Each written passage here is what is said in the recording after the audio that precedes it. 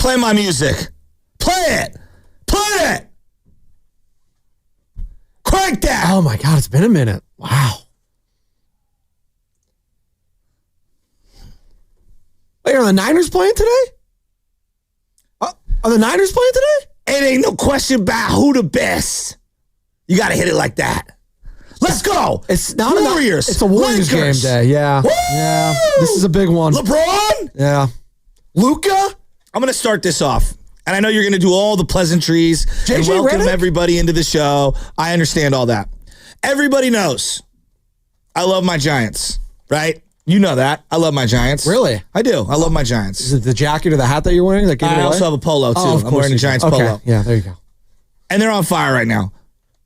If you ask me, Joe, who's the team you hate the most? Obviously, I'm going to say the Dodgers. But right now, as much as I despise the Dodgers. Enemy number one for Joe Shasky. As much as I despise the Dodgers, and believe me, I always will. Right now, they're 1B. They are. Oh, my God. It's not the Giants' time. Now, I can go into this long soliloquy explaining why. By the way, Shohei Ohtani walk-off homer yesterday. I don't even want to hear about that. I don't even want to hear about that. 8-0. The Giants are having a great run. I don't want to hear about Dodgers. I'm telling you right now, the Dodgers have slid to the side. The team I hate the most right now currently is LeBron and the LA Lakers. The Lakers. Power rank number one. Wow. It's not even close. And the reason being is because, A, they're standing in the way of Steph Curry. And I can make an argument. The worst loss of my fandom of my life as a sports fan, like there's been some bad ones. I mean, I'll never get over losing in the Super Bowl each time. The one to Mahomes recently is just, God, how do you not know the overtime rules? 3 times. The worst loss of all time was tied 2016, Father's Day, Game 7. Grandpa at the house. We're ready to have Father's Day dinner. I got banished to the back room by Michelle. I broke 2 remotes. What? The Warriors were tied. I can hear my dad screaming right now, Curry, no! Not behind the back now! And we couldn't shake Kevin Love on the perimeter as Andre Iguodala gets swatted. I can't find the Tums. The greatest moment of LeBron's career came at the expense of the Warriors. It's the worst loss of my sports fandom. And trust me, there are plenty that I could throw. Game 6, Giants 2002, there's a million. The team I hate the most currently right now, I mean, we are talking fever pitch. Lakers, LeBron. You have put the guy I hate the most with the team I despise. This is huge. Good morning to you, and to Carter, and to Sam, and to everyone that's fired up for this game. It is Warriors. It's Lakers. It's tonight. San Francisco, Los Angeles. It's going to be right here on 95.7 The Game. Coverage starts at 6. We got tip-off at 7 down in La La Land. And all of a sudden, I wake up and I'm looking at the standings, right? Because everything's just so fluid right now. And Carter, our board op, our technical producer, Carter in the back is like, yeah, did you see the Nuggets last night? And I was like, no. I was sleeping probably. But the Nuggets, who didn't suit up anyone, by the way, just I guess, punted on this game. They thought they could sit everyone. No Jokic, no Murray, no Gordon, no nothing. They were playing DeAndre Jordan, who I forgot was even on their team. He played like 36 minutes. You know DeAndre Jordan? Yeah. Yeah, that same one. He's still in the league. 36 minutes. They punted the game. They lose to the Spurs. And right now in the Western Conference standings, the Lakers are now the 3 seed. Unbelievable. And the Nuggets are the 4 seed. So if the season ended today, the Warriors would be flying to Denver, Colorado, taking on Nikola Jokic, Jamal Murray, and your boy, Michael Malone, in round 1, which is still a distinct possibility. But it looks like the Nuggets were resting everyone, and they're all in on tomorrow's matchup, which is going to be the back end of a back-to-back against the Warriors. I mean, the Warriors returning home at Chase Center. But tonight's game, I think, means the most for Warriors fans. I know that Memphis, as far as tie-break scenarios and having that tiebreaker over them and for seeding purposes, yes. But I think for the mentals, if you could beat this Lakers team that's beaten you 3 times in a row now this season, dating back to Christmas, which was an incredible game, but you lost at the end there. And we talked about it. We were hosting the next day together. Austin Reeves blowing by Andrew Wiggins. Oh, the help defense from Kuminga wasn't there. It was just the blame game all around. And I love how he blamed the guy farthest away from the ball for not helping. It's crazy. But it's just insane. It was an incredible game. And we have come to expect that with Steph, with LeBron, whether it's the Lakers, whether it's the Cavs, whether it's, whoever. It's Steph and LeBron. It doesn't matter. There's jerseys.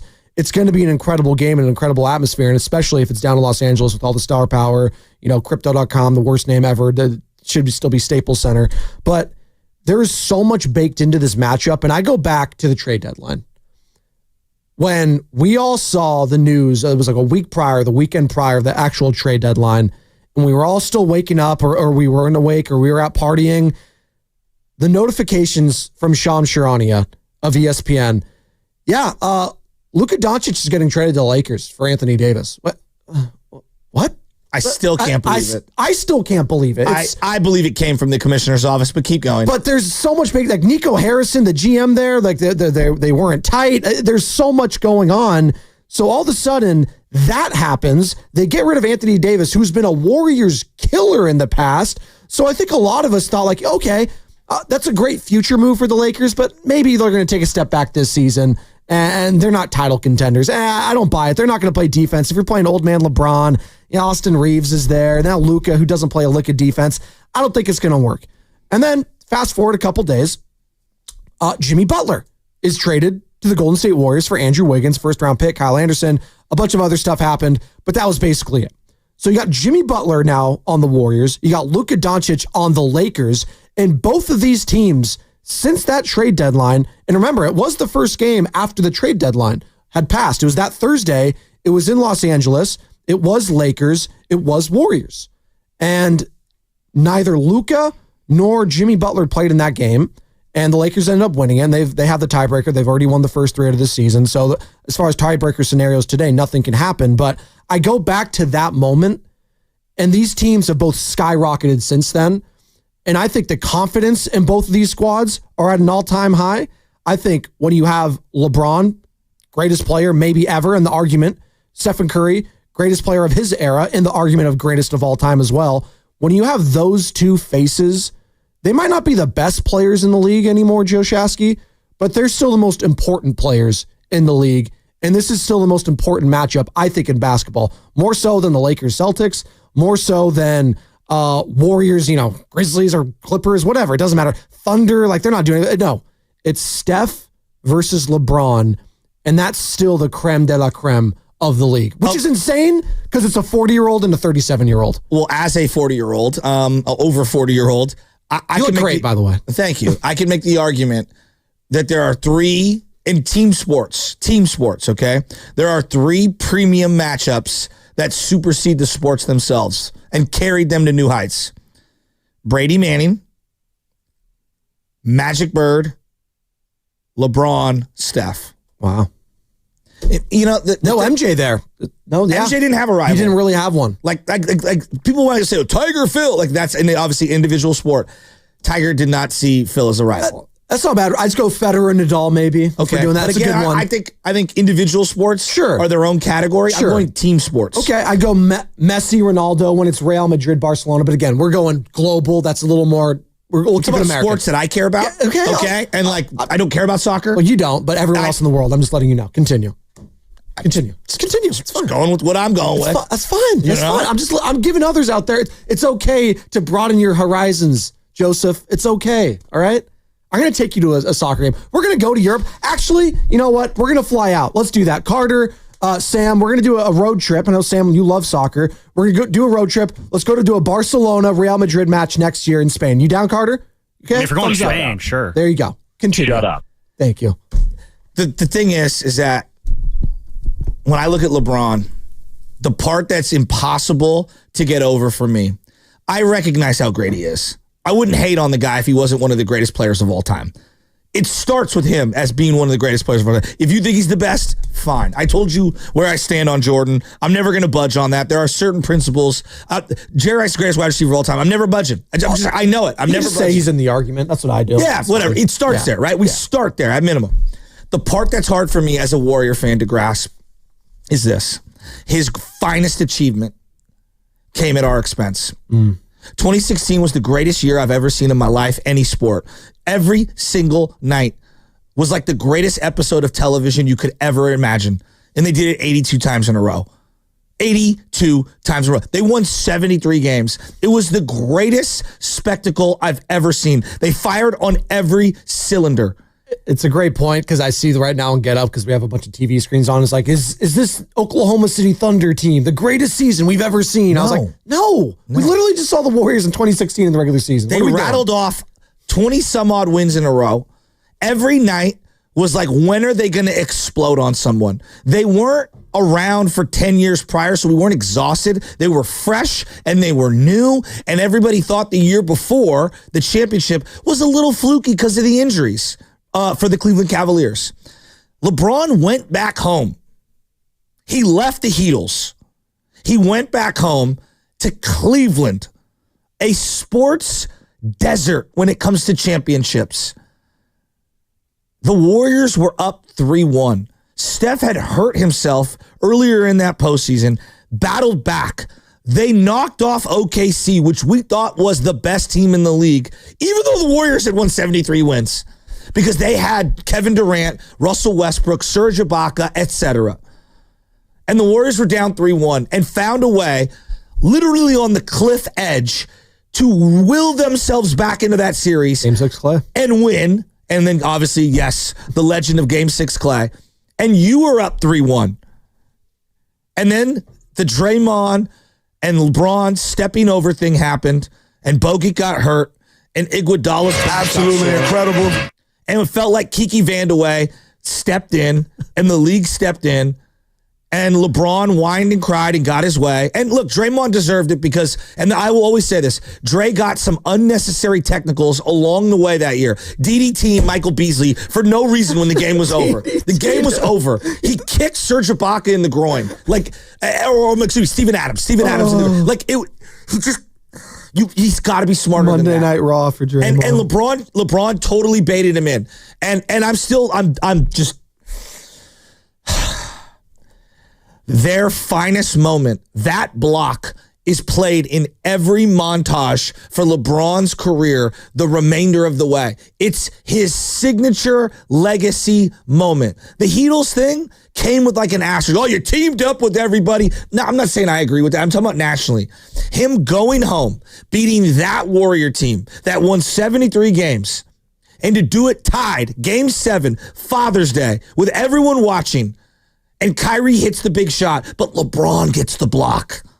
LeBron gets the block. And the Cleveland, this is for you. That, exactly. And basically having the storybook arc, I'll never, ever get over it. It's our lowest moment. Look, 2019 sucked that we lost to the Raptors. Everyone got hurt. But it was like, look, everyone got hurt. Maybe they were the better team. I don't know. We kind of got robbed because, we got injured. I don't know. Like, I tip my hat to the Raptors.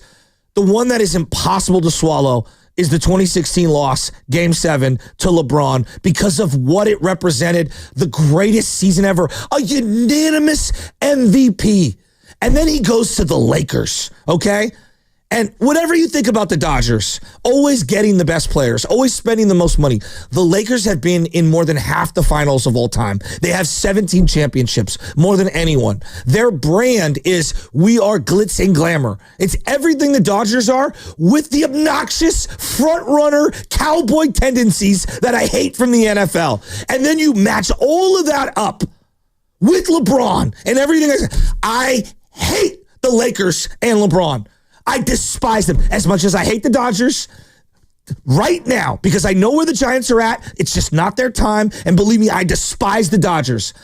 1A for me in terms of biggest hatred in sports now is LeBron and the Lakers. 888-957-9570. You hear that right there. Lakers are enemy number one for Joe Shasky. Are they enemy number one for you right now, coupled with LeBron?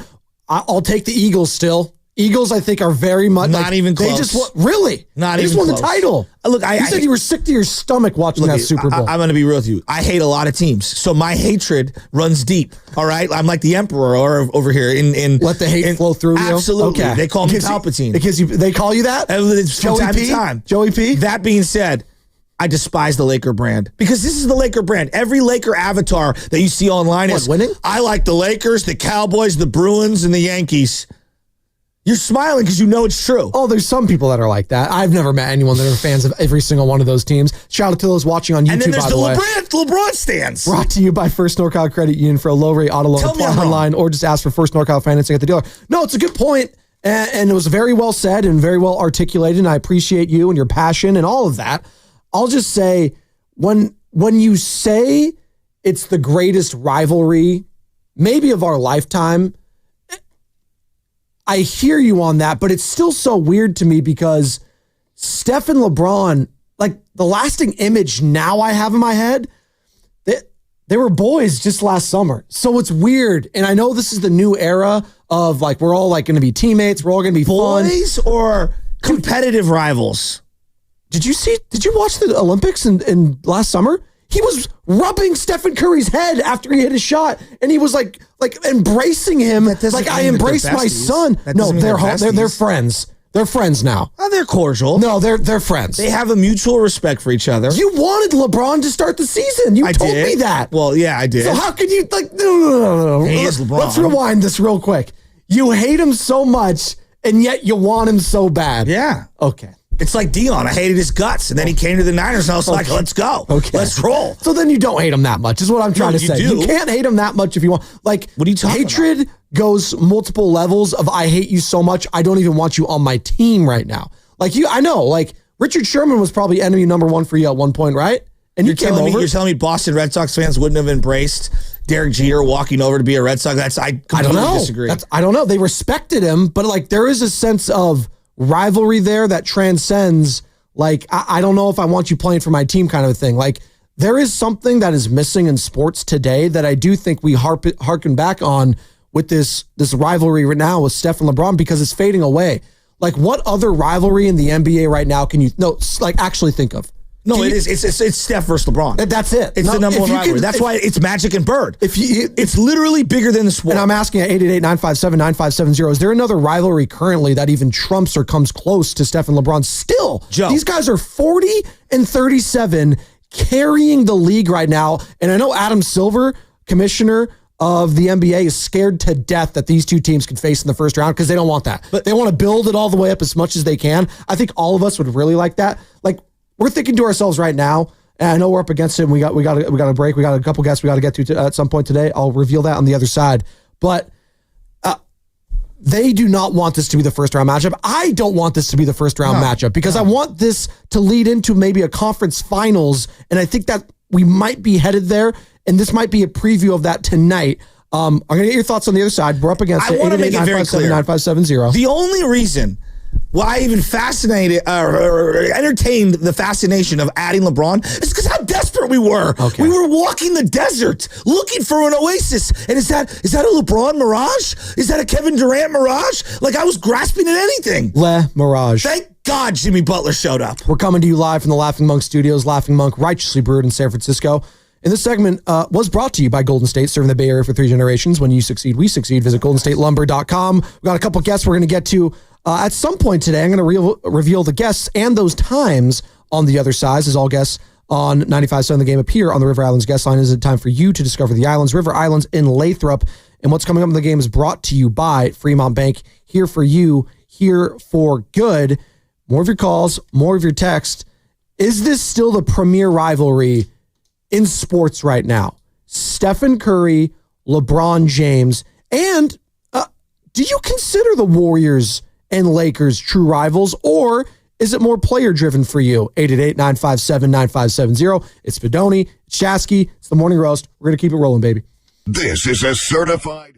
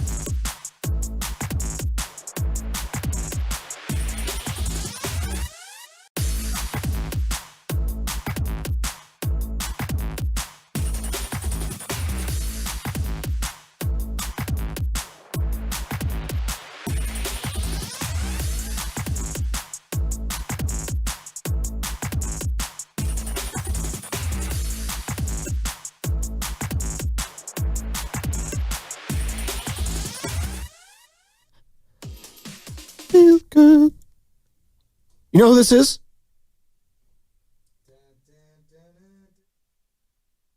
Yeah, who is this? Come on. You know the song. YouTube's probably like, what is going on? But I actually gave it away. I gave it away on YouTube. The Killers. No. I know the song.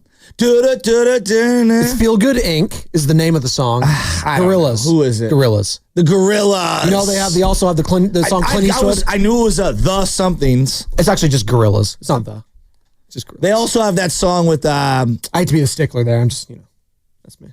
What did you? They also have that song with the rapper. Come on, from the Bay Area, the Gorillas. Oh, my guy, Dell. Yeah. Thank you, Del. The funky Homo sapien. Yep. Yes. Clint Eastwood is the name of the song. Clint Eastwood. I'm happy. I'm feeling glad. I got sunshine in a bag. I know that one. It's a great one. It's a great beat too. Yes. These songs remind me of like early 2000s video games. That's exactly perfect. MLB The Show. And when you used to watch music videos, because for the Gorillas, I just said the Gorillas, but for them it was interesting because they didn't have like there was a one man from the front group, but they would do like cartoons all the time. You wouldn't know what they actually looked like. Oh. So that was part of their whole persona, if you will. Was that the TRL days? Yes, the Total Request I was out on Carson Daly. It's my brother. Okay. More my brother and sister. All right, I'm not mad at that. Who was Christina I was more 106 in Park. Okay, all right. Not bad. All right. That's Joe Shasky. I'm Joe Spadoni. We're talking not Gorillas, but we can if you want. We're talking Lakers, Warriors tonight, baby. It's going to be right here on 95.7 The Game. Coverage starts at 6 o'clock with Warriors Live. Tip-off is at 7. It's down in Los Angeles. Warriors 4. Check that. They're 3-2 on this road trip. Can they go 4-2 to wrap this up? They started off 0-2, losing to the Hawks, losing to the Heat. They've won 3 in a row now. If they make it 4, and you could beat the Grizzlies, and you could beat the Lakers, yeah, I'm feeling pretty damn good about my chances heading into the back end of a back-to-back, even if it's against the Nuggets, who have been resting some players. And by the way, the Nuggets have now fallen. If you're just joining us, the Western Conference is as follows: Thunder, Rockets, Lakers, Nuggets, Warriors, Timberwolves, Clippers. Grizzlies have fallen all the way to the 8th spot. That's incredible. Mavericks 9, that Kings 10. Yeah, things can happen fast. One loss. Yes. And they went from we're good to wow, we're in trouble. We're good to we might be cooked, which is insane. And by the way, a couple great guests we have today. Anthony Slater joining us, 8 o'clock, covers the Golden State Warriors for The Athletic and is our 95.7 The Game Warriors insider. So Slate's at 8 o'clock. And Dave Fleming, voice of the San Francisco Giants, joining us at 9:20. So some heavy hitters today, courtesy of the River Islands guest line. Cannot wait for Anthony Slater and Dave Fleming.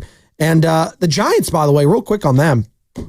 I mean, I did not expect this. We have the game up in the studio right now. I did not expect the Giants to be where they are right now. Still, no errors for San Francisco.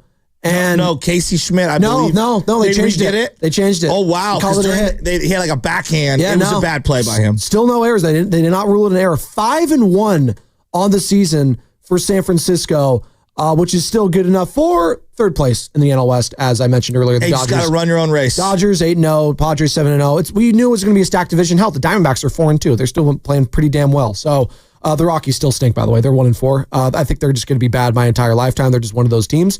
But the Giants are 5-1, and it just, I'm not going to say completely it feels different, because I know that's what you're going to say. It just is refreshing for me to watch a team not shoot themselves in the foot. That's what is refreshing for me. I'm going to wait to say it feels different, because it'll feel different if they keep this going for a month, for a couple weeks, to forget a trend to get going, if you will. But I'm enjoying watching the baseball right now. And when they get a lead, which I haven't been able to say this for the last couple seasons, when they get a lead, I expect them to keep it. Camilo Duvall looked phenomenal yesterday again. He looks so good. He's got a swagger back. Absolutely. They got basically two closers. I mean, they got Ryan Walker and they got Camilo Duvall. Their bullpen looks great. And, it's funny how sports is, right? Like we were talking about, the Warriors and the Lakers, and fandom is very irrational. I freely admit this, okay? There's not a lot of rhyme or reason to some of the things that fans feel. Why do we all love Mo Spates? If I say the name Mo Spates, we just smile. right? Yeah. But if I say the name Anderson Varejao, like Warrior fans are like, ugh, like we're triggered, right? By Game 7. You know, there are certain things. And for a long time, the Giants just made people mad and angry. And yesterday, midday game, 1 o'clock, I believe it was also on MLB Network.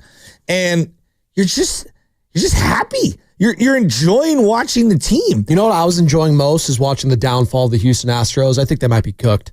That looks like a team that lost a lot of their good players. Kyle Tucker, which was supposed to be one of their futures. Obviously, they still got Yordan Alvarez, but like no Kyle Tucker, no Alex Bregman. They lost Correa. Correa's been gone. George Springer's been gone. They have the remnants of a Jose Altuve, and that's about it. And no more Dusty Baker over there to make everything all nice and we got the face. You know what they nice look like? Dusty. Who do they look like? They remind me of the Warriors the last couple of years before the Jimmy trade. It's not bad. They're a team running on fumes with just a name. But back to the Giants just very quickly, because I know we want to get into the Lakers and LeBron and the NBA today. I trust me, I totally get it. But I do believe the Giants deserve a little bit of coverage. They've been awesome. And I'm thinking about how fun it is, right? Like right now when the Warrior games are on, like, yeah, they drive us crazy. How much more fun has it been since the acquisition of Jimmy? This is why we tune in.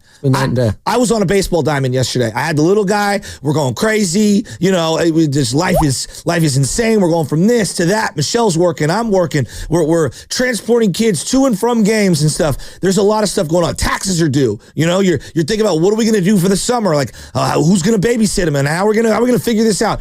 There's a lot of stress. We tune into sports, most of us, to check out and have fun and to get away from the normal grind of real life, you know, the real life stuff. And if they're fun and they're entertaining and they make you smile, that's why we tune in. And I just keep coming back to the Giants the last 3, 4, 5 years. We do this as a living, and I watch it because I love it. But I think the casuals, they don't want to be miserable. They don't want to watch bad baseball. They're playing good baseball. They're having fun. They have names that they now recognize. There aren't any stars per se, but when you're winning, it's fun. Landon Roop, I thought, pitched really well. There were a couple of miscues on the infield. He could have got out of that inning. They went to Hayden Birdsong, the young man who I believe should still be in the rotation. He saw the guy's bat off who was running down the first baseline, and he was just holding the handle of the bat. Yeah. It was amazing. And that's a game the Giants probably lose the last couple of years. Randy Rodriguez comes into the game to replace Roop, and bases loaded situation. He gives up a hit, but they end up getting out of that and then adding a run on later on with a Lamont Wade Jr. home run. The Giants are fun, and it feels like they're firing all the cylinders. Best player on the team right now? Elliot Ramos. Who was the best player on the team last year, right? Who was an all-star for them. And it was him and Chapman. Chapman for sure, but I thought consistency-wise and where expectations were, I think a lot of people were very happy and pleased with Ramos. And then the question was, do it again, right? Yeah. Like that's great. You can have a one-off. We've had a lot of one-off all-stars in San Francisco before. Do it two times in a row, then we got something brewing here, because it's not the Pro Bowl, right, where we just give out Pro Bowls left and right these days. All-star, I think, in baseball still means something for actual like position players, like the bullpen guys. You know, I feel like a couple years ago when Arizona had Mantiply, added to the All-Star game. Not everyone deserves an All-Star. It's a great name though, Joe Mantiply. He ended up he got multiplied the second after the All-Star game came about, and the Giants crushed it. Remember that, Sam? That ERA and whip multiplied for 100%. 6-3 the final yesterday in Houston as the Giants sweep the Astros, and they have their home opener tomorrow. You gonna be there? Oh yeah. You're gonna be excited about that? The Mariners? No, I'm not excited at all for the home opener. Well, the Mariners, come on, dog. Can I have a more what? Such a boring team. I'm sorry. Julio Rodriguez, I guess. He didn't really do much last year. Robbie Ray's old team. Stop. The Mariners are just we couldn't have had someone, if it was the Astros, it would have been actually sexier as far as I'm concerned. But the Mariners just, whatever. I get it. It's Oracle Park. Verlander? It's going to be great. Yeah, Verlander, that's going to be fun. Yes. Verlander? That's going to be fun for me. Seeing Justin Verlander, where... when's the last time he did pitch there at Oracle Park? It couldn't have been a decade ago. He had to have pitched there. Was it 2012? Was it? Well, we'll get on that. We'll do that during the break, because he is an American League guy. He doesn't come here very often. No. And now he's going to be pitching here a lot more. And he started off the season pretty good as far as I'm concerned for a guy that's in his early 40s. 888-957-9570. We're going to talk more Giants as well at 9:20 with Dave Fleming, Anthony Slater, 8 o'clock, our Warriors Insider. Get the lay of the land down in Los Angeles. Again, we're talking rivalries. Is Stephen Curry versus LeBron James still the rivalry of our era? Is it the biggest rivalry today still? 888-957-9570. And the Giants, they're 5-1. They're staying hot. Can they stay hot at the home opener? We'll discuss that. And that division's so damn stacked. It's insane. But just run your own race, as you said. That's what's coming up the game, brought to you by Fremont Bank. Here for you, here for good. More of your calls, more of your texts on 95.7 The Game.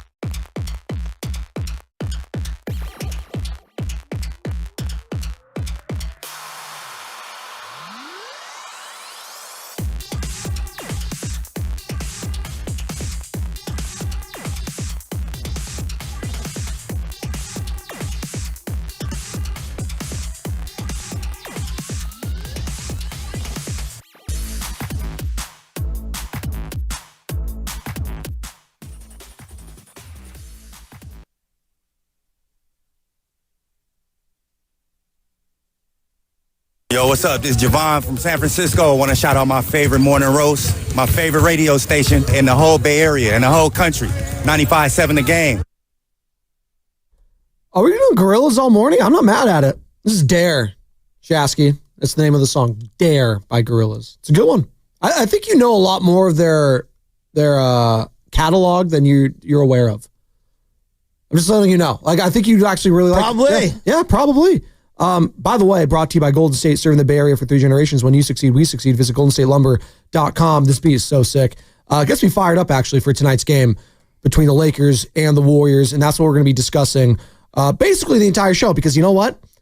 I don't know how many more we're going to have of Steph versus LeBron, and I'm going to cherish it. I'm going to celebrate the greatness. The rivalry's fun, but I'm not going to lie to you. Like, I'm going to be sad when it's over, when LeBron hangs him up, when Steph hangs him up. And I don't anticipate that to be anytime soon, because both these guys are playing at such a high level right now. And Stephen Curry in particular, since the acquisition of Jimmy Butler, we gave out the stat yesterday, when Jimmy and Steph play together, the Warriors are 18-2. Like, Jimmy Butler, that has revitalized Stephen Curry in such a way that maybe it's like getting a puppy with an old dog. It can extend some of this runway, right? Same goes, I think, for Luka and LeBron. Like, does LeBron start thinking all of a sudden, like, you know what? I'm enjoying playing with my son. We got Luka here. Maybe I play for a couple more years. Why not? I'm playing incredible. I'm putting up incredible stats. Yeah, you know, I'm not as young as I used to be, so the recovery, I'm going to have to miss some time here and there. But when I look at these two players, are you this surprised by the level they have played just the last few months? And what is notoriously a young man's game? Like, we know when it comes to running backs in the NFL, and we know, you know, in baseball, like, it's hit or miss, if you will, no pun intended. But for basketball in general, it's always been a young man's game. Like, the Thunder, the Celtics, the Cavs, all the young superstars they have. It's kind of a rarity to see what the Lakers and the Warriors are doing right now. And I think that's why people are so intrigued by this matchup tonight and heading into the playoffs. Can the old guys do it again? I'm rooting for the old guys. Why not? It's the last hurrah, right? Am I surprised that they're doing this at this age? Given where nutrition is, and given that these two have dedicated their entire body to fitness, excellence, and their sport and their craft, like a part of me is not surprised. Now, they've been very fortunate to be able to not have the severe lower body injuries that you just can't account for. Knock on wood. You know, like, if you'd have asked me in 2018, 2019, I thought that, you know, Clay was a Wolverine and he'd be able to come back from anything. I mean, J.R. Smith literally crashed into his leg in one of the finals, and he came back, and I thought that would have been a torn ACL for anyone else. Who could have foreseen him falling off the rim the way that he did with Danny Green, and then having the collection of injuries after that? Seeing what Tom Brady has done, seeing what David Ortiz and different guys from various sports, Justin Verlander, great example on the Giants right now. Nolan Ryan was really the first. Like, we don't talk about it. I watched the full documentary on him. I mean, he played at an age that no one would have seen. I watched Brett Favre play late. There's always been outliers. Bartolo Colon. But there's always been those outlier guys. These two, though, when I think about dedication to their craft, part of what I think people really miss on LeBron is, I'll give him this, I truly believe he squeezed every ounce out of his body. As gifted as he is, as physically blessed as he is, he's also in tip-top shape and has always been in tip-top shape. Steph Curry, we've watched a skinny kid with unreal conditioning. I mean, conditioning that maybe only Jerry Rice can relate to. And he's added layers to his body every single year and has gotten thicker and stronger. And you could see it in how he finishes around the rim. So, yeah, I'm surprised that they've stayed healthy and avoided the major catastrophic injuries. But I'm not surprised, because I know that these guys dedicate every waking ounce of their being into their craft. 888-957-9570. This segment is brought to you by Golden State, serving the Bay Area for 3 generations. When you succeed, we succeed. Visit goldenstatelumber.com. This was interesting. This was all over my timeline yesterday. I'm not that surprised. Before you move on, are you surprised? No, this is going to lead me to why I was going to play this sound in a second, because when I think of LeBron, and I always go back to this because it's insane. I've literally watched LeBron James play basketball since I was in 4th grade. I'm now 30 years old and have 2 kids. I've watched him that long, which sounds insane, right? But it's the facts. I've watched him since I was in 4th grade. I've graduated college. I'm 30. I got 2 kids and a bunch of problems. Shout out Guru. It's insane. And Steiny was talking about it yesterday. And, Steph's been in the league now for 16 years. 16 years we've been watching this. And he was talking about it still always is unbelievable to watch him have performances like he did in Memphis. It doesn't get old, and it doesn't. Watching these guys, and that's why I choose to celebrate. And I hate that these are the conversations the national media are having. Just take a listen to Stephen A. yesterday. Again, I want to react to it because I don't want to give it the light of day, but I also want to just have the discussion real quick about it. Stephen A. yesterday, I believe this was on Get Up or First Take, one of them was on ESPN, talking about Stephen Curry and his ability potentially to play in other eras, not the current one, in the history of the NBA. I had a Hall of Famer come up to me and said to me, quote, Steph Curry would not have averaged more than 17 points a game. Now, obviously, I think that person should have been drug tested when he said that to me. But then I quieted down because he wasn't talking about his skill set. He said, in our era, we would have hurt him. He said, we would have hurt him. He said he would have had to run through picks. He wouldn't have been as protected by the officials. The game is exponentially more physical now than it was then. Remember when he came into the league with the ankle injury? He'd have never recovered from that with us. We'd have made sure they would have tripped him every chance we got. They wasn't talking about basketball. They were talking about this is the elements that come with the game that we had to endure that these guys don't have to even think about. Okay. And Stephen A. was, again, that was some old head that was talking to him. That wasn't him saying that. I want to clarify that. But that is one of the most ridiculous things I've ever heard in my life. Would you consider the era that John Stockton played in to be a tough physical era? Yeah. You know how big John Stockton is? And do you consider him one of the greatest point guards of all time? John Stockton? Yes. I love John Stockton. I don't know about greatest of all time. No, so he's in the top 10 somewhere. He's one of them. I see one of them. Yeah. 6'1". Yeah, I know. $180. He also wasn't would run through your heart. Sure. He was a killer. But would you consider him this massive physical specimen? No, but he was way stronger than we give him credit for. He had dad vibes at 25. Sure. I look at the old highlights of him. The guy's tiny in comparison. No, he is tiny. And he was fine. He is tiny. But I think the commonality, whether you bring up him, look at Kareem. If you looked at Kareem, if you looked at him, you would say, oh, he's super skinny. Yes. Kareem was more skilled than any big man. One of the most skilled players the game has ever seen.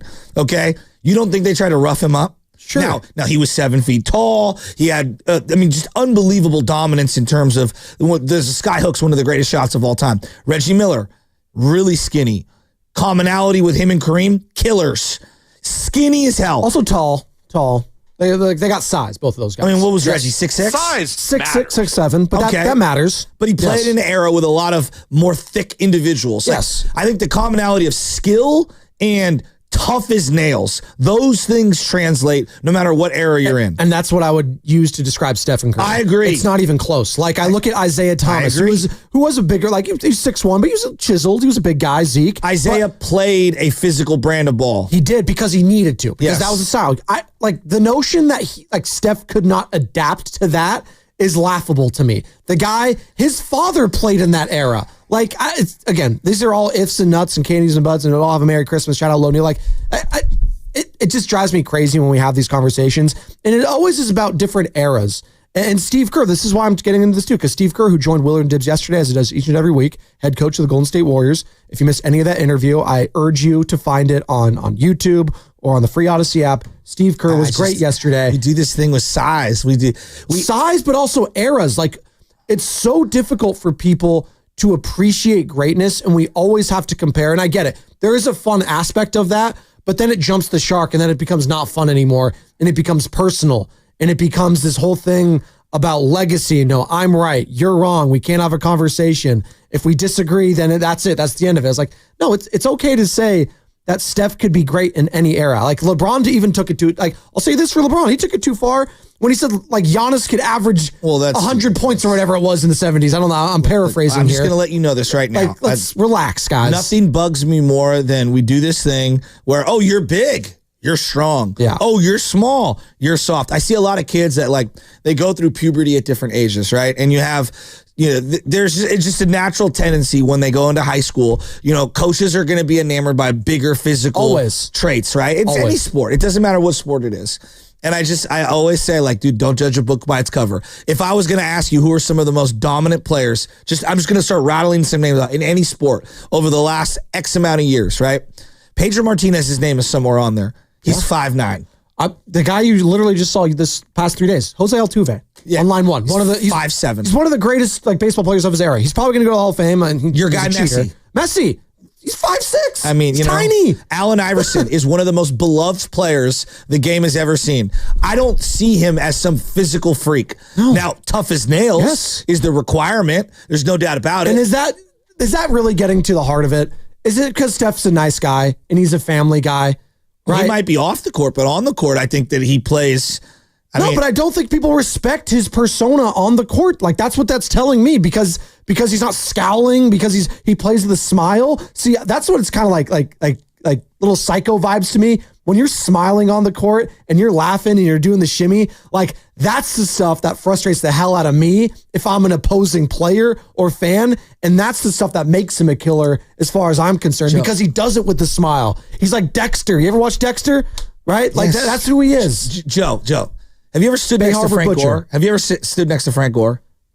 No, but I've seen him stand next to other people. Both of us are taller than Frank Gore. Okay. I don't care what they say on his. I love Frank. Frank is one of my all-time favorite players ever. Okay, he's listed as He might be listed at 5'9". He's not 5'9". He's not. He's not. I love Frank Gore. He's one of my favorite players ever. Frank Gore, who's also a kind soul. Okay, you meet Frank. He's a good dude. Yeah. A kind soul. Will run through your heart. He's thick. Will run through your, but he wasn't like physically dominating. No. Will run through your soul. Yeah. Okay. Dre Greenlaw. I stood next to Dre Greenlaw. He is about my height. But Dre Greenlaw will kill you. Yeah, but his arms are also the field. His arms are also the size of your torso. But I'm just saying, like, what? All I'm going to say is this, and I kind of don't want to waste, because it's Lakers, LeBron. We've got a huge matchup. I don't want to waste time. The only sport that disrespects eras back and forth is basketball, and it bugs me, and I'm tired of kind of leaning into the conversations and even discussing it, because you'll never hear Larry Fitzgerald go, I'd have put up 30,000 yards in Jerry Rice's era. You never hear Fred Warner say, if I played in Ronnie Lott's era. Like, no, they have reverence for those guys. You never hear Logan Webb go, I'd have done what Lincecum does. Like, you don't hear that. Vice versa, you also don't hear Ken Griffey Jr. I'd hit 78 home runs in this era. So it's the only sport we do this is in basketball. And honestly, you know why? It's because of guys like Stephen A. Smith. And I'm kind of tired of pandering to it. Real quick to Stephen A.'s point, it was someone that told him that. So he's just the messenger, but I hear you on that. Because there's a lot of Stephen A. Right? There's a lot. Some guy whispered in my ear and said X, Y, and Z. I just want to clarify there. That is what happened. But to your point, the egos, more so than any other sport in the NBA, because there's 5 players on the court for each team, it's just different. It always has been and it always will be. There is a different level of ego. Imagine if every single wide receiver, their diva tendencies was every single player in the NFL. And it was spread to the quarterback. That's what it is in the NBA almost. Now, that's not to say everyone's like that. Like Nikola Jokic, there's no ego there at all. It's probably the opposite. I think people would like to see him have a little bit more of an ego at times, but that wouldn't be authentic to him. You see players all the time, like even on the Warriors, for example. They have some players that I wouldn't say have these massive egos. Andrew Wiggins was one for a long time. He's not an ego-driven player. And even Stephen Curry, who does have an ego, that does need to be satisfied at times. It gets drowned out because you have Draymond Green on there, who probably has the biggest one. But that's okay. But it goes back to eras for me and celebrating greatness. And we just have a very difficult time of accepting greatness in our era. Check out what Steve Kerr had to say yesterday on with Willard and Dibbs, coming off an incredible performance the night prior with not only Stephen Curry, but what Nikola Jokic did in double overtime. What did he have, 60 points? Something ridiculous? The Joker, who's won a bajillion MVPs, who's going to be in the conversation for another one this year. And yet we have a hard time discussing it when it relates to, past generations, and we kind of poo-poo it, and we've taken it for granted a little bit in our era. Here's what Steve Kerr had to say about it. You know what I was thinking, guys, that watching Steph last night, watching Jokic, if these types of games had happened 10 years ago, honestly, I think NBA fans would have been absolutely losing their minds. And I think what's happened is the players have gotten so skilled and they're doing such amazing things. I think our game is being taken for granted right now. What these guys are doing is so spectacular. I never could have survived the NBA. If I were playing today, I couldn't have survived. These guys are so talented. They're so good. And it's like, I don't know, you read these articles like, yeah, the NBA product isn't that great. Are you kidding me? You looking at these guys? They're just spectacular, and they've never been more skilled. And I'm just blown away by what I see night after night. That's Steve Kerr saying he couldn't survive in this era. You know who he played with? Yeah. The greatest player of all time in his era. And Tim Duncan. Who's, again, one of the other greatest players of all time and two of the greatest coaches of all time. Yeah, Steve Kerr saying he couldn't survive in this era. You know why? Because the talent is so astronomical now. Carter was just in my ear, and he makes a great point. There's maybe like two teams in the NBA that don't have a bona fide stud. Blazers and Nets. Those are the only two teams. I would say like the Wizards kind of too. Like, and I like Jordan Poole. Wizards there. Like, there's a couple teams. Just think back to like 15 years ago when half the league didn't have anyone good on there. It felt like the Warriors and Kings combined couldn't put together a playoff team for a long time. No, combined. Right, combined. And I would add the Clippers in there outside of the Lob City Clippers. And again, I think, Joe, it's a great point, though, from Steve Kerr yesterday. I think this is okay, so why is that? Why is it? Because the rules turn it on. They turn it on right now, like they put on their television or they put on us. Now, we talk about the Warriors every single day, but most local markets don't discuss the games. We are different here. Like, in this market, Warrior talk, like the Laker talk in LA, carries a radio station. Yes. Carries multiple platforms. I don't think Hawks Talk does that in Atlanta. You know, they also have college football. I was going to say Georgia, probably football and right, college. They've got a lot of other things. Yeah. And then they turn on their television nationally, and what are we talking about? Luka and Lakers, and then we have a 8,000 player-driven podcasts that are all dissing each other and dissing different eras. What does Bonte call it? Podcast-itis? Yeah. It's more prevalent in the NBA than any sport.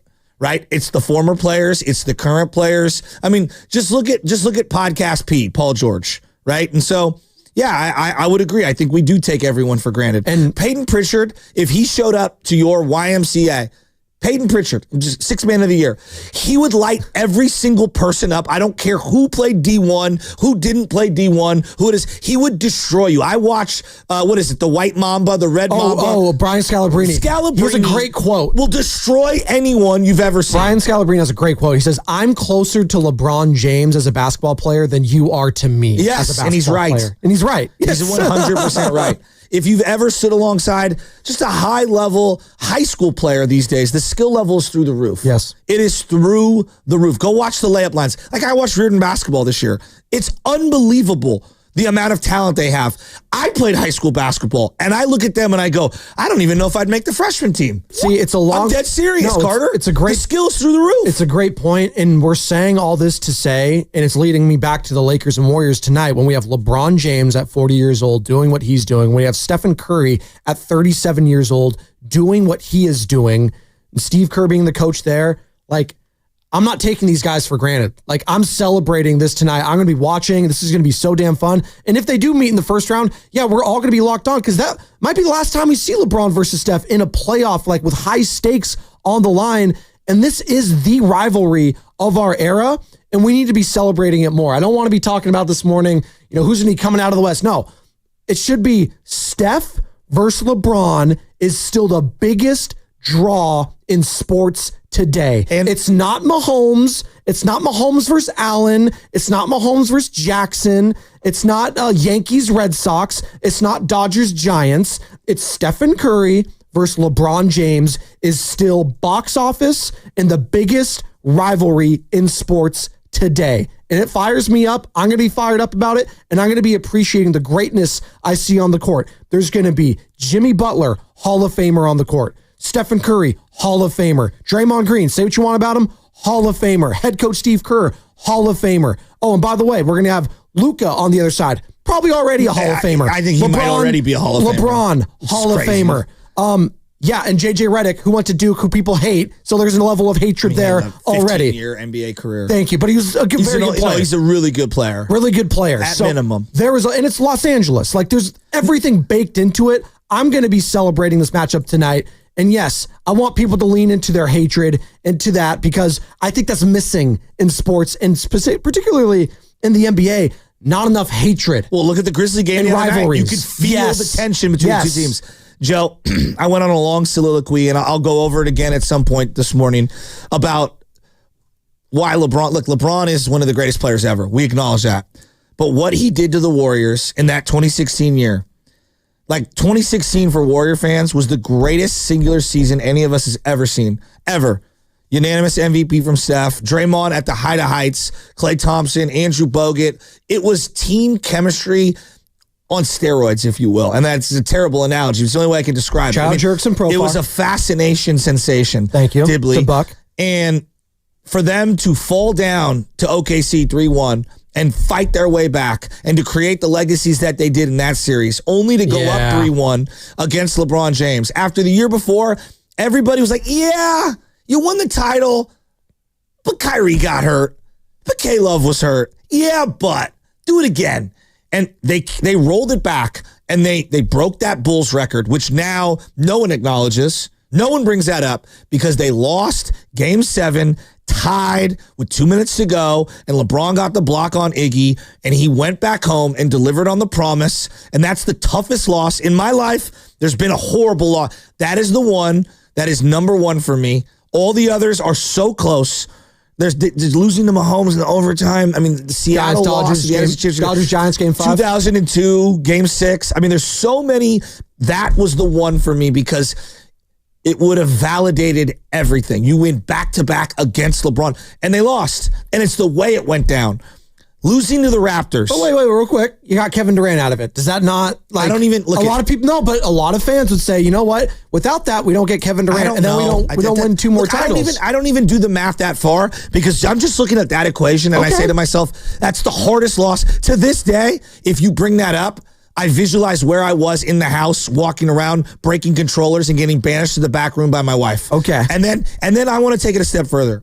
Please. The second worst loss of the Warrior era is not losing to the Raptors. I was proud of my team that year. And we could disagree. You know what? It was losing to the Lakers in the second round, where everybody turned their backs on Klay Thompson and turned their backs on Jordan Poole, and everybody was pointing the finger at all the young guys, and Lonnie freaking Walker beat you. That was the second worst loss of the Warrior era. Of this era. I'm dead serious. Losing to that Laker team the way they did. I still remember Brian Anderson on the call for TNT. It's the Lonnie Walker game. Lonnie Walker the fourth. The candle stayed lit that night. Tune in for Warriors Live today, presented by Xfinity. Stream sports from the best seat in the house with Xfinity. Bring on the good stuff. What's coming up in the game is brought to you by Safeway. Steven in Oakland. Hang tight. We'll get to you on the other side. Plus more of your calls, more of your texts. 888-957-9570. Is that still the worst loss for you? Dub Nation, that 2016, and is it the worst loss maybe in the history of Bay Area sports? There's a lot of them. We're calling it the greatest rivalry, so if it's the greatest rivalry, that's got to be the greatest loss, right? And how big would a win tonight be for the mentals, for you, Joe, for you, Sam, for all of the Warriors fans out here? 888-957-9570. How are you viewing this matchup tonight in Los Angeles? Is it a gotta have it? Is it a must win? Are you measuring yourself against the best in the West? You've already beaten one of the best in the West, the Grizzlies. If you beat the Lakers, I think the confidence is going to be skyrocketing tomorrow as we take on a lot of phone calls. 888-957-9570 is the number. It's Spadoni, it's Shasky, it's the Morning Roast. Come on back on 95.7 The Game.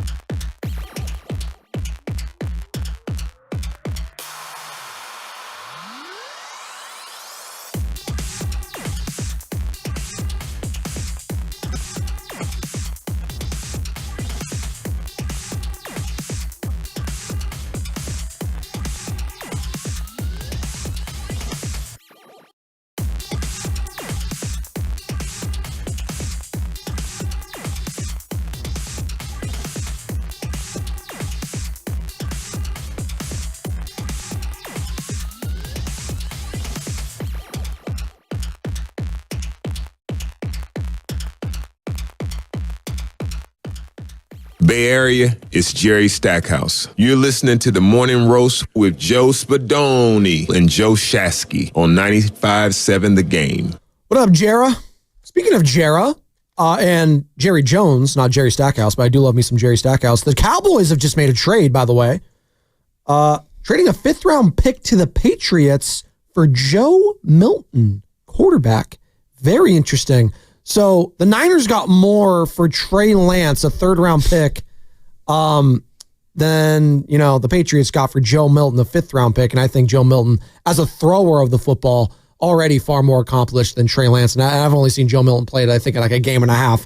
That's saying something. But I don't hate it. Maybe a little pressure on Dak. Don't call him Whack Prescott. He doesn't like that.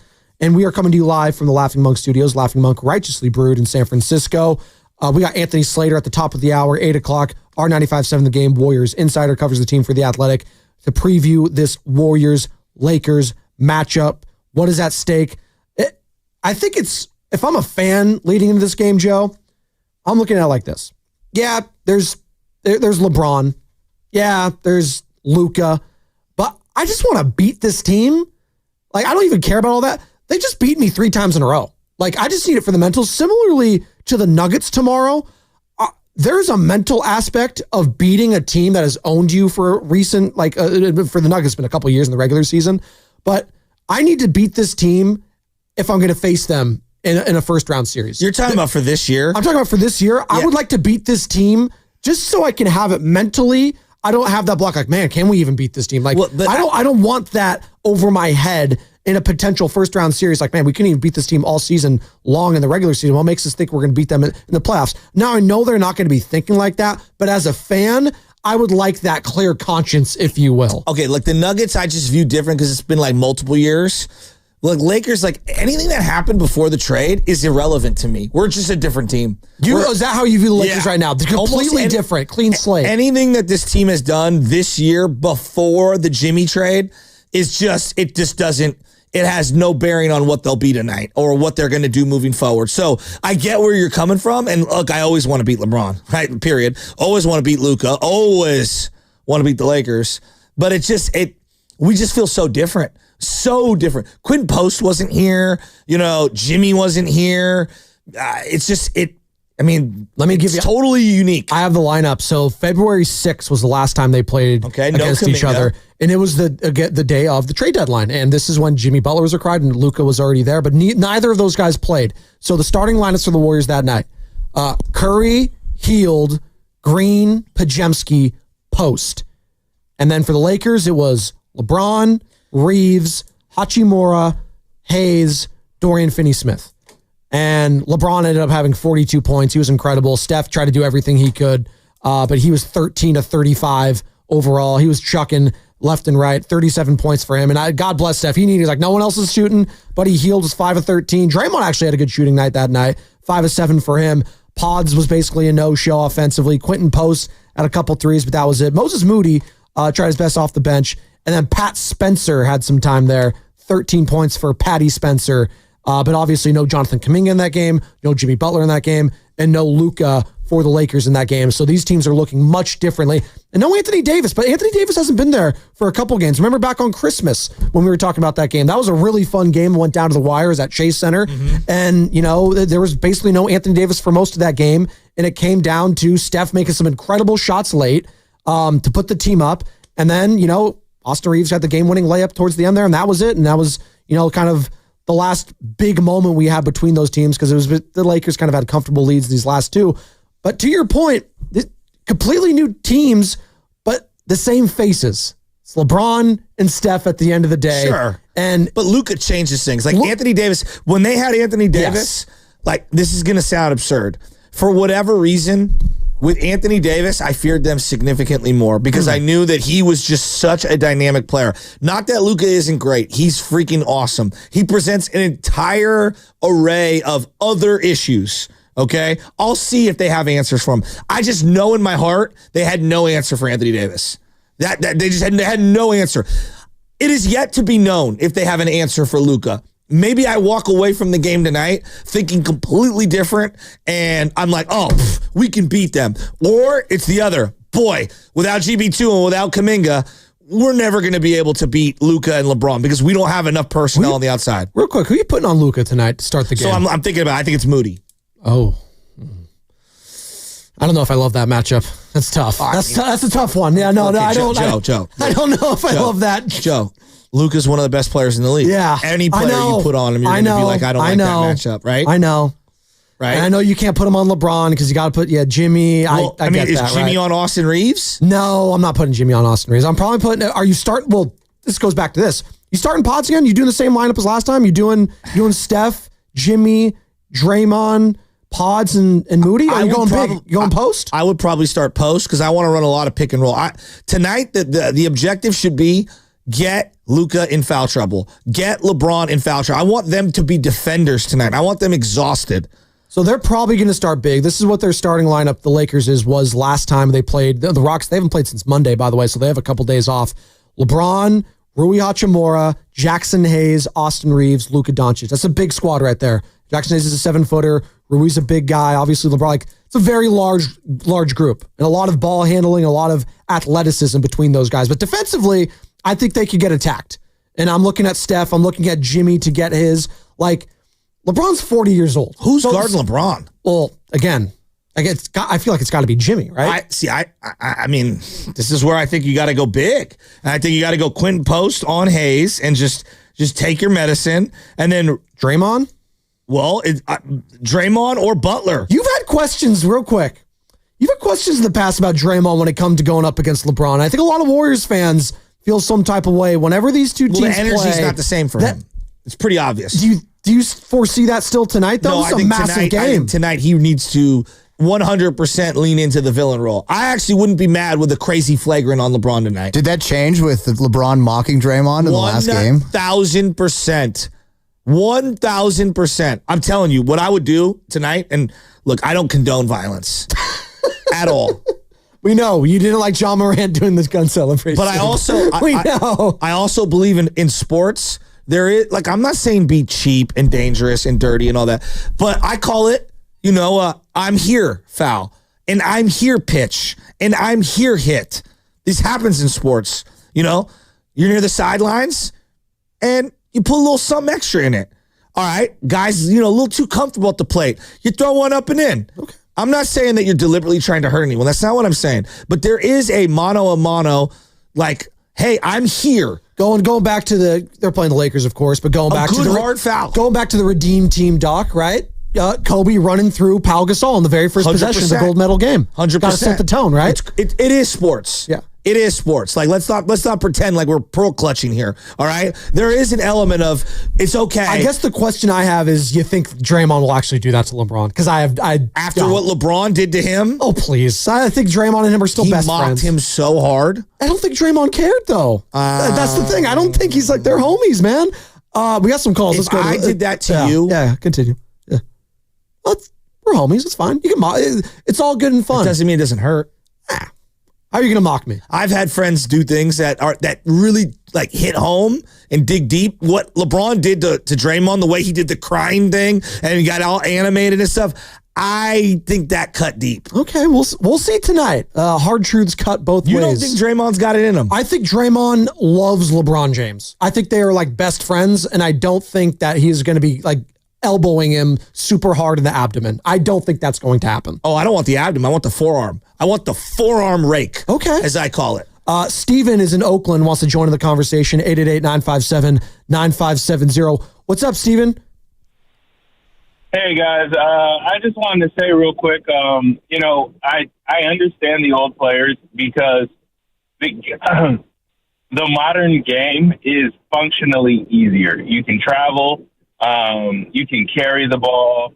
There's a 3-point line. There's no hand checking. And you can actually, and honestly, you look at an MVP like James Harden, that would drive me crazy as an older player because he's getting half of his points from the charity line. And, he was taking advantage of a very ticky-tack rule that the modern game had that they just didn't have. And then you think about load management in modern science, and it's an easier game. It just objectively is. If you take players and put them back in those days. I mean, you look at Bird and Magic, they went through high school and college with no three-point line. So, of course, they're not going to be chucking as much threes. And I just want to say, in terms of 2016, it ruined Father's Day. But the one thing that people always miss about that series is that Bogut got injured, and he was our best rim protector, which we really needed against LeBron and Kyrie. Varejao, Festus Ezeli, they're not even in the game if Bogut doesn't get injured. But, like, yeah, the older players aren't talking about the players today. They realize the players today are good, but the older players are just saying, like, the game is actually easier.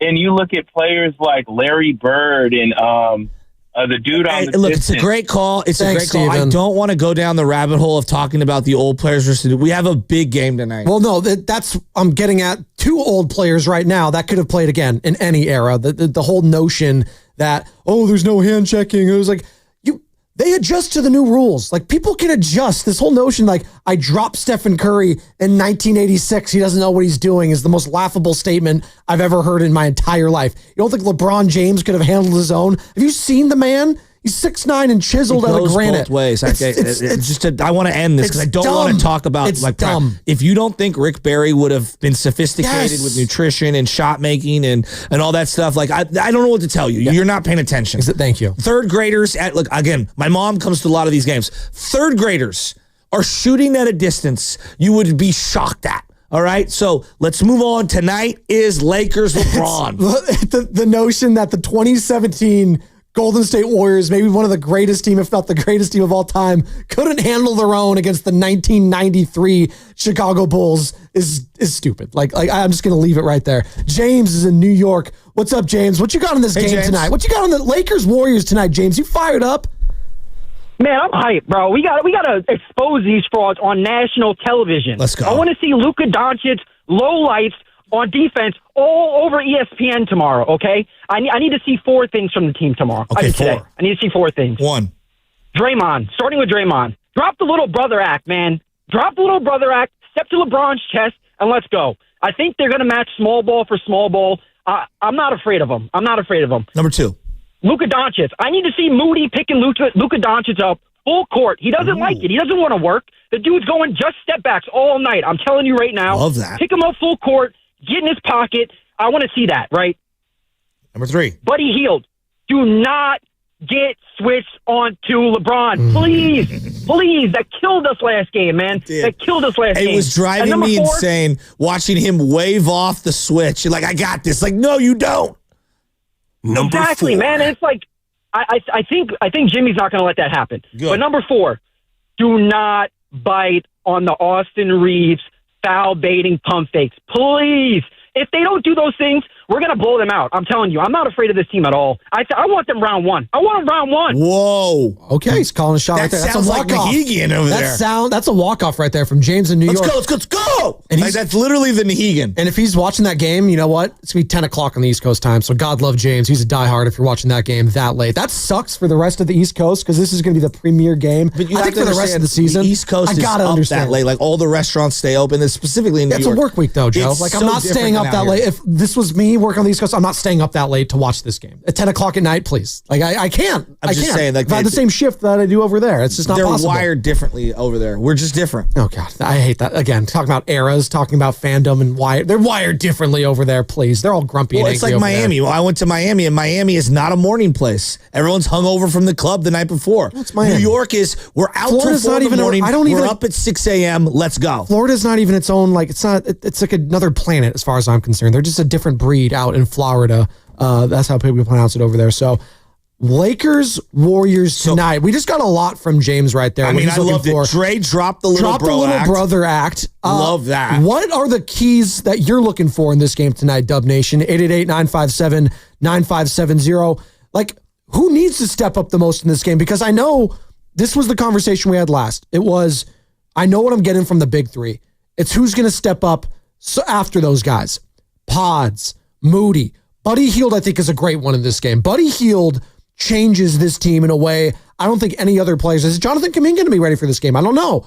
He's day-to-day. He's got the right I think they're going to need contusion. him. If you don't have GP2, And we you know don't, for fact. yes. Okay, I think you're going to miss him bad. And then if you don't have Kuminga, I think you're going to miss him a lot. I think so too. Like, this is a game, and he just mentioned the Austin Reeves, the Luka Doncic, the LeBron, like all three of those guys are elite ball handlers and ball passers. Like those three guys, they need to be picked up. And I don't hate the fact that he brought up Moody, wanted to pick him up full court, be an irritant to some of these guys. Because Luka's a guy that does get irritated very quickly and very easily, and he'll complain no matter what. Like that's the thing about Luka. That's just he's got the ET finger. That's not bad. The ET that scares the hell. By the way, Nora's petrified of ET if she sees him. She gets so damn scared. Also, Oompa Loompas scare the hell out of her. But yeah, well, they're very scared. They're orange.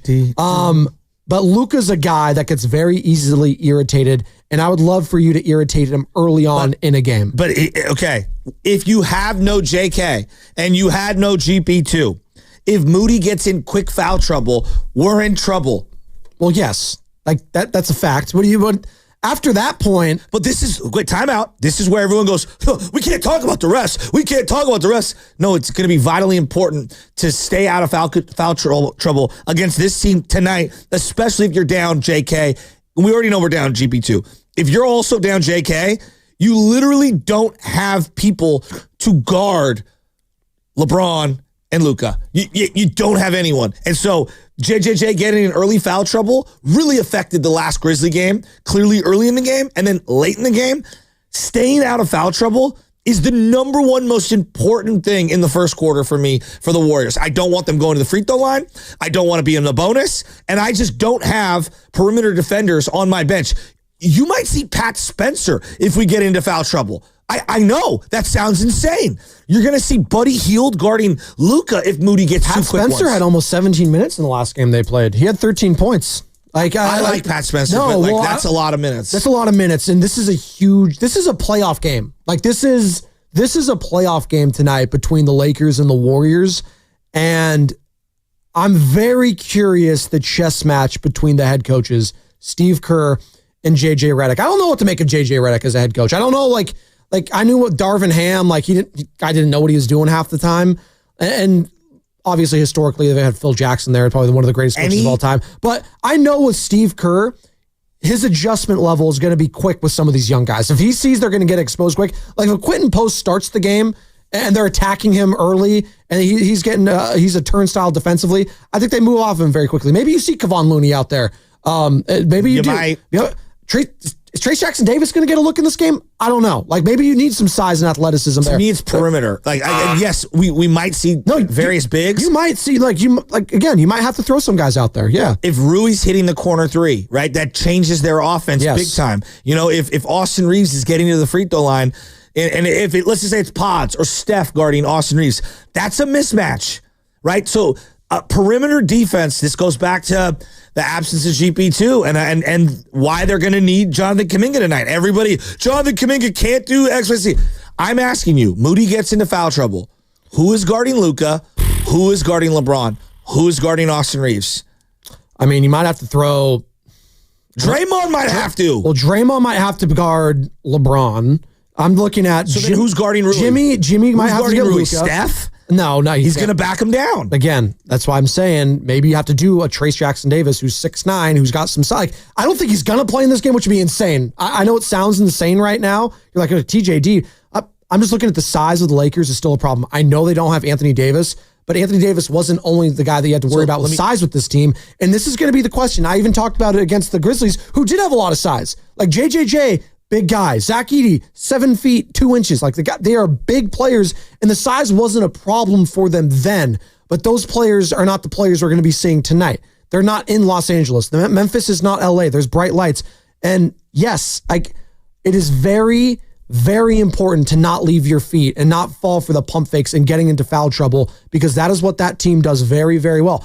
I'm looking at, conversely, the defensive end for the Lakers, that's where the Warriors need to attack them all night long. Well, it's Luka pick and roll, can't and guard yes, a 100%. nosebleed. That's what they've done to Austin him for Reeves years. can't guard a nosebleed. LeBron at this stage, he'll pick and choose his spots, but he's 40 years old. LeBron is going to stay off whoever the corner shooter is. He's going to be standing in the corner to take possessions off. That's what he does against us. And you asked about JJ Redick. LeBron's the coach. Like that's the way I view it. You can laugh, you can scoff. Well, I just view everything. Whatever LeBron wants to do. You that's say what they're that, gonna do. but JJ did some things against the Nuggets when they played them that Darvin I'm Hampton sure they Jr. collaborate. passed. I'm not denying that. Well, LeBron but if was you there don't think for a couple LeBron years. has major influence on substitution patterns. You're tripping. Sure, but also like they were playing the Nuggets for a few years prior to that and couldn't beat him a lick, and then JJ comes in there and they finally start beating him. I'm going to give the head coach some credit there. I know we don't like the guy, but I'm going to give him some credit I'm there. not even saying I don't like him. I'm just saying it's a LeBron team. LeBron has major influence on how they're coached. Yes, of course he does. Just like Draymond has major influence with Steve Kerr. Yes. They all have influence. Yeah. Yes. Jimmy Butler has major influence. Like great players have great influence everywhere. Joe, there's the LeBron influence and then there's everyone else. Okay. Like, yes, Dre may have some. LeBron is clearly been the coach of his team for a decade. Now, the guy that no one's brought up this morning who I think is going to play a lot in this game, and I just don't know who they think he can guard, is Guy Santos. I think he's bigger. He's not the most quick laterally in terms of movement. Could he guard anyone? Like, is he going to be on Rui? Is he going to be on LeBron? Is he going to be on Austin Reeves? Reeves isn't the quickest guy. Like, I know, like he has a quick step. And again, Andrew Wiggins on line one from Christmas Day, right? And Jonathan Kuminga when he blew past them. But I'm not mad at Guy Santos on there. No, like, he's going to play tonight. This is a game. Who does he guard? He's a bigger body. It's the pick your poison of this team right now, which is very difficult to say. And I'm very curious about this matchup because everyone wants to say, I don't fear this team as much without Anthony Davis. But like Luka's not a scrub. Like he's one of the best players in the NBA for a reason. I get it. Defensively, he's not. But I have zero feel for this game because we're not even talking about Jimmy Butler's on this team now. That changes things. Who does he guard? I think he guards Austin Reeves. I know. I feel better about him guarding either a Luka or LeBron personally, because he can guard the big boys. He could do that. Like, that's why we brought him in here, right? Yeah, I think that's situationally. I think that's more in like the fourth quarter. I'm talking about early in the game, right? Like in the last Setting game. the tone. To me, the first quarter is going to set everything. We're going to know exactly what kind of Warrior team we're getting. That doesn't mean they're going to win the game, but I'm saying the intensity level, the matchups, the tinkering, first quarter is really important. And I think they're going to start off. I don't like pods on Reeves. I think I might go Jimmy on Reeves. Because Reeves is their guy that's there. If I was running this thing and I was saying, all right, Luka's going to get his, LeBron's going to get his, the guy we cannot let go off is Austin Reeves. And conversely, if I'm the Lakers, the guy we cannot let get off in this game is, it's one of the role players. It's like, I know what I'm going to get from Jimmy and Steph probably. It's everyone else. Like, and I'm going to sag off Pajemski. Yes. I'm going to sag off Draymond Green. I remember it was the last game, the Lakers, I think, played the Warriors, and JJ Redick was always like, yeah, we're letting Draymond shoot that all day long. Like, he even said it post-game. He's like, we're letting him do that. He'll hit a couple. We're still letting him shoot all day long. So I think LeBron might guard Draymond. Exactly. Because he knows he could sag off, and all he has to do is play passing lanes. Yeah, exactly. So they're looking at, Pajemski's, the Moody's. Buddy Hield probably is the guy that they're like, okay, we don't want to give him wide open threes. And I know he hasn't been shooting the greatest. Could you imagine a buddy game tonight? Be huge. That would literally change everything. Like, who do you need a big game from tonight? From the role players, as far as I'm concerned, to give you confidence in this matchup going forward. 888-957-9570. Because for me, if I could see just one of the young guys have a monster game, it would give me confidence in that venue against that player, against LeBron, against that everything baked into it. It's going to have another playoff feel to it. I need to see some of the young guys step up in a big, big way because I really didn't see him do that against the Memphis Grizzlies. I saw the big boys do it. I would like to see Moody. I would like to see Santos, Quentin Post. Someone show something tonight for me to give me confidence going forward. If you get 45 or more from Pods, Moody, Quentin Post, and Guy, I think we're sitting pretty. I'm taking that all day long. All day long. And I didn't include Buddy because he's such a wild card. He can go for 4. He can go for 24, right? 45 is the sweet number for me. Pods, Moody, Quentin Post, and Guy. I think those guys are going to play heavy minutes tonight.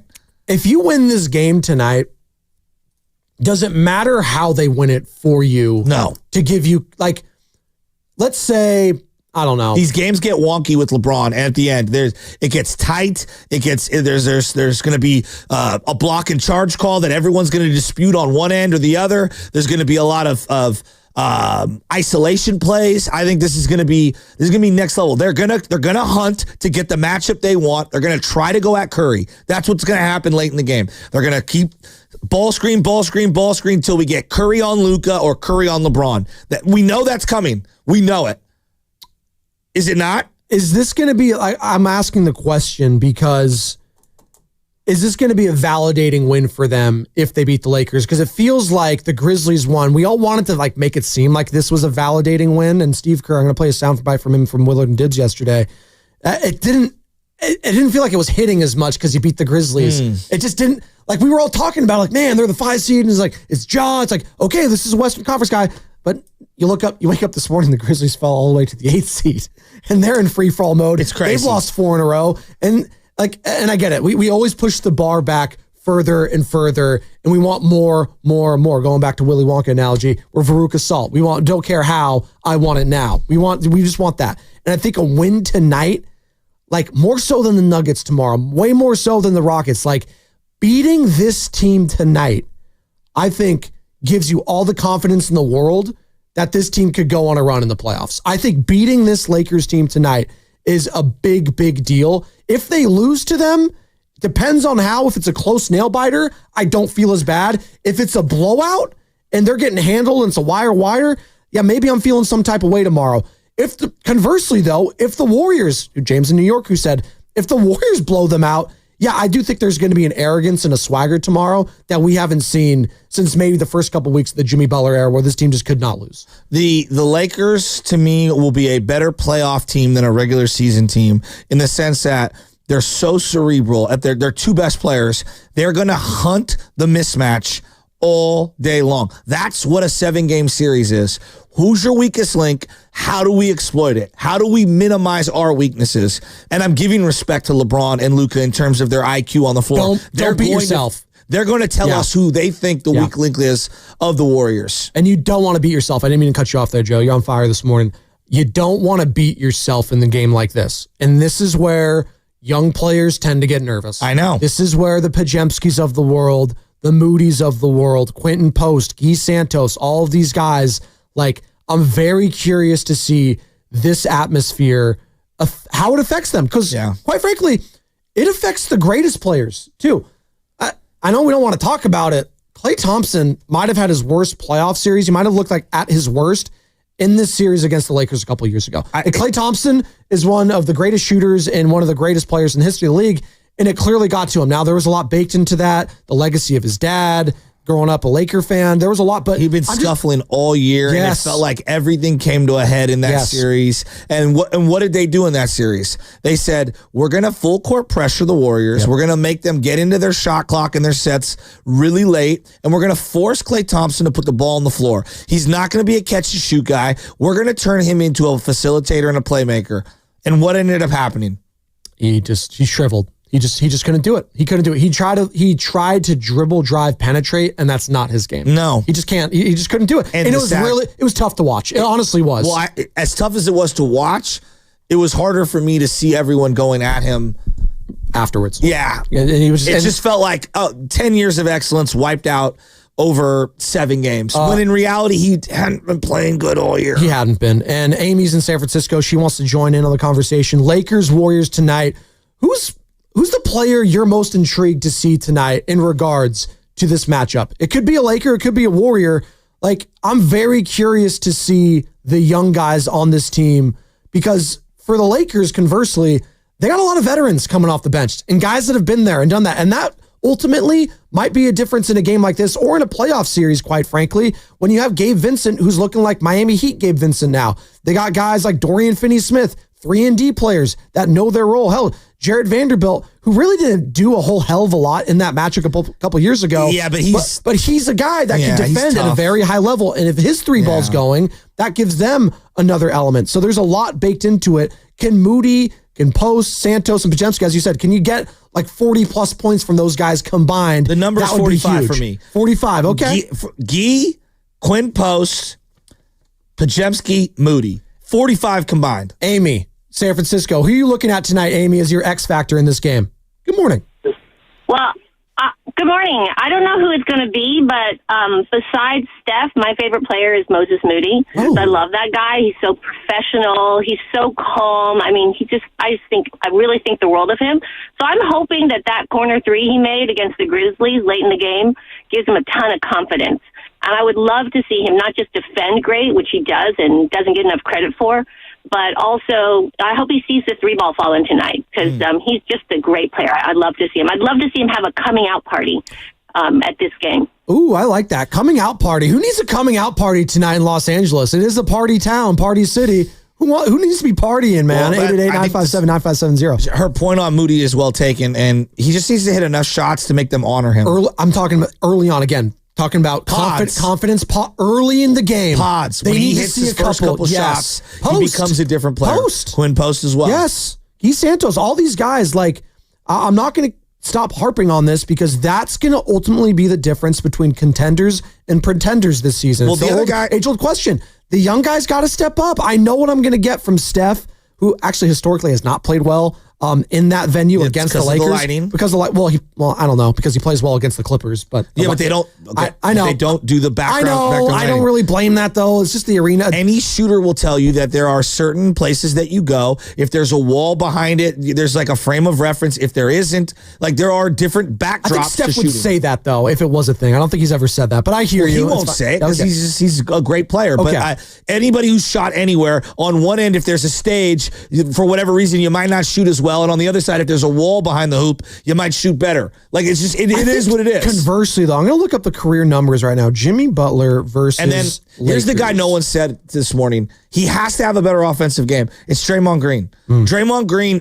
they're going to lay off him. They're going to have 2 feet in the paint. They're going to say, we dare you to shoot, and we're going to play the passing lanes. If he doesn't score the 15 that he has to score, we're in trouble. We're in trouble offensively. All right, these are the last 5 games for Jimmy Butler going up against the Lakers, who's averaged 23, almost 24 points, 6 boards, and 6 assists in his last 5 games against the Lakers in his career. So he's averaging 24, 6, and 6. And here's just the point totals and efficiency. 17, 9, and 5, shooting 66%. 28, 4, and 6, shooting 60%. 27, 4, and 4, shooting 50%. 27, 5, and 4, shooting 61%. And then 20, 10, and 12 he had a couple years ago. Obviously, the Miami Jimmy, he hasn't played him as a Warrior yet, so only a couple times a season, but shooting 40% there. But again, all of those I'm pretty sure are in wins as well. Miami just played the Lakers very well, and Jimmy Butler, he comes out against them. So that is something that is baked into it as well. That gives me confidence. If I'm a Warriors fan, I know Jimmy gets up for these big games, and he goes at LeBron in a way that I don't think anyone else on the Warriors can say. Joe, we're going to be talking tomorrow morning. I'm telling you, I'm letting you know now. We will be discussing the whistle at some point tomorrow. Either Jimmy's going to get calls that are going to put someone on the bench with 2 fouls, or the other way around. Moody's going to get a couple quick fouls. This is Luka, who is awesome at drawing fouls. I'm not going into this game. I get it. It's a part of the game. You don't think so? No. You don't think getting a guy in foul trouble and getting him off the floor isn't going to be a part of this game? It's a part of the game, obviously. It is paramount in every Luka game to keep him off the free throw line. Conversely, it is paramount to put him in the action and make him a defender and gas him up. Okay, but if he's getting to the line, are we going to be blaming the players or the refs? Well, no, that's what I'm getting at here. You're hyper. The whistle is going to be a huge element to the game. Yes. We are going to, I'm not blaming officials. I'm telling you, whether silly fouls, staying down on your feet, not jumping on pump fakes, not the dumb, easy fouls that you can avoid. The Warriors, if Moody gets 2 quick ones because he gets schooled, you reach, I teach, as we like to say, it will be a big part of their deficiencies because they don't have perimeter defenders. If JK's not available, they're going to be in trouble. I think we're so in the weeds here, and maybe it just comes down to this. And yes, the young players, we're harping a lot of that, and the role players. Are the stars going to show up tonight? Are Stephen Curry and Jimmy Butler going to show up tonight? Do you need Jimmy?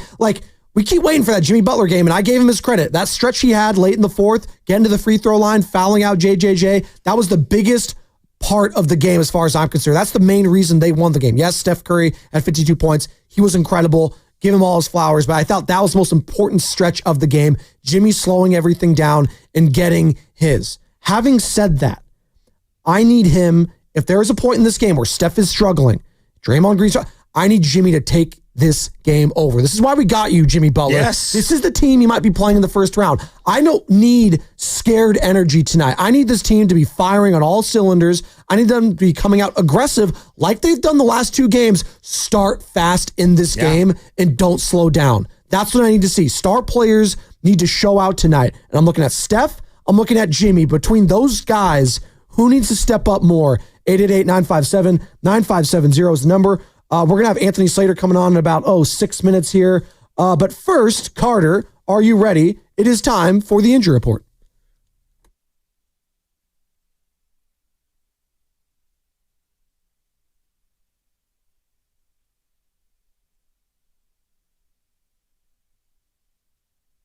And the big question mark, and we were alluding to it, Joe, will Jonathan Kuminga be on the court tonight? JK is listed as questionable with a pelvic contusion that has caused him to miss the last two games. Warriors head coach Steve Kerr seemed optimistic yesterday that Kuminga could be available tonight against the Lakers. LeBron James is listed as probable despite dealing with a groin injury. The injury report was brought to you by Boxer & Gerson, Northern California's premier workers' compensation law firm, helping injured workers get their lives back for over 40 years. What's coming up in the game is brought to you by Fremont Bank, here for you, here for good. Anthony Slater covers the Warriors for The Athletic and is our 95.7 The Game Warriors insider. We'll ask him about Jonathan Kuminga's availability and who he thinks needs to have a big game tonight if the Warriors are looking to come back home with the dub over the Lakers. That's all coming up next. It's Spadoni and Chasky's The Morning Roast, halfway home on a thirsty Thursday here in the Bay.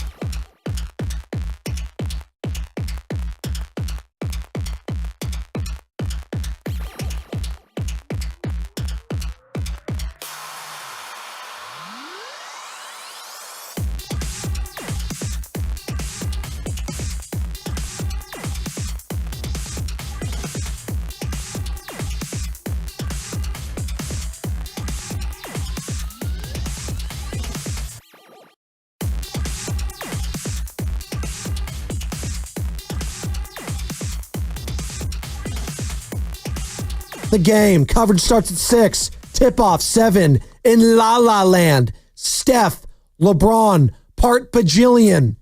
It doesn't get better than that. The rivalry, the premier rivalry in all of sports. I'm not going American sports. I'm going globally. It is Stephen Curry versus LeBron James. Nothing comes close. I dare you to even come up with something at 888-957-9570 that comes close. It doesn't. And this is for playoff seeding. This means more. It's like the SEC, Joe. It just means more when Stephen Curry plays LeBron James. And good morning to you. We're broadcasting live from the Laughing Monk studios here in downtown San Francisco. Laughing Monk, righteously brewed in San Francisco. And shout out to those watching on Twitch, Twitter, and YouTube. We are streaming on all of those platforms. And it's brought to you by First NorCal Credit Union. For a low-rate auto loan, apply online or just ask for First NorCal financing at the dealer. Good morning. I'm fired up, man. This game means so much if I'm a Warriors fan waking up today. And it's not just because it's the Lakers, not because it's just LeBron, not because of the seeding, and that's all baked into it. It's because this is the first time we're going to see Jimmy Butler as a teammate of mine. If I'm Stephen Curry and I'm Draymond Green, we're seeing Jimmy Butler as my teammate, and now we're going down to the Evil Empire. We're going to the Death Star. We're going to try to blow that thing up a la Luke Skywalker in the X-Wings, in the Rebels. That's what we're trying to do tonight. And now we got our Han Solo, and we're ready to go. You like that?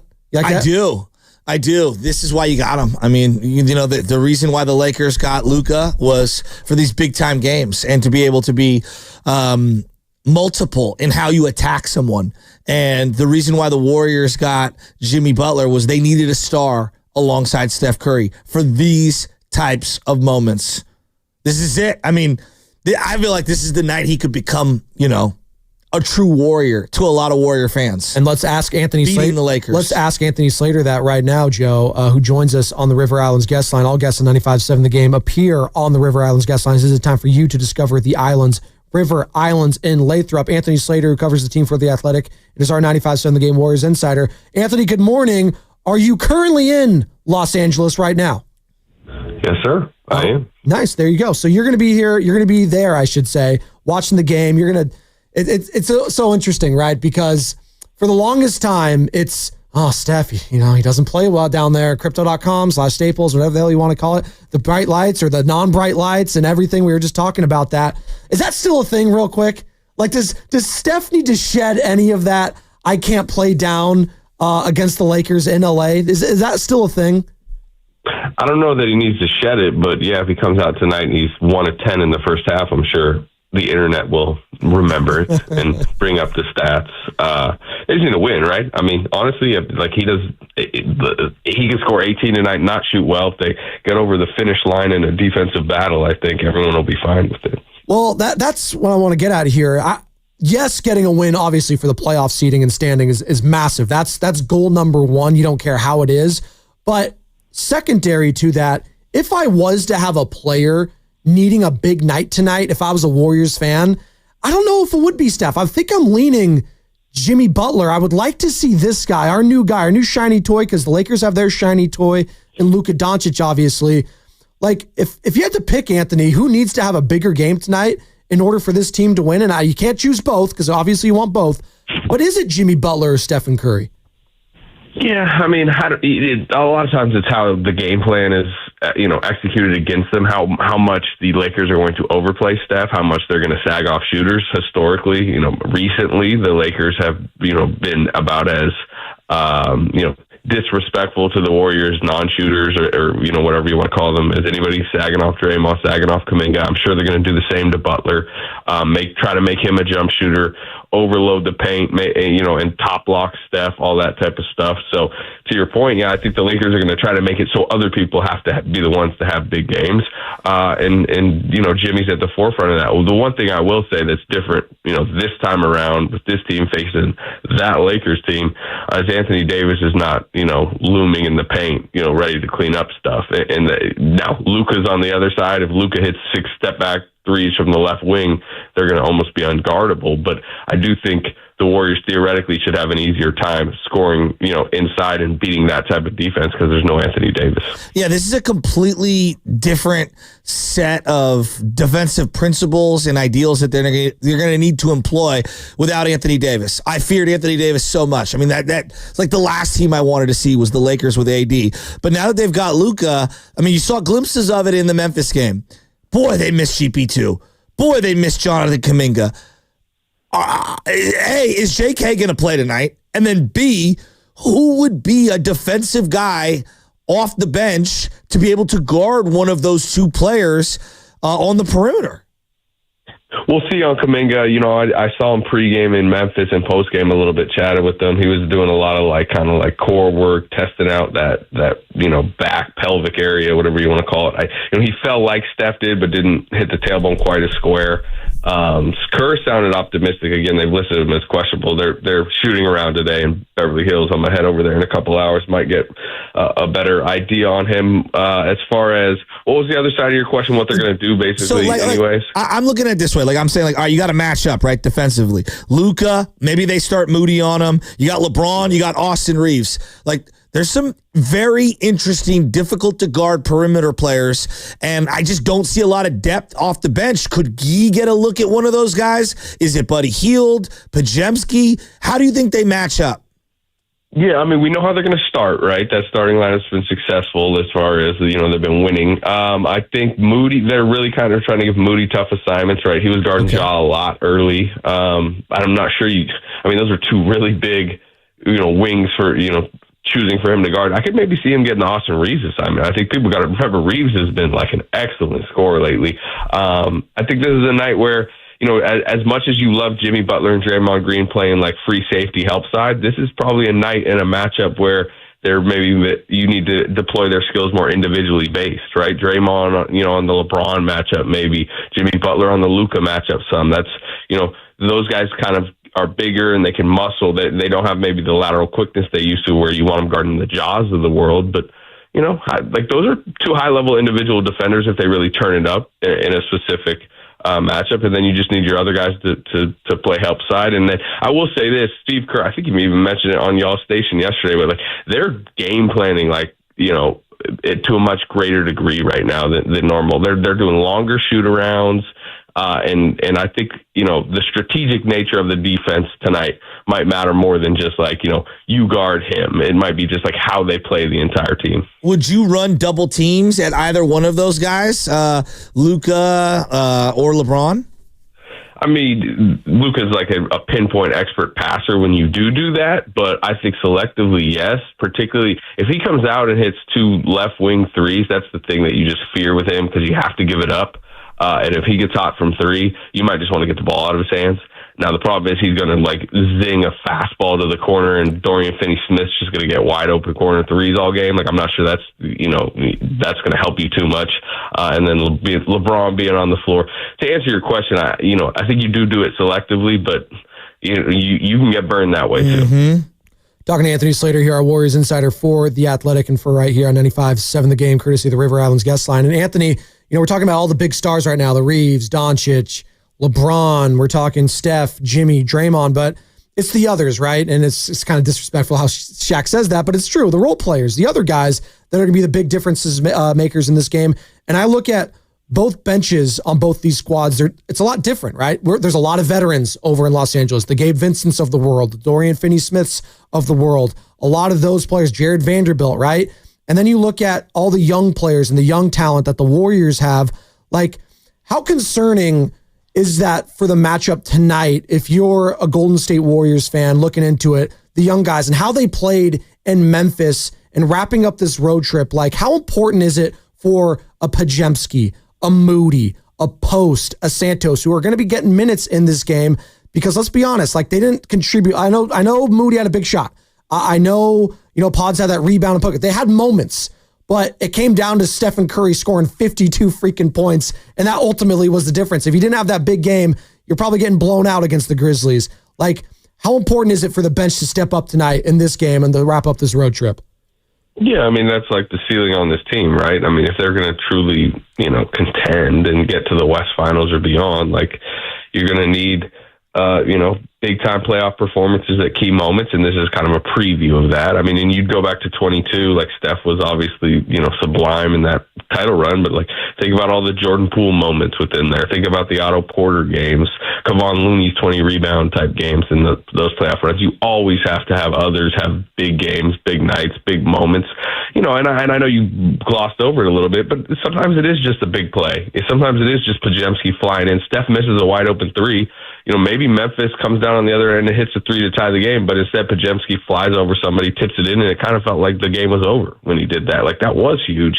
So you do need them to make those key moments, but I would say with all the guys you mentioned, they just got to hit threes, right? All the post missed threes in the second half, all the Pajemski missed threes, at key moments. For them to beat the bigger, better teams in this league, I think those guys just got to hit more of their open threes. We were kicking this around earlier. It's like you've got basically, in terms of team sports, you basically have, Brady and Manning, which was huge for the NFL in the early 00s, especially after kind of the Favre run and the Elway run and the Steve Young run. But Magic and Bird, and because of what they did for the league, will always be remembered some kind of way.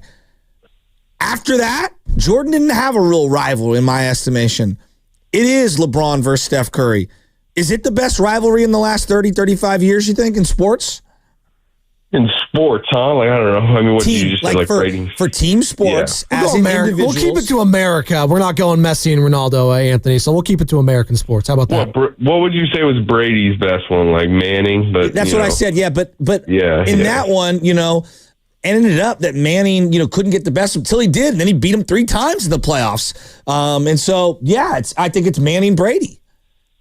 Okay. Yeah, I mean, you're probably right. How many times did Steph and LeBron play in the finals at this point forward? It was 4 straight. They've had a couple other playoff matches. I mean, it would be fun to see them at some point in these playoffs where they're still, at least like, can we say they're still on the back end of their primes? It's like they're not really, insane. But it's kind of crazy. But it's not just the finals, Slate. It's like it's the play-in game with the 5 rims, right? It's the second round series. And even though Lonnie Walker kind of gets remembered and Anthony Davis was dominant, like they've had a lot going at each other. The Nike Under Armour, matchups, right? Yeah, there's so much matchups. Yeah, for sure. And what I will say has been cool to see is it going from like a little bit of resentment, whatever you want to call it, to the appreciation now they clearly both have for each other. And then obviously, how about them playing in the Olympics this past year? That was, yeah. And so, I mean, to answer your question, yeah, you're probably on it with like it being the best like player versus player rivalry, whatever you want to call it, head-to-head matchup of the last, several decades.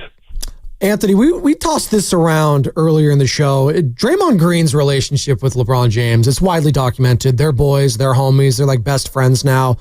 Shask and I were talking about, sending a message early on. This is the first time these teams are going to be facing now with Luka playing for the Lakers, with Jimmy playing for the Warriors. They did meet up on that Thursday, that trade deadline day, but obviously neither of those players played. Like, do you think there is anything to, Draymond needing to like send a message early, like a hard foul on LeBron to like send a message to the rest of his team or anything like that? Or are we overlooking that a little bit?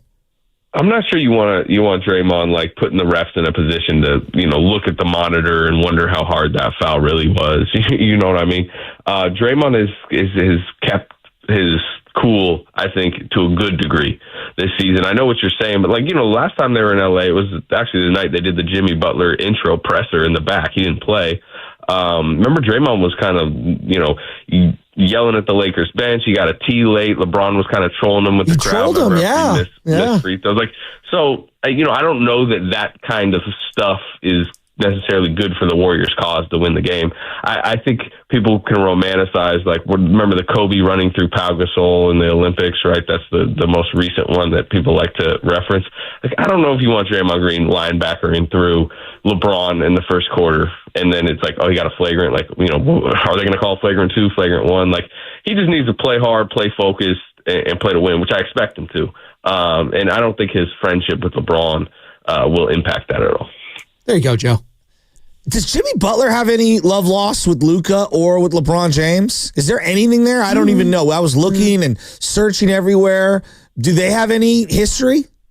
So Luka, not really, right? Cross conference, they never like faced in the finals or anything like that. It's just they've played a couple times a year. I don't think there's anything there with LeBron. Jimmy Butler made his name in Chicago as like, you know, on those Tibbs teams that were trying to take down those Heat teams as like, you know, kind of the young wing that the Bulls started assigning the LeBron assignment to. And, you know, you can go on YouTube if people really want to go down the rabbit hole, go watch like really young Jimmy Butler, you know, going toe-to-toe with LeBron and not backing down. I think that earned him a lot of respect on those Mike Dunleavy Bulls teams. But so that's the only thing. I don't think there's any type of bad blood, but like he did have some nice toe-to-toe matchups where I think he really kind of annoyed LeBron with the way, like, who is this young guy, like, you know, kind of coming at me. Well, no, and historically, we were just talking about, Anthony, that like Steph, he has his struggles obviously in Los Angeles, but Jimmy historically, even with his Miami days, he plays very well against the Lakers every single time. You look up his box scores, he's having near triple doubles. He's very efficient, scoring the ball, gets to the line. So I think that's an element of this game, his ability to get to the line in the interior and putting pressure on those guys. Because I think everyone's so scared offensively about the Lakers, and then you wonder about the defense. Like that's the big question mark for me. Like Jackson Hayes. What am I getting from Jackson Hayes tonight? He's not Anthony Davis, but you know he could rim run. You know he's 7 feet tall. He does have size, but it's not like I fear him defensively. So attacking him and getting him in foul trouble, it's not like they have anyone else size-wise off the bench that can match up like that, like Christian Coloco's of the world. Like I don't know about that. They'll go small. They'll right? do I think this is going to turn into a really small ball game, right? You know, with like Rui at center, Jimmy basically being Jimmy's the tallest guy in the Warriors starting lineup, 6'7". And you know, you mentioned, it's a good point. Like go pump fake Jackson Hayes like you were doing to Jaren Jackson. I think this is the type of defense that is in a lot of ways easier for the Warriors to score against because there's just less fear going inside and there's just more, you know, you can foul bait and all that, and they're shooting well at the line, right? 28-28 the other night. So I think they should, you know, freely be attacking the rim much more than they would if Anthony Davis was roaming. All right, Anthony, I'm just going to ask the question right now because we were all asleep last night, and then I woke up to seeing the Nuggets losing to the San Antonio Spurs. I was like, whoa, okay. So the Lakers all of a sudden are the 3 seed in the West. You got the Nuggets at the 4, Warriors at 5. You play the Nuggets tomorrow, and the Nuggets obviously resting all their guys to face the Warriors tomorrow, it seems like, at Chase Center. By the way, that was nicely done by the league, right? You finish in LA at home, and then or on the road, and then at home you get the Nuggets on the back end of a back-to-back. Thank you, Adam Silver and co. 14-day trip, and then that's day 15. Crazy. It is. Like there are people like, you know, veteran. Like I was talking to like Terry Stotts, for example, the other day, and he's like, I'm not sure I've seen this. You know, it's very rare to come off a 14-day trip and then play a back-to-back at home. That's wild. It is wild, and I guess I'm just going to ask you straight up, like, who should the Warriors want at this point? Are they going to be doing some jockeying here the next week or so between the Nuggets, the Lakers, the T-Wolves all of a sudden are the 6th spot. So, like, should they want the Nuggets or should they want the Lakers? I think, to be honest, I mean, we can discuss who they should want, but like they can't purposely do anything, right? You just have to win. You can't just, maybe you lose one in the next 2 nights. You'll be in the 7-8 game. You'll be in the play-in game. You'll lose that play-in game, and then you're playing the Thunder, or your season's over. Like you can't be selective. Real quick, right Anthony, or you win that play-in game and you play the Rockets, which I would much rather face than the Lakers and the Nuggets, which sounds insane. I get you, but I feel a lot better about that than going up against Jokic or Luka, as opposed to Fred VanVleet and Ime Udoka and Jalen Green. There's no question that the Rockets would be the preferred target, but there's also no question you do not want to play the 7-8 game, you know, with the possibility of, you know, either, like I said, playing the Thunder or your season being over. Now, if it gets to the week that they are in the 7-8 playing game, we'll be on, you know, this show, I'm sure, talking about how important it is. They better get this win tonight. Really, I mean, you laid it out, though. They play the Lakers and Nuggets the next 2 nights. If they win those 2 games, they can get home court. You know, they can be a 3 seed. They can be a 4 seed here because of the condensed nature of it. So I think their goal should be, you know, get home court, and then whoever you play, you play. I mean, theoretically, you could get up to 3 and face, you know, the Timberwolves at 6 or something like that. I mean, the day they made the trade for Jimmy Butler, if I would have suggested, if you just win 2 in a row, you could conceivably be the 3 seed, would just be the most insane sentence of all time. Like, I would have said, Anthony, you're insulting my intelligence the day the Jimmy Butler trade went down. And I was excited for the Jimmy Butler trade. But it's incredible what has happened over the last month and a half. It's also, I mean, it speaks to what Jimmy's done for the team. Obviously, you can just look at the win-loss record, but it also speaks to the conference around them. Mm-hmm. It's been like crumbled. Like almost every team besides the Thunder this season has had like massive slumps at bad times, bad injuries. There was fear of falling to the 11, right? But now you look down like 9, 10, and 11 are like all in organizational crisis. It's hilarious. I'm rooting for the Kings to just not make anything. Oh my God. The Suns, what are the excuses? Like, I get it. No Kevin Durant now, and then they've just lost 4. The excuse is Bradley Beal. That's the excuse. Anthony Davis looked good yesterday, though, Anthony. I'll say that. Great. He looked incredible in that Mavs win. It's a good point. I'll say this because you're talking about, you're playing the game of, hey, if you're in the 7-8, maybe you get the Rockets. Let's say you lose and you're facing Anthony Davis and the Mavericks and Klay Thompson in a season on the line game. I mean, obviously you'd probably be favored. You'd be at home, but that's a fearful night. And even if you win it, you go into Oklahoma City 48 hours later for game 1. I mean, that's the situation you just got to avoid. Yeah, that's frightening. Yeah, no. Good stuff. Hey, Anthony, really good stuff today. Real quick, on your way out, I'll just let everyone, you included and the audience know, Sham Sharani of ESPN reporting, NBA issued warnings, no further penalties to Grizzlies' Ja Morant and Warriors' Buddy Hield, along with both teams for gestures on Tuesday night, sources tell ESPN. League ruled the celebrations were not intended to be violent in nature, but inappropriate and should refrain. Before you leave, I was watching the game live. They did a cutaway after the Jimmy Butler free throw. It looked like Buddy was doing something first toward Ja, although I didn't see off camera had Ja said or did something prior. Then I'll give you my perspective on it if you want. I mean, I saw it the whole game. I mean, it was when he was hitting threes. That's how he was celebrating them. Apparently he's Ja. When Ja hits threes, that's his celebration. Apparently he's been doing it recently. It wasn't just an other day thing. He was either pointing at the defender he hit the 3 over, or he was pointing over at his dad, T. He hit 5 threes. He was doing it after all of them. And what happened is that when Jimmy's at the line, the Warriors have pretty much won the game at that point. And Buddy, being kind of the troll he is, he's probably one of the funniest players I've ever covered, started doing it at Ja, right? As kind of a taunt of we just won the game. And so Ja did it back. And I agree with the league saying that it wasn't intended to be violent in nature, but obviously the optics are bad considering. So I think that's why it rose to the level it did. Anthony, good stuff. See you, Enjoy buddy. the game tonight, and we'll talk to you next week. All right, fellas. There he goes, Anthony Slater, courtesy of the River Islands guest line. So no hard foul from Draymond early. He does not want to set the tone negatively. Yeah, we can disagree on that. Do you think he should literally, in a primetime matchup in Los Angeles, Draymond should have a hard foul on LeBron James? Hard screen, hard foul. Doug, did you ever, that's part of sports. This is new sports, Joe. Everyone's friends. Sports? Everyone's friends now. It's called breaking up 2. It's called giving the quarterback a little what? They're best friends. At the end of a play. This isn't Max Crosby and Patrick Mahomes. These guys are friends. Look, I love my brother. I love him. Shout out Pat, Deli Boy. I love my brother. When he would guard me, that guy would hack the ever-living you-know-what out of me. That's what happens. Yeah. I'm not trying to let my friends one-up me on the court. Patrick Shasky and Joe Shasky were not playing for the 5th or 4th seed in the Western Conference. We were playing for pride and respect and not to get clowned on by the homies. You also have refs. Yeah. You'd have refs there. You didn't have anyone trying to take away your paper, all right? This is important for him. This is a massive, massive game. We'll react to what Anthony Slater had to say on the other side. I'm friends with them, so I'm going to ease up on defense. I mean, this is why Jordan's looked at as the GOAT over LeBron. This is exactly 100% correct. Wait, how is this LeBron's fault if Draymond Green, I didn't even blame LeBron. I was just talking about this whole nature. We'll pick this up on the other side. Lakers, Warriors tonight. Let's link up. That's going to be brought to you by Fremont Bank. Here for you, here for good.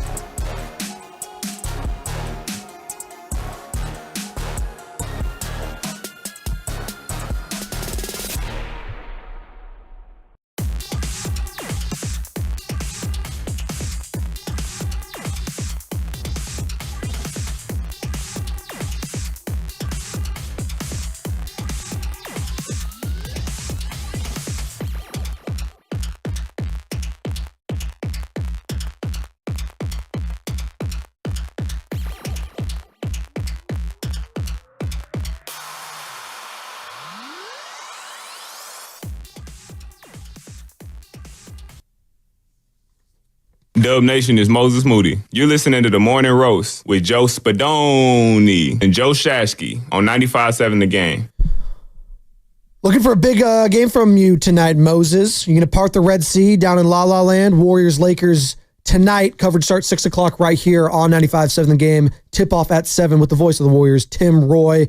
We'll have all your reaction tomorrow. We just had a great conversation, Joe Shasky and I, with Anthony Slater, who covers the Warriors for The Athletic. If you missed any of that, find it on the YouTube or on our free Odyssey app. Again, it's free. It's awesome. Favorite it, download it, and you can listen to that and thousands of other stations, again, for free. We got Dave Fleming coming up, courtesy of the River Islands guest line at 9:20. Dave Fleming, voice of the San Francisco Giants. Yeah, the Giants are hot. We got opening day at Oracle Park tomorrow.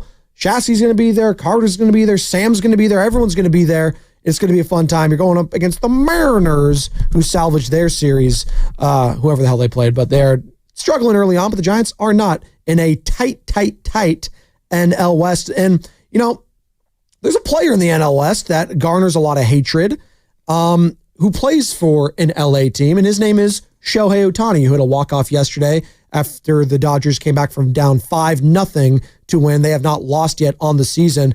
But, you know, when you start doing the power rankings of hated athletes, if you're just doing a Bay Area fans poll, like Ohtani, I don't know if he's going to be number one. He's a really good player, but he's not like, he hasn't done anything in his personal life other than maybe if you're really upset about the gambling thing, but he hasn't like said anything to really set you off. Just that whole gambling thing that he evaded within 24 hours for the feds, and the first time in the history of the feds investigating anyone, they wrapped it up like it was clearly good to go, dude. It was clearly a priority for them, and he was squeaky clean. So shout out Ohtani for getting away from that. He's a great citizen here. I don't even know if he has American citizenship yet, but he's a great Japanese citizen who's done good things here in a manner. Player. He's a great baseball player. He is, but I don't think the hatred's there for him. Obviously, LeBron, there's a lot of hatred there.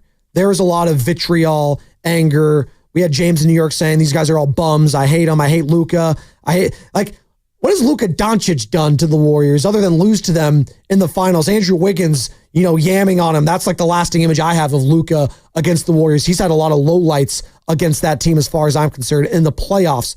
Austin Reeves, do you have hatred for it? JJ Redick, I get. There's the Duke aspect. There's the I'm smarter than you nature of him. So I'm saying here, Joe, is this. When we do like hatred power rankings of LA sports and their players, who are up there for you that might not be a household name for others? Like, who is up there for you right now? If I just did a poll, Joe, who do you hate the most from LA? When you close your eyes, who do you hate?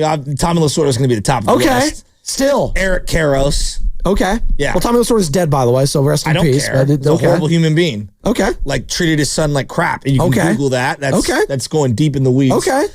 Great for the game. Sure. Horrible human being. Okay. Eric Karros, just because everything he represents and the smugness on Fox baseball that he talks with. Hated Mike Piazza for so long.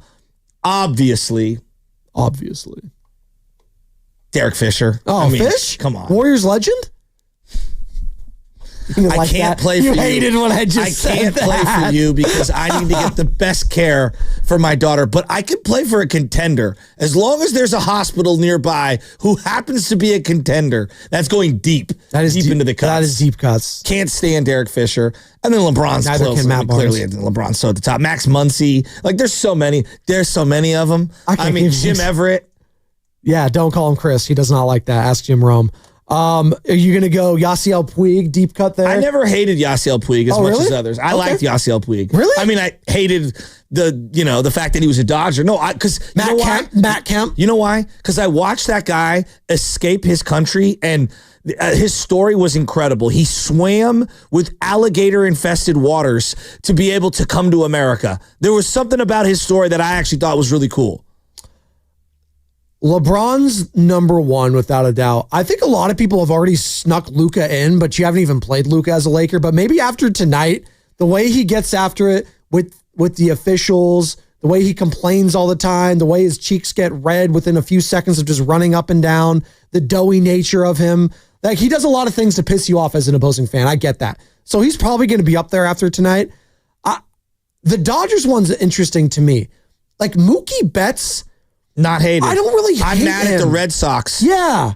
Like, I would say that too. Like, Freddie Freeman, Not really. Like, has he done like his story? Like, I have sympathy for the guy who's done a lot. Joe like Kelly, I hate. Okay, that's a good one. Guys. Joe Kelly. Yeah, he's just obnoxious. Okay, and not that good. Like for example, do you like Kike Hernandez? No, don't like him at all. Okay, Kike drives you nuts. Let me give you I think the best one right now, most hated, is clearly Farhan Zaidi. That's so. What? I didn't even think of the Dodger implant. Is he working for them technically? On their business side, yeah. Is he? Yeah. Let me look that up right now. I don't know if I thought he was like an advisor, but okay, general manager. For a time there was Kobe was on the list. Right, special advisor. He is officially an employee of the Dodgers. So yeah, Farhan Zaidi is an acceptable answer. He could be number one actually for a lot of people. Just give like the fact that this turnaround is so early, again, turnaround strong, but they're 5-1 right now. The Giants have been this good, and people are feeling this great about them, and Farhan's not there at all. Like, had Farhan still been here, and they're 5-1, I don't think you're feeling this way still. I still saying like, oh yeah, they wouldn't great. Be playing this way. Oh, well, I'm saying in this hypothetical, they are. They're 5-1 and Farhan's still there. Yeah. He would still be feeling some type of way about this team. Like, okay, great. They would be platooning left field. Yeah, there you go. Or whatever. So exactly. But he gets credit for some of the players coming through. I definitely will give him credit. But like, if I just say the name Farhan Zaidi, he is at the top of the list. That's a good one. 888-957-9570. Who's your most hated LA athlete still? It's San Francisco. It's LA. The rivalry's there. I don't know if the rivalry's quite there, though. When you just say Warriors-Lakers, they're not rivals. That's not a rivalry. They're not rivals. It just doesn't feel like one. They're not rivals. Now there's the geography aspect of it that there's NorCal versus SoCal. They've had moments. But Sleepy Floyd. Yeah. They lost that series in 5. The war for it to be a rivalry, the Warriors will have to have success over the Lakers in a meaningful playoff situation or play-in situation. And they need to play for bigger stakes. Correct. That's what I'm saying. Western Conference the Finals. Playoffs, like that has to be baked into it. That's why I say. Well, they had the one recently. They had the one in the second round. But to me, like you have those multiple times in a row, like the Rockets, even the Blazers to a degree, and that's how you build that up. But the Blazers never felt like a rival because they couldn't even come close to striking fear. I know that season ended with the Lakers beating them, but for me, the encapsulation of that entire season wasn't even that series. It ended that way, and that's how it looked, and it sucked that it was the Lakers and LeBron. But I think the fact that they got swept around later made it okay. It's like, all right, they didn't really do anything, so it's fine. It still hurt. But it still hurt. Lonnie Walker. No, but also like the fact that the season started the way it did, I think that was the lasting image for everyone. The Jordan Poole Draymond thing. Like that trumped everything. No doubt. And then after it culminated with Jordan Poole getting traded for Chris Paul. Yeah. Like I couldn't even like react to the Lakers series for that long because they traded for Chris Paul of all people. Talking about all-time hated LA guy for the Clippers. Chris Paul might still be up there for a lot of people. Like even if but I don't consider the Clippers even an LA team. No, but they were a bigger rivalry, I think, than the Lakers, Warriors, Clippers, right? No doubt. It's not even a question. I don't consider the Clippers an LA team. Okay. They play in LA. Okay. What? I know, but again, I hear you, but they play in LA. That doesn't mean they're an LA team. Okay. It's like the Angels. They play in Orange County. Doesn't mean they're an LA team. Los Angeles Angels of Anaheim. Whatever they want to call themselves. Right. They're playing very well right now early on, by the way. Shout out Ron Washington's crew. So am I the only one that feels that way? Like, the Clippers may play in LA, but that doesn't mean they're an LA team. No. I was just saying more so the rivalry there. They're more of a rival than I think the Lakers and Warriors ever were. The rivalry tonight is still just it's player driven. It's Steph and LeBron. Like that's literally what it is. When the Warriors were balling and Kobe was there in the last remnants of those Lakers teams, it wasn't a rivalry. It was actually cool that like Kobe like gave his blessing. Like, yeah, Steph and Clay, these guys are killers, man. Yeah, but I'll tell you early on, these guys are legit. You may say it's not a rivalry, but Warrior fans have always despised Laker fans. They come to our arena, they go crazy. You always had the great teams. We felt like we were the JV to your varsity on everything. The league bends their will to sending you guys like Luka Doncic every 5 to 10 years to throw you a lifeline. Like, yeah, we've despised the Lakers, but it's more of a David versus Goliath thing than it is a mano. Hey, this is a heavyweight prize fight. And that's why I think tonight can go a long way in that actual rivalry because the star factor is there, and that's what you need first and foremost. You need star power. You need iconic franchises, and you need some. It helps. It doesn't always have to be geographical, but the fact that it is NorCal versus SoCal, I think tonight in this game, and if Jimmy Butler balls out, like this goes a long way towards this actually becoming a rivalry. And oh, by the way, this could be a first round matchup, and that would go like you could go, and again, it's not going to be the end all be all, but you can make the argument and say, hey, if we beat the Lakers in round one, we had the best trade of the deadline. Not you guys, not Luka. No, we got Jimmy. He contributed us to beating you in the first round. First time ever we beat you in a postseason situation, whether it's play-in or playoffs. Yeah, we won the trade deadline. Not the Spurs with De'Aaron Fox, not the Lakers with Luka Doncic. No. We won the trade deadline. Our guy, Jimmy Butler. And you can make some of that argument now because you got him locked in for a contract going forward. Let's all remember here. Luka hasn't signed a long-term deal with the Lakers. This could, again, imagine this, if you will. Just give me some rope here, Joe. Give me some rope here. Indiana Jones style. Give me some rope. You beat the Lakers in the first round. Luka does not sign an extension this summer. Plays out the contract, leaves LA next year, which again sounds kind of ridiculous. Let's say that all happens. The Warriors go on and they win a title. Not only did you win a title, you ruined the Lakers' future, and now they don't have any. Anthony Davis is gone, LeBron's 40, and now they're going to be hanging Bronny James jerseys in the store, and that's all they got. It's a great visual you're painting, but outside of Dwight Howard trying to leave because he wanted no part of the end of the Kobe era, who has said no to a fat extension from the Lakers?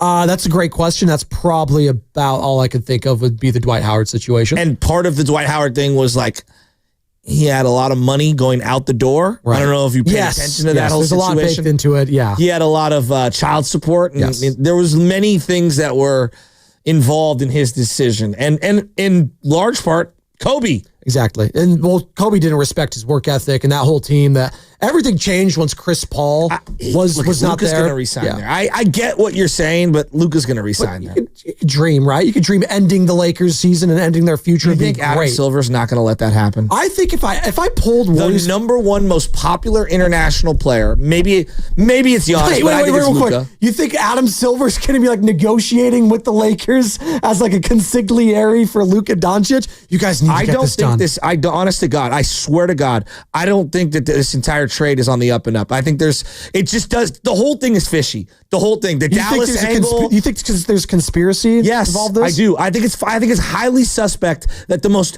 popular international player on the planet went to the most popular team. It's just the whole thing is fishy. I think Nico Harrison despised Luka Doncic. I think he despised him, and I don't think the owner, the current owner of the Mavericks, as all the majority say, I don't think he has enough feel for this organization and has enough sway, so he's going to lean on his GM, and he doesn't want to get involved. And I think Nico Harrison hated Luka Doncic that much to just rip the Band-Aid off. Now, everything has fallen apart since then. Kyrie tearing his ACL, brutal. Klay Thompson not being the player they thought he could be. I think we kind of saw that the writing on the wall there. They clearly did not. And then Anthony Davis getting hurt almost immediately. Well, who could have not seen that coming? But he's played better now. But it was just such a dumpster fire of a couple weeks stretch there for them that, in hindsight, it all looks fishy. I just think it's as simple as the GM didn't get along with the player. And sometimes that happens, right? Like that happens historically. Joe, this is why we hate the Lakers. Doesn't that happen? You're blind to this. What do you mean blind? I'm just telling you what I'm seeing. And I'm telling you what I've seen my entire life. I am wearing contacts. My entire life, this is what happens. Somehow, even though we've got a great team, we end up with a top 3 pick and we get James Worthy. Hey, somehow, out of nowhere, I know there's this all-time player who's in Milwaukee. He wants to come just to you. Somehow, there's this guy in Orlando who's disgruntled, and he's a mega superstar. He wants to do movies, and he wants to leave Orlando, which is actually one of the most fun up-and-coming spots on the planet, and he wants to come to you. X-Files. Outside, there's this guy, Pau Gasol, and I know you guys just had a big separation with that big guy that you had and you won a bunch of championships with. We're going to somehow grease the wheels, and the guy who used to run the Lakers is just going to gift you Pau Gasol in his prime. So paint me a little skeptical that I don't think that the Lakers have received some crazy favor throughout the decades and decades and decades because they always somehow get lucky. This is the problem. This is the problem with our society. The Joe Rogans of the world, the Aaron Rodgers. Maybe you need to do a podcast with Aaron Rodgers, go on a darkness retreat, because the amount of conspiracies in our country today is insane. This is maybe, the league, just maybe, people are with the frozen envelope. No. The league where people the Warriors are incompetent, Joe Shasky. The Warriors Nico had Harrison the number one hated pick. his player. No, it's as simple as that. The Warriors had the number one pick. But you sent him to the Lakers, though, of all the teams. Yeah, so, like, see the pattern here that's developing over the years, as Shasky just outlined. Like, after a point, it's not just a coincidental pattern. Like, there's some deliberateness to it. Name me another player on Anthony Davis's level that they could have gotten for Luka Doncic. I don't think there was other people. It's not about that. It's the totality of every 5 to 10 years. Magically, the Lakers get gifted an entire runway of the prime of some great players' existence. They stunk for a decade after they lost championship from 2010 all the way to 2020. Because they try to get Chris Paul, and then your league, who he says is in bed with them, said no. Well, it was a bad trade. Thank God they finally stepped in. David Stern said no, Chris Paul. That's the one they do to kind of shake the scent off and make people think it's real. See, if you got to make a conspiracy, you got to throw like a moment in there that kind of disproves it to kind of shake the scent. View the Lakers. Stop watching Joe Rogan and stop watching Aaron We're not Rodgers. watching Joe Rogan. We're watching the NBA. The Warriors had the worst record in the NBA. The Warriors had the worst record in the NBA. Out of control. And the guy David Stern, who ran the league, we know the frozen envelope happened. And they put Patrick Ewing on the Knicks, and thankfully, we ended up with Chris Mullin, but we should have had him. This is the Warriors, who had the worst record in the league, and somehow, some way, they didn't get Yao Ming. Like, I've seen this story before, yet somehow, some way, the Lakers always get someone in their prime. Yeah, I am skeptical. That's how I view it. Well, and this is why I hate them. The other factor that it is, and Carter and I kind of brought it up just now, like, the NBA, it does do well financially when the Lakers are good. So it is in the NBA's 100%. interest for the Lakers to be a premier team. And sometimes, you gotta nudge things in a certain direction to make that happen. The reason why the Warriors, lost the frozen envelope is because the NBA wanted Patrick Ewing in New York to pump up that market. Like, it's that cut and dry with this league. And the only trade that they point to at all times, Lakers, but the league didn't give us Chris Paul. They should have gave us Chris Paul. They didn't give us Chris Paul. Yeah, but you got Kareem, Shaq, Kobe. You got Gasol. All these incredible trades. Yes, there might be some coincidence, but I'm skeptical. The Luka thing doesn't smell right. After saying all that, and you guys can believe your conspiracy theories, you're calling it truth reality. I'm calling it a conspiracy theory. Sometimes it's as simple as the organization doesn't like the player. That happens so many times in the NFL, in Major League Baseball, whether it's the Yankees. The Yankees did not like Juan Soto trying to get every single luxury suite for his family. There was clearly something there. They didn't like it. The Mets were willing to overpay and overdeliver and wanted all of that. And they said, Juan, whatever, we'll do all that. I don't fault the Yankees. The Yankees stuck to their principles there. It's like, no, we don't do that for any player. We're not going to do it for you. We're the Yankees. We have our own standards. And that might bite them in the ass. This is why everyone hates the Yankees, because they feel like their team is feeding free agents and trades to the Yankees. There's a similar connection. Who also haven't won Jack Bleep since 2009. It doesn't mean people don't hate them. Okay, but I'm here to tell you, if the league really wants to make these teams listen, I'm not trying to be this homer or anything, or waving Laker pom-poms. People think there's a conspiracy theory. I know, and we've jumped as a society. We've jumped the shark on conspiracy theories. And I know I plugged the free Odyssey app. I'm sure there's thousands of other podcasts on there that are about conspiracy theories, cold cases, all of that. No, I'm not. This is the one where I really truly think that the work ethic of Luka Doncic concerned the hell out of him. So 50 years of evidence of the ball going your way, and it's just, we get lucky. Yeah, you can't believe in coincidences that often. Come on. Any one of those, I'd believe you. The combination of 50 years, this is where everyone else in the league is like, oh, get out of here. Get out of here. And you only picked up the phone to talk to the Lakers? He had a relationship. Again, it's who you know. Listen, it's all about who you know with these deals. They talk about it. You can ask Anthony Slater, who we just had on last second. It's about who you know. And Rob Pelinka, the GM of the Lakers, was tight with Nico Harrison, who, by the way, Nico Harrison, who's the GM of the Mavs, who's just getting absolutely destroyed and crushed. As he should. Steve Kerr had his back. Steve Kerr, head coach of the Warriors, did not like that he's the lone shooter in the JFK shooting as well. He's a patsy. Okay, relax. Relax. I'm joking. Relax. I'm joking. All right. Calm. You see, that might have been a bridge too far. Thank you. That was funny. Shout out Sir Alec Guinness. A bridge too far. Yeah. We'll back up the truck there on that, please. Mind-blowing conspiracies. Thank you. Okay, you guys we're all over the place. It's the Lakers Warriors tonight. This is what the Lakers do to everyone in the league. We hate them. You hate them. But it's still not the rivalry. Lakers Warriors is the rivalry. It's Steph and LeBron. It's LeBron and Stephen Curry. And your boy LeBron, who you think has his hands over everything. He does. Apparently he was blindsided by this trade. He was tight with Anthony Davis. He was blindsided. I didn't know anything. Wink, wink. Like, give me a break. The guy's got blood all over his hands, and he's like, what blood? What are you talking about? My agency was not negotiating this deal on the back end. Okay. Give me a break. Bringing it back. You can't even say it without. We all know LeBron is the arsonist and the extinguisher. Bringing it back to the game tonight. 888-957-9570. And then, like, weeks later, it was, like, leaked out, like, LeBron was hand-selecting who he wanted to be a part of the deal. Are we going to see Bronny James tonight? Well, is it a good thing or a bad thing? Does that signal to you that the Warriors won in a blowout or the Lakers won in a blowout? If we see Bronny James shoot I need a Pods Bronny James. Oh my I need a Pods Bronny James possession just to see it. Don't you? I want to see Draymond go against Bronny James. Does he let Bronny score just to make LeBron feel good? Or could you imagine if he did a hard foul on Bronny? What would LeBron do? Starts a huge brawl. Is Stephen A. going to be pours into the front row? Stephen A. going to be courtside for this one tonight? That's what I need to know Nick Wright too. would jump out of the stands to Nick Wright defend runs onto the court to attack Draymond. Oh my God, that's great. Who needs to send the message to which player tonight? See Draymond send the message through the Bronny James. Draymond has a hard foul. That would be hilarious. If you agree that Draymond has to have a hard foul and set a tone early tonight, which player does he need to do it to the most? 888-957-9570. Who needs to send a message to what player tonight from the Warriors? I actually like that as a question because I need some chippiness. I need some anger. I need some animosity. The Memphis win was validation, but I think they need to continue it, as Steve Kerr alluded to yesterday. Sam, I just want to say, that's some of the best work you've ever done on this station. The conspiracy. Just stop. Hey, Steve Kerr, that was a nice win to Memphis. We got to keep it rolling, right? I think that was validation of how we've been playing and how we feel about ourselves, to go on the road and win a tough game like that.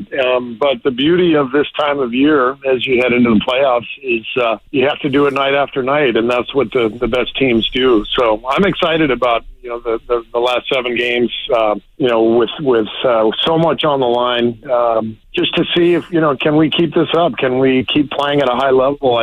Shots are going to go, shot maybe won't go, and that changes from night to night. But, can we play with that kind of energy? Can we win those battles? Can we take care of the ball? Can we, get all the loose balls and play with energy, play together? That's what makes it really fun as a basketball coach, when you see your team functioning in that manner, and that's what has me so excited about these guys right now. So he says validation. I think the validation would be a win tonight. I get it, Memphis and where they were in the seeding, like that was huge for them, going up against some star players and somewhat hostile territory in Memphis. They love their team, the Grindhouse. It's gonna be much different though tonight. Everyone's gonna. This is TNT. Yeah, this is a national broadcast. Yeah. It's Steph and LeBron. I bet over 10 million. I think this is going to be the highest rated regular season game. It's not even close the rest of the season. This is going to be the biggest regular season matchup the rest of the year. What's the validation? Massive. For me, like when I say and he says, "Hey, this would validate a lot." What is it validating? They're a good team. They're a playoff contender. They can win a title. What is he validating? I can go to Los Angeles with that star power, with all those Hall of Famers they have over there, and I could go in there and beat them. And if I have to play them in a series, I know I could do it. And it matters who does it tonight for me. Tonight's going to be tonight needs to be a coming out party for Jimmy Butler. Tonight is the night Jimmy Butler becomes a Golden State Warrior. Put the league on notice. This is the night that Jimmy Butler becomes a Golden State Warrior. He's still a Miami Heat.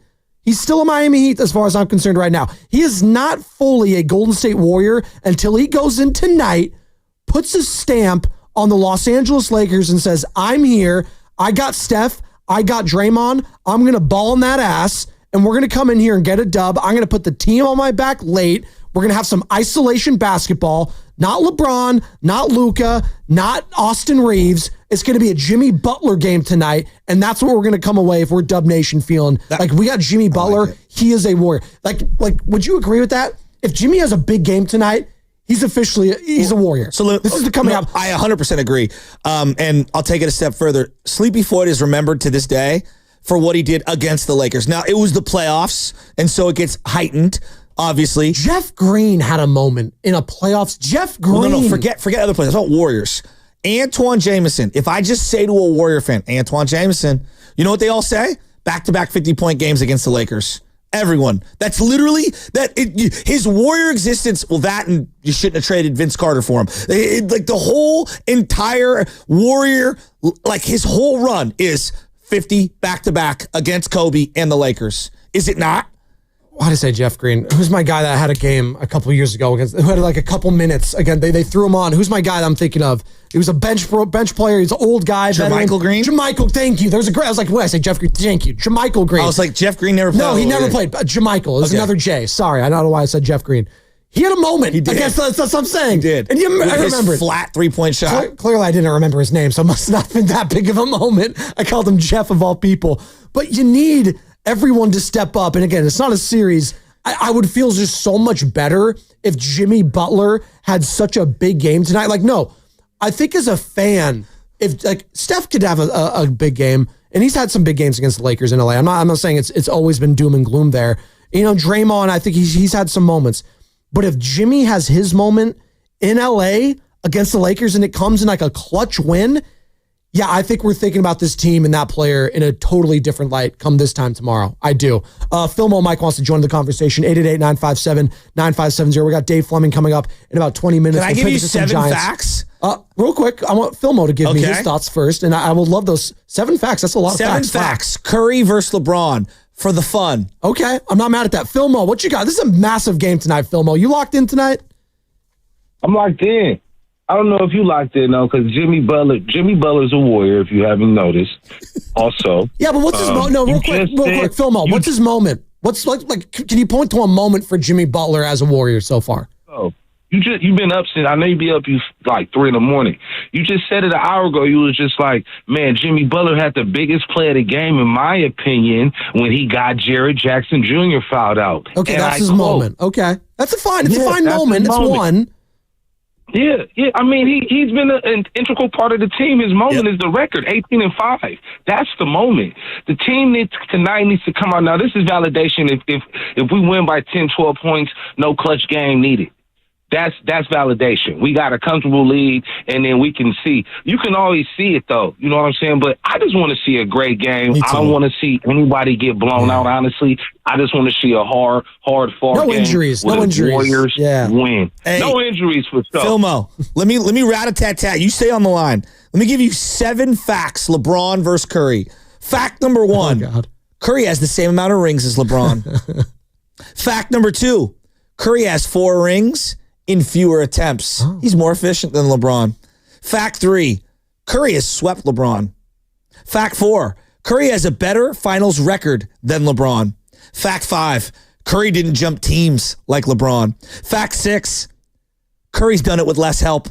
Fact 7, Curry destroyed LeBron 3 different times in the finals. And those are your Curry over LeBron facts. Your thoughts, Philmo?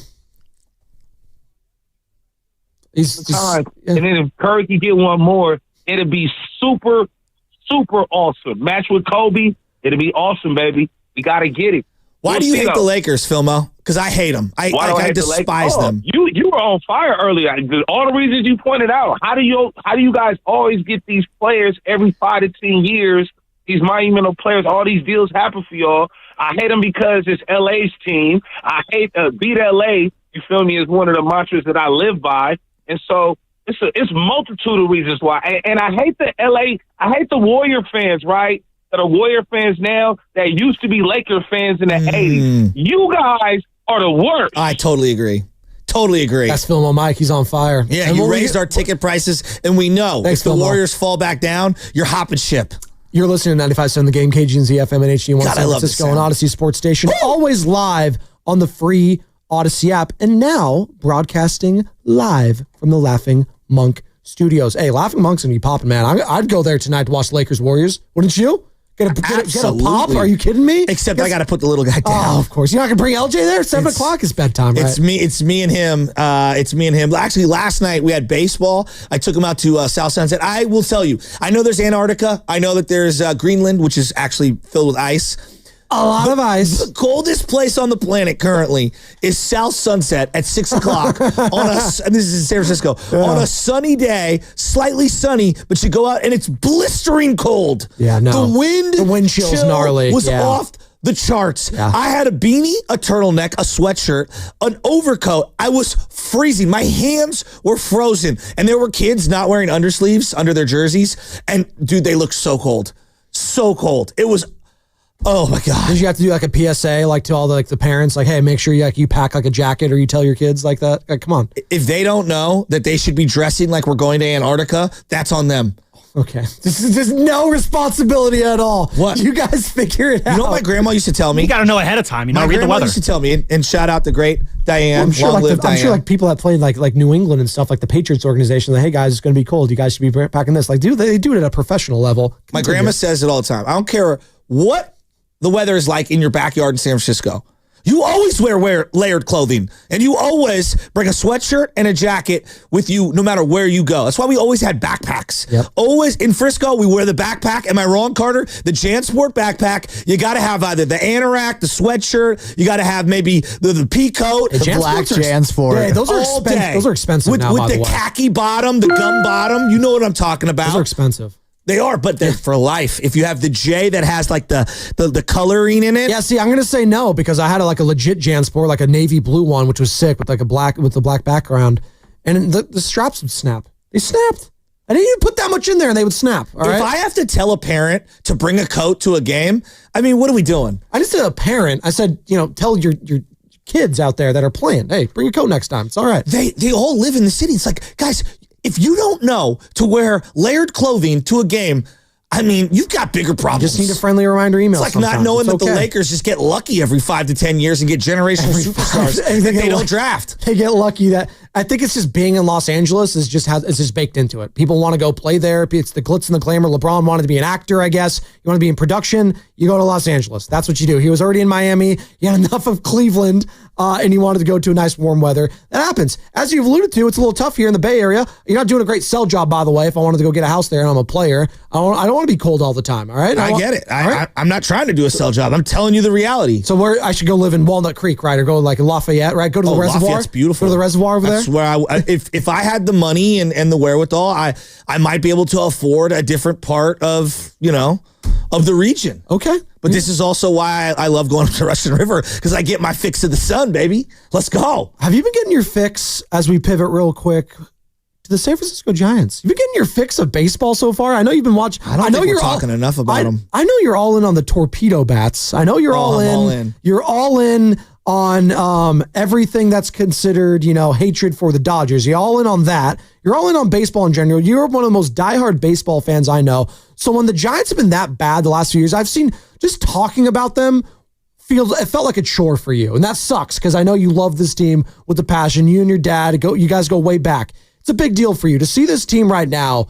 And the smile I see on your face, I can actually feel a smile you have when you text, when you just send texts in the group chat about the Giants. I can feel you smiling while you were doing it. So you have the home opener tomorrow. You're 5-1. Verlander. You sweep the Astros. Astros legend Justin Verlander now pitching for the Giants. I'm sure the Astros could have used some Justin Verlander this time around, by the way. Do you smell that? What is it? Garlic fries? Smells like garlic fries. Ooh. And baseball guys. You smell that? I don't want to smell. Smells like weed. I do not want to smell the baseball guys in that. But garlic smell fries, that? yes. You smell that? Hot peanuts. I'm telling you, man, I can smell it. Had me in the first half. Yeah. No, I'm excited. I'm excited about this team. What, the weed? Well, yeah, that is what I'm actually most excited about. But now with the vape pens, it's a lot of like non-smelling stuff. Oh, you're right. It's just you just see a cloud, but you can hit it in the stadium. I mean, you're not supposed to, but I mean that's what they say. Hey, Carter, that's what they say. Relax. Yeah, come on. Carter got real I've seen it done in the past. A little too excited. A friend of mine told me. So what? We have Dave Fleming coming on next hour. I'm next so pumped segment. about the Giants. What are you most excited about so far? Like tell me, because the wins are translating. They're 5-1. They're playing a brand of ball we all love. What I always heard about them is like, man, I don't have a player I can gravitate towards. The Willie Adameses of the world. It's kind of solid. So let me give you Ramos. Like Ramos is a guy that I think you should be really excited about. Okay. He has an extra base hit in every game this year. First player since Willie Mays to pull that off. He has made unbelievable plays in left field and in center field defensively. Like, unbelievable plays. I didn't know, like, I remember like 3 years ago, when I saw him, I was like, dude, what's his defining skill set? Right. He doesn't have a great arm. He's not fast. He's not, like, particularly strong. You know what he is? He's a grinded out, good all-around ball player. He's not going to be plus at any given thing, but he doesn't give in on his at-bats. The strikeouts were a big problem last year. This year, his two-strike approach, so much better. And he's just driving the ball all over the place. He goes to the plate with a plan. Here's my favorite part about the Giants. They're not about, like, let's swing for the 5-run homer, which doesn't exist, with no one on base. It's let's put the ball in play and let's use our speed. Whether it's Fitzgerald, whether it's Jung-Hoo Lee, who's been really good to start the season off. You're going to give my boy some credit? Wilmer Flores, ballin'. He is ballin'. He is ballin'. And Lamont Wade Jr., who's often criticized, huge insurance home run late in the game yesterday. Like, they're just firing on all cylinders right now. And quietly, Willy Adames only has a couple of hits. Like, they're doing all this with not a lot of production from Lamont Wade Jr., not a lot of production offensively. Home run yesterday, by from the way. Adames. Late night Lamont. Yeah, and like, Luis Matos looks great. They're actually playing him a lot. I think they're pulling all the levers that we're looking for right now. Patrick Bailey, though the bat hasn't been that hot, I'm seeing, a nice command of the pitching staff. Him and Chapman, there was a pop-up yesterday. What? Make a play, doggy. Somebody got to make a play. Someone's got to, yeah. I mean, somebody's got to make a play. I felt bad for Roop. He should have been out of that inning. But they're just playing a fun brand of ball, and I just think that Giants fans, the tide has turned. They play the Mariners this weekend. They got the Reds, and then they're going to be going to the Bronx to the Yankees. Let's see what we're going to do in these next 6 games or so. Leading into that for me, it's going to tell me a lot about this squad early on in the season as far as I'm concerned. Dave Fleming coming up in about 11 minutes, covers the team, obviously, is the voice of the San Francisco Giants. He's all tapped in when it comes to there. And I guess what I'm most excited about tomorrow, it's pretty freaking cool that Justin Verlander's a Giant. I get it. He's old. He's a little bit longer in the tooth. It's not what he was 12 years ago, but he is a name. And for the longest time, I've heard from Giants fans, I want a name. Give me a name. Give me someone. Justin Verlander's the greatest pitcher of his generation. He's going to be, when it's all said and done, when he's in Hall of Fame, it's going to be listed. He played for the Giants. They're going to say who? Scherzer, Kershaw, and Verlander, I put right? Verlander above both those. Personally, I put him above both those guys. I agree. What he's been able to do late in his career, I think trumps those guys. But those are his contemporaries. Yes. Would you agree? Okay, absolutely. I just want to make sure we establish I don't know if I've missed on it. I know DeGrom had a couple moments, but he didn't have the longevity as those guys. DeGrom, not the longevity. He might have had the excellence at times. Correct. But that's about it. And then you can go closers. It's a different breed. When you go the Kenley Jansens, right? The Craig Kimbrells of the world. I guess CC would fall under a lot of his years. Sure. That's not a bad one. Who'd you say? Oh, no, I didn't say I didn't have anything. Sorry. I thought you said it on air too. My bad. It was in my ear. It's okay. It's all right. Keaton Wynn. Oh, Keaton. I'm teasing. I was trying to go, Eric Sadowski. You really like him. Oh, my God, Keaton. I remember when they signed Verlander. Is Chris Heston still out there? And still Presto, man, threw no hitter. I remember when they signed him, everyone, Verlander, that is, I was like excited.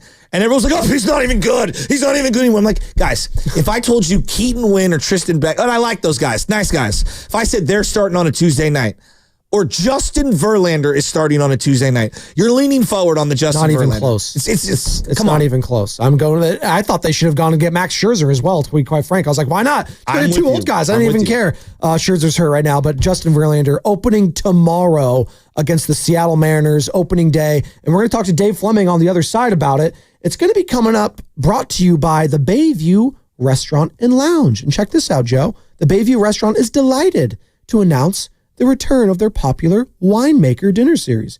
5 evenings of exquisite wines from the best local vintners, expertly paired with a delicious 4-course menu. I'm doing my best, my foie gras voice, if you will. Reserve your spot today at inatthetides.com.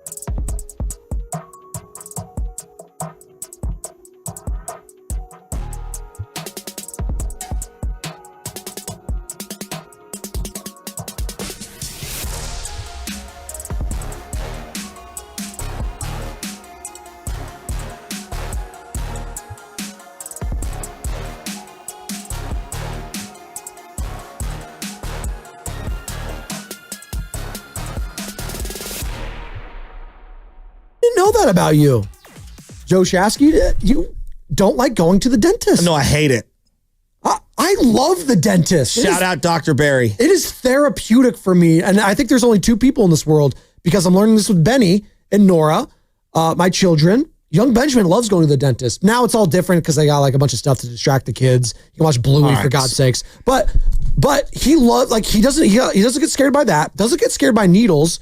Like he's like, oh yeah, like he doesn't really scared by needles. The doctor, like Nora, really scared. Nora's scared to get her hair cut. She doesn't even want to get, like, she's scared by all that. So I got the two different, the yin and yang, if you will, right? Kind of like Jimmy and Steph, who are playing the Lakers tonight. We got Dave Fleming join us in a couple minutes. But I love going to the dentist and knowing my teeth and feeling my teeth getting cleaned for me. I try to take good care of my teeth. I love the dentist, but you have a fear of it. Well, so this is what happens. Like when I was a kid, I had a lot of work done on my mouth. I had a lot of orthodontistry, and thank God my dad had a city job and we were able to afford it, and I got put under to remove teeth like over and over and over again. At COVID, when COVID hit, my doctor, my dentist, Dr. Growney, it ended up being very difficult to get an appointment. And like I got pushed back, and then we got sick, and then he retired. He retired and I didn't have a dentist. Well, come to find out, I'm playing softball with a guy who's a dentist for a long time. Shout out Dr. Barry. And I went and saw him recently. Dude, I'm embarrassed to say how long it's been. Now, again, I floss every day. I'm like religious about it. I floss every day, this and that. But I drink a lot of coffee and my teeth get stained because of the coffee. And I haven't been forever. And you're going to have natural plaque buildup no matter what. And so I got a big thing tomorrow where in between getting off of work here and opening day, I got to go to the dentist. And yeah, it makes me anxious. I get really bad anxiety. I'm here to tell you it's going to be okay. I'm not comfortable. Right? It's okay. You'll be fine. You'll sit there. You open your mouth and it'll all be good. When I close my eyes and think of the dentist, I think about them back in the day sticking a giant needle in my mouth when I'm like 8 or 9 years old to remove some teeth. Well, they have the Novocaine shot, and they're always going to say you'll feel a small pinch, and it's the most painful shot you'll ever have. You'll feel a tiny little pinch. No, you're stabbing me in the mouth. That's what I'm going to feel. And then it goes numb, and then you'll be fine. Do you ever ask for the laughing gas? I've never had that as an option. I had that. Really? Ever. Yeah, I always ask for that. I had 2 teeth in the middle of my mouth that they had to remove. Again, I had some weird tooth stuff. And then I've had some trauma on the teeth over the years with sports and, collisions and things like that. See, I would press them for the laughing gas there because it makes a huge... You're basically on vacation for 40 minutes. I always like getting because they do the fluoride. So like they put that little thing on your mouth when you're getting your teeth cleaned, and they ask for the flavors they have. They have these like new flavors for the kids now. And Dave Fleming's going to be joining us here in a couple moments. We're talking dental hygiene here on the Morning Roast with Spadoni and Shasky. So that's what I got in between the show and the opening day. That's your one thing for tomorrow is go to the dentist. And then I guess Michelle and the little guy are going to drive on down and they're swoop me up, and then we're going to go to the game. And just wait until you have to do that drop off at the dentist with LJ. I'm sure you're going to have a great time for that. Well, right now what we're doing is there's a little toothbrush. I was going to say, how many teeth does he got? He's got 4 in the front, 4 in the bottom, and then he's got some stuff growing in the back. All right. Is he still teething sometimes though? Is he still like chewing on no, he stuff? Wasn't a pacifier baby. Okay. And he doesn't. No. All right. I'm just asking because neither were Benny and Nora. They tried to pacify for a little bit and then just off. No, which is either good or bad because it soothes the kid for them. But it is what it is. We got him. We got Dave. Let's go. We'll ask Dave Fleming about the dentist. Maybe he enjoys it. And joining us on the River Islands guest line, Dave Fleming, who was brought to you by Rafael Lumber and Building Supplies, serving contractors, homeowners, and the community in Marin for over 50 years. Visit their showroom today. Good morning, Dave. You've stumbled upon a conversation I didn't know we were going to have today. Do you enjoy going to the dentist? Before I ask you any Giants questions. Yeah, that's not what I expected the first question to be. I have been to the dentist a lot lately, a lot. And no, I don't particularly enjoy it. I'm not going to get into all the grisly details, but I've probably been 10 times in the last year to the dentist. So I think I'm all cleared up. I've got taken care of some of my issues. When you get to be my age and you have these old fillings that you did when you were a kid, and they start to crack, and then your teeth get weak, and so I've had to have some more than just a cleaning a few times. But I survived. I am not at all a good dental patient. Not at all. Okay, that's you and me both. See, I love going to the dentist. I like feeling like my teeth are getting cleaned and checked on, but that's just me. My son's the same way, but my daughter petrified, terrified, get the hell away from me. I get it. My sister was like that too. Like, I fully get it. And it felt like the last couple seasons for Giants fans, it was like their teeth was getting pulled. As I pivot brilliantly to the team now, it's like getting your teeth cleaned, which is fine. And you got the fluoride and everything's great. Dave, talk about this season so far. 5-1, you sweep the Astros in Houston, which I am not scoffing at all. I know it's early on in the season, but the Astros have historically, it's a tough place to win out in Houston. I know they don't have Bregman, no more Correa, obviously. Kyle Tucker's gone. They still got Altuve and some remnants, but that was a huge series win and setting up for a very fun opening day tomorrow. Yeah, Houston's still a good team and a really good pitching team. And so the Giants, look, they struck out a lot. They didn't pile up a lot of hits, but they found ways to score a bunch of runs in games, even when they weren't piling up a lot of hits. So I was impressed by the win, the series sweep in Houston. I think the Astros, I don't believe they're as good as I think everybody would agree they're not quite as good as they were for all those years. They're still a good team. It's been really fun to start to the season. And I think, when we talked a week ago before the season started, I think one of the main things that I said was, look, there's all this positive enthusiasm and energy, and there's a great attitude, and they won all these games in the Cactus League, but you got to go out there and then do it and back it up with what, you can't just talk and say, oh, we feel this way and everything feels good. You got to go out there and actually do it. And that's what they've done. And I really firmly believe that it doesn't take long. I mean, a week's worth of games is only a week's worth. There's still 150 plus games to go. But you can build that confidence as a group like we're on to something. And I do believe that can be a powerful thing. So it's been about as good of a start as you could hope for, even with some of the Giants players, like everybody at this time of year, even with some individual players not off to great starts as a team, hard to ask for more. Yeah, and I think it's so funny. You've seen me on the diamond. Play catch, boys. Pitcher with catcher. Infield with first base. Outfield with your cutoff man. Conversely, hit them where they ain't, and put the ball in play. That's literally what they've done over the last two series. And it's so simple, and yet it's working. And I want to get to Elliot Ramos. Yes, he's striking out still, but his two-strike approach has been much better. I'm noticing a guy that's still being able to battle and put the ball in play. I know the strikeouts are there, but he's driving the ball. He's playing great defense as well. I love what I've seen from Elliot Ramos thus far. The only nitpick is the strikeouts, though. Yeah, the strikeouts are going to be an issue for this team. They are. I think that is built into the roster that they have. They have a bunch of guys. Adames strikes out a lot. Ramos strikes out a lot. Chapman strikes out a lot. That's part of their profile, even when they're playing at their absolute best. So I wouldn't be overly concerned. I mean, the only game the Giants lost, they struck out one time. So bring on the strikeouts if you're going to, if it's a winning formula. And I think that, that's another, it's such a cliche in sports where winning cures all ills, but it is true. Okay, you could be, if the Giants came home 2-4 with all these strikeouts, a lot of those players are grinding in their own heads oh my God. And it frees you up when you win to not put as much pressure on yourself and not feel like it's all on me. And I think that is a big part of what Buster was going for with the stuff that he talked about. And I agree with you. Another thing that alleviates pressure is just keeping it simple. Play the game in a simple, basic way, fundamental way. And to me, that does make it, this is such a hard sport. So you can never say it's easy, but it makes it a little easier to understand what my job on the field is, just to focus on that stuff as opposed to getting in your own head about everything else. And I think this team's done a really good job of that so far. And you mentioned that, and we're talking to Dave Fleming, Giants broadcaster here for NBC Sports Bay Area, and our Giants insider here at 95.7 The Game. And Dave, talking about pressure and just, dominating the controllables. I think Rob Saleh used to say that. Now he's back as Niners defensive coordinator, but dominating the controllables, right?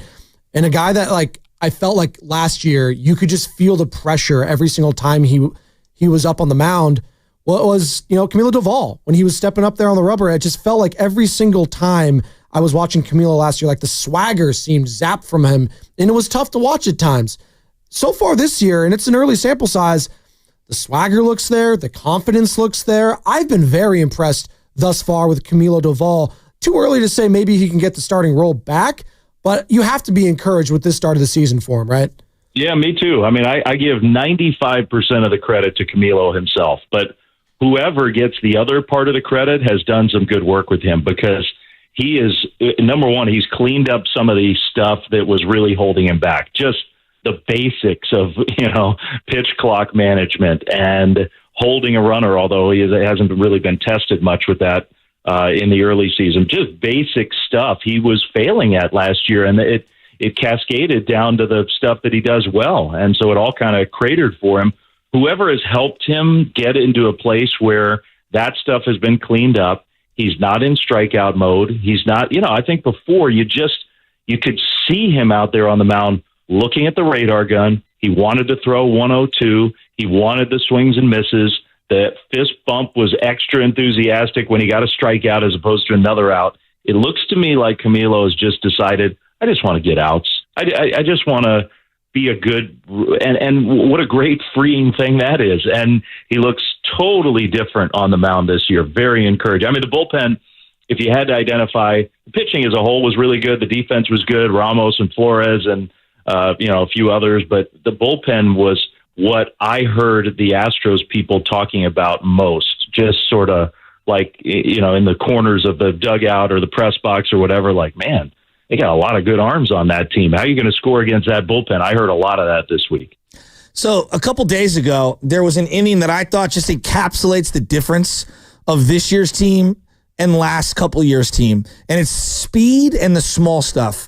All right. And just bear with me here. Fitz gets on base. The speed makes pressure on the infield. They make an errant throw. He's at first. Lamont Wade Jr., let's bunt him over to second. I mean, how many times have we heard, you don't sacrifice, bunt someone? Then he steals third. All right, they challenge it, whatever, it gets overturned. He steals third. And then, boom, Adames drives him in. And then here comes Jung-Hoo Lee, little chopper, all right? And I don't want to gloss over Adames knocking him in. How many times have we struck out with a runner at third and less than 2 outs? It happens all the time. But a productive out. Jung-Hoo Lee, chopper, speed, gets on base. Boom, it's a big inning. And what turned into a little base hit, just the small ball element of executing and having speed on the base pass turns into a huge inning, and they win going away. I thought that was just, it was reminiscent of Giants baseball that I've been asking for almost like 6 years now. And I love that whole element right there, Dave. It's not a question. It's just more of a statement. Yeah, and you can feel the pressure on the other team. You can feel it. You watch the games, whether you're there like I am sitting in front of it or whether you're at home watching like you guys this last week. You feel the pressure that puts on an opponent. You do. And it changes the way the pitcher is approaching the hitter. It changes the stuff the pitcher's thinking about. I thought yesterday in the early innings, Framber Valdez, the Giants were sending runners, and he, maybe it didn't. I can't remember if they officially got a steal or not yesterday. They may not have even gotten credit for a steal yesterday, but those guys were ready to go, and a couple of those damage hits happened when a runner was in motion. And I do believe that part of it was making him think about something else and not full concentration on the pitch he was making, and they took advantage of it. We've seen it too many times in the last few years on the other end, where the Giants feel like they're back on their heels and teams are running wild, or, the Giants pitchers have not done a very good job over the last few seasons of holding runners on. And there were times where you got one of the best throwing catchers in the game, and he was helpless. And that's a bad feeling, man. It makes everything feel worse out there. And the Giants are trying. They're still not equipped. This ain't the 85 Cardinals. This is not a team that's equipped to just run wild on anybody, but they can do a lot more of that this year, and they're gonna. I agree. And you're starting to see, well, there's two things. Like Fitz playing every day, the defense has been much better. I mean, he's been really good at second base with the flips and everything. With him and Adames, they've done a great job. Their range is better. But Jung-Hoo Lee and his speed, you're seeing what we were kind of promised. And then like Fitz on the base pass, this guy's going to steal 40 bases, and he's got to play every single day. I love the speed element from just those two players. Yeah, and Fitz has to get a little more. There were times this week where he needed to go. There was one in particular in the game that the Giants lost where Ramos had a long at bat and Fitzgerald was at first, and I think it was 8 pitches and he never went.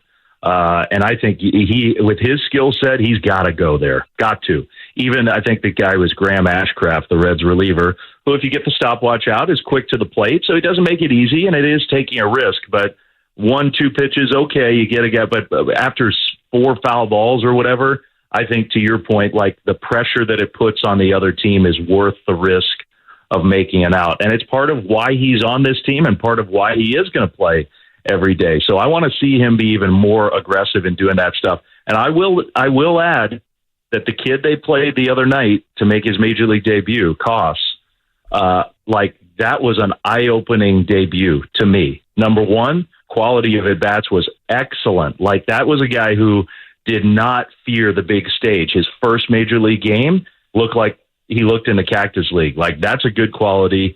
And he made 2 or 3 really good defensive plays. And that's what the Giants have been preaching. Like, if you want to make this team, if you want to be on this team, here's the things we want to see from you. And that kid did it, and he got rewarded, and then he got a chance to play in a game, and he did it in a game scenario. And so I want to give him some credit, too, where they have found a way to develop a little depth at some spots where they had very little depth the last few years. Talking with Dave Fleming, Giants broadcaster, here on the Morning Roast. And Dave, 5-1 heading into this homestand, and 5-1 would be the best record with every division except for the NL West. And it's third in the division behind the 7-0 Padres and behind the 8-0 Dodgers. Just how stacked is the NL West? Like, top to bottom, I'm not even joking here with the talent and just these teams. And it's very early. The Diamondbacks are 4-2. Rockies, and no one expected much from the Rockies. They're 1-4.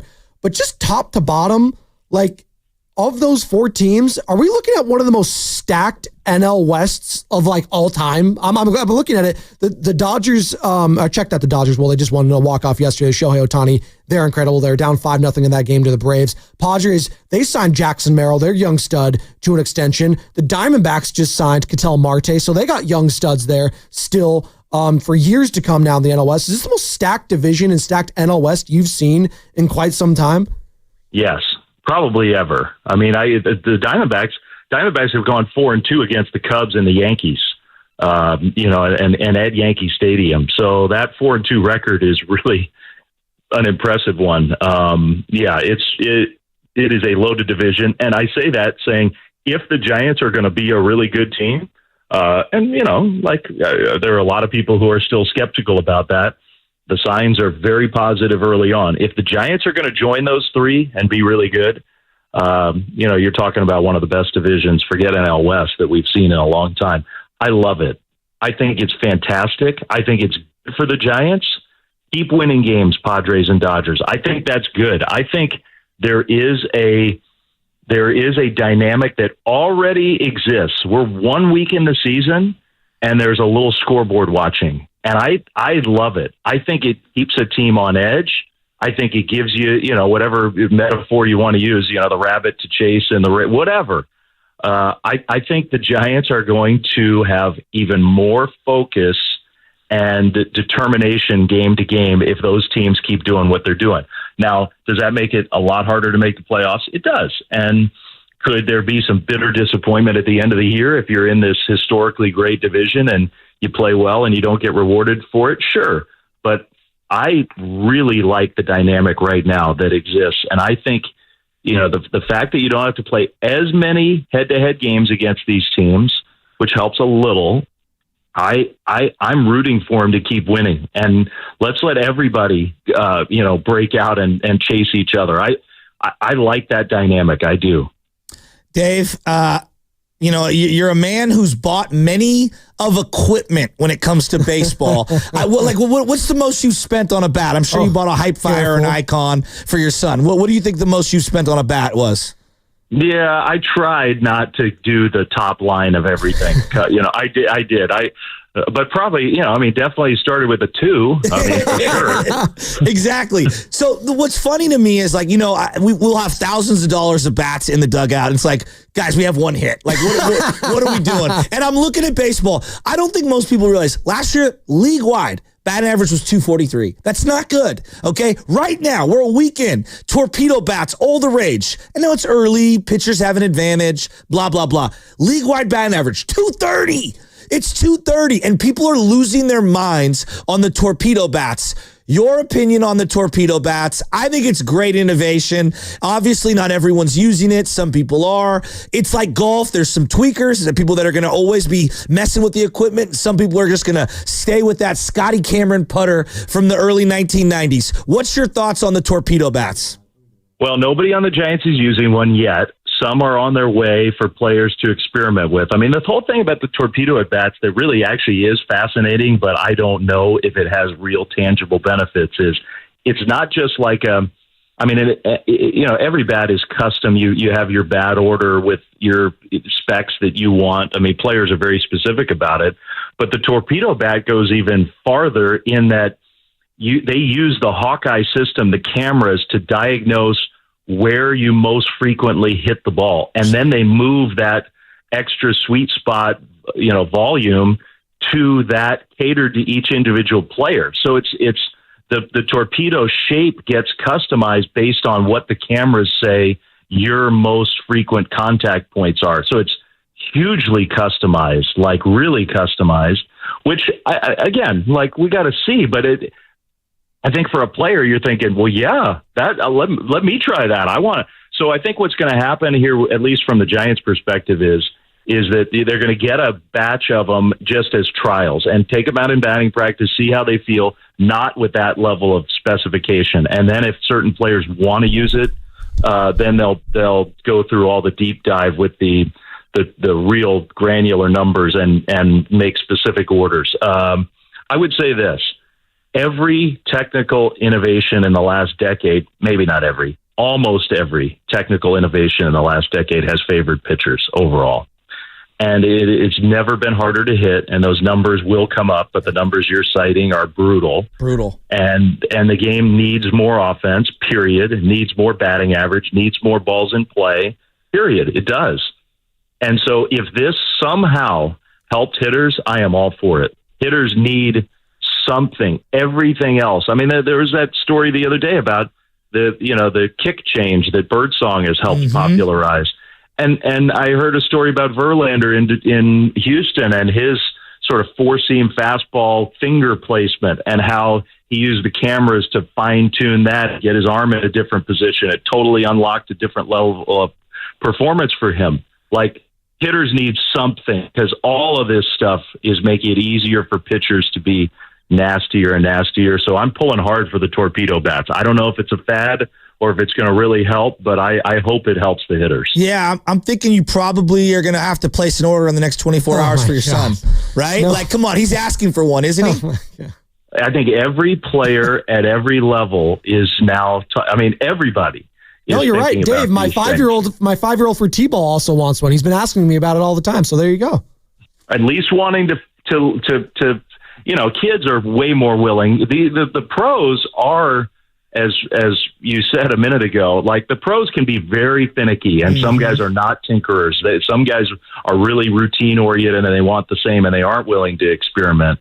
But a lot of guys in this instance are going to try it, and they're going to take it out to batting practice and see what it feels like at a minimum. Dave Fleming, Giants broadcaster, so good to us each and every week right here on the Morning Roast. Real quick, on your way out, you've been so kind to us. Warriors-Lakers, will you be locked in tonight? And is Steph versus LeBron still the best rivalry in sports? In sports, huh?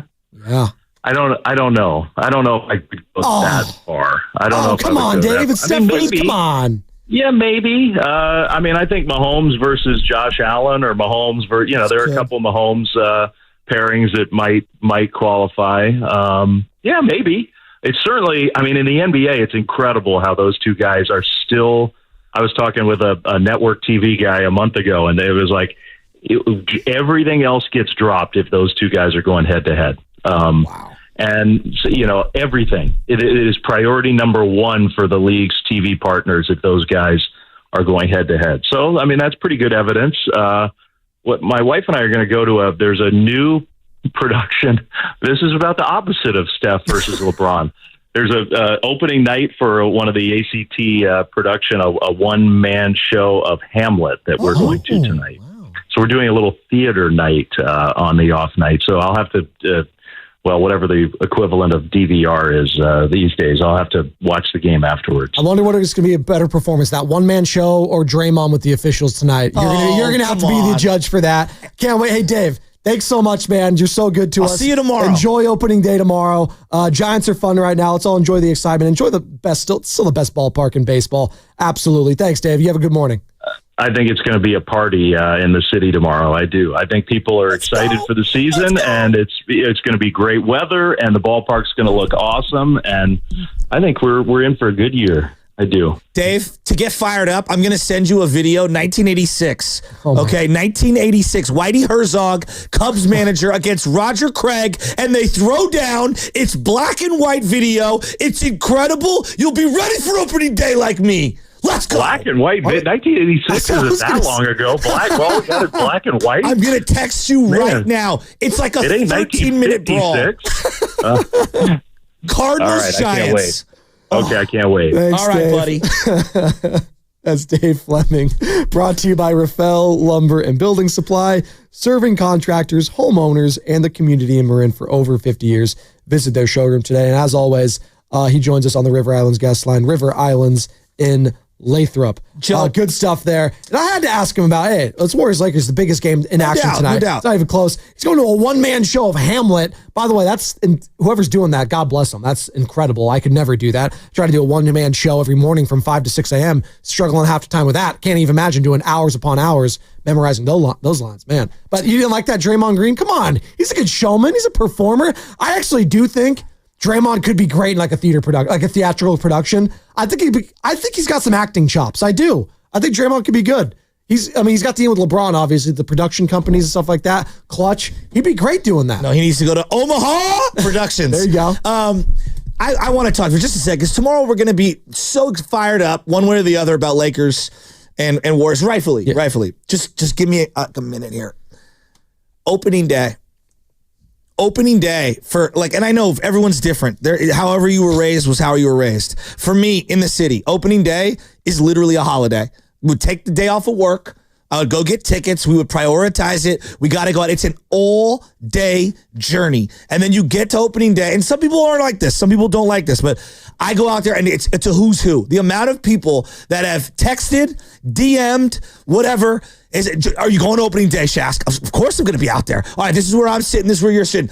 There is something about the ritualistic nature of opening day where it feels like the beginning of summer. I know Memorial Day is technically, for me, the beginning of summer. But the beginning of the sports summer, if you will, starts tomorrow. And opening day has this special place in my heart. It really does. Clearly, you're very excited about it. It's like the opposite for me. I think there's two types of people in this world we've already discussed. Those that like the dentist, those that don't. Those that get nostalgic and like want to weep every time opening day comes around. People like me that just think, it's just another day. Well, I want to go and everybody. That's just me, though. It doesn't really do anything for me. It's just another opening day. It's the same as I view NFL week one, same way I view. So my dad NBA used to take me out of school and take me to opening day. Yeah, right. My dad used to take. So you have memories there. Exactly, okay. and so and I'm going to do that with my son. You know what I mean? And I see my buddy Jim does that with his kids. My cousin's taking Liam and Nolan to the game. My boy Della's taking his kids out of school. They're going to the game. That's what we do, right? And it's for my crew of friends and family. Opening day is a ritual, right? And so. I know the religion of sports and all that, but it's the truth. It means something really special to me, and I'm super excited and pumped up. Now, the fact that the Giants are good makes it even better and more sweet, but I still participated every year, and it makes me obviously think about my dad, and I want to share those traditions with my son. Sure. No, and my wife shares it with me, and so it means a lot to us. That's a great point. No, that's great, and we're gonna be doing that, and you'll be feeling even better tomorrow, Joe, because not only are you gonna be watching the Giants, and hopefully they get a win, maybe you're coming off the high of a Warriors win, heading into it, and then after the Giants game, what are you gonna do at night? You're gonna crack open a beer, chill. You're going to be watching Nuggets Warriors that night as a nightcap after you put baby LJ to sleep. Well, we're going to order Original Joe's Pizza probably when we get home. Okay. And get the little Joe's to go. Carter's feeling me on that. What do you get? What's Joe's to go. What's the go-to? Well, I like the pepperoni and sausage. Okay, it's all day. Big sausage guy. Absolutely. He's a huge sausage Absolutely. guy. And we'll be downstairs. I might even invite my cousin over with the kids and have a little play date and just watch little Matthew and little LJ dunk on the little Fisher Price hoop. Nice. Yeah, I don't know. I mean, I don't know if we have enough time. Do you cross over the Back kids? to Beyond. Do you cross over the kids? That's you gotta yam on him a couple times. You gotta humble him. No. You block his ass, right? 6-year-old Rye guy the other day dunked on LJ in the living room and then hit him with the too small. I go, Rye guy. Oh, that's he my doesn't guy. even know what you're doing. Nothing Hit easy. him with the too small. I swear to God, I can't even make this up. It was like you're like Ryan. He can't even walk. Like what are you I go, doing? Rye guy, what are you doing, dude? My favorite is I'll go to all the boys. Like whenever I brought him to the game yesterday, I go, hey, dude. LJ, and he's speaking words like ball, Sure. dad, all that stuff. I'm like, he had his first sentence. And like, you have to talk like a kid, you know? And they're like, no way. And I'm like, yeah, Henry's not him. And they're like, oh. Or I'll be like, Mikey G's mid. You know what I mean? You gotta like talk in their language. What's the celebration that you do not want to see the most tonight? Is it the LeBron, the push down? If I see like, that if you tonight, see I that, swear. it's bad, right? No, if he does the night tonight, that could be the ultimate, like. No, I can tell you what the worst case scenario is. We'll tell you what the best case is. The best case is Stephen Curry or Jimmy. If it's Jimmy Butler having a clutch bucket and then he does the LeBron thing in LA, that's next level trolling. I'm here for it. I would love that. The opposite of that is Bronny James in a blowout Lakers win doing a night three. You know, I'd rather see Bronny James get put in the Gobert by Draymond than that. Could you imagine he pulls a Nurkic and just like, just Dre gives him the Nurkic treatment? I think he likes Bronny though, Draymond. Someone should tell him like Bronny's not from America, and then like he would totally change. Oh wait, he was born in Canada. Oh, changes everything. So I'm teasing. So that tells me he's going to go out Luka tonight because he's from Slovenia. So there you go. That's going to be the player that Draymond's going to go out. Fast five. Let's go. What a show. What a show. It just the Gobert.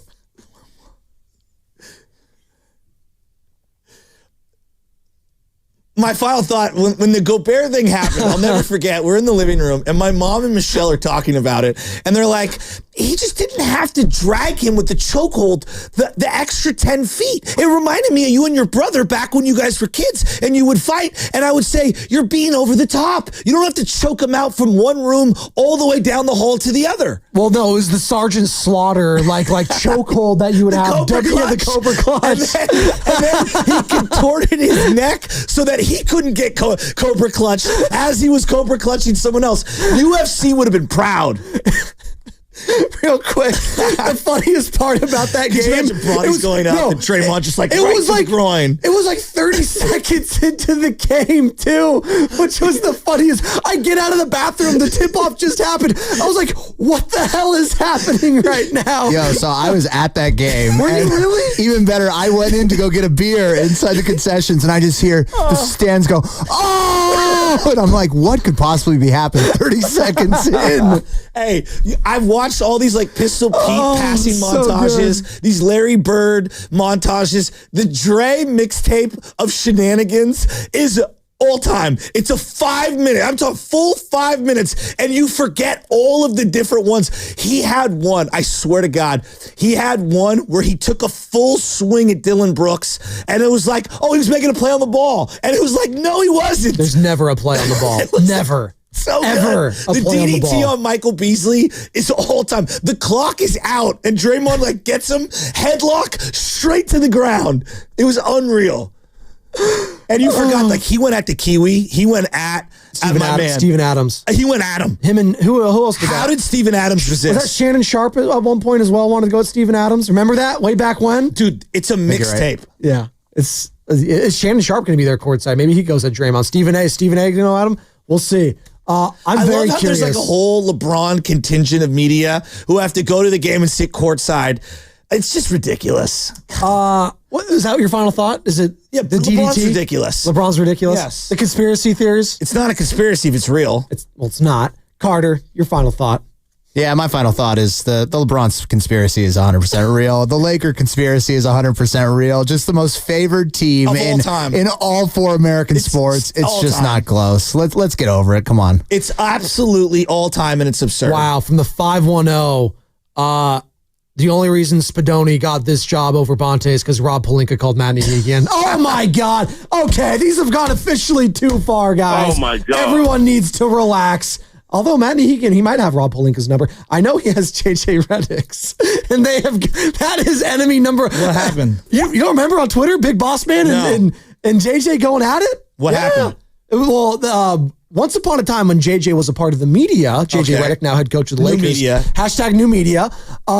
We reached out to JJ, and I guess, the producer here, whether it was Sam, whether it was Lucas, someone reached out to JJ Redick. I think it was Lucas. Yeah, and I guess we didn't do it in the right way for JJ, and he took exception to it.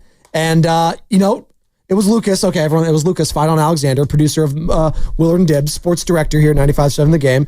I guess he didn't approach JJ the right way, and he took exception to it. And Matt, let JJ know about it on social, and they went a little back and forth. So I got Matt's back in all this. Speaking of conspiracy theories, no one believes in the fact that Lucas claims he can throw 90 miles per hour. Can Sam Lubman throw 90 miles per hour? No, I can't. But my final thought is actually it's not just Lucas who had a run-in with JJ Redick or Matt. I did have one, too. I reached out to JJ. I gave him a call. Mine went way better, though, than Lucas's did. JJ was very polite. He's like, hey, usually people don't call me at this number.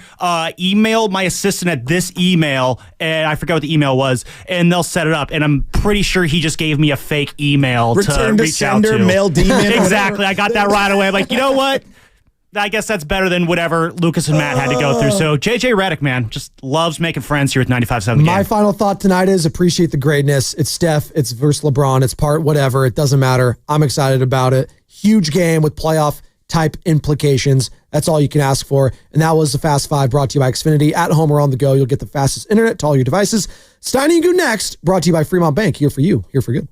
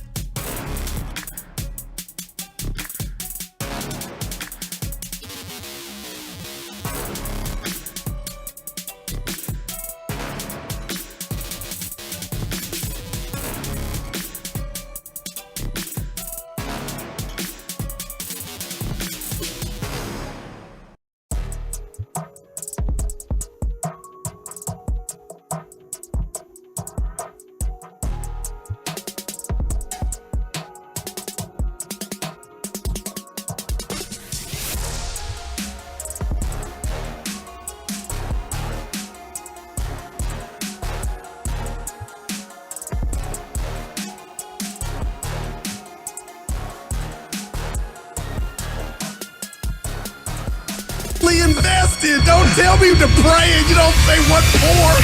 He brings the perspective. Yeah, I think they both have great points. Get off me, text line. He's truly one of a kind. That is wow. Oh, my God. And he's doing a great job. I need you to man up and say what you really want to say. Simon, you're doing a great job. And together, they are Steiny and Guru. Yeah. On 95.7 The Game. Oh, yeah. We got some big games coming up, ladies and gentlemen. Yes, sir. And it's tough not to be excited. Warriors at Lakers tonight. Absolutely incredible. It really is, Draymond. And let me tell you what else is incredible, my friend. The way you talk about defense. Oof. I'll give it to you. Man. You're pretty smart. You're pretty smart defensively. He's a savant, man. Yeah, if you haven't checked out The Athletic today. Marcus Thompson spent some time with Draymond Green looking at defensive plays, and he had Draymond narrating what he was thinking. It was good stuff. Real good stuff. Good stuff, Marcus Thompson. And that's why whenever his career does come to an end, Steiny, he is number one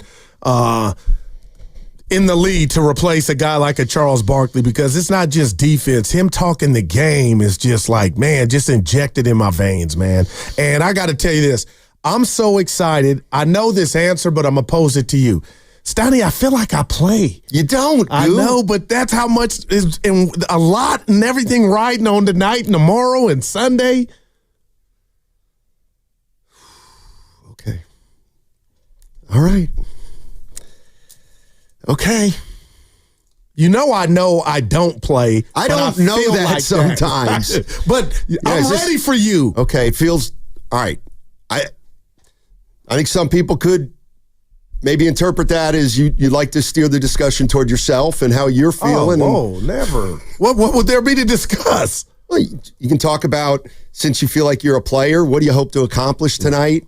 And, you're going to try to get others involved, or are you going to be aggressive right from the start? I'm going to try to get you involved. Let's do it, because you hurt my feelings. How? So Evan left. Evan doesn't know what I'm about to say. No, with this. We've been together 8 years. I come in fired up. It's Evan's Friday. He's going to Raleigh, North Carolina to see J. Cole. He'll tell us about that concert. And you look me in the eyes right before tip and say, Goo, I don't think you're ready. You've never said that to me. No, I haven't. Great. I thought we bonded and we're on the same. In this one. Great coaches have to handle people differently. You're not a coach. They use different methods to motivate, and today's method was saying, I came in, I'm not sure you're ready today. We've been talking to Finch too much. Yeah. Oh, yes. Man. No, it's a great time of year if you're a Warrior fan, especially if you consider where they were 2 months ago. Damn. Couple numbers for you, because the interesting thing is, there's a lot of interesting things tonight, but we have two teams that made blockbuster trades, and both teams appear to be better off because of them. I get that the Lakers are 14-8 in games that Luka's played since the trade, but some of those games have been without LeBron James, and the Lakers obviously have a different look. The Warriors, they're 19-5 since Jimmy Butler's arrived. Keep in mind, they were 25-26 when he played his first game against the Chicago Bulls, and now they're 44-31. And we've got a change in the standings right now, which was packed, which is big. The Denver Nuggets have fired the first shot in this NBA version of a pennant race. They rested all their players last night at home against the Spurs, took the loss, and now they're coming in here tomorrow night pretty rested. Yeah. And yeah, what? I love it. Are they running from the first-round matchup for Minnesota? Because right now, I don't have to ask Evan, but Steiny, I understand that game the night before were 53 minutes from the Joker in the double OT game, but right now, the Denver Nuggets would be matched up with the Warriors with what they did last night. And there's a lot of time left. I get it. Right. So I'm just wondering, and you sent a tweet that hit me and it just stayed with me and it resonates with me. Like, with the way that the league is set up now with this plan, you're going to be able to tell teams the intentions more now. It's going to be, you're telling on yourself. And I just wonder if Mike Malone had any of that. Minnesota gives us problems. And if we drop to 4 and the Warriors stay at 5, so be it. I think, and I don't know. Okay. I don't know. Because we'll never know. But I think that it's got less to do with the Warriors than it does each team goes down the stretch with their own philosophy. And I think a guy like Michael Malone said to himself, we just played a double overtime game against the Timberwolves. I'm going to rest everybody the following night because they were dragging from the night before. Gassed. And I don't think it's a concession that he wants the Warriors. I think it's more, you know what? I think we gotta rest our guys heading into the playoffs. This is the perfect time to do it. And oh, by the way, we actually do have a pretty big game Friday, so we'll take advantage of the rest. Yeah. And they got a 2-game lead over the Warriors for now. But here's the question I have to Warrior fans. And I threw it on the YouTube chat. And there's a lot of different ways to handle this. By the way, we got our first guest today at 10:30. You may have heard of him, Eric Sleepy Floyd. Yeah. The gentleman who we all know set a playoff record for points in a quarter during a playoff game with 29 and a half back in 1987 with 39. And he's the subject of a movie that's going to be released tomorrow, Freaky Tales. Yeah. And it's based around that legendary performance. We'll talk to him about that movie, but also about this edition of the Golden State Warriors. But here's my question, Goo. And I'll throw it out to Warrior fans at 888-957-9570. And we're going to play some of Steve Kerr, too, from yesterday's Willard and Dib show. But one of the things that he said was, we're in full-on playoff mode. Okay? Are the Warriors really going to play? Let's just use their big guys. Draymond Green, Steph Curry, Jimmy Butler. Do you really want them to play, Goo? Do you really want those 3 guys to play on back-to-back nights, let's say playing 35 minutes tonight and 35 minutes tomorrow night? I do. Okay. And the carrot to me, Stoney, is the 4th, which if they could somehow get to that juncture, they would have a damn home court advantage in whoever they matched up with in the playoffs. And Stoney, just because if you choose to go a different route and rest, load management or whatnot, that doesn't guarantee you anything. I think the Warriors got their eyes on having home court advantage. So to answer your question, yes, sir, I would do it. And I think that's what they're going to do. How about you? I think there's a chance they could rest everybody tomorrow. Like all the big 3, believe it or not. And here goes I Big just Mouth. do. I got to interrupt. Would it have any residue of what Denver did a couple weeks ago when they came in here, won the game, but rested everybody, all their big guys? No. Okay. It has to do with the practicality of they're in the middle of playing 4 really good teams in 6 days. And is there a way to give them a little bump of rest? And I'm talking about the veterans in the middle of it. That's all I'm saying. So, listen, Warrior fans, you know your team as well as anybody, and you can read the standings as well as anybody. And how do you approach these next 2 games? I think it's an interesting question because we're already this is like the one part I think it doesn't work for everybody is, the idea that there's this frantic race. That's where I'm at. Frantic race for seeding. Yes, can't sleep. A basketball pennant race, if you will, with everybody jockeying for seeding. Yes. Yeah, that's a myth. I'm sorry. It's a myth. And the reason it's a myth is because of what a team like Denver did last night. Denver took a loss at home to the Spurs. So how much can they really be looking at the standings saying, we've got to do this or we've got to do that? That's why I think what the Nuggets did last night is a little bigger than we'd love to finish here to play this team, but that's just me. See, and real quick, I know we're up against this, Donnie. I think that's what they're doing because every decision comes with a consequence, right?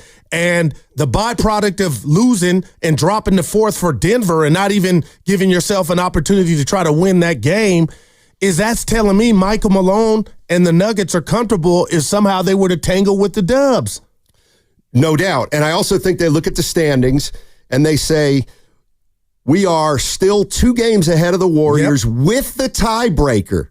I forgot. Even with a loss last night. I forgot. So there is a little bit of separation between 4 and 5, which means Denver, I think, is most concerned with just making sure they have home court in the first round. That's what I think their priority is. And let's let the opponent fall to whoever it is. But, man, this is great stuff we got going right now. 888-957-9570. Warrior fans, how do you want them to play the next 2 games? Do you want them to go all out? Is it worth going all out? Do you want to win both these games to set up a showdown with the Rockets that could possibly keep you in the mix for 3? You win the next 2 games, you may have a shot at 3, ladies and gentlemen. But it may take a pound of flesh out of you. How do you play it? 888-957-9570. That segment also brought to you by Chilton Auto Body. It's a showdown in L.A. Stephen Curry. Curry gets an open 3. Look, it's on the way. Tie game! Tie!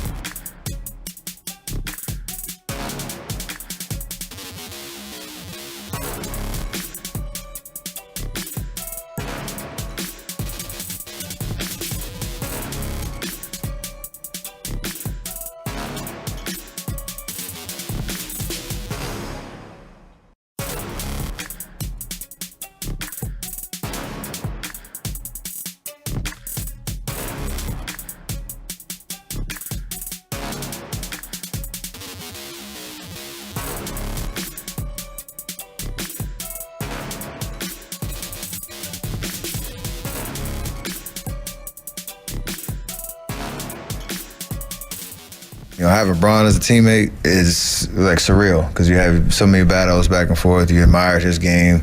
You know what he's about. To see the work up close and personal every day, to see how, he prepares, how he talks in practice. Like, I've never had that vantage point of him. So just excited to see how our games complement each other and build that chemistry that's going to help lead this team. Now, back to Steiny and Guru on 95.7 The Game. That was Steph Curry talking about being a teammate of LeBron James heading into the Olympics this past summer. He'll be against LeBron James tonight. Warriors in L.A. for a big game against the Lakers. And then if you think that one's big, there'll be one just as big tomorrow here at Chase Center. Warriors have been on the road for 2 weeks. Man. Think about that, too. That's the other thing. This is the 6th game of a 6-game road trip.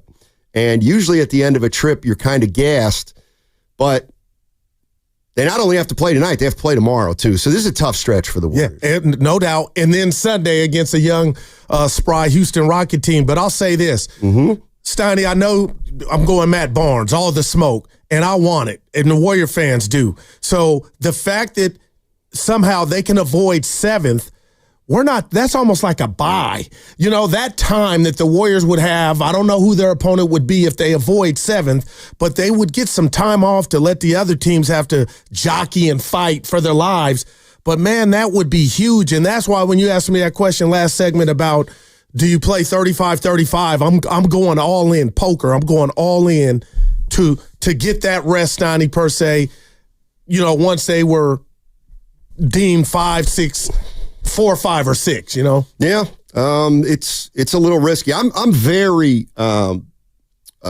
intrigued right now. There's a call from Bobby in Los Altos. Oh, man. And he says Steiny is disillusioned, but I wonder if he means he's disillusioned with me. Can we get to Bobby? Bobby in Los Altos.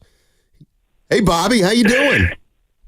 Hey, I'm doing well. I'll try to do some clarification. Look, amongst all of the radio hosts, I think personality-wise, I resonate most with you, Steinmetz, because ain't nobody bring the perspective like Bobby. But I got to say, the last couple weeks, I find myself always disagreeing with you. And the reason why is your comment, and I say this respectfully, of course, but the reason is that your comment, yes, I'm afraid of you. Yes, I am. The reason I say that is that you make it sound like the Warriors can just turn it on and turn it off whenever they want. Like this is the Kevin Durant 2018-2019 Warriors. We don't know who we are. We show up for big games and sometimes we lay clunkers. So for you to think that, let's do some rest because we need to save them for later, there might not be later. We got to ball out now. I mean, look at Memphis. I think 2 days ago they were the 5 seed and now, what are they, the 8 seed? It's too tight right now. We got to I don't care. We got to run these stars to the ground for the rest of the season because nothing is assumed. Nothing is assumed. It's not like Denver, who in my opinion looks and says, we can beat anybody. Okay, if we have to rest our starters, we will, because we know we can beat anybody. And OKC is ahead of us, and Houston is ahead of us, but they don't know what's going on. They've never even been to the championship. So they're not afraid, and they can afford to take these kind of risks. But we don't know who we are. I mean, we're a 500 team, and then we go on the road and we lose to these pathetic teams. And then, of course, we're on a high because we had a big game last night. But don't take for granted that, like, if we need to rest Steph and Dre, that we're going to be able to have, like, a great game whenever we want. So that's the reason I guess I disagree with you. We got to run them to the ground, and then let's see where we are. And, if that's what we had to do to get there, then I think it's worth it. I just don't think you should assume that we can just become superstars whenever we want. Bobby, don't be afraid of him either. He's soft. Bobby, I think you're misunderstanding. And by the way, coming up in 8 minutes, Eric Sleepy Floyd, former Warrior, with one of the greatest performances in NBA history in 1987. No, I don't believe the Warriors are good enough to think they can beat anybody, full strength or not. I'm just looking at this thing realistically. And how do you approach it? And let's just say, hypothetically, you get a big win tonight in overtime. Let's just take it, worst case scenario, and all of a sudden you see that you won the game, but Curry and Butler and Draymond have played big minutes. I'm not saying they should rest him, Bobby, at all. But I do think it's something that Steve Kerr's going to have to think about if the game tonight goes a certain way. That's all I'm saying. Let's go to Melinda in Livermore. Hey, Melinda, how you doing? Hey, guys, I'm doing okay. I want to comment on who should sit. Yeah. Because they have back-to-back. Well, we all know Lakers is somebody they want to play against. And I'm saying that they should save anybody 36 and over on the second game and play them quarters 3 and 4. I think, yeah, I mean, look, I would have laughed we hear you thinking. I'm going to be honest, I would have laughed you out of the building, except for the fact that we've already seen Steph Curry play one playoff game where he didn't play in the entire first half, and then he played the whole second half back in the day against Portland. So I don't Coming know. off injury. I don't know what's on the table and what's off the table, but I do know that this is a stretch that Steve Kerr is going to have to manage. But let's hear what Steve Kerr said yesterday to Willard and Dibbs on this stretch ahead. Oh, we're in full playoff mode right now. You know, the game plans are much more detailed and specific. You know, we look at every game now as a playoff game because we want to avoid, you know, that 7-8 slot. And everybody we're playing, it seems like, is in a similar spot. And so these games are really intense. So I've been sitting in my room watching Laker tape the last couple hours. So you know, this is what it's about right now. It's fun. All right, that's Steve Kerr. I don't get any sitting or resting, but we'll find out. Like you said, we got a game to play, 48 minutes tonight, Stoney. And I want to say something because you accused me of something. We'll have some fun with it. But I came in during the break and I said to you, Stoney, you know what? The Lakers have always been a thorn in the Warriors' side, and that's because I felt like we've never had an answer for Anthony Davis. And you mentioned both teams making huge trades and change the identity of the team. And we know what it is with the Warriors, who have yet to play the Lakers with Jimmy Butler and vice versa. But Stoney, as much as I love Luka, and I'm a big Luka fan, I told you I think I'm more afraid of the old iteration of the Lakers with Anthony Davis and us not having an answer than this one with Luka. And that's what excites me about tonight's game, because I know he's a bad man, but AD was just always, you know, we had no answer for him. You know what I mean? And you said Shasky said something like that. I said, quit taking Shasky's material. And I texted him, that's my guy. I didn't hear him, I'm a P1. Okay. I didn't hear him say that. But we differ, but we also see stuff the same. But Stoney, that's legit. Like, I'm wondering if this could bode well for us, that we don't have to deal with AD. Yeah, we'll see. Like, we'll see if the Warriors match up better with this version of the Lakers with Jimmy Butler and them having Luka Doncic than when the Warriors had Wiggins and the Lakers had Anthony Davis. I mean, I think it's fair to look at this game and kind of view it as, yeah, this is the first time these teams are really playing this year. Because it is the first time these teams are playing against each other this year with the personnel they have. With great stakes. So, yeah, that's one of the things that we'll all look for tonight. Yeah. We'll all look for it. Because this could be a first-round matchup. By the way, what you got? Before we get to Sleepy Floyd, I'm going to say something, and then we'll revisit it. And you hurt my feelings yesterday when you said, Steiner, you won't let this die. You won't let this die. That was outside the office. The we believe. Yeah. Okay. Oh, yeah.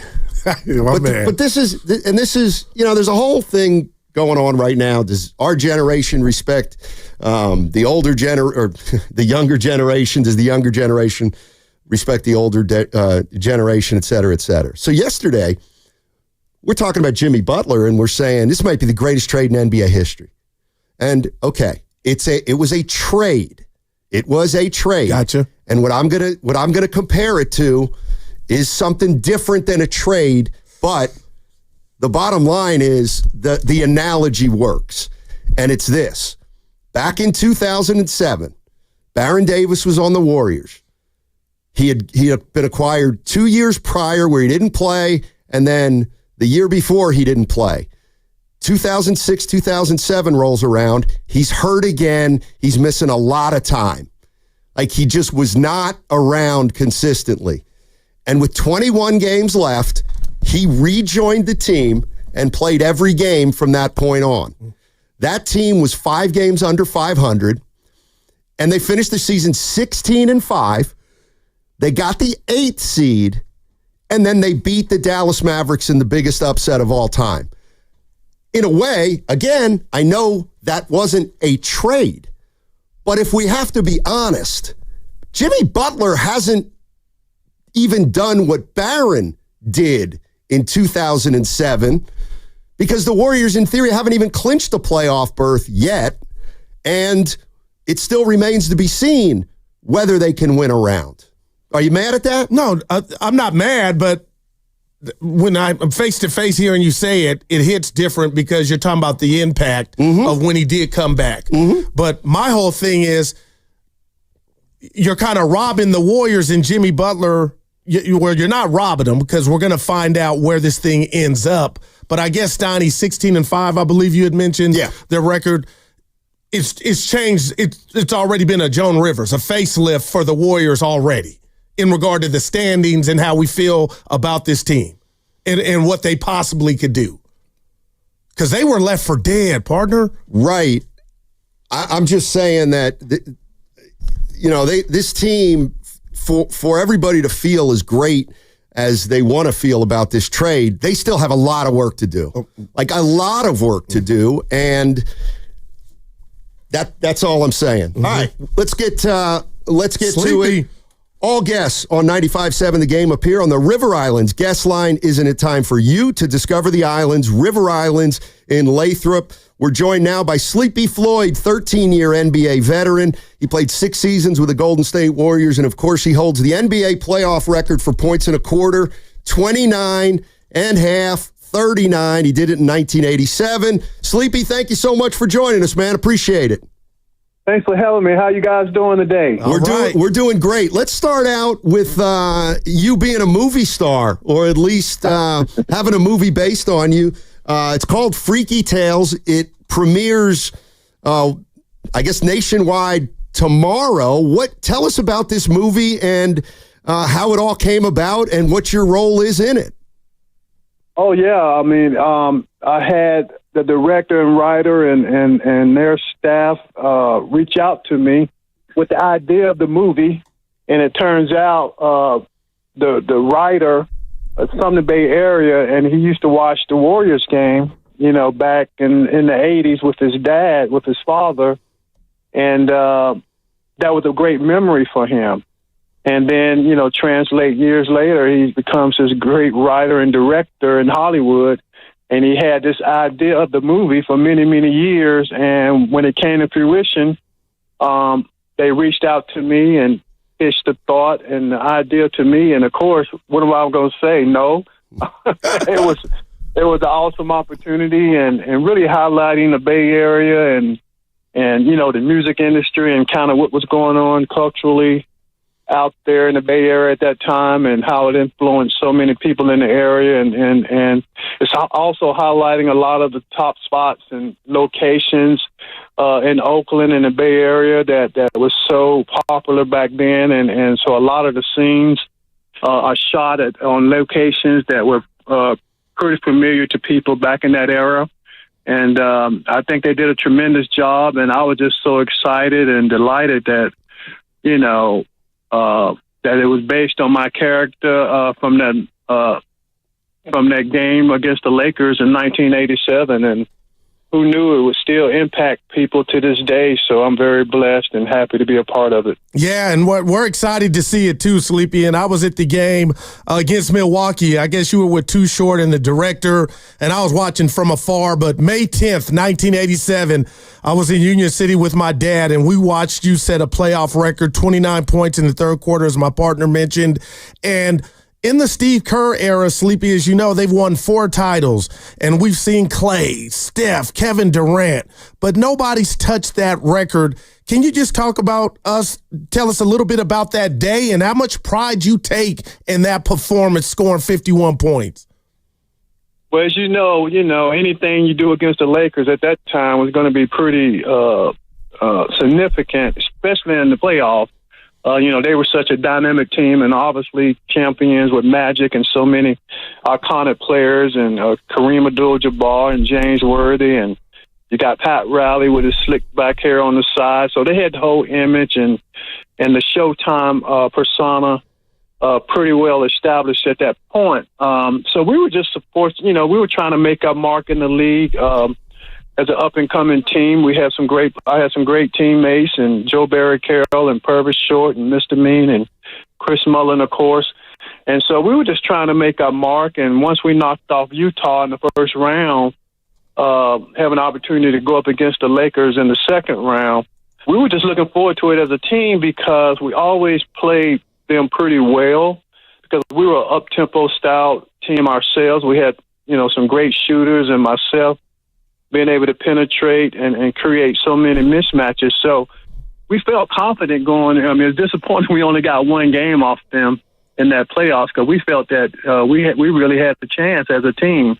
But to be able to have a game the way I had and, set those kind of records and give the Bay Area fans something to cheer for on that Sunday, which was Mother's Day, and back in 1987, it was just a tremendous accomplishment. And to this day, I have Bay Area fans that reach out to me periodically, reminding me, what that day meant to them. So, we were down 14 going into the fourth quarter, I think, and I just took it upon myself to say I'm going to try to make something positive happen every time down the court. And once I scored, 2 or 3 baskets in a row, and when I heard JB telling me to keep shooting, I knew I was doing something right. Love it. Hey, I'm looking at it right here. Sleepy Floyd made 12 consecutive shots in the fourth quarter. 12 straight. Superman. Yeah, I mean, that was pretty amazing. At that point, everything was instinctive. I really wasn't thinking about what I was doing or I was just playing like I was, back home in the gym that I grew up in, and, we trying to make a comeback. But obviously we had a great coach and George Call, and we had a lot of competitive players on our team that we really wanted to win that game and really thought we had a chance to, if we could go back to L.A. and win that game, the next game after that we would have a chance. But obviously, excited, and unbelievably this has turned into a movie based on my character, so it's pretty phenomenal. Let me ask you this, and we're talking to Sleepy Floyd, former Golden State Warrior. I know you watch the Warriors now. If I were to ask you what changed when the Warriors acquired Jimmy Butler, how would you answer that? Oh, what I think it did, it gave them an identity. Obviously, Draymond Green has a defensive presence and an impact on the court as an enforcer. Bringing Jimmy Butler on, I think it alleviated some pressure from Draymond Green. It allowed the Warriors to get to the free throw line because Jimmy creates so many opportunities at the free throw line. So you have Steph Curry, who shoots a lot of long-range shots. So a lot of times you don't get to the line as many times as other teams if you do that. So having Jimmy Butler implemented into the starting lineup, and as a teammate of the Warriors, he's just creating so many mismatches. So 2 things: he alleviated some pressure off of Draymond Green, and also allowed the team to get to the free throw line offensively.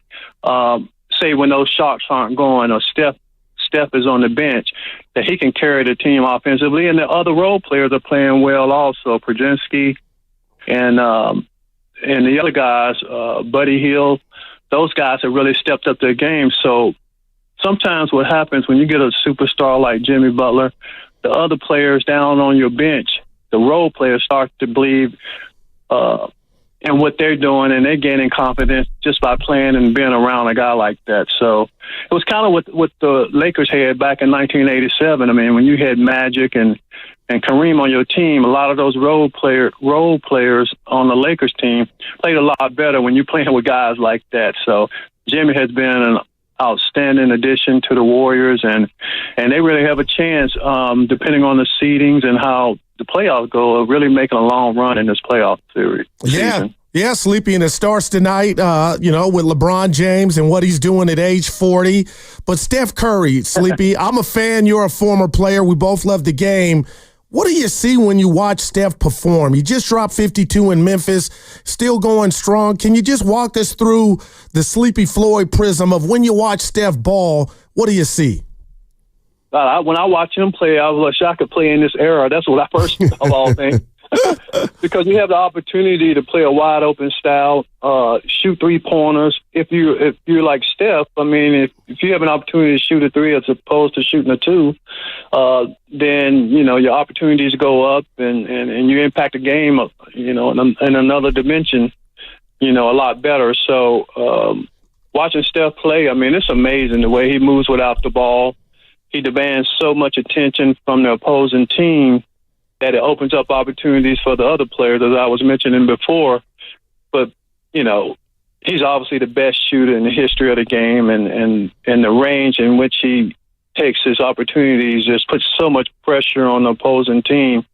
And it opens up the inside for the Warriors as well. So, I mean, being able to watch him over the last 10 years or so has been it's awesome to watch a guy play with that intensity, with that, I would say happiness. He plays with a great joy when he plays, and I think that infiltrates throughout the team and makes them, you enjoy the game. When you see someone out there smiling and competing at the high level, not just smiling and joking around, but he's smiling and really competing because he's very competitive.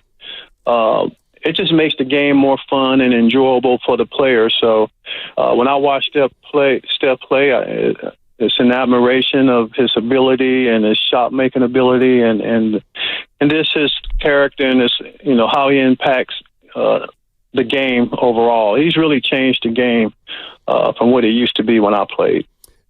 Eric Sleepy Floyd joining us on 95.7 The Game. Speaking of your era and what's going on now, it seems there's just a little perception the older guys don't necessarily respect the younger guys and their game, and the younger guys don't respect the players that came before them. What's your perspective on this as a guy who set the table for everybody who's playing today?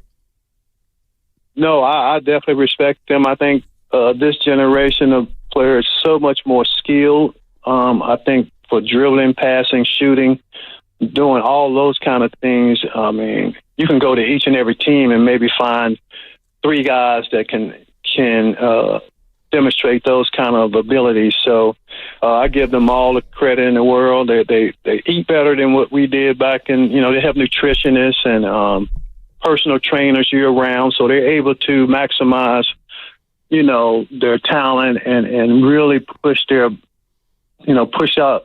workout habits to the limit where they're getting better each and every season. So, no, I'm an admirer of this generation, and I just enjoy watching them. I think we had in our era, it was a little more physical, I would say, the style of play. But I think the change in the game has been more entertaining to the fans, and as you have seen, the ratings go up a lot more because it's more entertaining. It's just, why football, changed so much in their game. You want more up-tempo, more scoring. Baseball has made some adjustments, putting in a shot clock. So these professional leagues are trying to implement things that will be entertaining but also competitive and really showcase the abilities and talents of their players, the respective leagues. So, no, I love what the players are doing today. And not only what they're doing on the court, but off the court. Most of these guys have foundations that they're impacting communities in which they live or play in, and they're really using their voice to really make a difference and give back to the community. So I admire what they're doing on the court and also what they're doing off the court as well. Great stuff. Sleepy, there's a great article by one Marcus Thompson in The Athletic, and he's talking to Draymond Green, and Draymond's basically giving just his inside intelligence about defense, and he might be defensive player of the year, but I'm always joking with my partner here about, Sleepy reminds me of this player, that player. Give me a comp. When you see Draymond Green at his best on the defensive end, Sleepy, have you played or encountered another guy that, is not the biggest in stature, but just kind of controls everything from a defensive standpoint? Oh, yeah. I mean, Dennis Rodman was one that could play 1 through 5 positions, as Draymond can as well. Really come in, and they do it every night. Some guys can have a great defensive night, periodically. But guys like Draymond and Dennis Rodman, to be able to do it consistently, night in and night out, and each night you knew what you had to deal with, but there was nothing you could do about it. And they impact the game, whether they're scoring or not. I would say Dennis Rodman would be the one that I would compare to Draymond Green. Hey, Sleepy, you know who Draymond Green would have fit perfectly on? Uh-oh. You know what I'm going to say, don't you? Who's that? He could have played for John Thompson on those Georgetown teams you were on, right? Oh, he would have been a perfect fit. Coach Thompson would have loved him because we had so many guys like Draymond that, the Michael Grahams and Patrick Ewing and Alonzo Mourning and Dikembe Mutombo. I mean, he should have been a Hoya. I wish we could redo that one. Well, yeah, you were talking about Steph and how he plays with joy and he's having a lot of fun. And I was thinking, he might not have fit on those Georgetown teams. No, Coach Thompson didn't allow a lot of smiling on the court. That's for sure. I'm a little younger than you, but you guys brought intimidation to a new level with those teams. I mean, what can you just tell me a little bit about what it was like playing for John Thompson? Oh, it was great. I mean, we had a nickname, Hoya Paranoia. Yeah. Beast of the East and all those different terms, and we earned it. I mean, we were very good defensively. Obviously, having Patrick Ewing in the back of a defense, we could really, press full court, and we did it for the 94 feet throughout the entire game. We were high pressured. We had great guards with a lot of quickness, and Coach Thompson coached aggressively, and so we were very physical. We had one guy that one of my good friends, Ed Spriggs. I mean, Coach Thompson recruited him from the post office. He was walked into the post office and saw Ed Spriggs back there and asked him, did he have any eligibility left? And he ended up at Georgetown because he was so big. So, in the league, the Big East back then was very physical. I mean, you had Syracuse, you had Villanova, St. John's, with Chris Mullen and his crew. They were very good. Connecticut had some great teams back in the day. So the Big East was, the more physical conference during my era. I mean, I know you had the ACC and the Big Ten, but the Big East was looked upon as one of the most physical conference basketball in the country at that time. Yeah, no doubt about it. Well, listen, I know you may have heard this before, but we want to send you out with this. Floyd with 29 points. Unbelievable. Sleepy Floyd is unstoppable at the moment. 37 for Floyd. It's a 1-point game. Now with 29 points in the quarter and 51 in the game. All right, great stuff. Awesome. Thank you, guys. I appreciate that. That made my day. Sure. Hey, man, thank you so much for joining us. Great luck with the movie, and thank you. Thanks for joining us. All right, appreciate it. Y'all have a great day. And win tonight, Warriors. All right. Warriors. All righty, that's Eric Sleepy Floyd, 13-year NBA veteran. Super. 6 seasons with the Golden State Warriors. And we've had the luxury of interviewing him a few times. He's a class act. Yeah, no doubt about it. He really is. Hey, but you all right, Steiny. I was coming up, but that Big East was it. That would, boy, I don't know if we'll ever see that again. I mean that was, come on now. And see, this is this is where we are. Like I feel like you could make a case that the Big East back then, at its height, was the greatest college basketball conference in the history of college basketball. I'm thinking of Carter Seca, Massimino. I'll just keep going. And I know the Thompson. ACC, but I'm talking top to bottom. I forget the year. Was it 85 or 86 where 3 out of the 4 teams in the Final Four were Big East teams? Hoya Paranoia. Yeah, I remember it well. I actually saw that team play over the years back in the day, and they were. You know what I remember watching about this? So that was 85. So I'm about 15, 16, starting to get into high school. And I remember watching them and thinking, okay, you're not going to be able to go Division I.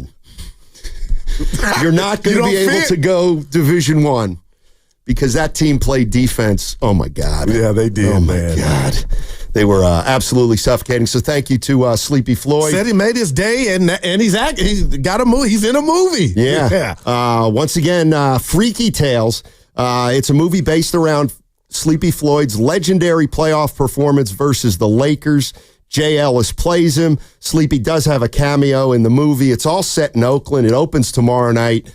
Check it out if you're interested in that. And I know I'm going to check it out at some point. I'm just a sucker for, when a movie's filmed at home base, like San Francisco's had so many, right? But just seeing the town, Stoney, the footage of it, where they're at and how they replicate it. But I'm definitely going to check that out. I would also encourage a lot of people to go see it at Grand Lake Theater where it premiered. As it's kind of an ode to Oakland. Sleepy talked about during his red carpet interview, talking about living out near Lake Merritt, enjoying that area, and it's great theater too. So it is a great theater, and you know what, Evan, and you know this because your house sat for me. You can walk there from my house. Yes, you can. I did so. I live by the lake did too. You? Nice. Yeah. I stayed on Perkins. Yeah, I know. Yeah. I know. I used to live right around the lake too. I still do, but not as close.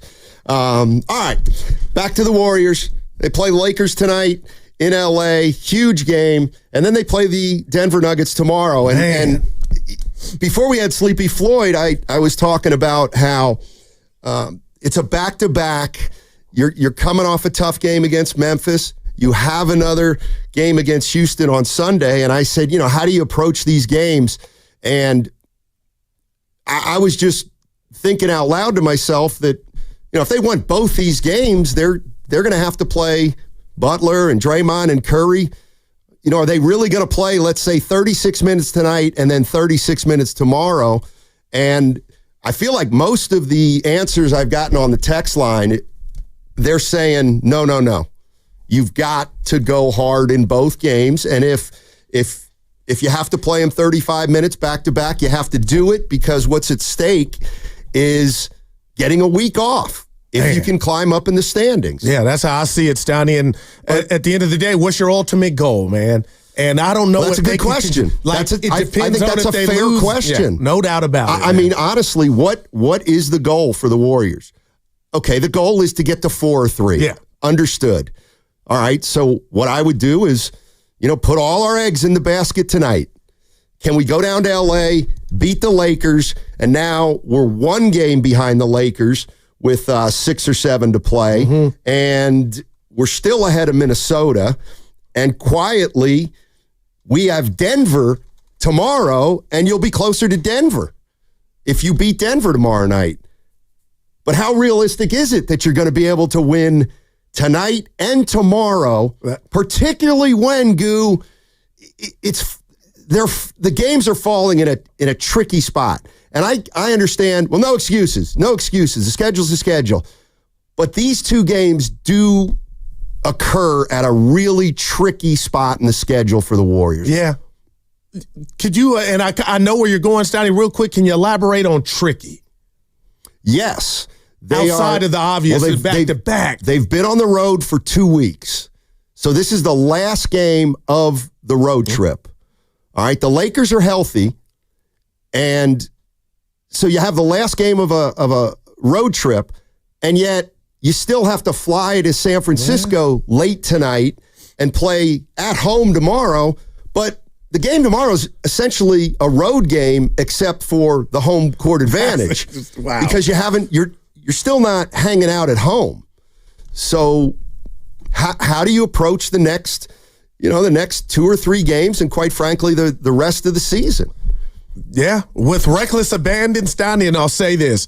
obviously the result tonight, because one game, the way that it's bunched up feels like 3 games in regard to what other teams do or don't do, and the standings will go up and down. But, man, if you could somehow get tonight and then look at it through the prism of what you're saying, what's a reality and what's not, and then, how much rest do I want to give player A and B? But from all likelihood, and listening to Curran with Willard and Dibbs, great interview again, Stoney, I feel like they're in playoff mode. Well, so, that's what, you know what I mean? Like, all we need is a day off. That's what Steve Kerr says. And that theory is going to be tested tonight and tomorrow and Sunday, quite frankly. Do you think, to my AD assessment, and you're right, you're going in with a new team, any validity to that? Well, I think that's very fair. And I'm going to throw that out to Warrior fans. Look, we know what the Lakers looked like healthy before the Luka trade. And yeah, let's go ahead and ask the question. If you're a Golden State Warrior fan, tonight you're going to be facing LeBron and Luka Doncic. Do you think a LeBron Doncic team is more beatable than a Davis LeBron team that, let's be honest, the Warriors have struggled with over the past couple years? So do Warrior fans feel like the window's cracked a little more actually because Luka Doncic is now a member of the Los Angeles Lakers? I do feel that way. And I could be wrong, but Stoney, I always liked 2 things on the platter as opposed to two of the same thing. And I felt like AD and what he possesses with his height was a perfect complement to LeBron James. Now I feel like, in a sense, Stoney, there's 2 LeBron James, but Luka isn't that menace on defense. So maybe you can take advantage of him that way, but we'll see. And I got to be careful here because you are talking about 2 high IQ basketball players in Bron and Luka the Don, but that AD and LeBron, and it came out, that was just a problem for the Warriors. 888-957-9570 is the number. Warriors at LA tonight. Woo! You feel better about this game if you're a Warrior fan now that they have Luka, or do you feel like the challenge might even be more difficult? I'm not sure, of course, so I will wait to watch the game tonight. Where are you watching? That's a good question. Download the free Odyssey app and check us out on YouTube and Twitch, powered by First NorCal Credit Union. This segment also sponsored by Crystal Geyser Alpine Spring Water. What makes Crystal Geyser Alpine Spring Water different?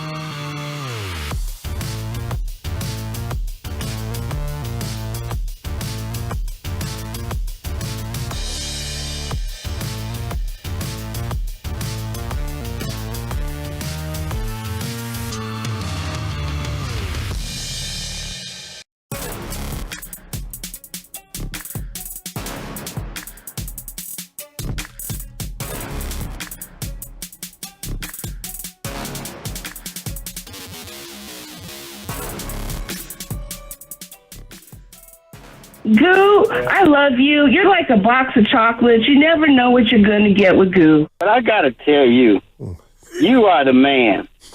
You are a box of peanut brittle. And that's what life's about. Now, back to Steiny and Guru on 95.7 The Game. By the way, Mick Cronin is I'm starting to now come around on Mick Cronin. Yeah. Mick! That's what life's about. I have a history of that. There'll be guys that I'm like, I can't stand this guy. And then a year later, I'm like, I like that guy. Joe Mazzulla? Yes. We all are in He fits the category there, too. You know who else does? Gino Auriemma. You didn't like Gino? No, I didn't. Not at the beginning. Why not? I thought he was arrogant, Well, he is. Has a reason to be. I kind of held it against him that he never tried to coach men. Wow. But, hey, still stay in your lane. It could happen, though. Looks good. Yeah, I guess so. 888-957-9570 is the number. Do the Lakers scare you more with Doncic or when they used to have Anthony Davis? Man. Obviously, Doncic will be playing. 925 says AD's impact for the Mavs has kind of been like Jimmy's. They're 4-1 with him playing. Yeah, he can change the way a team looks, no doubt. Let's go to Sam in San Leandro. Hey, Sam, how you doing? I'm doing great. Cool. You guys are doing a great job, too. Great show. Oh, thank you. And I'm thinking to myself, I see the Lakers and everything, and I'm thinking, we used to be kind of scared of AD and LeBron, but to us and the Warriors, they seem, if the Warriors play the game, they can handle them. But now we got Luka out there with Reeves, so that's what I think is going to be better for the Lakers. They're going to have more energy when LeBron goes and gets his rest. They're always going to have a superstar scorer in there with Reeves to facilitate and do his thing. So I think right now it's going to be a high-scoring game and even a high-scoring playoff series because people are just going to be running up and down the court. And I was going to say a great interview with Sleepy Floyd, and I was thinking to myself, man, can you imagine Patrick Ewing transferred from North Carolina to Georgetown? What if he would have stayed at North Carolina? Because he was going to North Carolina, and he said he went to Georgetown instead because there was some stuff around. He was getting scared out there, but he was going to North Carolina. Patrick Ewing. So we would have never even heard about Georgetown if he would have stayed at Carolina because he was the intimidator for the whole big. He was the most impressive player that's ever played in college basketball. Defensively. I was hoping he would talk more about that. And so you guys are doing good. Oh, thank you. I think LeBron, LeBron is the one. Do you think they're going to let little LeBron come in the game and show off with Pops? Well, what do you guys think about that? I'll tell you, Sam, if we see Bronny, it's a blowout. And nothing against the kid. Shasky and Spadoni brought up a nightmare scenario. Which I don't know if it's a nightmare for Spadoni. Uh-oh. He's right about the Ewing thing, by the way. North Carolina? Ewing. I didn't know that, actually. Yeah, he believed that there was a presence of KKK in North Carolina, and so he decided to go to Georgetown. Wow. Man, I know I would have. Let me see, what was I going to say? Damn. And I forget. About Spadoni and nightmare scenario with Bronny. Yeah, they said the nightmare scenario is Lakers blow out the Warriors, and in garbage time, Bronny makes a shot and does the night-night. Oh, my God. Could you? Nah. Of course I could imagine that. 56. Everybody's doing it. Bronny's not that type, though. He wouldn't break that out. LeBron is. Maybe LeBron breaks it out. What if Luka does it? LeBron got 3 L's against the Chef in the finals, Stein, in the biggest stage. Mate, that's why he would maybe want to do it even more. Night-night. 888-957-9570 is the number. Wow. Daunting 2-game stretch for the Warriors tonight in L.A., tomorrow against the Nuggets. The other thing about the Nuggets is now they come in here tomorrow. Well, you expect them to be frisky. No doubt. And fresh. Like some Wonder Bread. Exactly. So, and the Lakers haven't played for 2 days. They didn't play. They haven't played since Sunday. Man. So that's another reason why it's just not. That's why I'm calling it tricky. Yeah, shout out Run DMC. They had a great song, Steiny. It's tricky. But I'm trying to be selfish here with the math. Because Fitz said this the last telecast these next 4 games, obviously that Sunday being the 4th, we'll kind of know, the Warriors will know where they're at. But, Stoney, there's a piece of me that wants that answer by Sunday, but there's also that looming game of the Clippers, the last game of the season here. Do you think where we're at now, and it's like, Goo, you're asking me to say something, I don't have the information, but I don't think we're going to know by Sunday if the Warriors can kind of say, okay, we got this game, we're locked into this. I think it's just an ongoing thing till when the games run out, maybe a game or so left, you'll kind of know where you're at, because right now it's so in flux. No, you're right. I mean, after tonight, they play Denver, then they play Houston, and that's a tough stretch.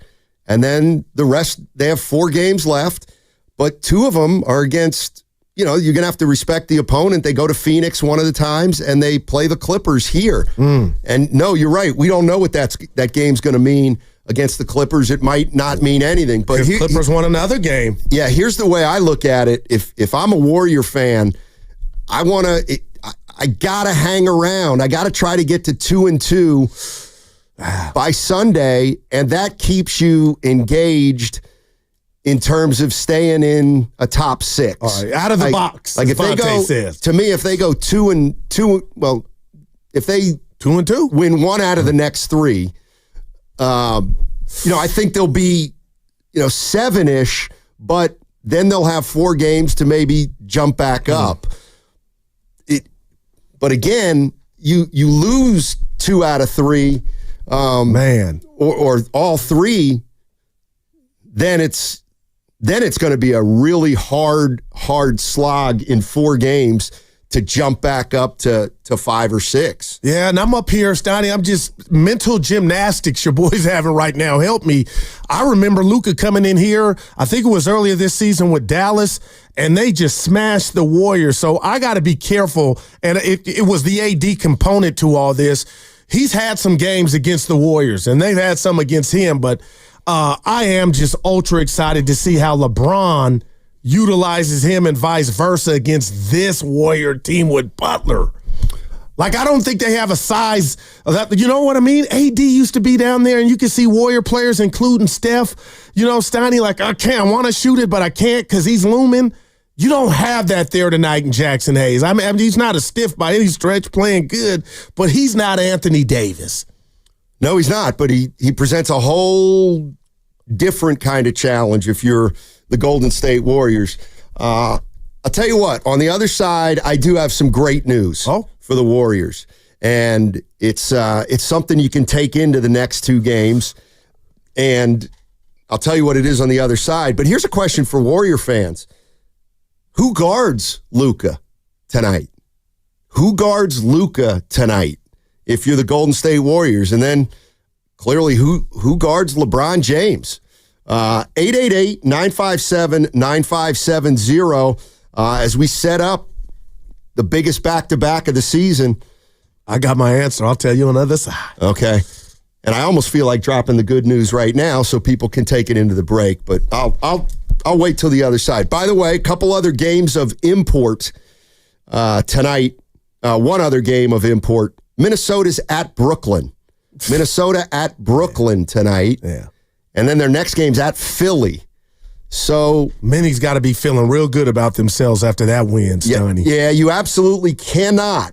You cannot count on the Timberwolves losing, but I do think if you're the Warriors, you have to go into the next 2 games assuming that the Timberwolves might win the next 2 games, and then what does it do? 888-957-9570. Warriors in LA to take on the Lakers, and they've got Luka Doncic and LeBron James. It's the first meeting between the teams since both trades, and who's guarding who tonight? 888-957-9570, and I will give you some real good news to take into that game tonight. What's coming up on the game is brought to you by Fremont Bank. Here for you, here for good.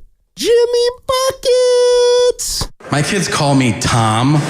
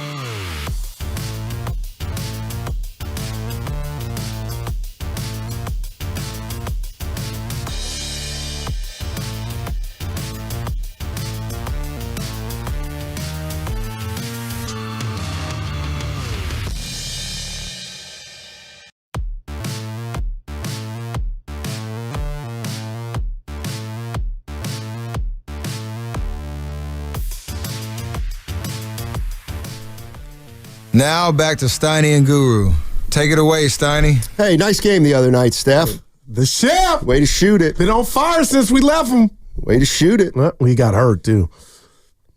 All right, you want good news. This is a great little stat nugget that Evan gave me. All right, so here's the starting lineup the Warriors have been using. Curry, Podziemski, Moody, Butler, Draymond Green. That starting lineup is 12-0. Ooh, undefeated. That starting lineup is 12-0. Okay. So you got to start it, right? Or do you? All right, let me just go through this here. This is who they've been starting, the Lakers. Austin Reeves. Baller. Who guards him? Steph. Luka. Evan, I'm giving Evan some love. I would put Butler on Luka. Okay. LeBron. Draymond. Hachimura. Oh, man. Who's Pod's guarding? Wow. And I'm wondering if maybe Post starts tonight. I don't know. That's a very big team. By the way, very big. I thought they'd put Moody on Luka. Yeah, that's what I was. Instead of Butler? Yeah. Void foul trouble. I mean, if one of them were to get in foul trouble, you'd wanted Moody over Butler, but. And obviously, a lot's going to be switched, and in transition, you got to pick up guys, but 12-0, Steiny, you can't go away from it. Yeah, exactly. You got to, and the Warriors, what do they do best? Go small, right? You got to see if it works. I guess. You know, this is. You don't want to overthink it. The old Don Nelson, I know what he would have done here. He'd put Podziemski on Jackson Hayes. Right. And just beg the Lakers to try to go to him. Because that's wouldn't be really their identity. But 888-957-9570 is the number. The Lakers tonight. And let me ask you this, Goo. Butler getting to the Warriors and Doncic getting to the Lakers were the two monster moves at the trading deadline this season. All right. And which one was better? And it's Warriors on mine all day. Right. But it's Luka because of his age and because of what he's going to be and what they have in their possession after LeBron. I don't know what the Warriors have after Curry. And obviously we don't want that ever to be, but that's the double entendre to me. The fact that you got Luka for the future as well, and you're a player, or you got a chance to get the chip this year. So to me, it's the birth certificate of the ramifications that Luka's going to be there forever. 10 more years, maybe. Yeah. I mean, yes, absolutely. I mean, Luka Doncic is probably going to play longer than Anthony Davis. I don't think there's any doubt about that. I didn't even go there. I'll be honest with you about the whole Jimmy Butler to the Warriors, and everybody knows that their ages scare me. The big three's ages scare me, and I'm just concerned with what happens in the future. However, I mean, if this is Curry, and I don't expect him to play every game like the Memphis game, but if you're convinced Curry can still play at a high level, I mean, in a way, isn't your future set for the next 2 years at least? And that's why your partner told you I'm excited about that. Yeah, I did that early. I was there. No, I know. And what I'm wondering is, I'm letting next year alone, I guess is what I'm saying. I don't know what's going to happen next year, but I do want to find out how good this team this year. 925. Wait, was Steiny's good news that the Warriors starting five can't cover the Lakers starters? No. That they were 12-0, right? This group of the Warriors starters is 12-0. Yeah. 12-0. Curry, Pods, Moody, Butler, Green. That starting lineup is not lost yet. And the newness of what you just mentioned, the trades, makes this showdown. Forget everything and the games that they've played in the past. We remember them. But you know what I mean, Steiny? Sure. This is the first one. This is Steve Kerr this is from Willard and Dibbs yesterday, what the Memphis win meant. It's right up there for sure. You know, we've had a handful of them that have been very gratifying, but that was as good as it gets. You know, on the road against a team that's really good but struggling a little bit and desperate, knowing they were going to come out and play with a lot of force. Yeah, that was a big time win, and now we got to get right back at it tomorrow against a team. Again, that we're right next to in the standings and could face in the playoffs. You got to be ready for all of these games now. All right, that's Steve Kerr, and the Warriors right now have 7 games left. 7 games left. Kid me? How do you play it if you're Steve Kerr? Yeah, season ends next Sunday. Although I've always been confused because next Sunday is this Sunday. See what I'm saying? The next Sunday is actually this weekend. But that's not when the season finale is. It's the next Monday. No, I'm kind of different. No, the Sunday coming up is this Sunday. Mm-hmm. So if you say, Goo, I want to kick it with you, come over for dinner next Sunday, right? That'd be the Sunday after this one. No, and you're right, and that's conventional linguistics. Yeah. But if I say, Guru, when's the next Sunday? Well, a couple days. Yeah. See, it's just a little confusing. That's all. Not a big deal. But let's go to Al in San Francisco. Al. Hey, Al, how you doing, buddy? Hey, how you doing, guys? Thank you. I just want to say my starting lineup. Yeah. Lakers are big and tall, and so is Denver tomorrow. So, you have to go. You have to try to, to match up with them. So I would say Draymond Green, Guy Santos, Curry, Moody, and Butler for a starting 5 tomorrow. Today against the Lakers. Guy Santos will match up better with Hachimura and Reeves than Brawinski would. That's it. Bye. Appreciate the call. So he would take Pods out of the starting lineup and put Guy Santos in there. Let's just say there for a minute. How shocked would you be, scale of 1 to 10, if that did happen? I wouldn't be shocked. Because they are long. I wouldn't be shocked. And Drake could go to the 4, which we know he prefers, and then Post would be your big.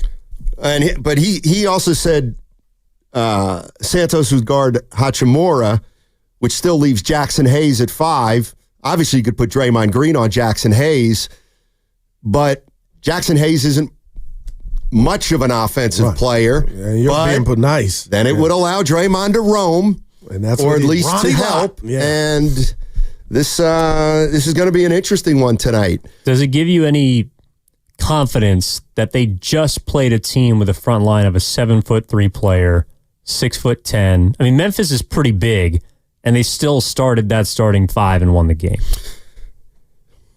Yes, it should.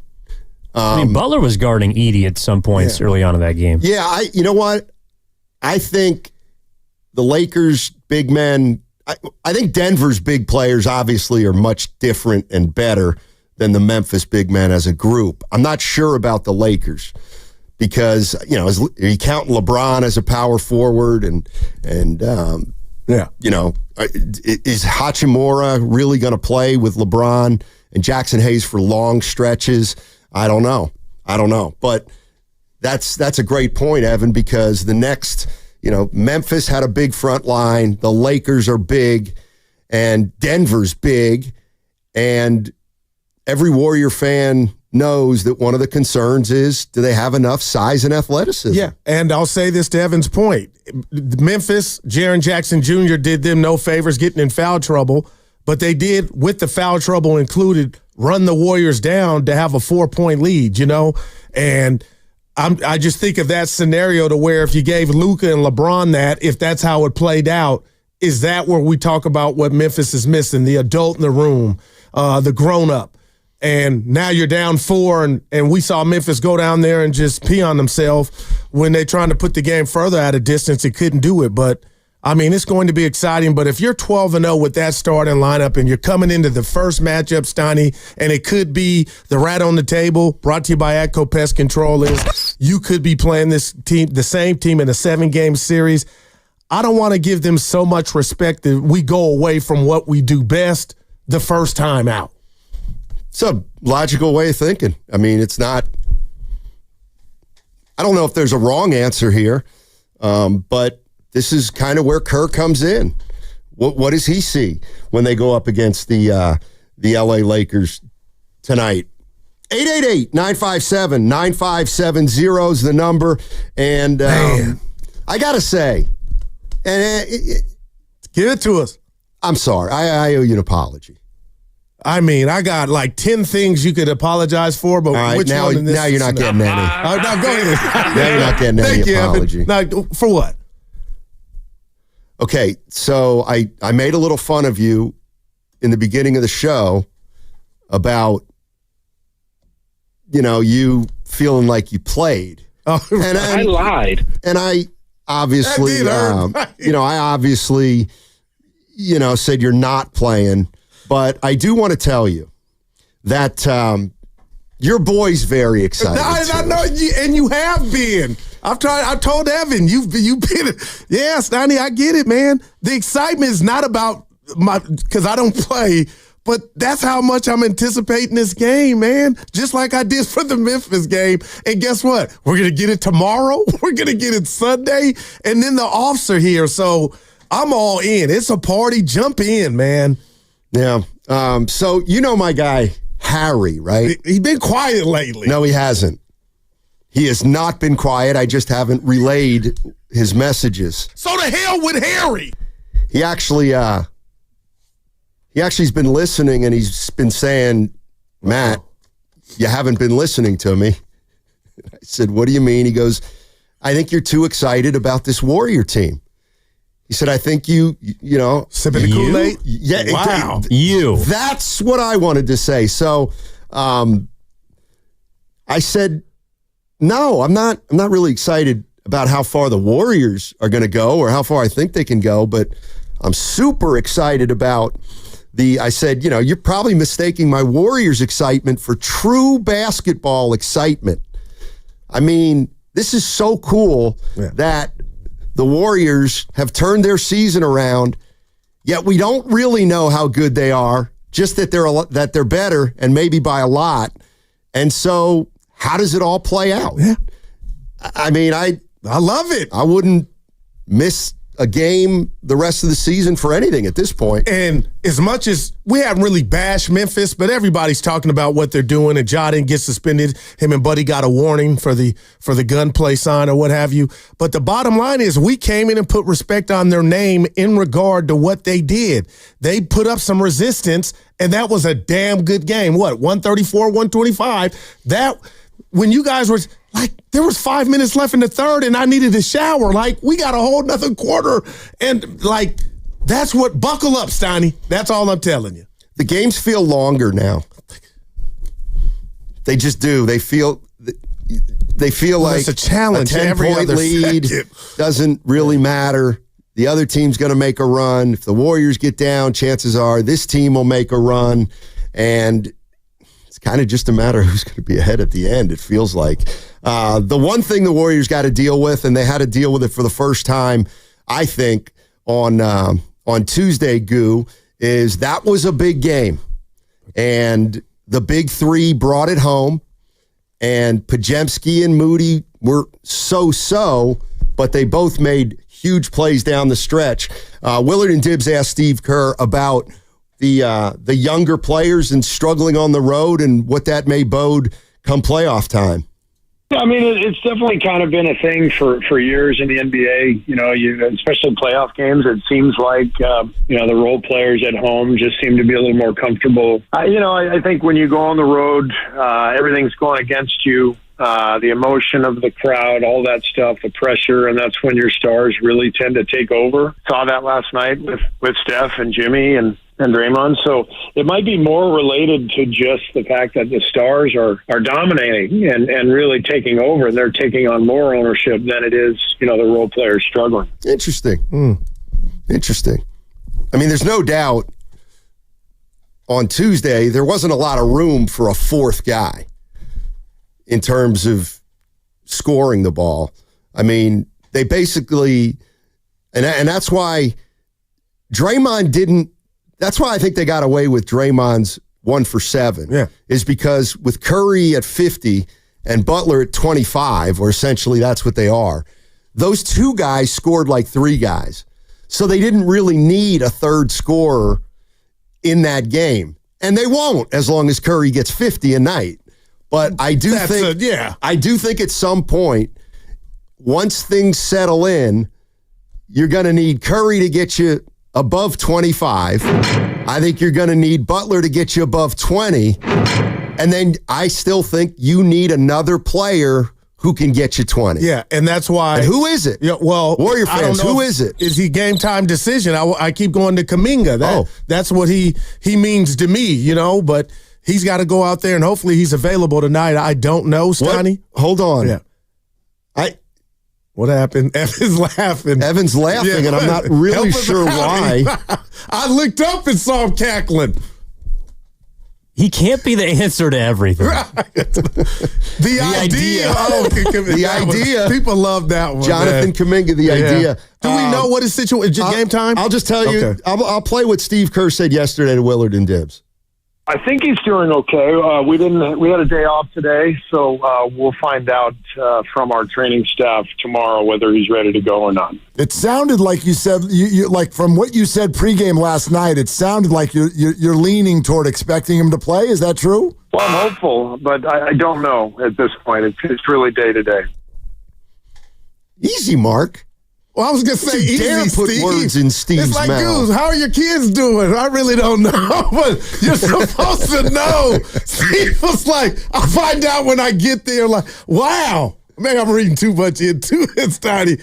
That was I kind of thought the same thing. He don't care. I don't want to say that, but that's how it, man. Boy. We'll see. Yeah. Listen, how about this? If he doesn't play tonight, I'll give you this. Then they'll need him tomorrow, at least some. Seriously. Who's going to be the third scorer for the Golden State Warriors?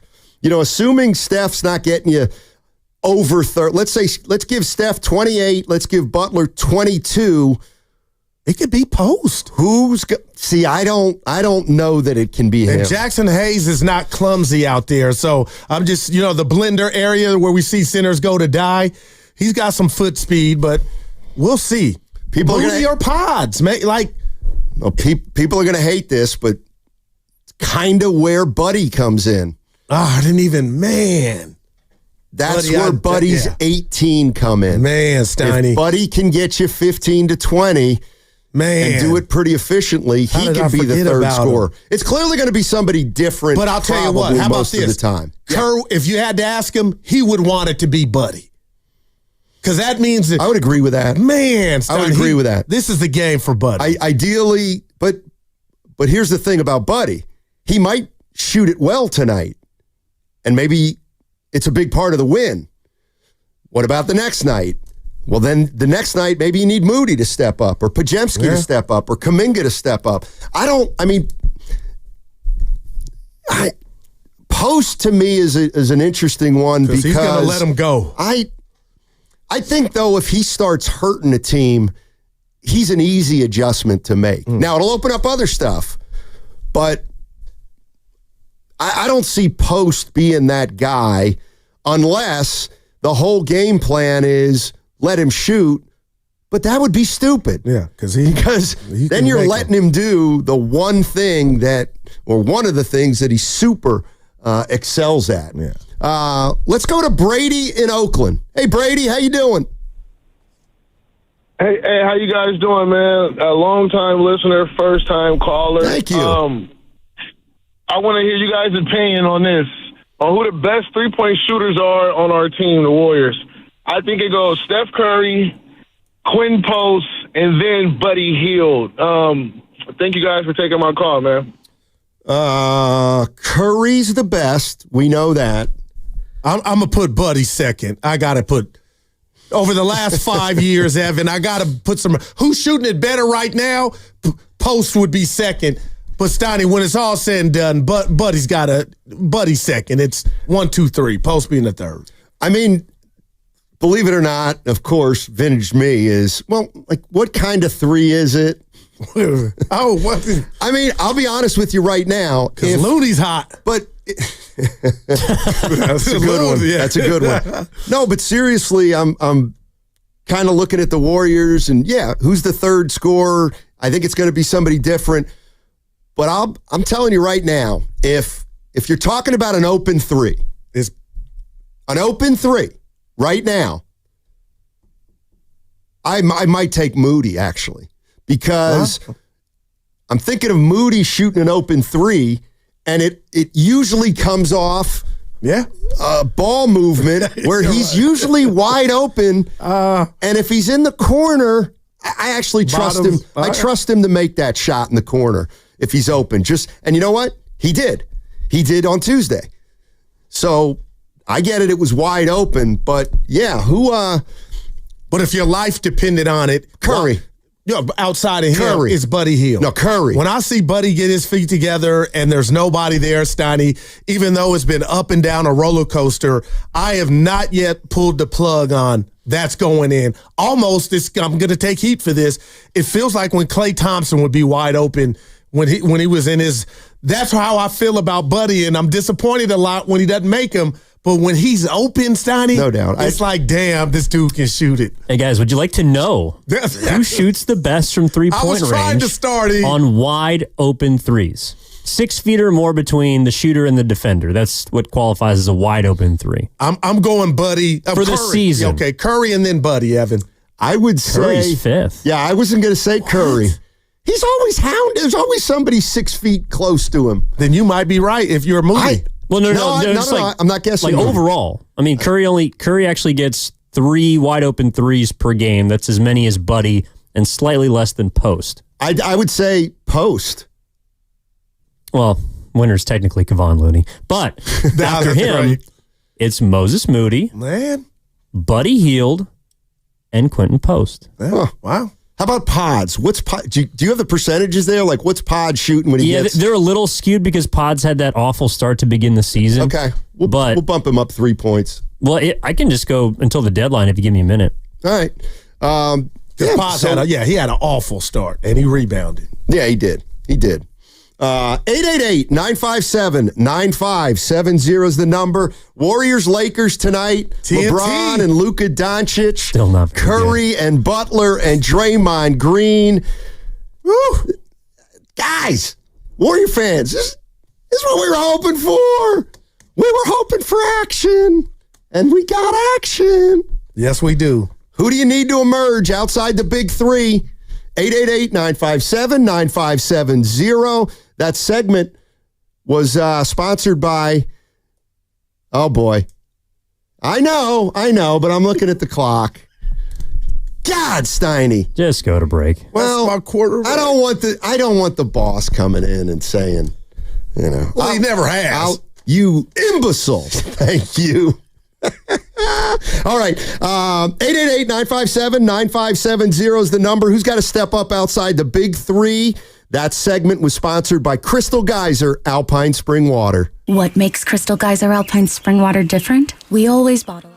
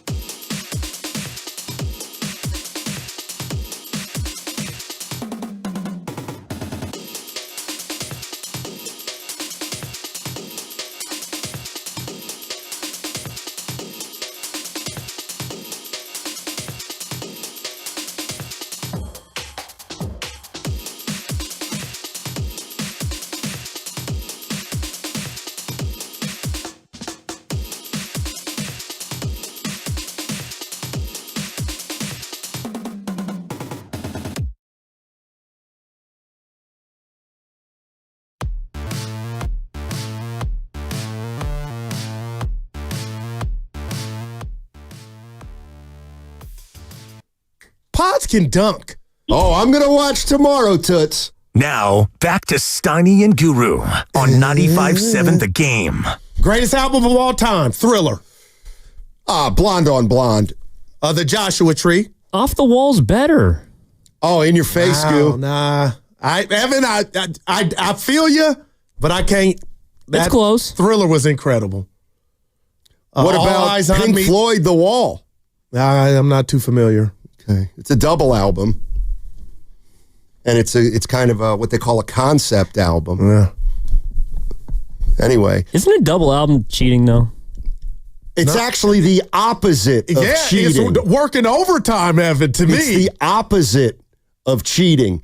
It's an artist who is so prolific. Yeah. He doesn't have to, that's 8 songs, I'm done. No. I got 16 songs in the hopper. Yeah, but I'm not going to enjoy all 16. Huh? You ever listen to Blonde on Blonde? All eyes on me, Evan. Yeah, you don't skip. Yeah, You don't know every a little single Pac. song. Yeah. Little Pac. What you know about Pac? You either ride with us or collide with us. That's how it's as simple as that. Look at my man. For me and my buddies. Something called trimming the fat. Boy. Hey, little people, real quick. Some people are disappointed in you. For what? Because you're in a good mood. I'm having a great day. Everything. Oh, no. But you oversold the good news. They're 12-0 with that starting don't lineup. Tell me during the break. And Evan, that's a nugget. It is a factoid, but I thought something more was popping. That's all. Like for what? Like what? Give me an example of what you thought it might be. LeBron's out tonight. Yeah, something. Okay. But boy, yeah. Okay. Well, you sold it. 888-957-9570. Look, this is the stretch run. Boy. There's no doubt about it. And the Golden State Warriors have only meaningful games left. They only have big games left, and it starts tonight against the Lakers. Let's take some calls here and find out what the masses are thinking about tonight's game. I'm not going to call it a must-win. AJ in Los Angeles. He's down in L.A. Is he a Laker? What's up, AJ? How you doing, buddy? Hey, what's up, man? Hey, first off, I have Off the Wall over Thriller, just to be clear. I might be in trouble. Wow. Yeah, okay. Hey, so start lineup, right? Yep. So I think this 12-0, cool. It's doing what it's supposed to do. But to be clear, we've watched that starting lineup get smoked in the first quarter and fourth in several games, but backups found a way to pull through. So when it comes to matchups in the playoffs, because that's what's really important in these important games, I think matchups should be the focal point and not based on trust or this weird trust thing that Kerr's have with these small guys, right? I think he needs to really consider, something. You got to get JK involved somehow in this starting lineup, or Gee, or Post. You got to get some size or at least I would say Gee or JK. And I'll say this because when it gets really important, and we saw the other night in Memphis, Potts and Moody kind of really didn't hold their own in the point of attack. I mean, they really attacked Potts in particular, and they were coming off a back-to-back, and Steph had to have the best game of the season against a down-turning Memphis team on a back-to-back, So Steph's not going to be like that every night. So let's get some guys. Let's get really serious with this starting lineup thing. We got to get serious. Put some guys out there who's going to, where Steph can just have a great game and not just be an alien out there, No, I hear you, AJ, and in a perfect world, yes, in a perfect world, I think Kuminga is your number 3 scorer. Man, that's nice. However, he's not that player right now. Right. And he might not even be available. Well, and I'm talking. He might not play tonight, but I'm talking down the road. Yeah, you'd love him to be your 3rd leading scorer pretty consistently, but right now he's not that player. And right now, even before the injury, I'm not sure he's getting enough playing time to become the 3rd scorer. again, this goes to Evans Nuggets, Donnie. It sounds like AJ, and I'm not saying he's wrong, but I question, I guess the 12-0 with this starting lineup doesn't mean anything. And let's just say our job. Let's say we had a routine and we came in here and we did the best shows we did for 2 months and the ratings are through the roof. Would we really go away from that? No. So that I bring that up because 12-0 is 12-0, and I don't think they're going to change up because the other teams got more length. It's like every team's got more length than us. I don't know what he's going to do. I really don't. I know that Kerr's never been afraid to tinker, even when things are going well. And this is a small team that they've been starting. And that team across the way tonight is big. I mean, they're big at every position. That's the issue. Would you guys respond? Like, Post would be the 5. And exactly. And who would you take out? It ain't Pods. Who's going to bring the ball? Or are we putting that on Curry? Hey, Curry or Draymond can bring it up. But I would think it would be Pods who would come out of the starting lineup. Yeah, the only reason I'm asking is because, strangely, in 41 minutes that 5 is played together. So Curry, Moody at the 2 with Butler, Green, and Post as your front line. They're minus 15 in 41 minutes. And the starting 5 that we talked about is literally their best lineup by plus minus. I think we're going to see that all the way to the end. Yeah, I mean, it would make sense. When you put it that way, it makes a lot of sense. Let's go to Scott. Scott's in Pleasanton. Hey, Scott, how you doing? Good, Steiny Guru, thanks for having me on. Sure. I think the way that the Warriors are going to beat the Lakers today is really you got to have Moses Moody being your number 3 big-time scorer, followed by, I would say, Podziemski. And then I would say probably Post, then Heel. Why do I say that? Tonight is going to be an example of, your entry to playoff basketball. It's going to be physical. And when they see Post out there, the Lakers do a lot of high screen, ISO mismatch. And Post is going to be the odd man out. Whereas at least Podziemski and Moses show up and do the necessary things to rebound, play tough defense. And Pods has got to start scoring when he's open. He had a terrible game against Memphis. Yeah. That's why Curry had to really show up. And Moses came in late towards the end of the game. Even though he didn't have a great game, he hit the big shots. Yeah. He did the auxiliary things to make them win. Yeah, they were up 5 when he hit that, right? So now he put him up 8? It put him up 8. Yeah, it was absolutely the dagger. Mm-hmm. Well, but it's so easy to do this. But I think a Steve Kerr shot when Jordan passed him, coming out the huddle. Maybe that was part of it. Plan B, I don't know. Paxson when Jordan gave it.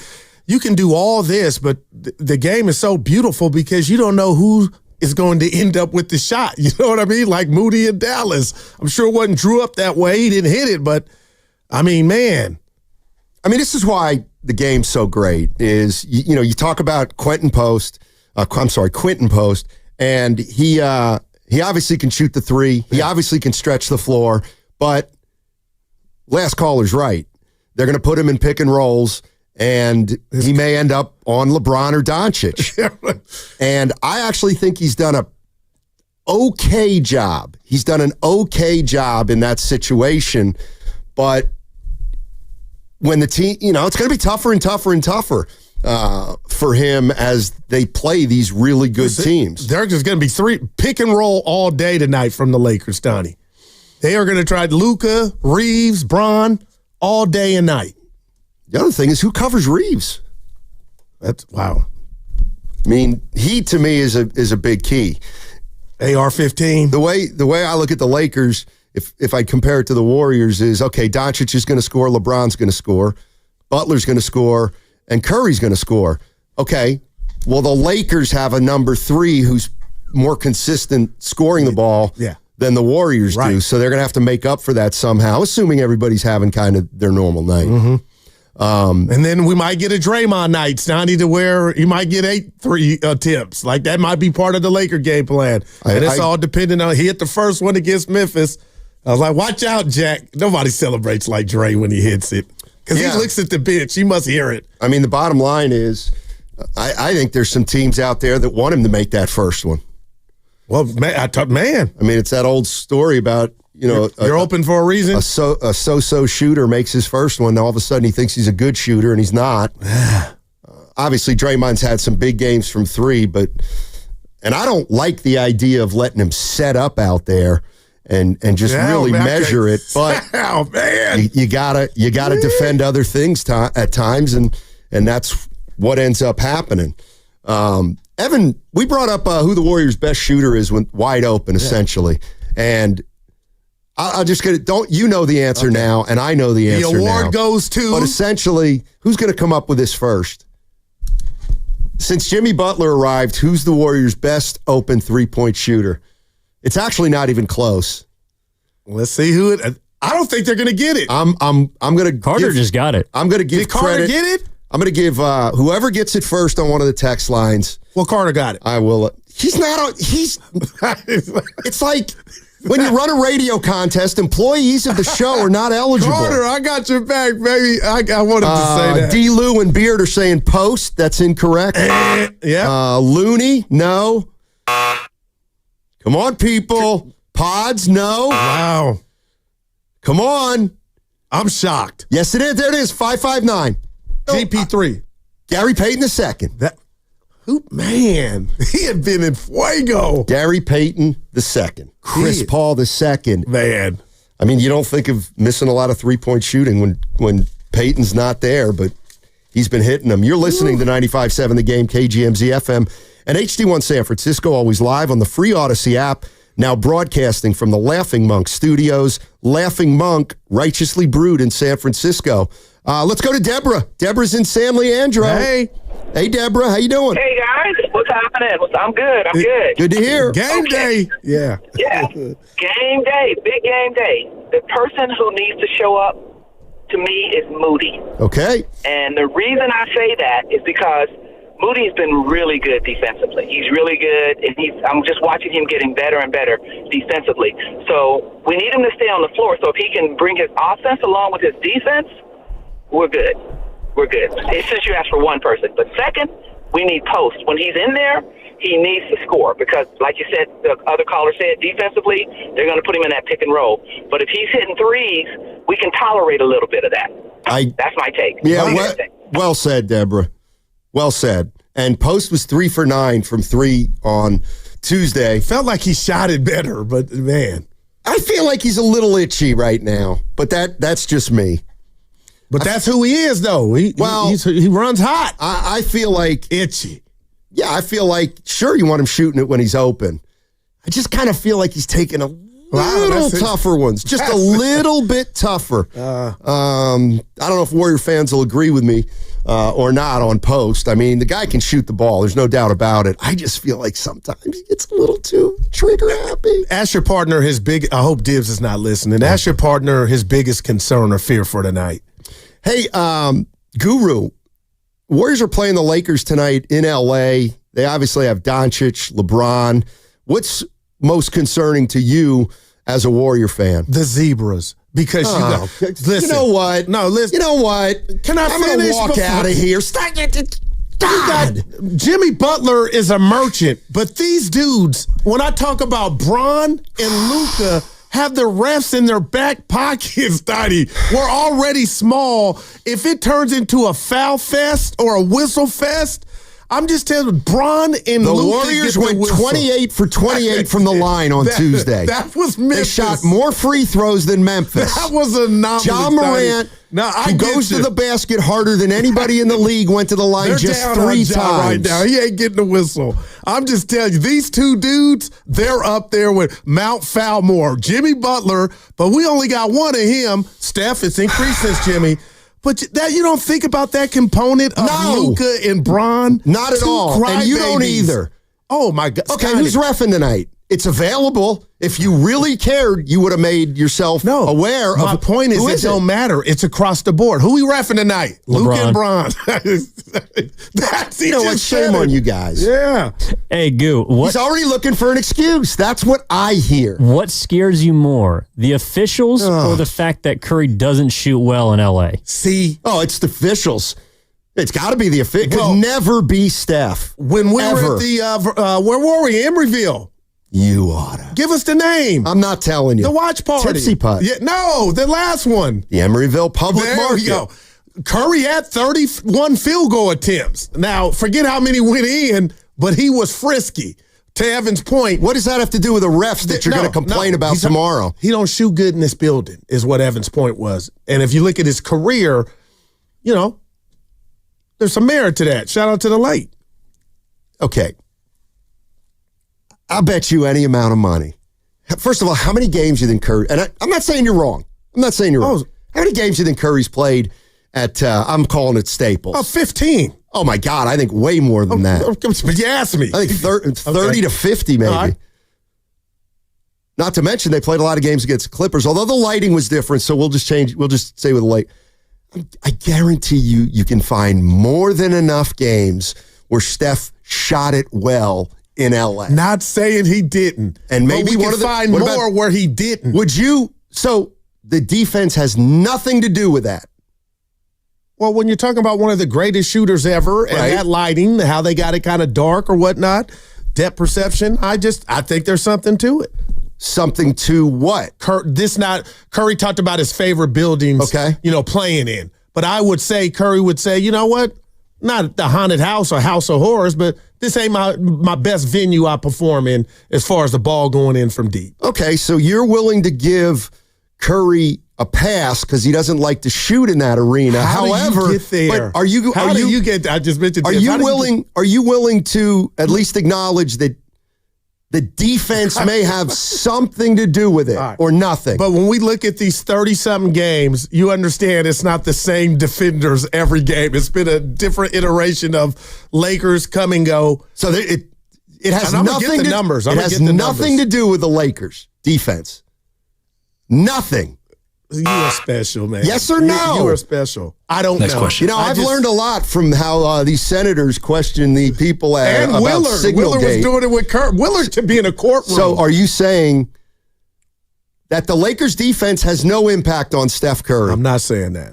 Because I'd be a fool to say that. I'm saying I'm going Willard. Numbers are numbers are numbers. The numbers bear that this is not his best building in regard to productivity. You know how many games he's played there, according to our good friend Jim Mole? Give it to me. 115. It's not like he's shooting 21%. But this would be one of the buildings where... You know why? Because they can defend him. They're big. I know everything. Steph. Yeah.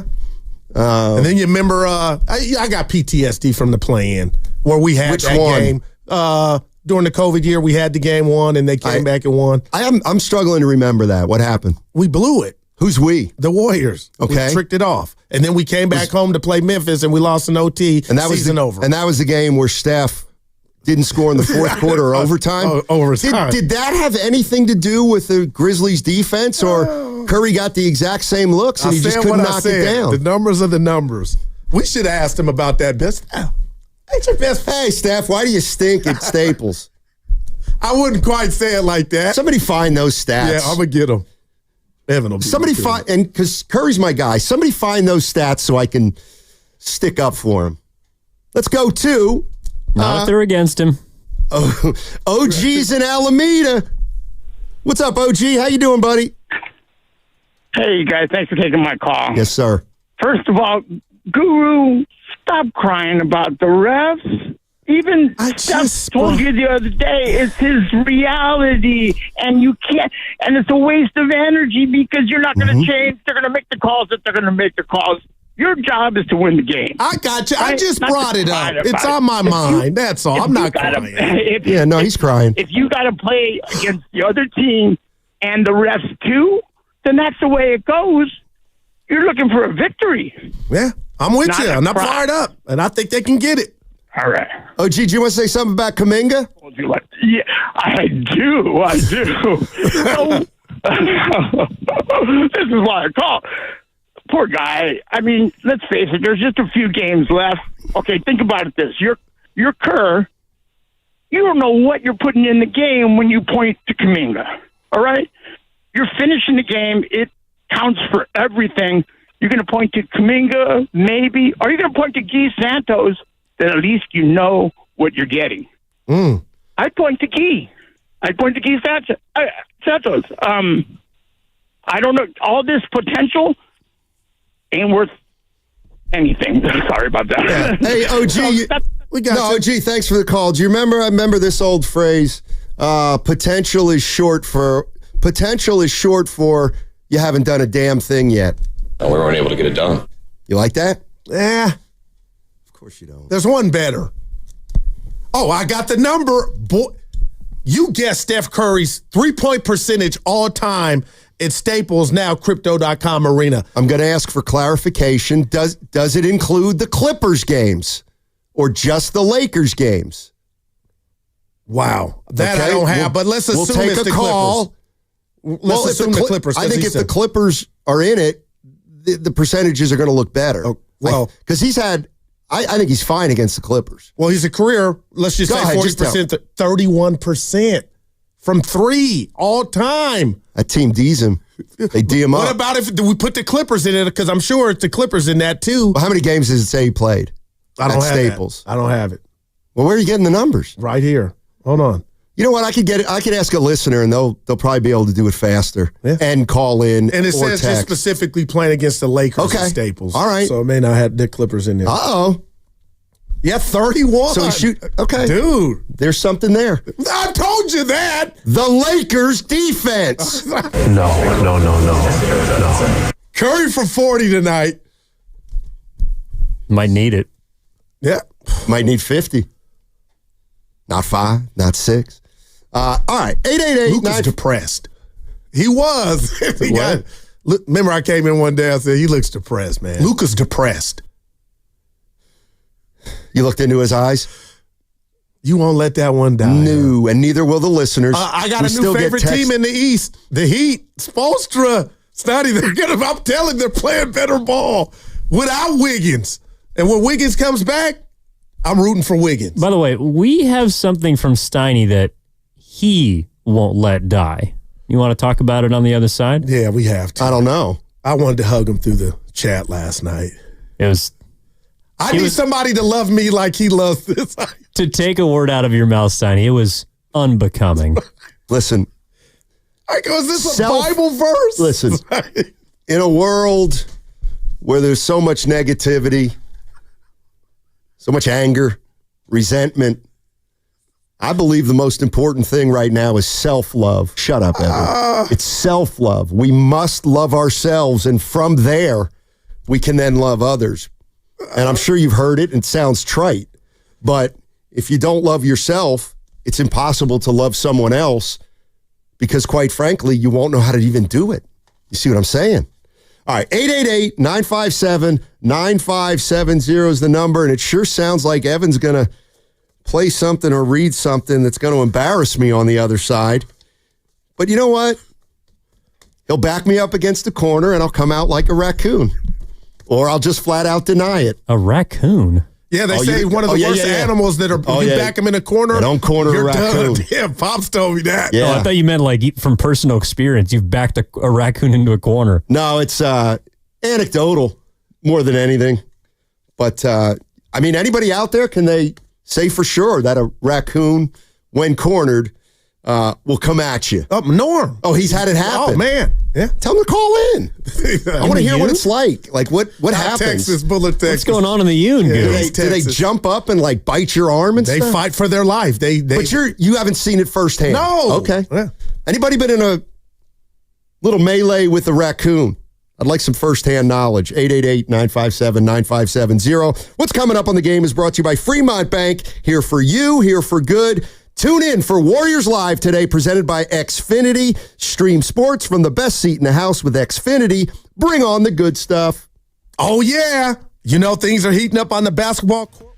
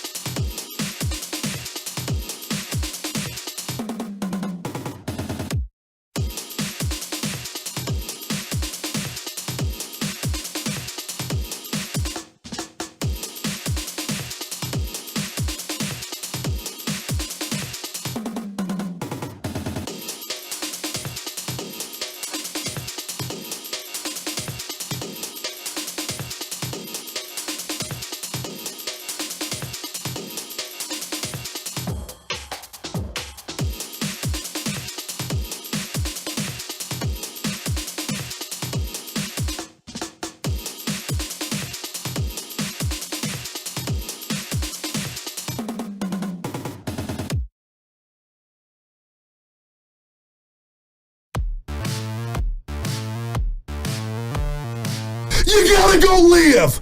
We're Warriors. Hey, it's Moses Moody with the Golden State Warriors. Now back to Steiny and Guru. All right, Moses, a lot of Warrior fans say this is the night to step up. He's my prize pick picks. Over 14, more than 14 and a half points. You like it? Look at you. When would you say? What's the average? I want to say about 13. I want to say 13 to 14. Help me. That's kind of a lot, right? I feel like 14 and a half for Moody is a lot of points. But I got to be careful here. No. I had been cleaning up while he went on that bender where he was making everything. It's been quiet on the set here lately. Pods too, but Pods had that 27-point breakout not too long ago. But tonight, one of the others is going to have to show up. No doubt. Yeah. And the question is, who's it going to be? Which Warrior is going to step up to be their third scorer if it's not Draymond Green, which you wouldn't expect it to be. Hey, I got to get something off my chest. Evan will soon have kids and know where I'm going with this because we're dads. You got 3 daughters. So I text my daughter, Milan, who's in North Carolina. What a wonderful girl she is. You haven't stayed in touch. A woman, I'm sorry. Yeah, my daughter. Yeah. Ask how your old man's doing. I'm not going to. How's the old man doing? I'm talking about me. I'm not going to be around long. Sure you will. So I look at the phone and it says daddy. Then I'm like, oh, how much you need? The next 2 words are I want or I need. 120 for hair getting, just throw me off. And 120 for hair? That's not bad. Yeah. How often did she get her hair cut? It's done, but I don't know. Well, you should find out. Well, I'm irritated that I knew what daddy meant. It wasn't legit. Daddy. How you doing, Pops? It was, I need some chicken.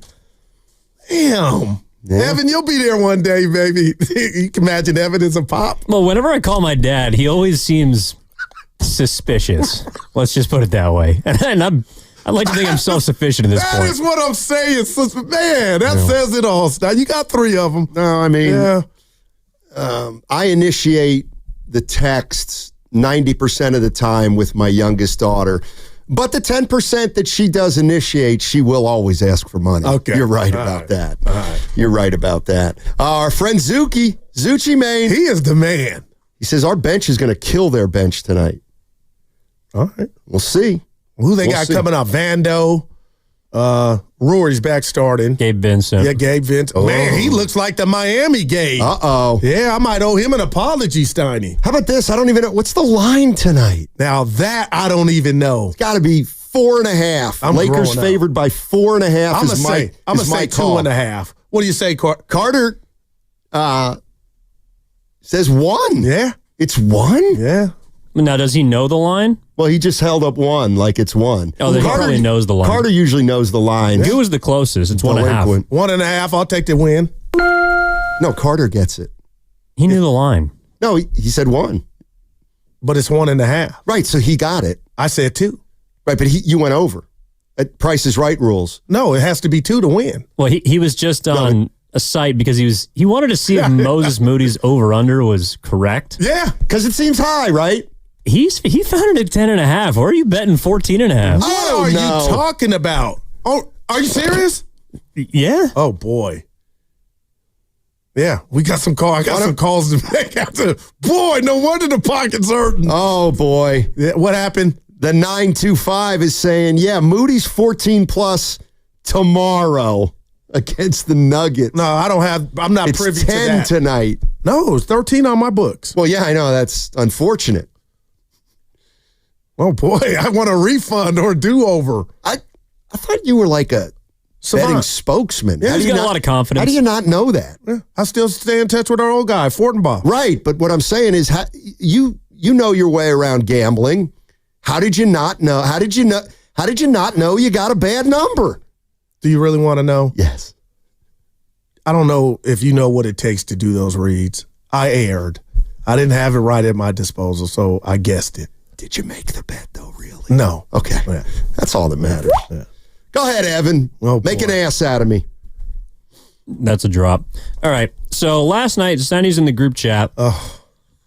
Unsolicited, unprompted, completely out of left field. Left field.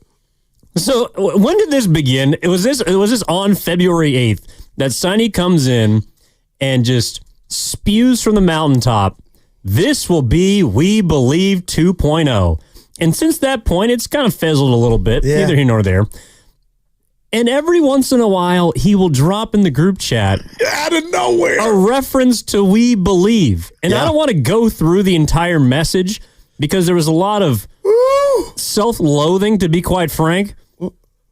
You and Larry Bird are the only ones that can see something around, and then I didn't read the rest. Oh, my gosh. But why do you have this fixation on We Believe and this team either not amounting to that or being the same or being better? You got to live in the present. Listen. Thank you, Evan. Those who don't pay attention to history are destined to repeat it. Oh. The bottom line is this.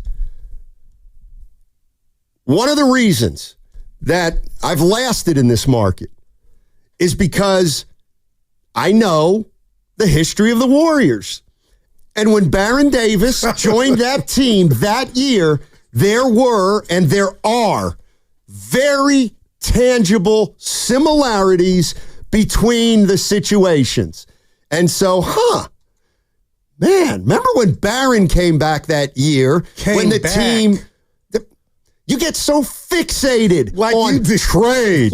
He basically did get traded at that point because he wasn't playing before that anyway. No, he wasn't. Dude, he wasn't playing. He was hurt for the first 2 years he was here. It's like you're trying to say, Goob, the dog is a turkey. No, what I'm trying to say is stop thinking that everything that happens now is the first time or the greatest or the best or the most unique. You just to write it and send it back to read. What made you go there again? Because yesterday you brought up, Stein, is this the greatest trade of all time? Greatest trade of all time. It's like, they haven't even won a playoff. They're not even in the playoffs yet. So don't hold it against them. But right now it fits because the train looks like it's headed that way. It doesn't fit until they advance. Was already here, Steiny.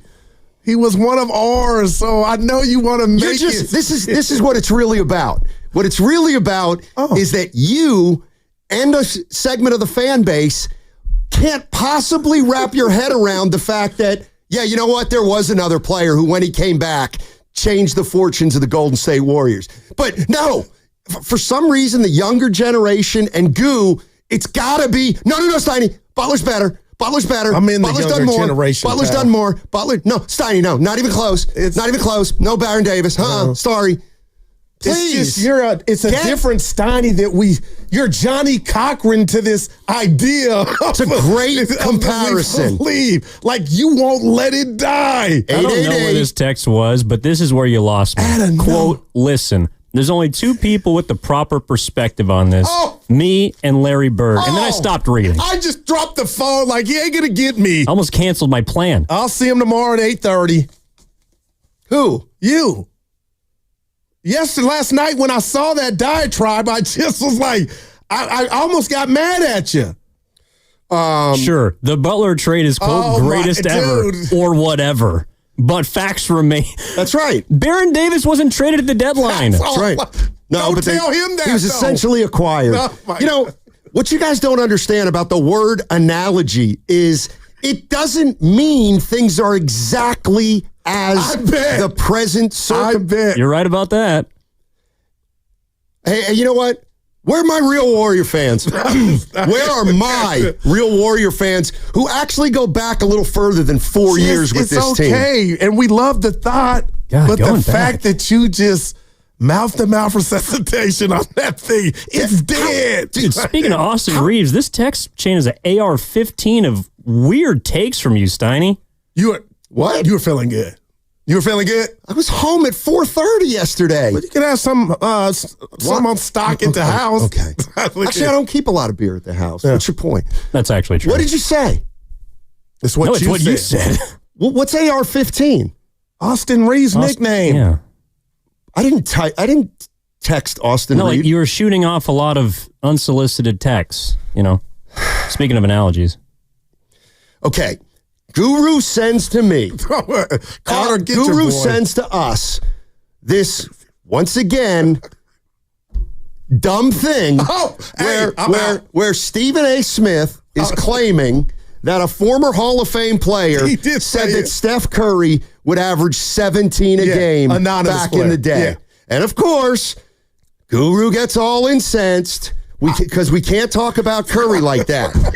And this whole, let's get into it. This whole cockamamie, my generation doesn't respect yours. Man. Okay. That's why Larry Bird and I are the only ones who can speak to this. Both of us, Larry Bird and myself, okay. Oh, boy. are extremely complimentary of this generation and absolutely in awe of their talent level and ability. Same token, we respect the past and understand its greatness. Steph Curry would have adjusted to the physicality, and Isaiah Thomas would have learned to shoot the three night-night. Thank you, That's Steiny. legit. Well, then why did you make fun? Why did you make fun of me? It was about the we believe. That was, and we're going to play the Draymond sound about, him in the, I don't like this. Just as a 50-year-old man, I do not like youngsters and the OGs hating on each other's era. And Sleepy didn't do that. He's not that type. Most of the players from the past do not disrespect this era. There's a vocal minority, and that has caught the attention of the present-day player. But I think it's overstated. But since we're talking about it, Draymond Green, and how about this for irony? Goo? I like that word. Draymond Green on his podcast with Baron Davis. Who's getting more run. Who, if you don't know, came back from injury in 2007, led the Warriors to a 16-5 finish. Then they beat the Dallas Mavericks. Then they lost to the Utah Jazz. And I mean, if you're any type of Warrior fan, the Butler acquisition just brings back memories of Baron Davis coming back from that injury and leading a big run. And my only point is, as great as Butler's been, he really hasn't done for this team yet what Baron did for that team when he came back. Okay. I don't need you to respond. No, I won't. This is Draymond Green and Baron Davis about respect the younger generation and the older generation.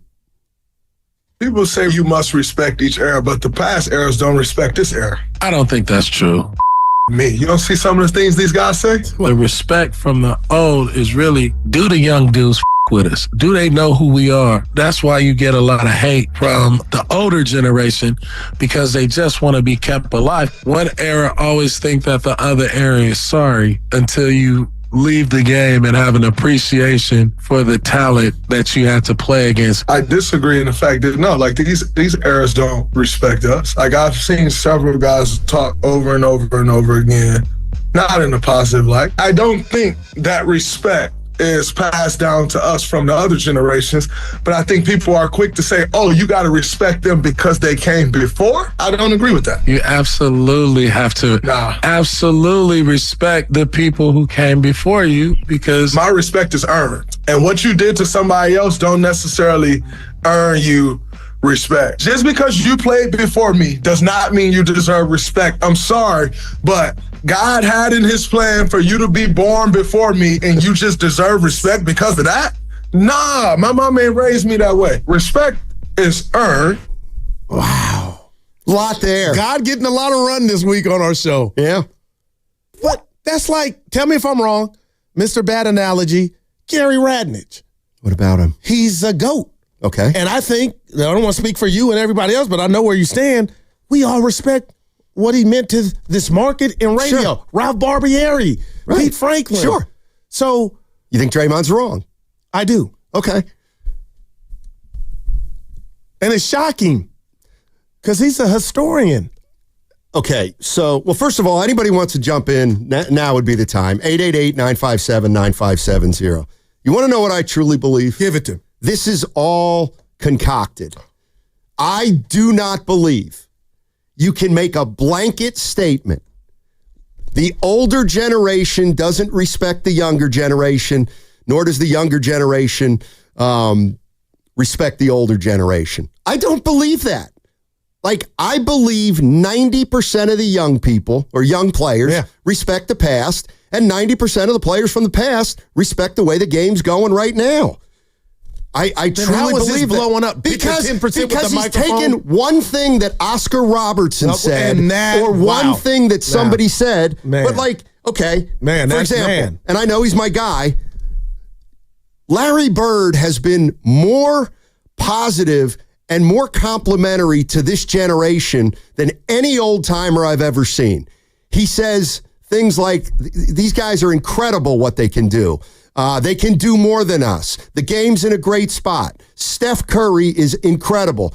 Klay Thompson, he's my favorite player to watch. Jokic, I would have loved to have played against Jokic. Right. Not because he thought he could school Jokic, but because the way Bird thinks, he wants to play against the greatest players of all time. So he wanted to play against Jokic because he respects Jokic. You know, Steve Kerr has never talked bad about this generation. Yeah. You know who else hasn't? A guy you'd think. I think Rick Barry has given this generation nothing but compliments. He acknowledges that they have advantages that he didn't have in terms of working out and nutrition, and that because of it, they are more developed in terms of being a complete basketball player than the younger generation. Yeah, I mean, I think Shaq is complimentary to the past, and certainly Sleepy Floyd is respectful of the present because we had him on earlier. And today. you can add Magic Johnson. Like I just know, but Steiny, I will say this about the youngsters in different sports. Do you believe there's any NBA player that's not familiar with how great Larry Bird was? Sometimes we hear them, they're like, who? Well, I'll be honest with you. Like that shocked me to where I don't take that as disrespect, but I'm like, damn. Well, this is where you've got to understand what getting older means. Okay? So Bird played in 85, 95, 05, 15. That's 40 years ago. So that's like me at 20, 1984, understanding the great players from 1944. So you ain't holding it against them. Not a guy like Bird. Who were they? What? In 1944. Hey, ass. This is Friday. Lay off my guy. But I get where you're going. But I really believe that comment. Like, I didn't know about George Mikan. Big O. And when the Big O said what he said about Draymond, that cut Draymond. And if you want to be honest, Big O might have went too far. Nobody cares about what he. But I think J.J. Redick went too far, saying those guys played against plumbers. See, now that's disrespectful. Exactly. Let's go to Matt in San Jose. Hey, Matt, how you doing? Kerr weighed in on this too yesterday on Willard and Dibs. I'll play that for you. Hey, Matt, how you doing? What's going on, my man? How you guys doing? Doing well, thank you. Look, man, this old head versus youngin conversation, I think one thing that we do is we have the conversation without digging deep enough. If we look a little bit deeper into the whole body of work, yes, the players now are more athletic, primarily because the training is different. We have more access to resources now. There's new technology. The way these kids come up is different versus the way athletes had to come up back in the day. And you have to include what racial tensions did to affect that for some of the players that came up. So it's a whole different era. And if you put those guys in this era with the ability to use that technology and all those resources to, harness their game and grow as a player, we might have a whole different set of NBA records. So I don't feel like there should be any disrespect either way. There should be a mutual respect of what they did prior to what we're doing now. Well said, Matt. Well said. I'm with you. And the other thing is, I heard Spadoni talking this morning, and I agree with him. You can't talk about, well, what if Curry would have played in the 80s? Okay. Then he would have grown up and played basketball a completely different way because he would have been born at a time when the game was played differently. I agree. So, it was more physical. Okay. He would have adjusted. To what extent? I'm not quite sure. But I think Curry would have been okay. Right. Just like if Isaiah Thomas were dropped down today, he'd be fine too. He would shoot more 3-point shots. Yeah. There's never a winner in this when you compare the eras, Donnie, to me.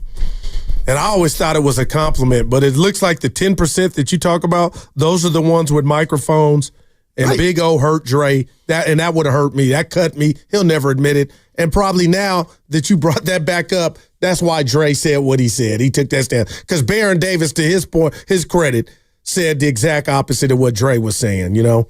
I mean, listen, I don't claim to know Baron Davis. BD. But I was around him for a few years, and I can tell you, like, he knew about the players before him. Man. Hey, Evan, I know you're leaving, but this is no way to send me off. He gave you credit for BD. You dropped the name. Yeah. It's also about. People are saying you've been mad since I brought up the refs in the LeBron and Luka. Like, Jim O'Leary said you got to change. You might be onto something. Not really. Yeah. We believe in you. It's just your text game. I mean, listen, I can't deny that one of my frustrations is that oftentimes the way I speak, you two can't understand. I will acknowledge that. I will acknowledge that. And the why, right? I'll acknowledge that. The why. I do sometimes get frustrated that you guys just, quite frankly, don't get it. But you come out of the A's bullpen. I don't even think they have them. Wherever they say they get ready at their new home. Steiny, I was like, where did this come from? Yeah, I thought you were the raccoon a minute ago, backed up against the wall. Yeah, that's a bad animal. Now, it's like, Steiny, you don't like to see me happy. Goo. Oh, you don't like when I make a great analogy. I back you up you all and the Evan time. just can't. It's like you can't quite grasp what I'm trying to say. Well, when you make and it's a shortcoming on your guys' fault. Yeah. On your guys, you're shooting blanks. Side. That one doesn't fit, man. I'm sorry. The We Believe with Baron Davis. If you ever run into him, say BD. I'm looking for season ticket holders back in 2007, please. 888-957-9570. And this is a hell of a way to send me off as the Golden State Warriors play two crucial games. You know what? Here's what's going to happen. You guys are going to get me mad enough. I'm going to root against the Warriors tonight. And that'll have no bearing on and the outcome. What? You know what? Now that I'm mad at you, I hope you're happy. Because I didn't read this text. Hey, be careful. Tonight is a win-win for Guru. If the Warriors win, he's happy. And if the Lakers, his favorite team, win, he'll be happy. Evan, you made me do that. That is so weak. You made me do that. That is all right, weak. 888-957-9570 is the number. I see some calls. We'll get to you guys on the other side. Also going to listen to some more sound with Steve Kerr. Talking about this generational situation that just doesn't go away. That segment was sponsored by Life Source Water Systems. That mother Evan. It's a showdown in L.A. Stephen Curry. Curry gets an open three. Look, it's on the way. Tie game! Tie game! There might be one more gift left under the tree. LeBron James.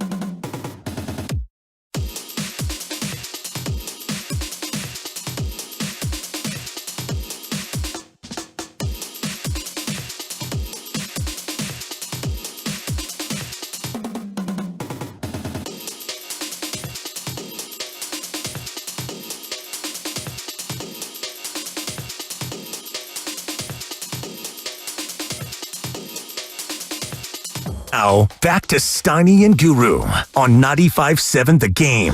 All right, let's just see what happens here and see if what happens to my partner. Just stop. This will let me know if you and Evan are good luck. Nobody knows what's going on right now except the three of us in here. I can honestly say I'm sort of built for this. Phillies run line. Guru, I need all of you. Yeah, you got it. I need all of you. Okay, Alvarado. Here we go. We got him. There you go. Yeah. All right, Guru just won a bet. I'm having trouble with my camera. That means he's due to lose the next 3. Hey, I don't like how you do Carter. You put him on a pedestal with his gambling. It's because he's good at it. And then you want to slide me an 800 number. I don't like that. It's like, damn, give me some love. Hey, listen, man, I'm not too proud to let everybody out there know. This is what I live for. Yeah, I love it. This is what I live for. This kind of situation, these kind of games, intrigue, people thinking they know what's going to happen, but we really don't know what's going to happen. Finding out how good this Warrior team really is.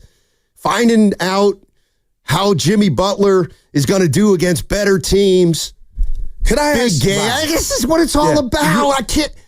Goo. I love this, Steiny. And I got to ask you a random, and Evan, you too, a random ass question. And I'm not being negative because it could come off that way. You scared of the refs? No. Okay. Is there anything about Andrew Wiggins that this team misses? As great as, but this is bigger than Butler. Is there one thing you guys could say into the mic that you say, Goo, we still kind of miss what he did? Well, if Luka goes for 45 tonight, I think you will be. That's a point. It's a good point. It's a great one. It's a good point. Are we missing anything from Wiggins? Okay, here's one thing I can think of, but it doesn't mean it hasn't been made up for in other areas. Oh, no doubt. But yeah, they lost some 3-point shooting with Wiggins. Wow. They gave up a 3-point shooter for a more well-rounded player. However, their 3-point shooting is not as good right now. That could be the answer, and I think he is, because that's my concern moving forward. But let me be clear. I mean, there's a lot of ammunition on the other side, too, where Butler's been Butler's been great. No, it's superior, Steiny. Ben in Berkeley. Hey, Ben, how you doing? I'm doing great. You guys are doing a great job, too. Oh, thanks, Ben. Thanks. No problem. I thought the interview with Baron Davis and Draymond Green was fascinating, because you got two totally different people. You got Baron Davis, who I used to see at UCLA in the summertime, hanging out where he would be with Shaq, Kobe, Magic, Rick Fox, and they'd be playing basketball.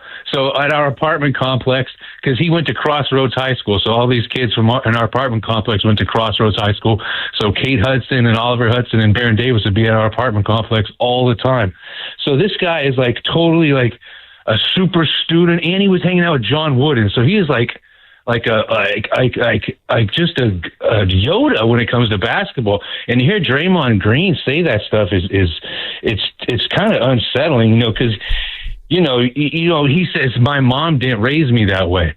He didn't say his dad raised him that way, or grandpa, because then you have more respect for the other generations of your fellow men and just brothers. He's and when you have a mom raising a son like that, then the son is over tough, over masculine, because he's the man of the house. And then they treat him like the boyfriend. He's the man of the house. Everything's cute, so he gets away with a lot of stuff. So now Draymond's over tough. You see Dr. Harry Edwards on me. I don't know. Hey, thanks, Ben. No, I got you. You're serious. Goo, would you like to speak to that? You could probably be. I don't want to get fired because it would lead us down a whole nother road, but he was saying, his truth. My thing is, he just pointed out that Baron and Draymond are not the same generation. So they're not. So that I got to appreciate Baron more for his outlook on that. And again, I feel like I know Dre. I don't know him. I haven't met him personally, Steiny, but I honestly feel like that Oscar Robertson, had that thing not had been said when it was said, I don't think we get that from Dre about and it was funny. He got just because you were born before me doesn't mean I have to respect you. Well, technically, Draymond, we're not talking about the 11th to 12th man on the bench. We're just talking about all the Artis Gilmores of the world. That era, he stunk. I loved him. He stunk. I'm kidding. I'm kidding. But Steiny, Maurice Lucas, I thought Dre, and I think he does, Steiny, deep down, he has to appreciate that area hoop. Well, he just said he didn't. Like, what made Dre fall in love with the game would almost Michael Jordan, probably. But I'm actually assuming that. I have no idea. It's for nerds and sport fans like myself, it's a fun discussion. But when it takes on this type of, I don't like it, man. Yeah, I don't care. Like Stephen A. saying that. I sent it because I didn't like Stephen A. putting it out there because it was anonymous, even though he said Curry would be Curry. All right, we'll never find out. I got to play what Guru's referring to. This is Stephen A. Smith, ESPN. I had a Hall of Famer come up to me and said to me, quote, Steph Curry would not have averaged more than 17 points a game. Stop! And now obviously, I think that person should have been drug tested when he said that to me. But then I quieted down because he wasn't talking about his skill set. He said, in our era, we would have hurt him. He said, we would have hurt him. He said he would have had to run through picks. He wouldn't have been as protected by the officials. The game is exponentially more physical now than it was then. Remember when he came into the league with the ankle injury? He'd have never recovered from that with us. We would have made sure they would have tripped him every chance we got. They wasn't talking about basketball. They were talking about this is the elements that come with the game that we had to endure that these guys don't have to even think about. How do you respond to that? Because he's talking about the goon stuff or the stuff that was allowed. The Dellavedova, remember that whole, they're grabbing him. That happened. We still won, but wow. It's ridiculous. The whole thing's ridiculous. And how did you get Evan to 17? Not 16, not 19, 17. He would average 17, not 19. Here's the other thing. Oh, we would have hurt him. It was too physical. Have you looked at Steph's body right now? He's not the same body type as he was when he was younger. He's much stronger. He's much tougher. Now, maybe this guy may be saying, well, he wouldn't have been able to get to this point physically because he wouldn't have had the access to all the stuff that makes these guys, better. I don't know, better equipped to play a different kind of brand of basketball. But I appreciated you putting, real quick here, that 6 that you gave us yesterday that you shared, your all-time 6 or whatnot, like, that's just how impactful and good Steph Curry is, Donnie. They're across the board, any era, man, to me. If pain was the answer to any player, why didn't you just try and hurt Kareem or hurt Wilt or hurt Isaiah Thomas or hurt any other good or Hall of Fame player in the history of basketball? If that was really the answer to stopping someone. It's because of the stereotype that the guards, when they got into the lane, got tattooed.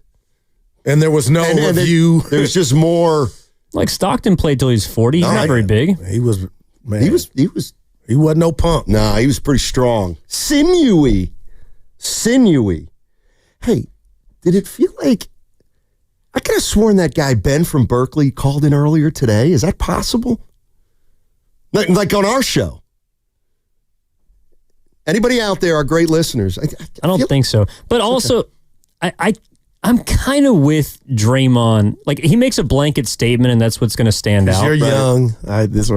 No. But there are people of the older generation that you meet, not in sports, but just in life, that are not good people. Like, they don't deserve my respect just for being older than me. If they're disrespectful, I generally try and give everybody a clean slate, but if you don't return respect, I don't think that's something that you just give to everyone you meet. I think I respect my elders. I think if you're an NBA player now, why wouldn't it just why wouldn't you just say, oh, I respect everybody that came before me that's ever played in this league, whether it's a 12th man or that's Wilt my Chamberlain. That's who I claim to be. But I get it. What he's saying is, why should I respect Rick Carlisle? Yes. Why should 14th man on the bench? Because he's one of you. Well, he's won a championship. Well, that's true. Carlisle. But not. So it's about stats. It's about accolades. I don't know what it's about with Draymond. He's saying, I can't give you automatic respect. Well, this is what I heard. I can't give you automatic respect if I've never seen you play even if it was 40 years ago, because I can't see it. Like, I can't watch. I mean, you can watch highlights, but I don't know. Yeah. I hate to see it. You know, I mean, you're listening to 95.7 The Game, KGMZ FM and HD1 San Francisco. Always live on the free Odyssey app. Now broadcasting from the Laughing Monk Studios. Laughing Monk, righteously brewed in San Francisco. Let's go to Sean in Oakland. Hey, Sean, how you doing? Good, and yourself. Dynamite. Hey, I just wanted to respond to your trivia question that you asked, or your question, Steiny, in terms of does this team remind you of the We Believe team with the Baron Davis coming back from injury? Yeah. And so, you know, I say that was thought-provoking, and I hadn't thought about it yet, but it does remind me of the We Believe team, but for a different reason. Okay. That midseason trade brought us back Stack Jack and Al Harrington. And so Baron Davis was the dominant number one, similar to Steph, and we lacked a number two. And Stack Jack became the number two. And so I figured that Butler kind of would mirror the role that Stack Jack did in being the second best player at that point in time on that Warriors team. So that's the analogy I would go with. Gotcha. And then let me ask a question for you guys and maybe take off air. Okay. You know, is Kevin Durant still the gift that keeps giving? If we think about this trade, when they flipped him for Russell and a pick, and then Russell became Wiggins, and then that pick become Kuminga, and then Wiggins became Butler. So in theory, didn't Kevin Durant yield Butler and Jonathan Kuminga? Is that the case? I guess so, if you look at it that way. Evan? I like that. The KD deal for Russell to Wiggins to... Or KD hooked the Warriors up and did them a solid. Well, you could, I mean, if you really want to dive down the rabbit hole, you could say that Jordan Poole became Chris Paul, became cap space, who became the luxury tax, which became, I think, there's a needle threaded there that like Jordan Poole becomes Jimmy Butler too, I've seen on Twitter. I like, man. Interesting. Yeah. By the way, well, to the caller's point, if they had secured that deal for KD, would he have been traded for himself? No, because it would have still taken Kuminga, right? The idea? Man. Oh, gosh. We got still time. Yeah. Nothing but. So, Evan brought this to my attention earlier today, and Steve Kerr was on with Willard and Dibbs. And I want you to listen to something Steve Kerr said about Steph and Jokic and their play the other night. And there's a little context to this, and it's this. Kerr was asked a question about something, the Lakers, and instead he spun the answer clearly in a way that he wanted to express something, and he did. Take a listen. You know what I was thinking, guys, watching Steph last night, watching Jokic, if these types of games had happened 10 years ago, honestly, I think NBA fans would have been absolutely losing their minds. And I think what's happened is the players have gotten so skilled and they're doing such amazing things. I think our game is being taken for granted right now. What these guys are doing is so spectacular. I never could have survived the NBA. If I were playing today, I couldn't have survived. These guys are so talented. They're so good. And it's like, I don't know, you read these articles like, yeah, the NBA product isn't that great. Are you kidding me? Are you looking at these guys? They're just spectacular, and they've never been more skilled. And I'm just blown away by what I see night after night. That's the older generation. He doesn't sound disrespectful. I don't. He could play in this era. Oh, no, and I was just going there.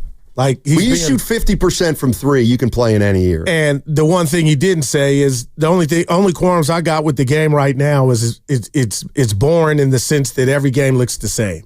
Every team's playing the same way. And BJ Armstrong illustrated it the best.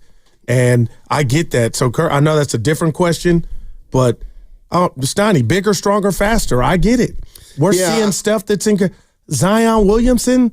Come on, man. Charles Barkley. Yeah, but Zion player. Was a product of something Barkley never was a part of coming up, social media. And before he even went to Duke and he was in high school, we watched Zion. Right. He was an idea then, and then he blossomed to what he is now.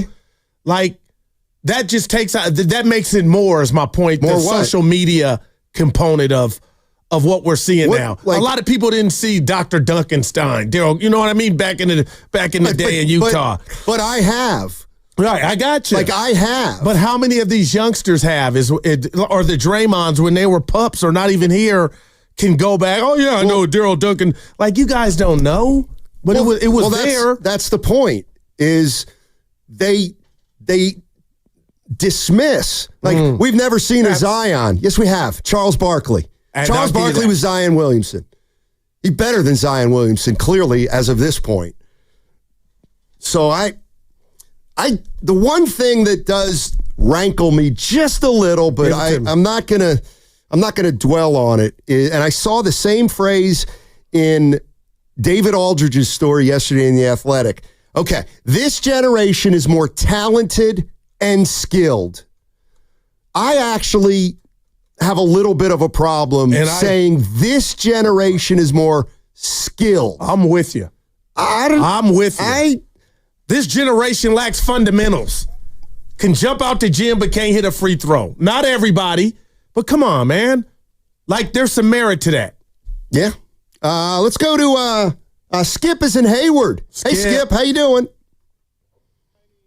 Guru, love the show, man. Look, we have got to stop comparing the Magic Johnson, Jordan era, Detroit Pistons, bad boy era. Let me tell you something. The NBA is not going to allow LeBron and Curry to get hurt. Back then, they didn't realize if you hurt Jordan, you're not going to make the money like you're going to make tonight. LeBron and Curry, everybody's going to be watching that game. The amount of money and this thing about those guys were less skillful. They weren't pulling up threes like they are now. These teams are pulling up threes that can't even shoot. I'll take it off the line, you guys. Thank you. Wow. Like you used to have a license to be able to play like the Warriors. And I'm just talking about now, Steiny. You watch some of these teams that just can't shoot, but they they hoist up 40 or 50 threes a game. And it's like, you got general managers. You got, what are we doing? So I will defend the old era in regard to fundamentals and everybody in the NBA knowing IQ on 1,000. How about that? We're in the and one era. Now I'm really sounding old. Oh, he got hops. But can he play? I just think that the game is different, but we're still talking about if there's 450 players in the NBA, in 1985, the NBA was comprised of whoever was the best 450 players on planet Earth. In 2025, the NBA is still made up of the best 400, essentially the best 450 players on planet Earth. So the group of each group is, to me, still obviously in the top 0.01% of basketball players. I don't really understand it, and I don't understand. Yes, if you put Steph Curry magically right now, or let's say 5 years ago, hey, Steph, when you come to the arena tonight, you're actually going to play the 88 Pistons. Well, yeah, you know what? He would struggle. But when's the game being played? If Steph Curry grew up and was on a team in the 80s, he would have grown up playing in that type of a game, and he would have adjusted to the physicality. And I'm one of the guys that maintains if he were here in 85 when they didn't shoot the three like they do now, he would have still been a great player. He just would have made long twos. Do you guys think the international component changes things? Because it was just an American game 40 years, for the most part, 40 years ago, and now the talent pool for those 450 spots like you're talking about is a much wider one. Interesting. Because, I mean, look, the Europeans, the perception was they were softer. But if that's the case, then why are they in the league? Well, somebody feels like even if they're not as tough, they make up for it in skill. And would you rather have a skilled player or would you rather have a tough player? I mean, I might rather have a tough player. If we want to go there, is it even our game anymore? on American soil. Was this summer. Thanks to Curry. Yeah. Thanks to Curry. I mean, I had a list here. Like, this is what is. We're here for you. I just made, 8 guys. Eight. I was thinking of the best players in the league. Whatever. Curry, LeBron, Jokic, Anthony Davis, Giannis, Doncic, Tatum. Does anybody out there, my age, really think that none of those guys could have played in that era? I mean, that's just a joke. Mind, man. Of course they could have played in that era. Just like Bird and Magic could have played in this era. Hey, you ain't got to tell me stuff. That's the way I look at it. All right, 888-957-9570 is the number. We got a big one brewing tonight. Warriors, Lakers. I see Mac, Zach, and Raider Rich. I'll get to you guys on the other side. But it doesn't get this is the biggest game of the year. Then tomorrow will be a bigger game. But right now, the Golden State Warriors, I feel like I can sniff the excitement. I really do. Man, I think it's been there for a while. I think Warrior fans right now are as into this team as they've been since the year after they won in 2022. Man, I'm with you. And there's nothing to apologize for. And Steiny on the other side, again, I don't want to get greedy or a fat head. I may already have one. But the bottom line is when the dust settles, I do wish some way we could crunch the numbers and bring Houston as the Warriors' first opponent out the gate. And I know that's for another day. Operation Lakers. But I really would have hey, we're going to watch them play. I know you're going to laugh and say I'm scared, basketball scared. But if somehow this Warrior team could get the young Houston team right out to shoot in a series, that would really go a long way for me on hoping the Warriors could get to the Western Conference Finals. If the playoffs started today, the Warriors would finish 5 and they would play the Nuggets at 4. On the road, yeah. Correct. They would not have home court for that series. But Evan's right. If you look at the standings, boy, the Rockets look like they're locking in on number 2. And that's going to be official pretty soon. If they have a game tomorrow against they play Oklahoma City tomorrow. So, Houston loses that, and the Warriors, you never know. But I think Houston's going to get the number 2 spot. But the issue is the Warriors could get up to 3 or fall back to 8. Man, that's still on the table. And you lose both these games, you're going to tumble in the standings. Now, you still have 5 games to make it up. 888-957-9570 is the number. I'm going to take some calls on the other side, and we got to talk about it. Biggest game of the year for the Warriors. It's tonight, and you can hear it all on 95.7 The Game at 7 o'clock. Evan Giddings with Warriors Live at 6. What's coming up on The Game is brought to you by Fremont Bank. Here for you, here for good. It's a showdown in L.A.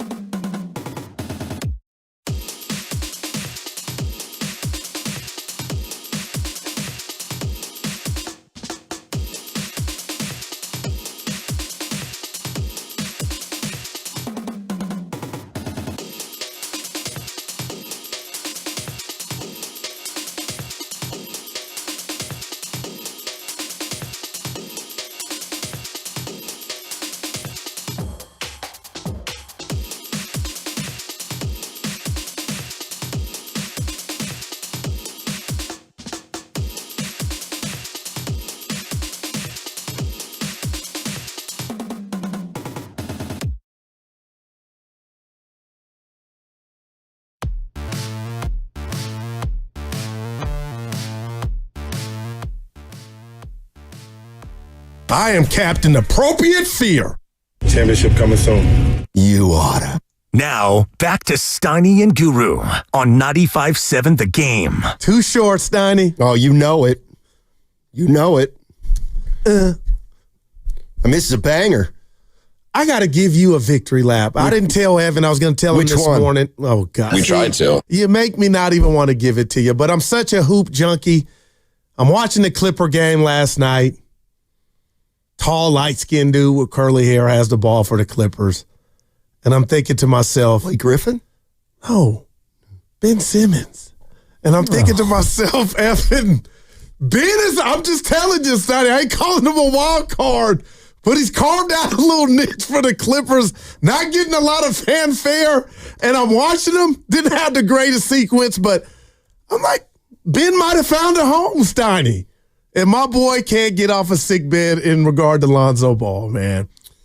I've been watching Ben. You both lose that bet. Evan, is that what it is? No decision.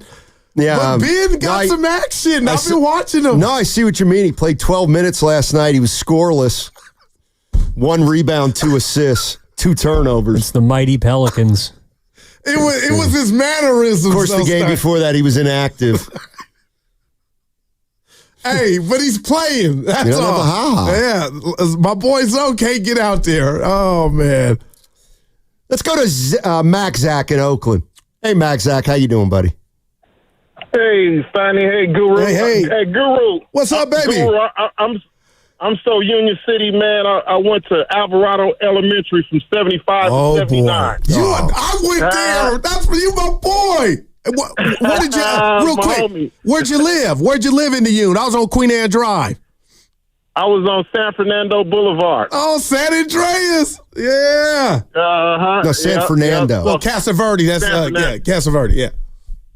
Yeah. So anyway, I'm old enough to know that, I've seen that old school basketball, that these older guys that they're talking about Steph. I was at the Coliseum back then. My dad had season tickets. Wow. And, I got to see the old school Lakers, Magic and Kareem and all them. And let me tell you this. Steph doesn't get the calls that he should be getting. I'm always yelling at the TV screen, man, like, what are the referees doing? They're letting them get mauled. So for some old dude to say that he couldn't have played in their era because they would have mauled him, he's used to that. Steph is built like that. And what Steph does, no one has ever seen before. So they wouldn't have had an answer for him back then. So, then also, if you telling me that you got to be a hack when you guarding somebody so great, that lets me know that, you're trash. If you got to resort to being a hack, that lets you know they didn't have an answer for him. So of course he would have killed the old school. And then right quick, I'm so impressed by Guy Santos and Quentin Post, man. I think they got a supporting cast, that's just unbelievable, phenomenal.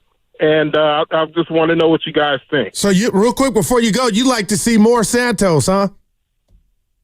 I love him. This guy gives you extra possessions. That's invaluable.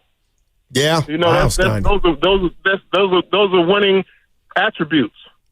Well said, Max Zach. Appreciate the call, and I agree with you. Santos has a lot of people in his camp, Steiny. Couple people have texted in and said Steiny maybe not so fast with the Rockets. Now they're 50-27, so they've already they've got 50 coming out to play. Thank you, D. Go ahead. Oklahoma City, at Golden State, at Los Angeles Clippers, at Los Angeles Lakers, Denver Nuggets. Well, what's their lead over the third team? What's their lead over the third team? They right now are 3 games ahead of the Lakers. Yeah. I'm kind of with you. They get a win. They come in here, for example, on Sunday and win. They're probably locked into 2. And I don't want to be disrespectful, but I'm like, how are the Rockets 50-27? But Steiny, they're young. But I know you can manipulate the NBA and play hard if you play hard every night And that'll get, like, of course it's about talent, but they play hard. But I don't know why I'm up here. Maybe it's the inexperience that I guess I would rather, face them than the Lakers or Denver. I think most Warrior fans would.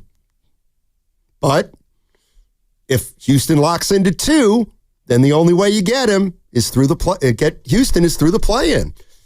And hey, let me tell you who you probably don't want to see right now, and that's Dallas.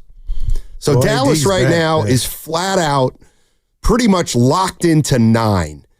They're never going to catch the Grizzlies, and they're right now a game and a half ahead of Sacramento. And the beam is broke for the Kings. So the Mavericks at 9 play at home. Let's say they beat the Kings, and then they'd have to play either the Clippers or the Grizzlies. Yeah, but it could be the Warriors if the Warriors fall back into the box. Man. Warriors Chris in Oakland. Hey, Warriors Chris, how you doing? Hey, man, I'm doing great. What a great day for Warriors basketball. Might have to go outside Chase and watch it there. Yeah, I can't wait. Look at them. That's a great idea. Hey, are all the road games on at Chase on the big screen in the at Thrive City? I don't even know that. I think so. I wonder. What do you got, buddy? I think now it's not even weather permitting. But anyway, so what does a loss tonight really mean? And the reason I say that is this is possibly a first of an 8-game series if it works out. First of 5, right? Okay. Or if you lose, you're looking at the Rockets. So I don't think this is the most important game, although I may be wrong. I mean, the standings, it's a gamble if you lose. If you go down, I mean, not just tonight, but if you go down in the standings, it's just a crapshoot.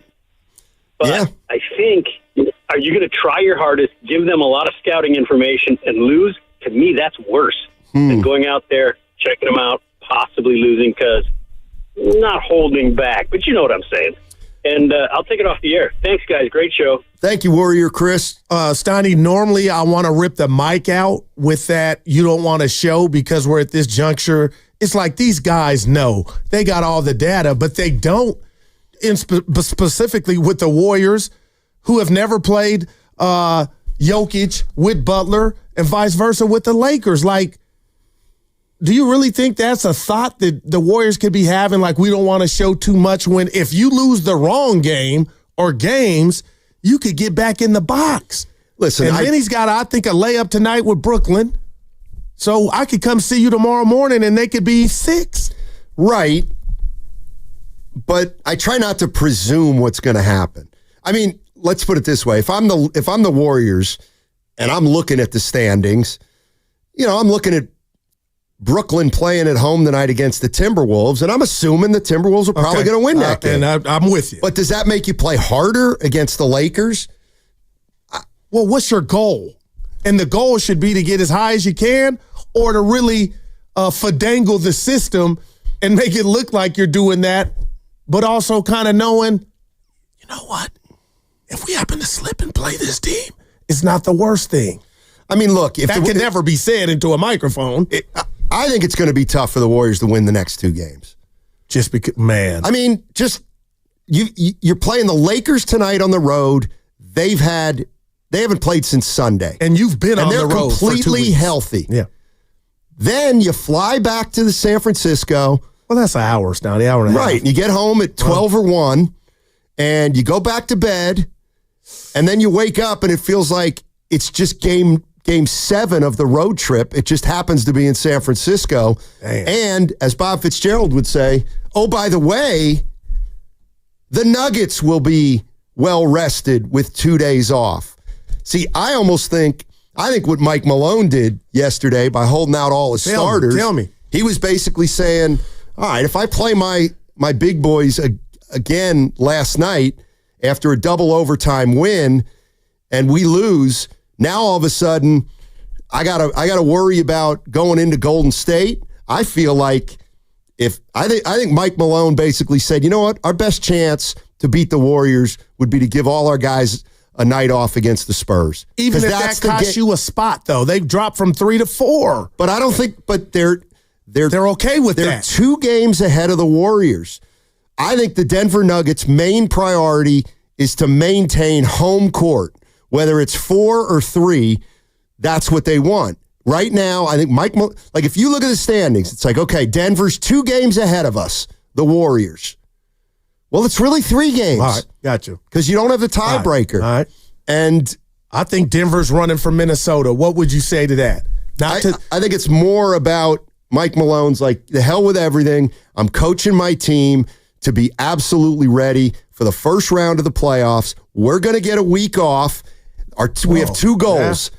Play at home and get that week off. And I feel like he looked at the schedule and said, if we lose tonight against the Spurs, we still have a buffer between the 5th place team and we can put the 5th place team, the Warriors, away with a win on Thursday. If the Nuggets beat the Warriors Friday, the Warriors cannot get to 4 unless they beat the Lakers tonight. And that becomes but the problem the Warriors have with both the Lakers and the Nuggets is they're 2 games behind both teams and they lose the tiebreaker to each team. That may as well be 3 games. But you win tonight, you're 1 behind LA and beat Denver. I see them. And you beat Denver, Steiny. I mean, in a crazy world, you might get that 3 seed, which would be a home playoff. I would bet against that. And I'm with you too, but I'm just saying, crazier things have happened. Right. But if the Warriors don't win the next 2 games, I highly doubt that they are going to finish in 4th. Now, I know Willard was hot with who didn't play a couple games ago. Numbers are numbers. I got to imagine he's going to be hot at what Mike Malone did last night. And I'm asking you because I hadn't. Do you have a problem with it? No. Then what was his stake? No. And his go did you get my text? You got my text, didn't you? Read it to me. We got a lot of text. I love it. I love it. And, I love it for one reason. Because I was right. In regard to? This whole cockamamie idea that there's 6 teams in the West and they're going full throttle and they're trying to win every game before they get to the playoffs to maximize their seeding. That's it? No. Denver just showed you. They don't. Or why didn't they, okay. You can't tell me that's we're in a pennant race. Running from a certain team. No. They're not running from a certain team. They just beat them. I mean, how would you possibly, with 7 games left, who knows what you have to do to avoid Minnesota? I have no idea what you have to do to avoid Minnesota. Right now, Denver's 4. Okay, so let's just say hypothetically, the Warriors, do the Nuggets want the Timberwolves to stay at 6? So that I don't know. I just think Malone last night against the Spurs looked at the entire schedule and said, you know what? This game against the Warriors is bigger because we beat them, they're done in terms of getting a top 4 seed for the most part. Let's put it right on the table for me, Stoney, brought to you by Echo Pest Control. If you're Malone right now, would you want the Warriors or Minnesota? Warriors. You've beaten the Warriors 9 straight times. And I think that. Minnesota eliminated you last year. And just beat you. No, that makes sense. But all I'm saying is I'm not sure Denver, with 5 more games left, knows, nobody knows what they have to do to get to a certain spot to get to a certain opponent. Man. It's just too hard to predict. Let's go to our good friend Caleb in Livermore. Caleb. Hey, Caleb, how you doing? My guy. Yes, sir. Yeah. Hey, Guru, today's the big day. You rooting for the Lakers or Warriors today? Oh, it's Dubs on mine. You got to be a fan of a team to root for that team. And I can't stand LeBron. If the Warriors, he was talking to me. If the Warriors don't make the playoffs and somehow get knocked off Caleb in the play-in tourney, stop, Caleb. Then he's Mr. Laker. He'll be Caleb, don't laugh at that he'll be Jack Nicholson. Dude, it was 16 years of futility. You had to adopt a team when you were a Warrior fan. It was 12. Well, it felt like 16. Years. That's the key. 12 years without the postseason. I wasn't the only one. And of course, they missed the playoffs for 12 years. And then Baron Davis in 2006, 2007. Back to Caleb. He returned, and the Warriors went 16-5 and made Caleb, the playoffs. get your boy, Very man. similar circumstances to when Jimmy Butler joined the team this year. What's up, Caleb? I love it, man. Look, I think this Lakers and Warriors game is going to come down to basically who controls pace. The Lakers, they want to play in the half court. They want Luka, LeBron, and Austin Reeves. They don't want to get into an up and down game. What they're going to do is they're going to space the floor. Those three guys are going to isolate. If the defense collapses, kick out the open guys for threes. The Warriors are able to they got to play with tempo. They got to be basically the way they came out against Memphis, be physical, like just being aggressive. That's how they got to come out. They can't get caught up in how the Lakers play. They got to be attack mode from the get-go. And last little thing, when you guys came back from commercial, if I'm not mistaken, I heard some Too Short.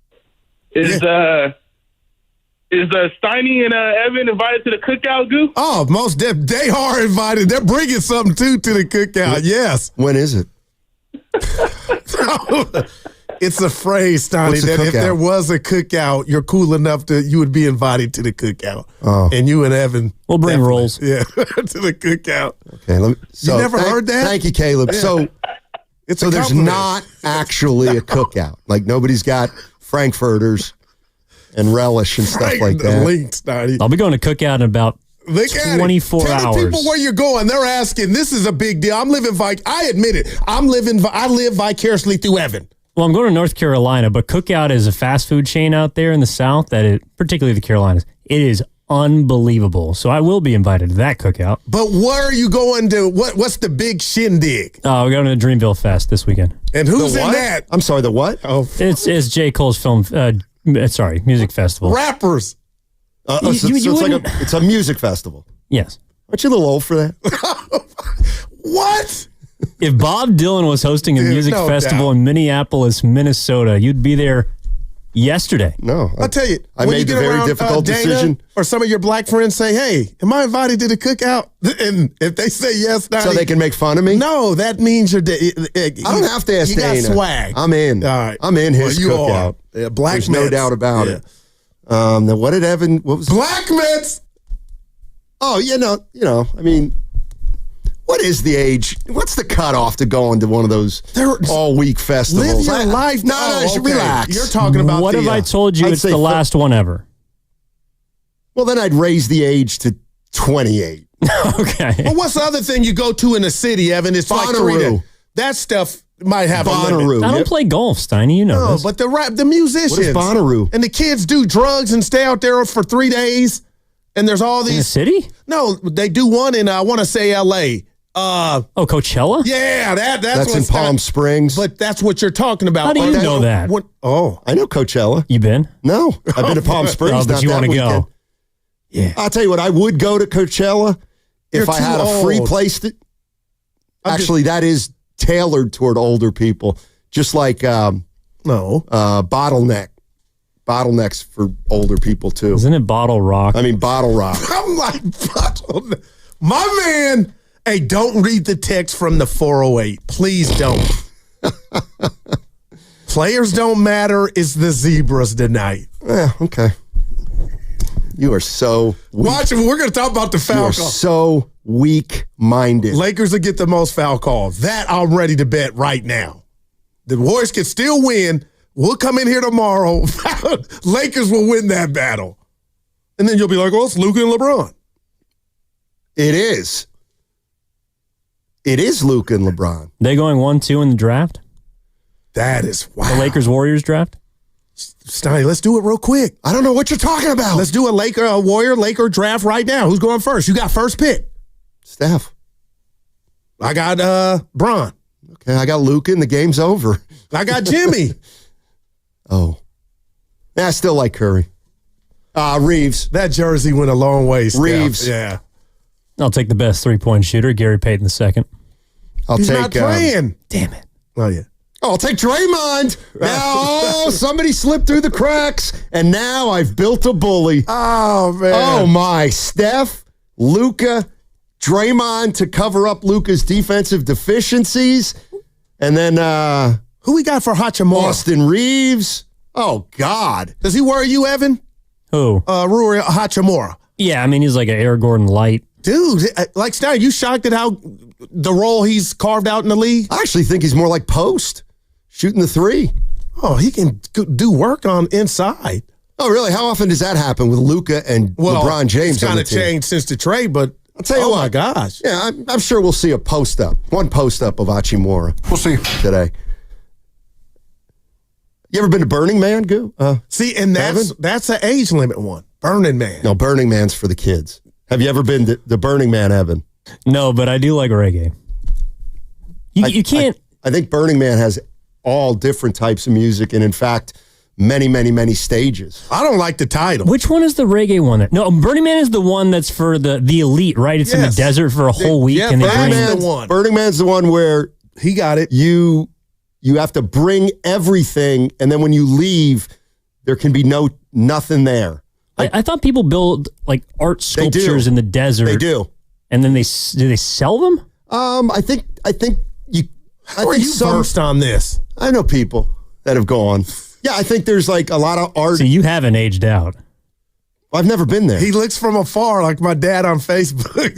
He ain't on it, but he's on it. He's got a telescope out there. What's the Bonnaroo is in Nashville, I believe. You've never heard of Bonnaroo? No, I know. That's a big Stagecoach is the big West Coast country festival. Coachella. I won't be going to that one. Coachella, I think, is right before Stagecoach. Did I say Coachella? You seem like a Chris Stapleton kind of guy. Yeah. Well, you're too old. We're too old, Scotty. Not for country. Too young. Oh, man. How about Hardly Strictly Bluegrass? That's more Steiny style. LOL. It's not that funny. 650. Evan's about to have a good time, and it's hot out there, I hear. My daughter said it's hot. Oh, yeah. 85 and humid. Yeah, you want to have don't be like Pods in Miami. Take your sunblock. Oh, I'm going to stop in Greensboro, Goo. Wow. I should give you the money that she needs. Have Evan drop it off. I use Zelly, though. What do we got? Oh, we got a crossover. You see crossover. Yeah, let me be quiet. Crossover coming up next, and that always includes, unfortunately, Willard and Dibbs. But they'll be in, and we'll have to talk to them. And you'll change. Till 2:10. Hey, guys. And then we got a meeting on 95.7 again. I'm Bob Burke, founder and chairman of Burke America Parts Group, a family of brands that includes RepairClinic.com and appliance.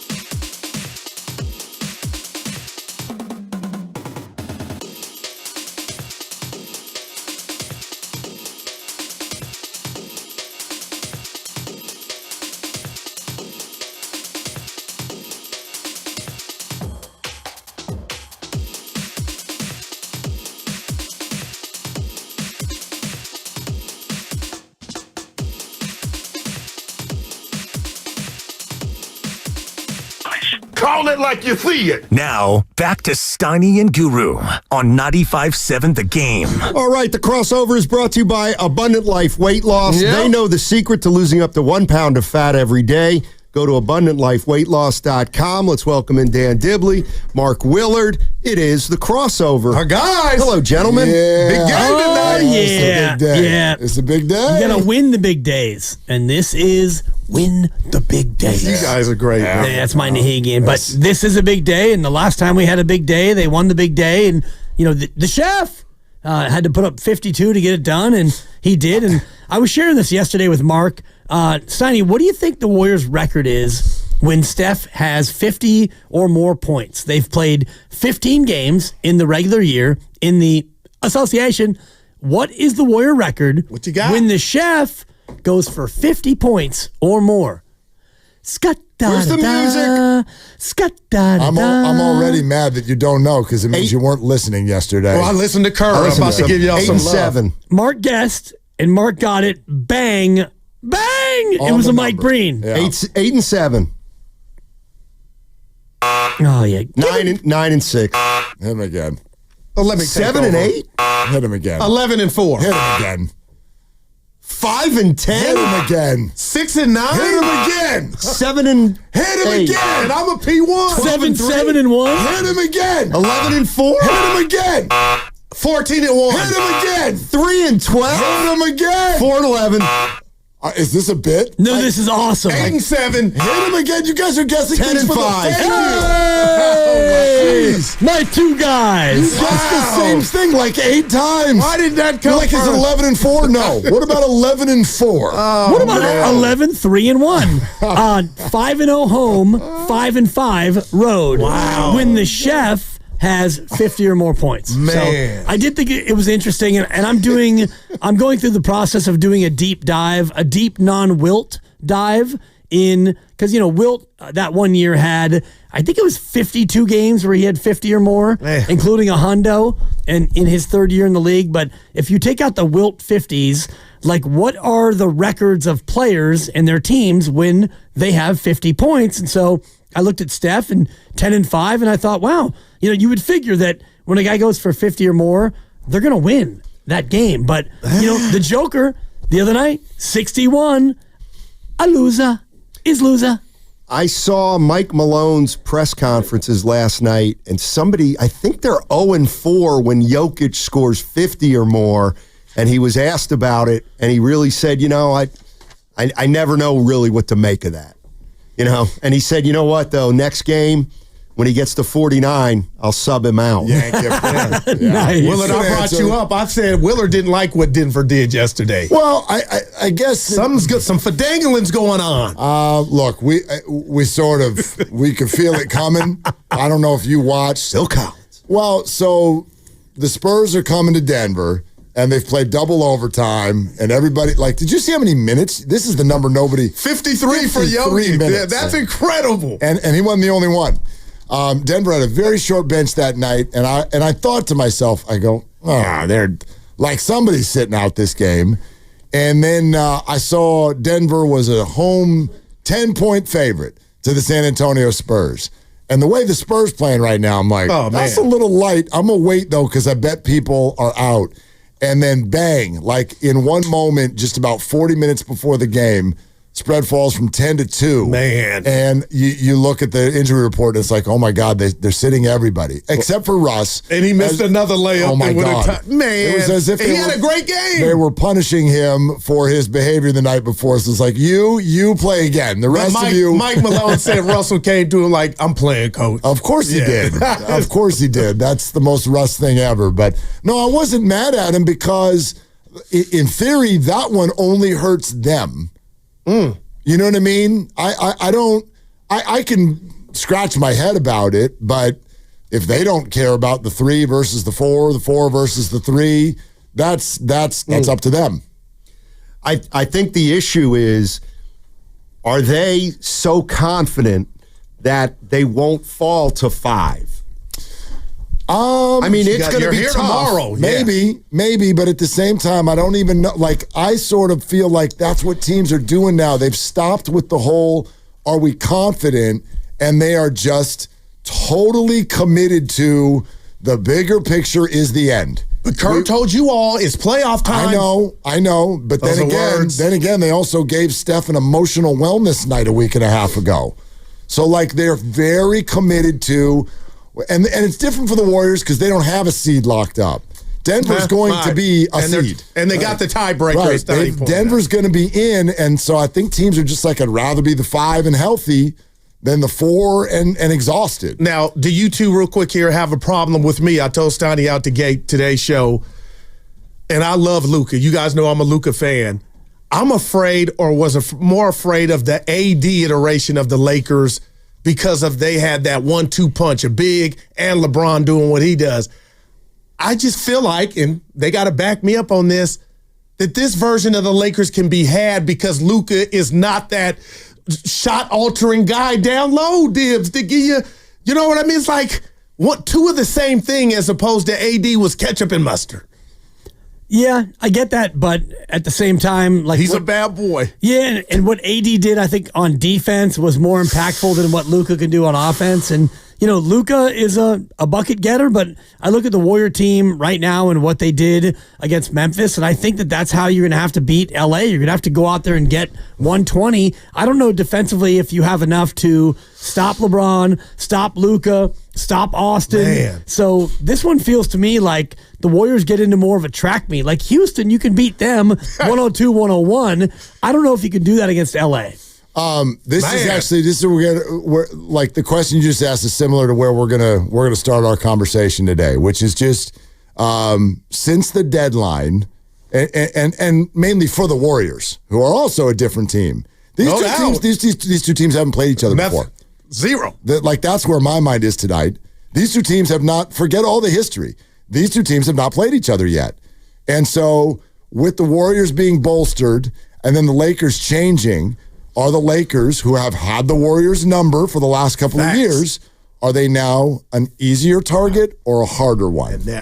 How would you guys answer that? I think it's easier, Stoney. And Luka's Lakers are barely over 500. They're barely over 500. I know that Jimmy and Steph, when they play, they're 18-2. So I did see a stat when Luka plays, they're 14-8. Because he's like when he got there, they didn't. But the points. The Are points they better or lesser, Steiny?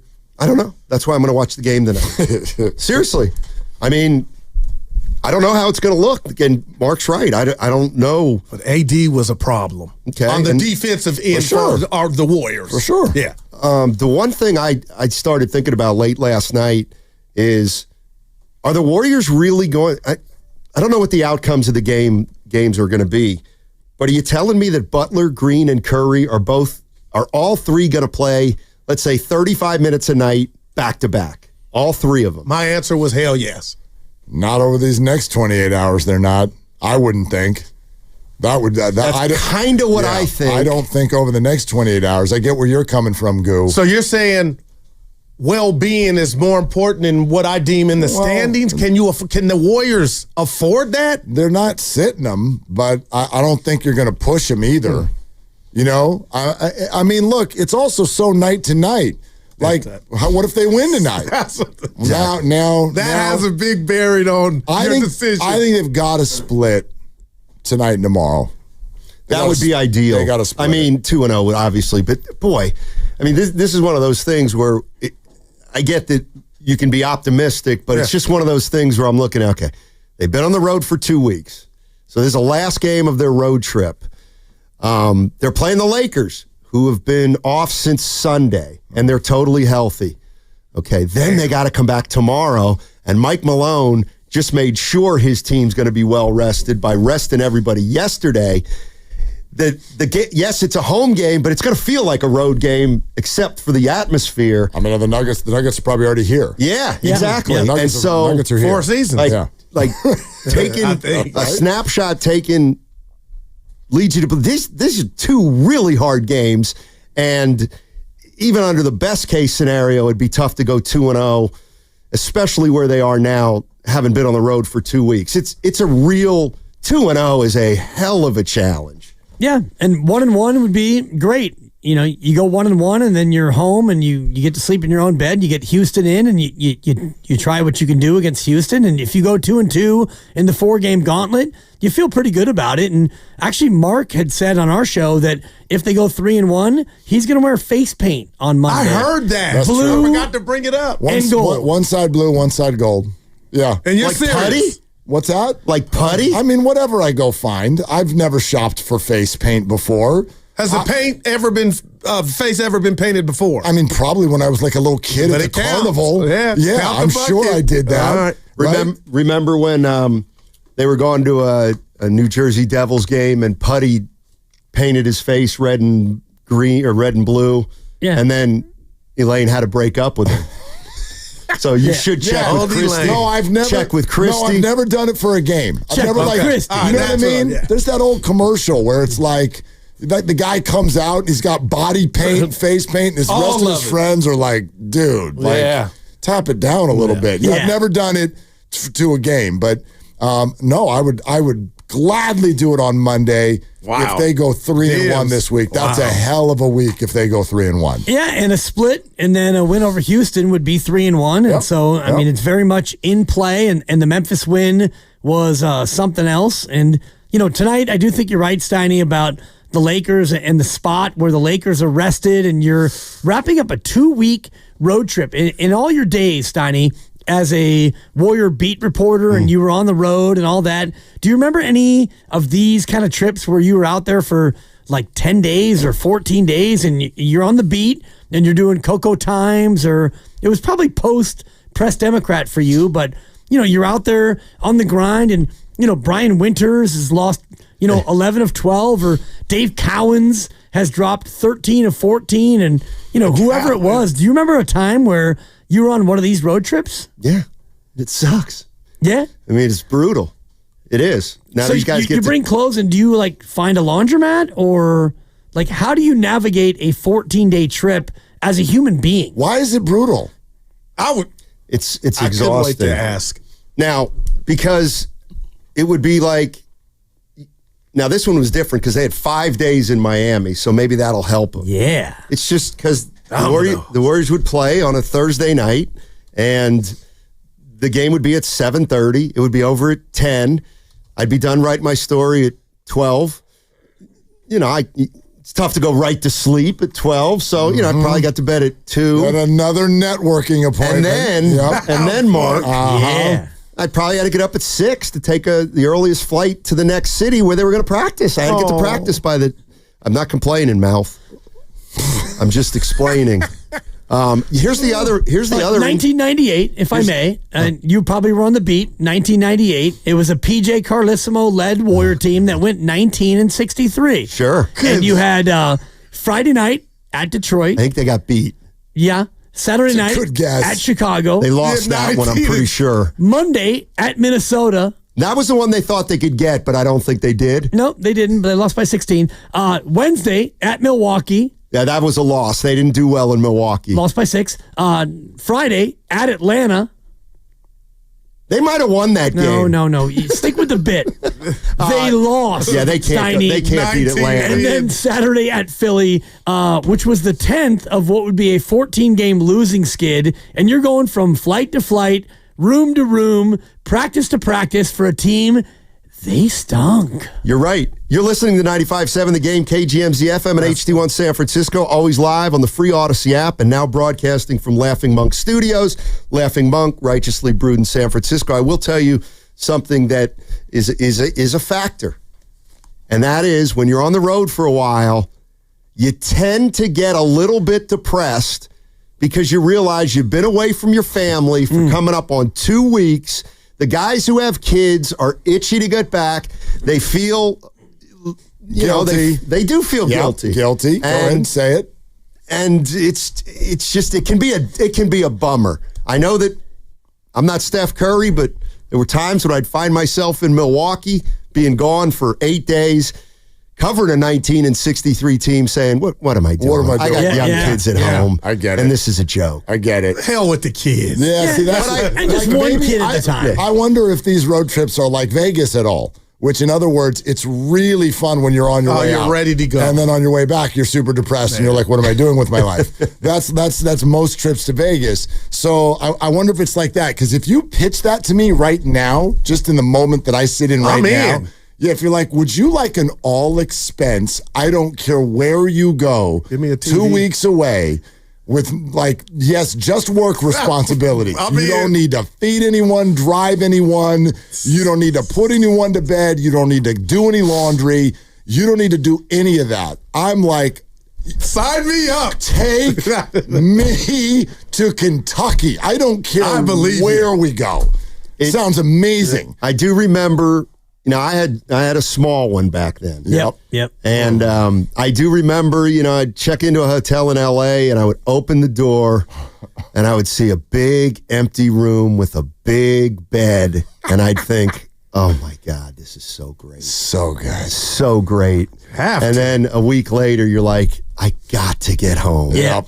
So, and this is now 2 weeks, and the road trip that I laid out for you from '98, where they went 0-6. It was 6 games in 9 nights, and this is 6 games in 14 nights. And so, to your point, Steiny, about the depression and the angst about getting home. Yet national TV, it's LeBron v. Steph, Barkley. And so. Commentary it's after everything and more. And Stein, I want to get your thoughts on this because I threw this out on our show thread about the LeBron versus Steph rivalry. And I know it's not just 1v1, but where do you put it all time in the pantheon of rivalries? Because the only one I can think about that might be supreme to it would be Larry Bird against Magic Johnson, but this one's got to be really close to being as good, if not better. Well, I would say number 1 is probably Russell Chamberlain. Number 2 to me is Bird Magic. And, what's funny is I'm watching that Celtics documentary, Celtics City or Celtics Town, and it is amazing all the circumstances that set up to have Bird end up in Boston, Magic end up in L.A. They just played in the finals.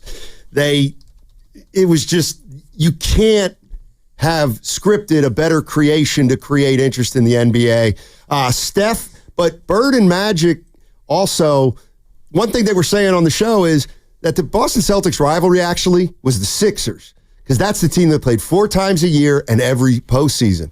So they didn't play the Lakers a lot. I think somebody said 34 times total.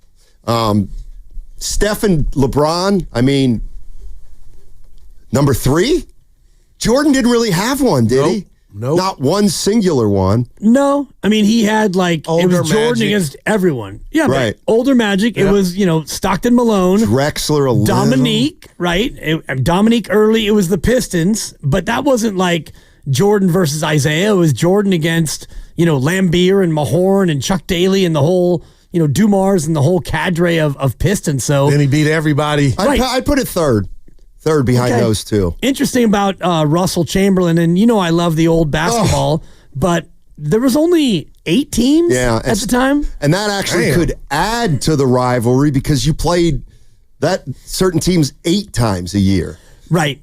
And also the fact that, Wilt Chamberlain was the singular biggest offensive force in history against the best defensive player in history. So the fact that those two collided, like you're saying, 8 times a year plus 5 or 6 in the playoffs. And, Bill had help and Wilt really didn't. So I would give those two the nod over LeBron and Steph simply because, it was Russell and Chamberlain. They were 2 behemoths back in the day, and it was just historic.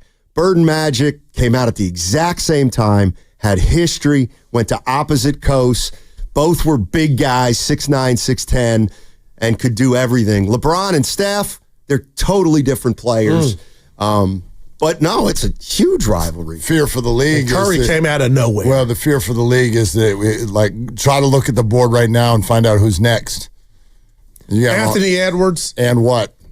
I wanted to say Ja, but they're in the same conference. Jokic? I actually, you notice the thread through every name that these 2 dinosaurs just brought up is that all of them are American born. Oh man, we just kind of. So are Luka and Jokic are they off the table? Is Giannis off the table in this conversation? They shouldn't be. No, I actually, if I had to predict a next one. Yeah, this is great because I wrote down 3 on our show thread. One's in Texas.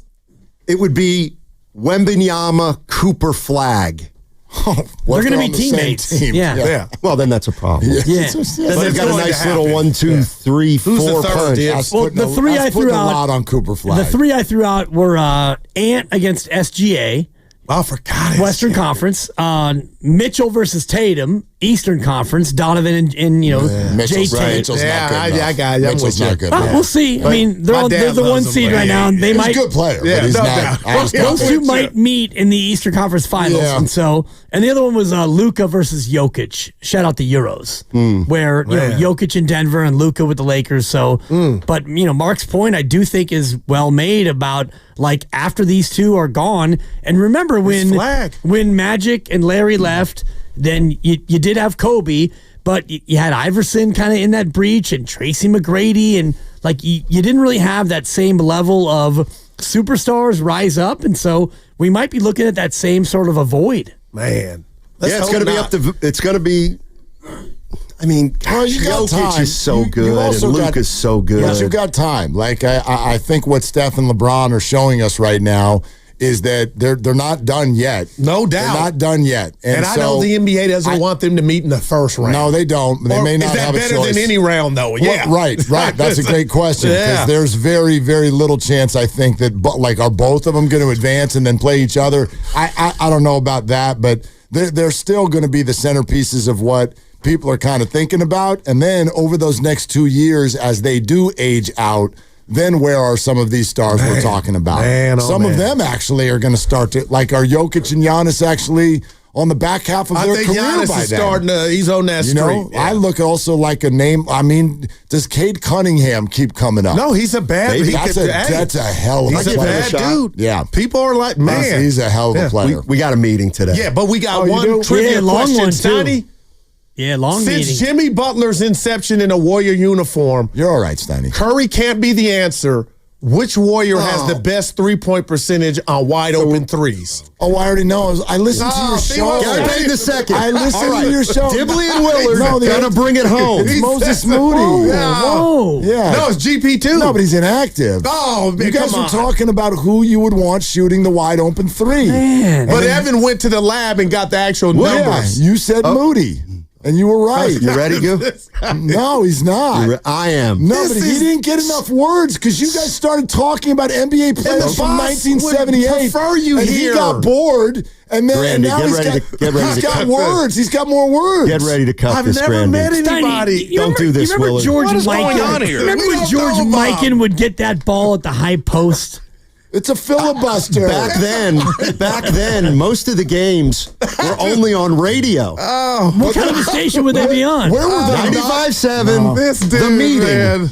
Man. Are they the smartest show in the Bay Area? You guys are an intellectual feast for the smart sports fan in the Bay Area. Wow. You're pretty much the smartest guy on the radio. I agree. Good Lord, how big is your ego? Are they the funniest show in the Bay Area? Give it a laugh. Come on. You're a funny guy. Come on. Give me a laugh. You are funny, dude. Hit that S again. Are they the coolest show in the Bay Area? And no white boys. Hey, cool. That's what people are saying. You guys are phenomenal. This is one of the most perfect ways that I could end my day, getting a chance to talk to Mr. Mark and Dan, We'll let you be the judge. Oh. All I know is it's a couple of Bay Area boys talking sports. I know nothing. Thanks. It's Willard and Dibs on 95.7 The Game. Yeah, let's go. Let's go. And one thing pops to mind right away, and I wonder if he's listening. I got a buddy who texted me today about Warrior basketball. Okay. And he said something, and it immediately popped to mind, how quickly we move on from what was. So Tuesday we sat here and we're like, gauntlet, 4-game gauntlet. Can the Warriors handle it? And they have to get this one. And then they did. And so then I think some Warrior fans are like, okay, we're starting to cook. That proved some things. That showed the Warriors are at least ready for this fight. Well, he starts off this text with me earlier today, and he says, oh, by the way, big game tonight. The gauntlet for the Warriors starts tonight. What? And I was like, wait a minute. I thought it already started 2 nights ago. But I know there are some of you out there that are like, the second they beat Memphis, it's like, oh, yeah, Memphis has lost 7 of 8 games. They're not very good. They're the 8th seed now. Wow. Memphis is the 8th seed. Do you see how quickly that happens? Yeah, the worm turns. So now all you did was you beat a play-in team. That's it. And now it starts tonight. I mean, do you feel any of that? Does it not start until tonight? No, because you lose to LA and Memphis beats Miami. Guess what? Memphis is back ahead of you, just like that. So everything turns so quickly, and you're half game up on Minnesota, LA, and Memphis. So you go out there and you lose this one to the Lakers, and Memphis beats Miami. Well, Minnesota beats Brooklyn. Guess what? You know who you are? You're the 7th seed, and you're tied with the Clippers. So you know what? You're actually the 8th seed. So you lose. No, they could be the 8 tonight. You lose. Because Minnesota wins. They play. And Memphis wins. The Clippers don't. You lose. They win. You're the 8. By the way, that's exactly what Vegas says is going to happen. Exactly. Based on spreads tonight, the Warriors will be the 8th seed when we go to bed. Exactly. So to think that this is not the gauntlet, like that was the gauntlet, it's all the gauntlet. Because if you lose here and then you face a rested Denver, and by rested I mean really, really rested, because they didn't actually play basketball last night. So you lose tonight, and then Denver's rested, you lose that. Well, now the Houston game is not a must-win, but it's damn near a must-win if you want to be a top 6. Yeah, no doubt about it. No doubt about it. So it's all the gauntlet. And I apologize to your friend who texted that. You don't need to apologize. Well, you don't need to apologize. Well, your friend's wrong. Well, he doesn't and he's out of line. He doesn't think Memphis is very good. Right. And by the way, they're not. They're not, but they might be ahead of you in the standings. Doesn't matter. I actually get his point. I get his point too, but I get his point. For how long were the Warriors not very good? If you want to play this game, there was at least 2 months where the Warriors were not very good. Yeah, that's accurate. So, Memphis right now is not very good, yet they're in a spot where they could be ahead of you in the standings come tomorrow. Put it this way. I didn't come out of Tuesday night and go, okay, now I'm convinced of everything. On we go. Are you? Don't you still need to see this? Don't you still need to see this? Of course. This is this next 28 hours, this is who they're probably going to play. And that's if things go well. Right. That's if it goes well. If it goes bad, you might play Houston or OKC. You might play 1 game. And be done. 2 games. Exactly. Go, yeah, you're not going to be the 9. You get at least 2 games. But, yeah. And so when we look at this, and this is where we want to start today, and would love to hear from you as always. This is a big day to hear from you. 888-957-9570 is the number. I'll forever now call him Clay's dad because Clay's going to be a Hall of Famer. So Clay's dad, who does work for the Lakers, his name's Michael. Some of you know who that is. He joins us in an hour and a half. Dave McMenamin, ESPN NBA reporter who does specialize in the Lakers and the Warriors. He's going to join us in the 4 o'clock hour. Until then, it's you. And since the trade deadline, these Warriors and these Lakers have never played each other. The Warriors' record is much better than the Lakers since then, but they've taken different paths to get there. The Warriors have had their stars play a little bit more than the Lakers have. That's largely by choice. Luka's been sitting some back-to-backs, LeBron the same. But since the trade deadline, the Lakers got, I think as you put it, maybe a little bit higher powered offensively, a little bit lower powered defensively. The Warriors got just flat out better since the trade deadline. But prior to that, the Lakers have had the Warriors number largely over the last couple of years. In fact, they've won all the games this year. One of them happened with Jimmy Butler on the bench. Like that trade got approved right before the game tipped off in LA. So Jimmy was able to join the team but not play in the game. He sat on the bench in LA and watched the Warriors lose the last time these two got together. And then right after that, it was in Chicago that Jimmy started playing basketball. and the Warriors started winning almost all of their basketball games. I think the number is somewhere in the neighborhood of 19-5 now. Yep. Is that where it is since the trade? And that doesn't even include, right, just the Jimmy games. The record is even better. And if you do just the Jimmy and Steph games, the record is impeccable. 18-2 since these two guys have played. So is the Laker-Warrior matchup that comes here in a few hours, is it now easier than it was, or is it harder than it was? Or I guess you could call it flat. You could call it even, Steven, if you want. But I wonder what everyone thinks about that. 888-957-957. I think it's easier just based on what Anthony Davis brought. When Anthony Davis was right, and that wasn't every game, but when he was healthy and interested in playing basketball, he was somebody that the Warriors could not defend. And I look at this team with Luka. Well, you have a way to defend Luka. You've done it before. The Warriors just a couple of years ago when they won the title, they beat Luka Doncic and the Dallas Mavericks, and they mostly were able to neutralize Luka. It hurts that you don't have GP2, and I don't know if we have official word on Kuminga. We do not. But I do think that he will play, and stay tuned to 95.7 The Game as we get the run-up to the opening tip, and we will have that information here in the next few hours. But that would help to have another body, an athletic body, to go up against Luka and LeBron. But I like Draymond being able to guard Luka tonight. And, Moses, it's your graduation. It's time to go out there and guard LeBron James. And I know he won't guard him the whole game, but that's what Steve Kerr told us yesterday, that this is what Moses has become. He's become their best wing defender with Andrew gone. And so, Moses, go guard the GOAT.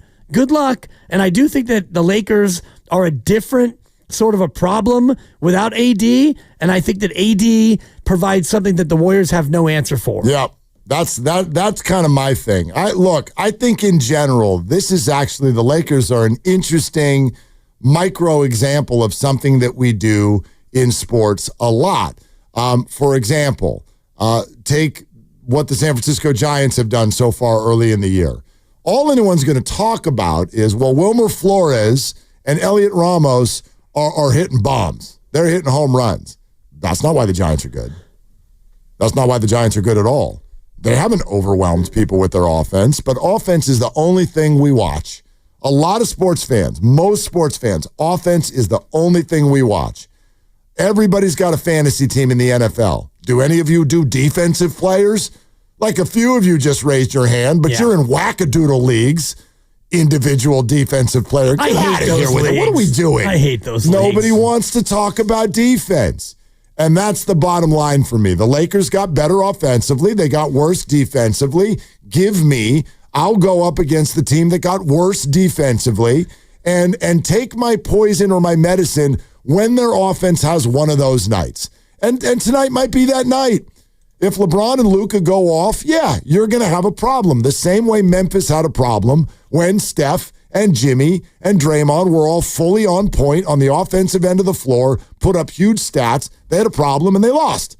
They lost by 9. So those nights will happen, and tonight could be one of those nights. But there's no doubt in my mind that what the Lakers did at the trade deadline made them better for the long term and worse for this year. There's no doubt in my mind about that. And therefore, knowing that they could be a first-round opponent or at least represent one of the high-level opponents in the West, yes, the Warriors have more to prove. Yes, the Warriors have more to prove. They haven't beaten this team all year. This is a new version of both of these teams. This is not just a big one for all of the obvious reasons.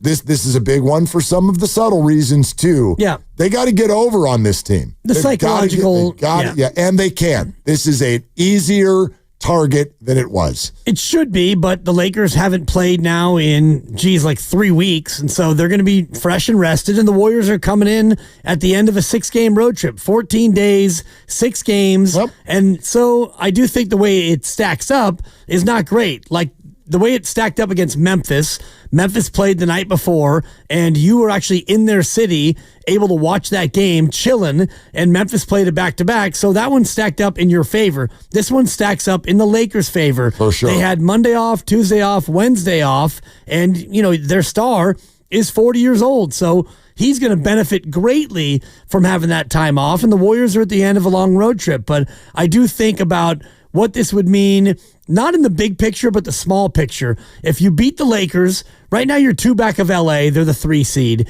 I'm not saying you're going to catch them and be the 3. But you could. But you're allowed You to, could. Mark. Yeah, it's if you not beat out them, of the question. So you beat LA and you suddenly are just 1 game back of LA. And if you lose, you probably will be the 8 seed. Do you know what the Lakers do early next week? Is anybody we've spent so much time being, well, Minnesota, they've got New Orleans, and the Clippers have some easy games, and that nobody's looking at the teams ahead of them. Well, I do know the Lakers and the Warriors each have 7 games left, and Denver only has 5. Right.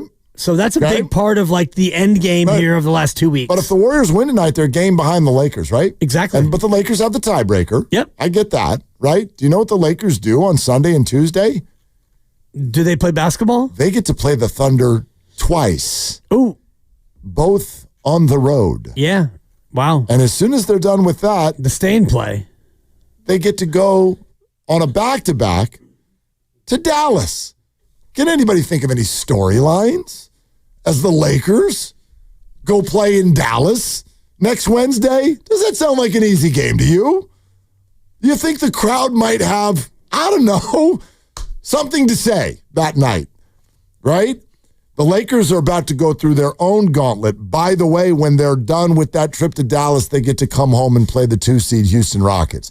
That's their week next week. OKC, Dallas, all on the road, turn around, come home, play Houston, and then end the year in Portland, which can be a sneaky road trip. I'm sure they'll win it. But that's what's coming. That's what's coming. I want to make sure that a Warrior fan plants this in their mind. Right? We're all focused on, but Memphis and Minnesota and the Clippers, don't forget about what's in front of you. You can go get these teams too. It's possible. If you win tonight, the Lakers are absolutely in range. They've got 7 games in 11 days, including 2 back-to-backs. So, yeah, they have rest coming into this one. And if you're the Lakers, you're looking at this one as a big game to for sure avoid falling behind the Warriors. But it's tonight and then tomorrow and then Sunday, Tuesday, Wednesday, Friday, Sunday. They've got 7 in 11 days. That is a full-on gauntlet, including, like you said, back-to-back OKC, and even that second game at OKC. The very next game is in Dallas. Yeah, they're sitting that second game at OKC. They're sitting. Luka's not going to play. I'll bet you right now. Luka ain't playing both those games in OKC. Or LeBron. No, they're going to get ready for the Dallas game. Yeah. Because, by the way, they'd lose it anyway. They're not good enough to right now to go win in Oklahoma City. And I wonder about what OKC is. What's their motivation? Because right now the only thing they have to play for is 70 wins. Yeah, except for they'll be motivated for those. They're going to be motivated for those. Everybody Dallas will be. Yeah, absolutely. For sure. All right, so what do you think? Have the Lakers, since the trade deadline, are the Lakers an easier matchup for the Warriors or a harder one? We can take your calls, 888-957-9570. Michael Thompson joins us next hour. The Warriors and LeBron get together tonight at 7. It means Warriors Live with Evan Giddings tonight is going to start at 6. It's presented by Xfinity. Stream sports from the best seat in the house with Xfinity. Bring on the good stuff. We're also sponsored by Safeway, Willard and Dibbs.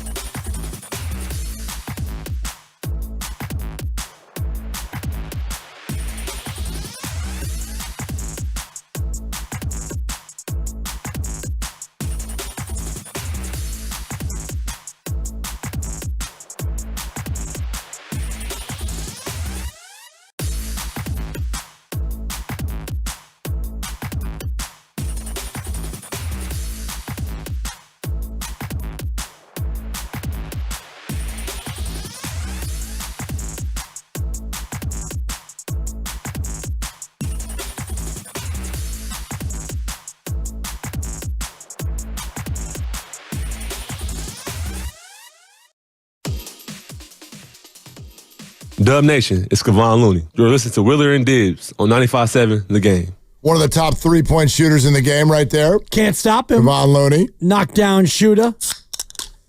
Yeah? Cheers, dude. Okay. Happy Thursday. Yeah. I heard Shasky say earlier today that Thursday's the best day of the week. I almost drove my car off the road. Yeah.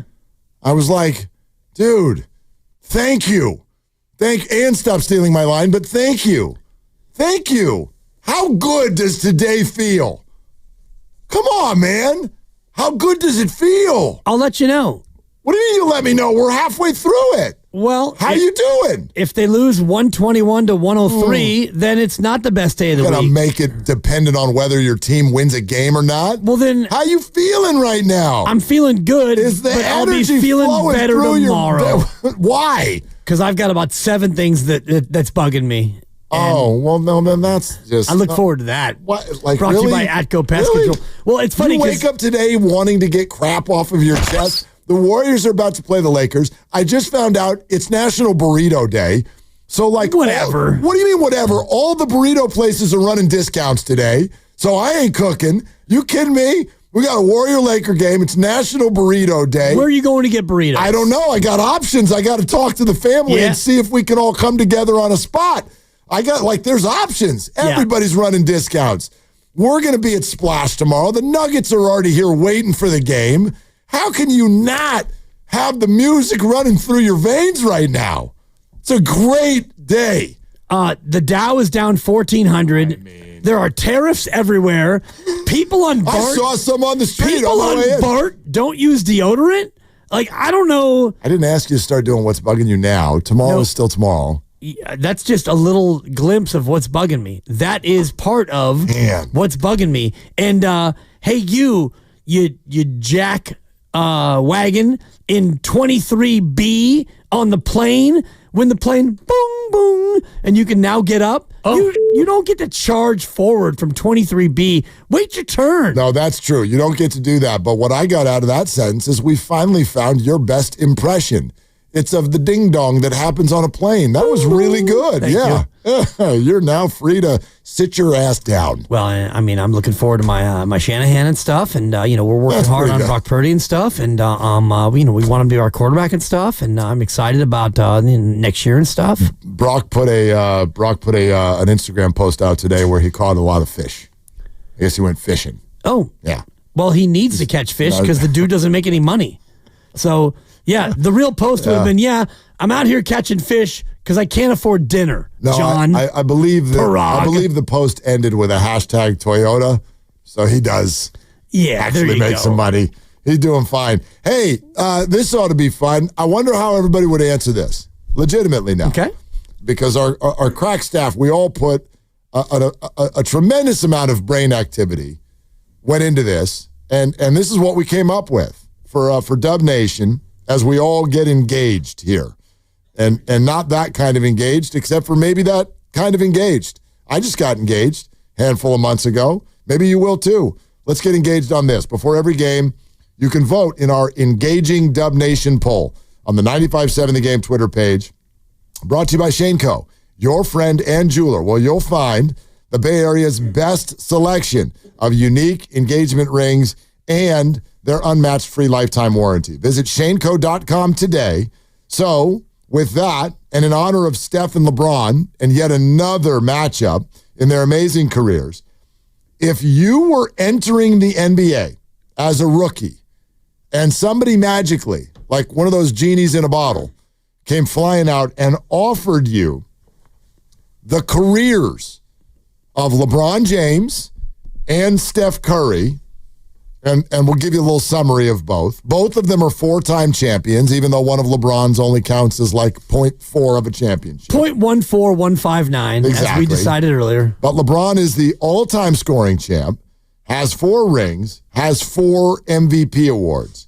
Steph Curry, obviously greatest shooter of all time, most three-pointers made in history, also 4-time champ, 2-time MVP, and many have and would argue he's revolutionized the sport, changed the game. Changed the game. So if a genie in a bottle as an NBA rookie offered you these 2 careers, but you had to pick one, which career would you choose? You go to our 95.7 The Game poll on Twitter right now, and then we will track the results as they flow through the show and give those out near the end of the show as we're getting close to tip-off. If you were offered these two careers, which one would you take? You take LeBron. And I just say that as a diehard Warrior fan. I've been a Warrior fan longer than most people who are listening have been alive. But I can look at it objectively and think about being an NBA rookie. And if you have a chance to win 4 titles, and I know it's 3 and change based on the pandemic, we can do whatever we want with the fractionality of that.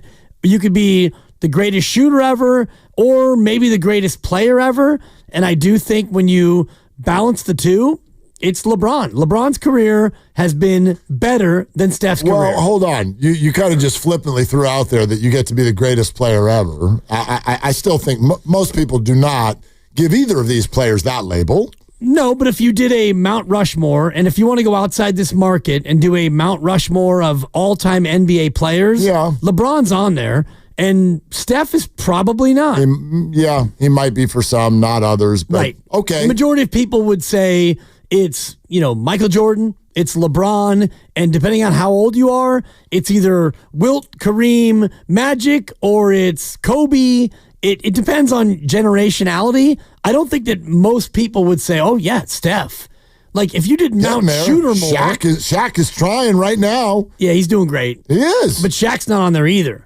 But if you did the all-time greatest shooter, well, yeah, it's Steph, it's Reggie Miller, of course. It's Ray Allen. It's Steph. No, but if you did the Rushmore, if you wanted to do 4 people. I would just make Steph's face bigger. All 4 of them. Yeah. Steph, Dell, Seth, and maybe Sonya. No, just Steph. Yeah. And then bigger cheeks for Steph, and then a right cheek for Steph, and then a chin for Steph. That's my Mount Rushmore of shooters. Yeah, and that's disrespectful to those who came before. Why? Because without Reggie Miller and Ray Allen, and even Del Curry, there'd be no Steph. I'd argue the other way around, too. Without the Trailblazers who made the 3 a thing. Nobody would talk about those guys nearly as much now if it weren't for Steph. That's a fair point, but I disagree with that. Okay, that's fine. They're great players. I'm not being disrespectful to them. Yeah, great players who had great moments. I'm just saying that this guy has lapped them.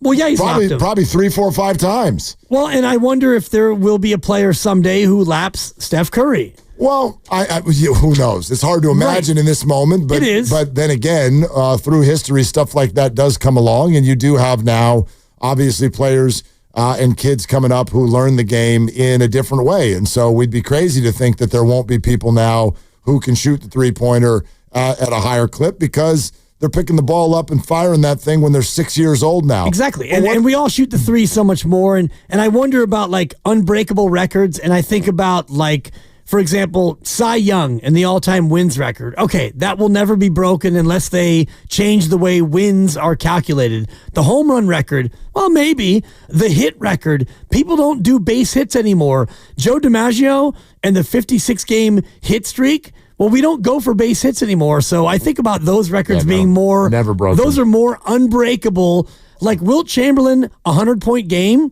You could see someone going for more than 100. Let me throw some things at you. Devil's advocate here. Okay. Let me see if I can put up a fair argument because you said some words there when you picked LeBron. I don't think you're crazy for picking LeBron. And again, the question is, if you were offered these 2 careers at the beginning of your NBA career, which one would you take? And thank you for opening a drink for the first time in the history of this show. Yeah. I love the sound. It just makes me happy. It works with Thursday. Happy National Burrito Day. Anyway, point is, you kind of flippantly were like, hey, man, I'm going to keep it real over here. I always do. And the answer's LeBron, and you're kind of a homer if you don't see it that way. The guys in the GOAT conversation, well, hold on. What if we take the conversation to a little bit more depth? Is it not worth some points to you that one of them has worn 1 jersey and the other one's worn 3/4 if you consider 2 different trips to Cleveland? Is that not worth anything to you? That's worth a lot to me. It's worth something, yes, but it also is worth something to me that LeBron James ushered into the NBA, the ability to move about the country as it go boom, boom, back to Southwest. And so good. Well, what Steph has done for the 3-ball is maybe equal in terms of, what Steph Curry has done to the game. The way the game is played now, Steph has played a big role in that. Let me also, let's slow down the words that I'm using. We didn't ask who's had a better career. Which career would you choose? So in other words, I think it's completely fair to bring into the argument, A, not only the idea of wearing one jersey, and maybe for some of you, that's a plus on the other side. Maybe if you want to ding move around the country. Yep. I don't know. Maybe you want to have multiple cities where you're up on the wall or your jersey's up in the rafters. Maybe you like that. But I think there's some points for Steph on that one because he's worn one jersey. And to whatever level this matters to you, I don't know if this is the perfect way to say it, but I'll try. He's better liked. He's more revered by fans. Steph Curry is. You know what I mean? In other words, there's a relationship there that gets built between a player and the media and a player and the fans and the player and organizations. LeBron James has had owners publish letters ripping him a new one. Pat Riley told him to stop eating cookies. And the Lakers, that fan base was ticked off that LeBron came in and had some sort of Kobe vibe. People were erasing murals in LA because they're like, you're not one of us. You're not one of ours. And so you're winning championships. Like Cleveland, this is for you, sure. But on the other ones, you're a hired gun. All of those things are LeBron.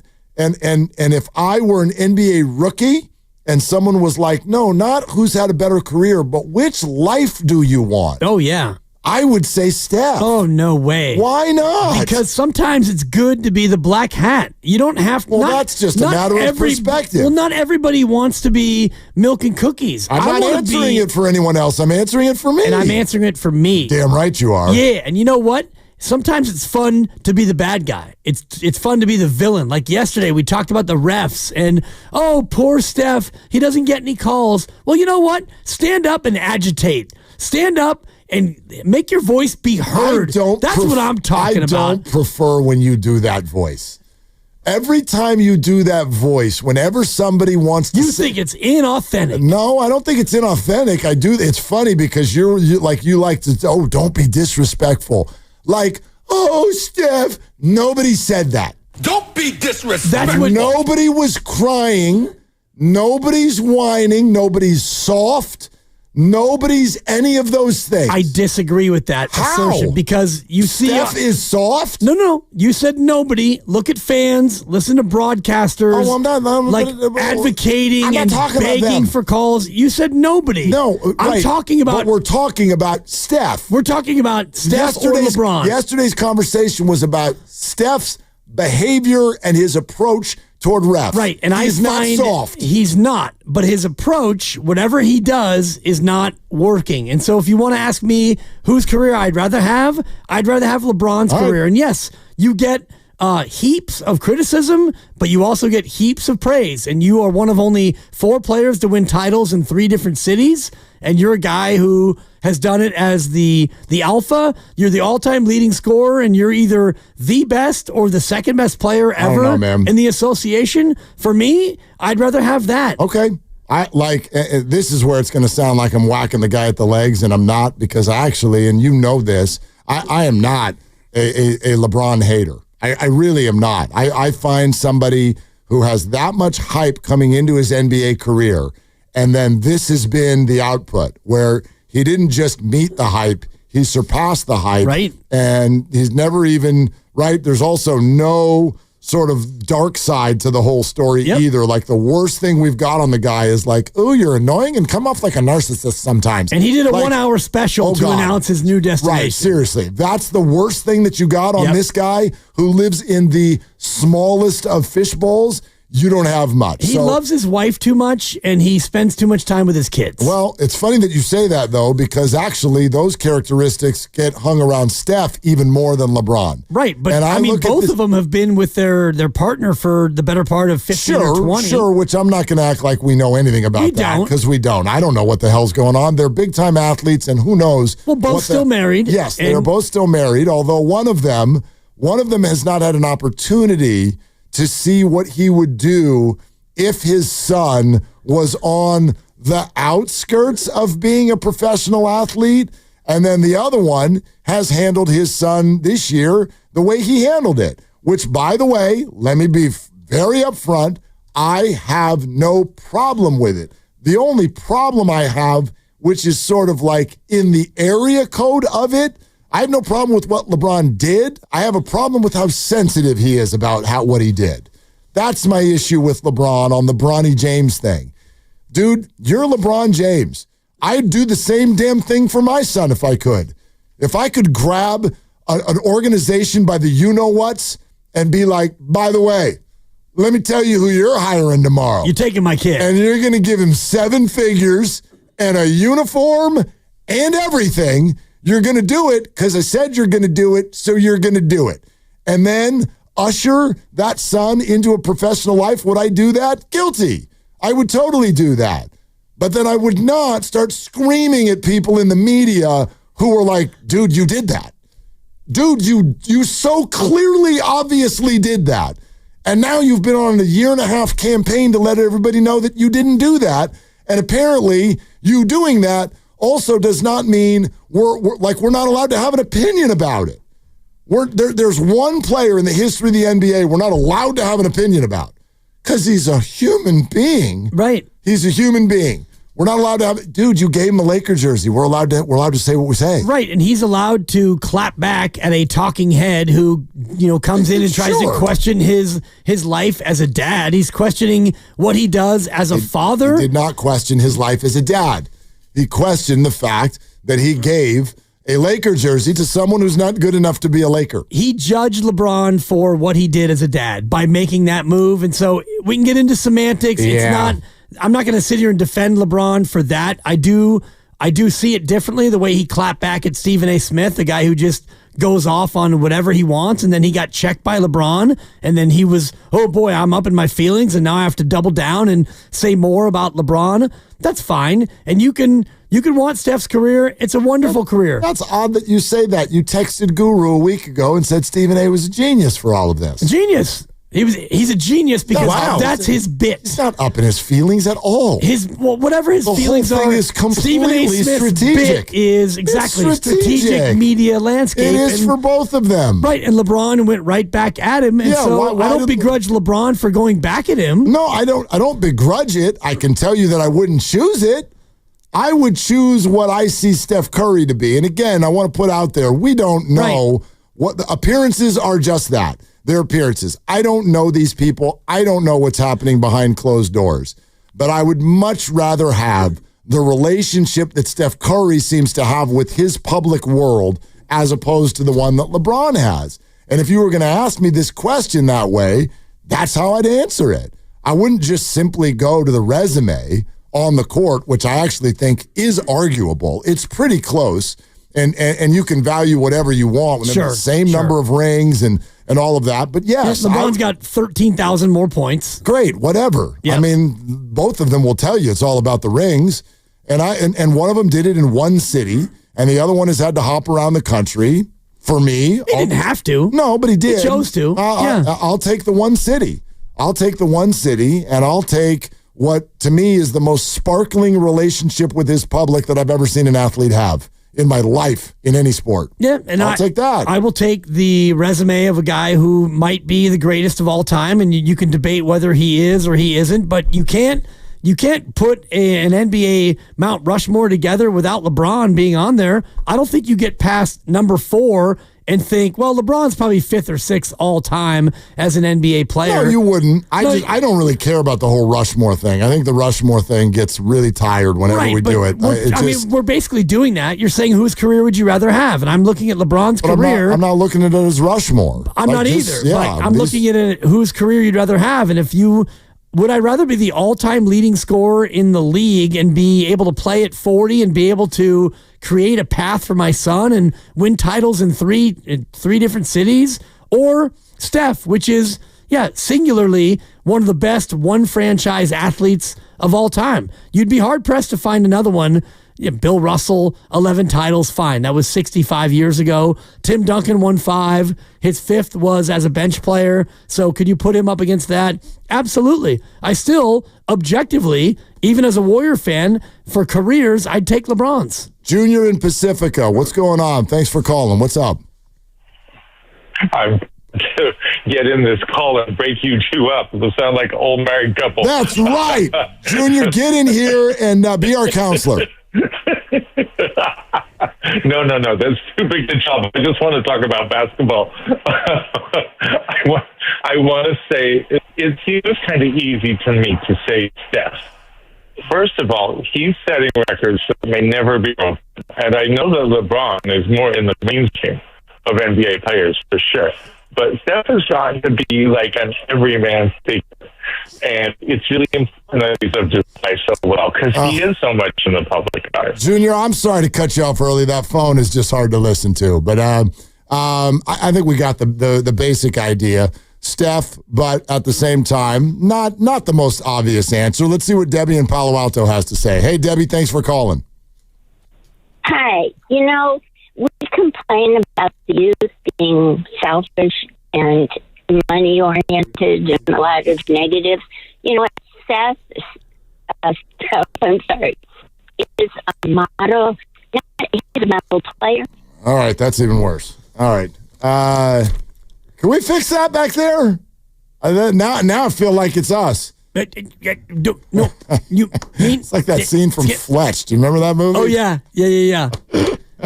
Sorry, got out of a difficult press conference question. Yep. And then just waved and walked off. Yeah. Yeah, put that on the Underhill bill. Yeah. Yes.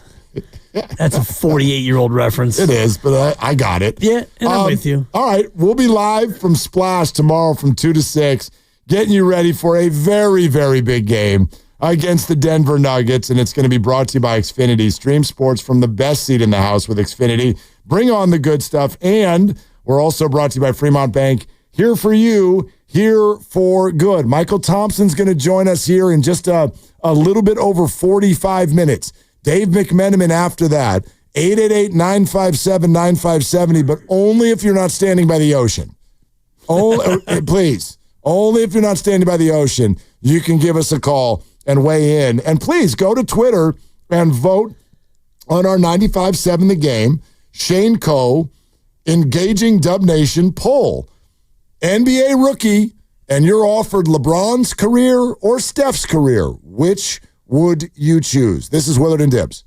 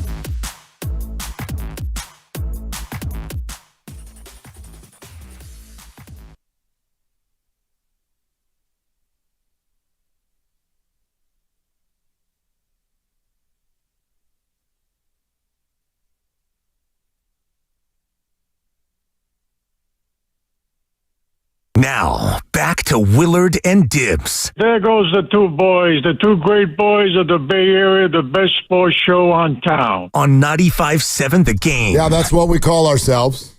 Glad you're with us. It's a big night. This is a little off topic, but it grabbed my attention. Okay. Do whatever you want with it. Yeah, I'll let you know.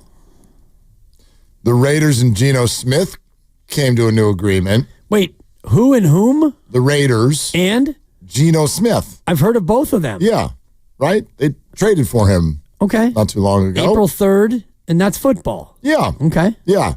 Want to know what the average annual value? Have you seen it, by the way? No, I have not. This will be fun. Yeah, let's go. Dan Dibley, Geno Smith. Average annual. 2-year deal. Las Vegas Raiders. Yeah. What do you think his average annual salary will be? Well, he's not great, but he is a... Well, he's not great. That was a funny way to start it. Well he's not great. He's not great, but he's not terrible. So if you want to put him there in the middle, Moni in the middle, where's he at? He's in the middle. I'm going to put the AAV for Geno Smith at $30 million a year. Okay. 2 and 60. 2 and and 60. 2 shooting 2. Grandy, what should be considered a right or a wrong answer? Like what? Just hit the buzzer. Give or take. You asked for AAV. Yeah. Maybe he didn't get the years right. No, 2 years. He said 2 years. Yeah, it's a 2-year extension. Okay. Yeah, I got but that I'm saying right. like give or take $3 million. Is that fair? Whatever. Just, okay. Let's just get to the part where we get the buzzer. Just let's get to the part where Grandy buzzes me, you laugh, I get mad, I complain, you're kind of jumping ahead here. Yeah. Buzz, laugh, complain. You're terrible Buzz, at this. laugh, complain. You say that, but you have the information. You're all right, because I'm tapped in. I'm locked in. You're really not. You're just a dude with a computer. Yeah, well, where are you? I'm over here. What are you doing over there? What are you reading books? You know what I'm doing? We're at work right now, man. It's 3:04. There's 2 games in the next 40 hours. So you know what I could do is I could quickly Google it and get everyone right. Isn't it more fun when I intentionally, Grandy, get them wrong? You can't intentionally get it wrong. And you I can't intentionally not get the info. You didn't even know that you were supposed to look. I could have found it out and gotten it right, but it's more fun when we have this paradigm. $37.5 million a year. It's an overpay.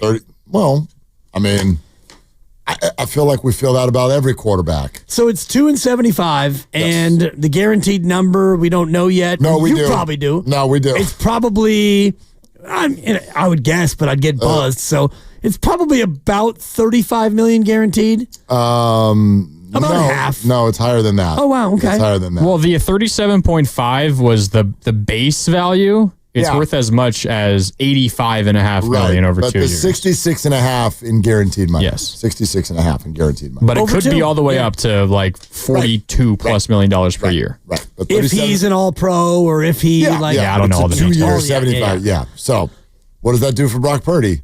Well, I do think, and I put this out on Twitter earlier in the week. I don't think that to me, it's not about the AAV for Brock. What I'm looking for in the Brock Purdy deal is how many years? Because if you really, really, really love your quarterback, you want to do 4 or 5 years. If you love him, ? If it's like a deep like, if it's lust, if it's, we like you, it's going to be a 3-year deal. So for me, it's not about the AAV. I do think that Brock Purdy is going to wind up getting more than $50 million a year. What if he but it will wants a only shorter be 3 years. What if he wants a shorter deal? Well, yeah, he's allowed to want that. Yeah, I don't think saying that I don't know that it's going to say. But if I'm Brock Purdy, I would be looking at more guaranteed money, more guaranteed years as a 25-year-old QB. Probably. I think that the team is going to wind up giving him 3 years. The AAV, the average annual value, will be big. It'll be eye-popping, but it will only be for 3 years. I'll take the over. On 3 years? Yep. We're coming to you live from the Laughing Monk Studios. Laughing Monk, righteously brewed here in San Francisco. We're thrilled that Laughing Monk is along with us here at 95.7 The Game. We love it there. We love the food. We love the atmosphere. We love everything about it. Great place to watch a game. And my goodness, with all the games that are coming at us right now, great place to go. So check it out. Laughing Monk Brewing right here on 95.7 The Game. All right, so Warriors and Lakers tonight. And the thing we've been playing with is basically the idea of not just whose career would you pick, because that is our Twitter poll question, Shaneco.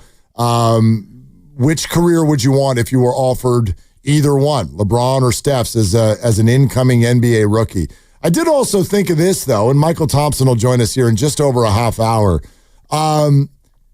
Every time we watch them get together, there's a little bit of that thought of like, how many more of these do we get? Like, how many more of these do we get? And I don't think either one of them are even considering retiring after this year. So this is not the last one. There is a chance that we'll never see them play each other in the playoffs again. Actually, a pretty good chance, I would say. Man, odds are. Yeah, that we'll never see that again. So this year would be fun if it happened. We could be down to where like the number of times these two will meet is down to like one hand. It's possible. Absolutely. It's very possible. And, LeBron at 40, and you would figure that he's got, 1 more year, 2 more years. We know Steph has 2 more years after this, and maybe he'll extend it. We hope that he'll continue to play basketball because we love it and it's good for business. I would predict that he doesn't. He doesn't play beyond his contract? I don't believe that he will. That's just me. Yeah, I would. I think that Steph Curry's going to play for 2 more years. I think that he'll play for longer than that. And I hope you're right. Good Lord. I hope I play till he's 50.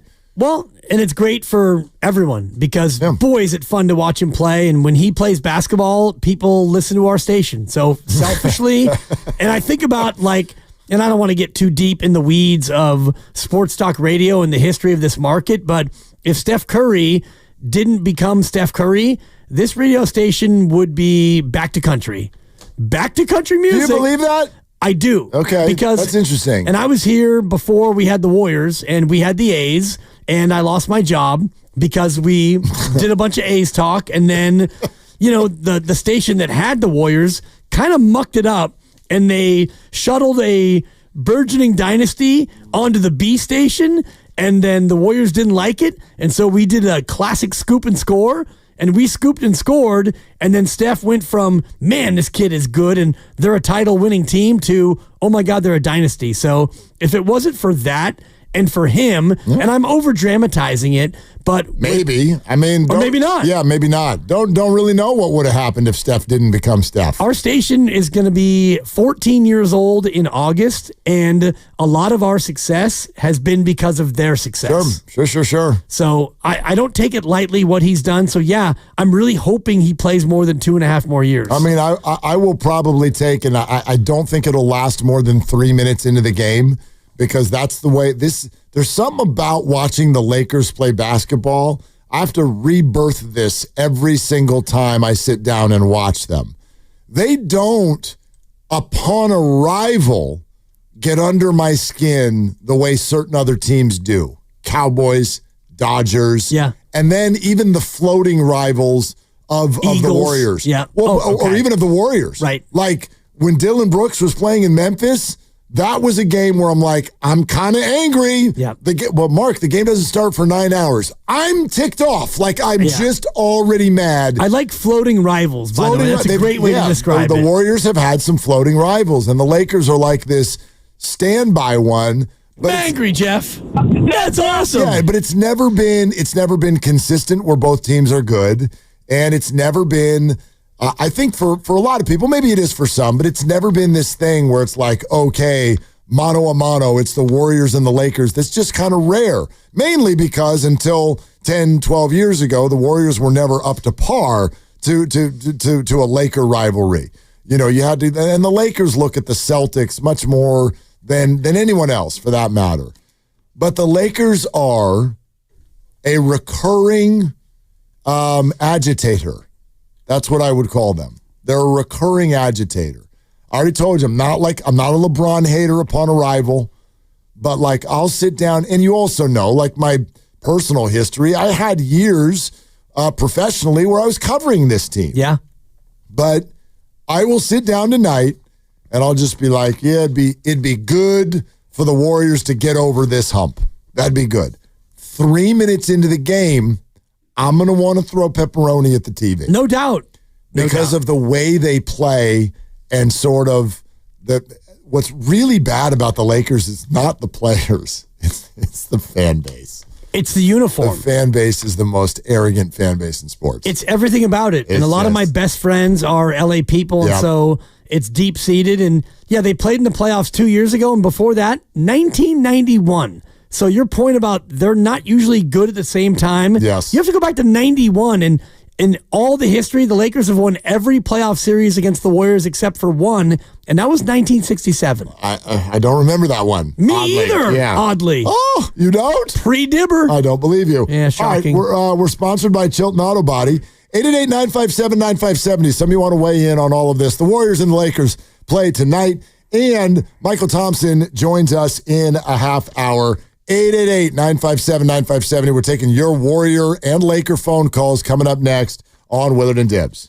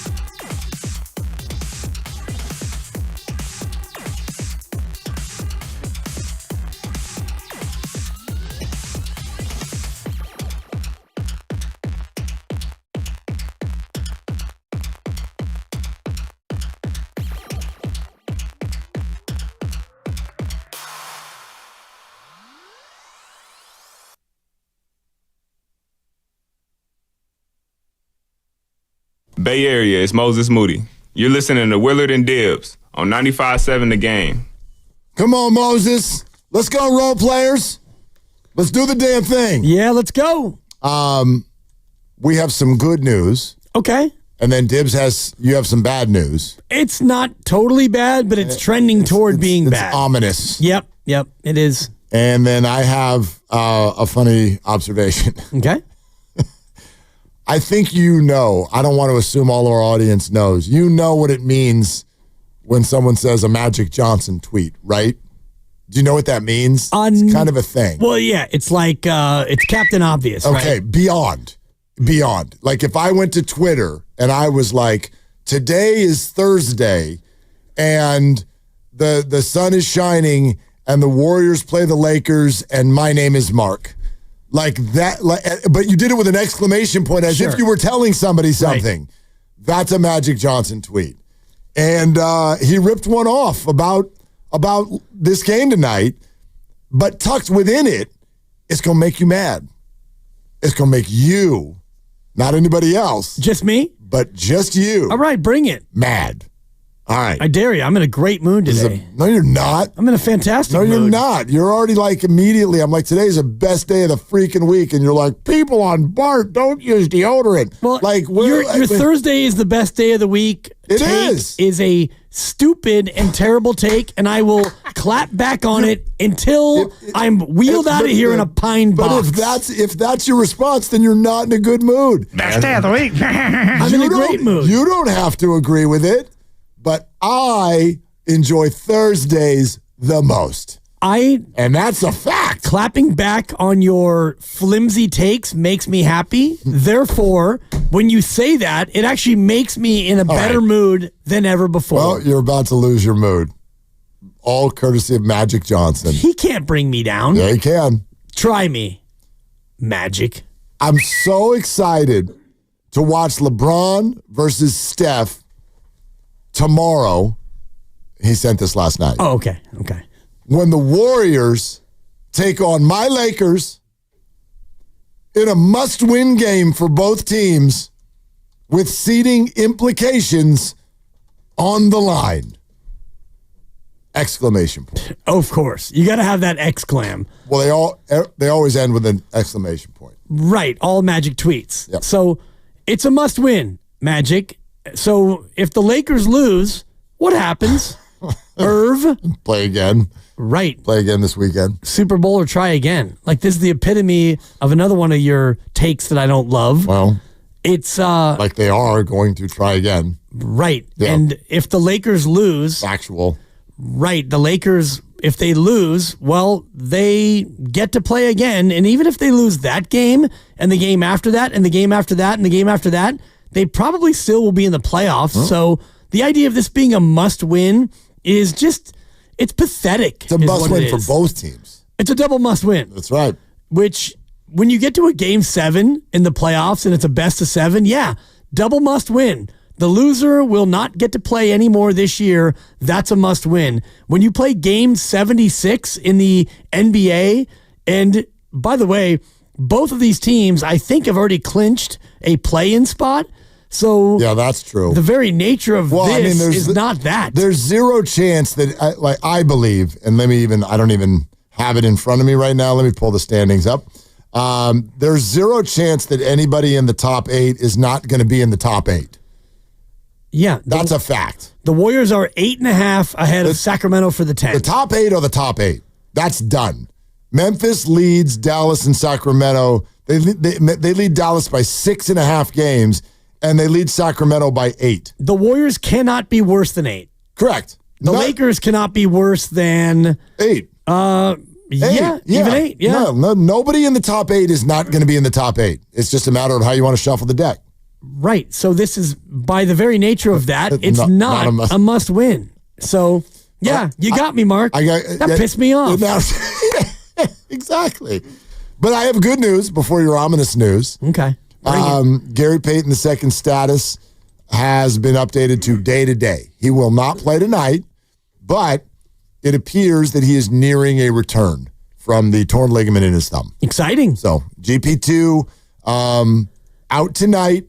Not saying I think he's going to play tomorrow either, maybe not even Sunday, but I sort of read this as maybe something before the end of the regular season. Which is huge. Which is great. Yeah. I was sort of expecting to not see him until whatever happens in the postseason. Yeah, and I was of the same mind. And, you hear about it initially, and it's like, oh, boy, the torn ligament in the shooting hand, the shooting thumb, it's going to be 3 weeks or 4 weeks or who knows. And it's only been a week and a half. And so the fact that he is now day-to-day officially, that's exciting. Hopefully he can come back and be ready to go before the playoffs. That way he can get a little bit of a run-up to what's going to happen. All right. Release your ominous refalytics information that you have. Well, I love the refs, and I like to check ref assignments. And so I looked at the assignments for tonight, and you and I both, during the break, I read off the names: Sean Wright, Mark Lindsay, and Brett Nansel. Never heard of any of them. Me either. And so I thought, what are these refs like in terms of the stats? And you look at the profile on NBAstuffer.com. They run down all of the ref analytics. And when you look at these three individuals, what you see is a very home-heavy ref resume. Brett Nansel, for example, who will not be the crew chief, he's on the crew. Home teams win 63% of the games that he referees. And the crew chief himself, Sean Wright, when he is the crew chief, home teams win at a 59% rate. What do home teams normally win? I would say... I feel like they win more than half the games to begin with. Yeah, but not 60%. No? And I'd have to look at the exact numbers across the league, but two of the three, and the third member of the crew, Mark Lindsay, is about 50%, a little bit below, but when I look at a crew led by Sean Wright, and then Brett Nansel, who, when he referees, home teams win 64% of the time, it makes me a little bit nervous about the whistle already when... It's already a bad deal because with Luka and LeBron. Yeah, you're already playing the Lakers. So Luka, LeBron, national TV, on the road, Steph gets no calls, and you've got two of the three guys who lean toward the home team. Yep, I'm already angry. It's over. Yeah. Why even bother watching it? It's over. 122-109 Lakers. It's just going to be a... Cuckoosh. Yep. This could be a frustration sensation. It could be. Could be. And that's a buck. Yeah.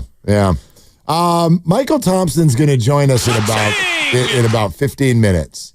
And I've been itching to ask him this question because he has a very unique entry point to the Luka Doncic trade, I would imagine. I would imagine nobody else on the planet saw Luka Doncic get traded to the Lakers and thought to himself, well, that totally changes my job. But at the very same time, kind of a gut punch to my family. Now, I think that's a relatable thing, right? Who hasn't experienced that in their life? Something happens and you're like, that's good for my job, but it's not great for my family. Like, hey, do you want a raise? But here's the deal. You're going to have to travel 250 days a year. It's almost kind of like what Steiny was talking about in the crossover when you're a beat writer and you go on a 2-week road trip. Sounds phenomenal when you're on your way. Because like, this is going to be quiet out there. I'm going to get a break, get some hotel rooms to myself and just chill. It's all on the company dime. This is awesome. 4 days later, you're depressed and questioning your entire existence because it's not great for your family. And we all go through this. But this one in a very different way.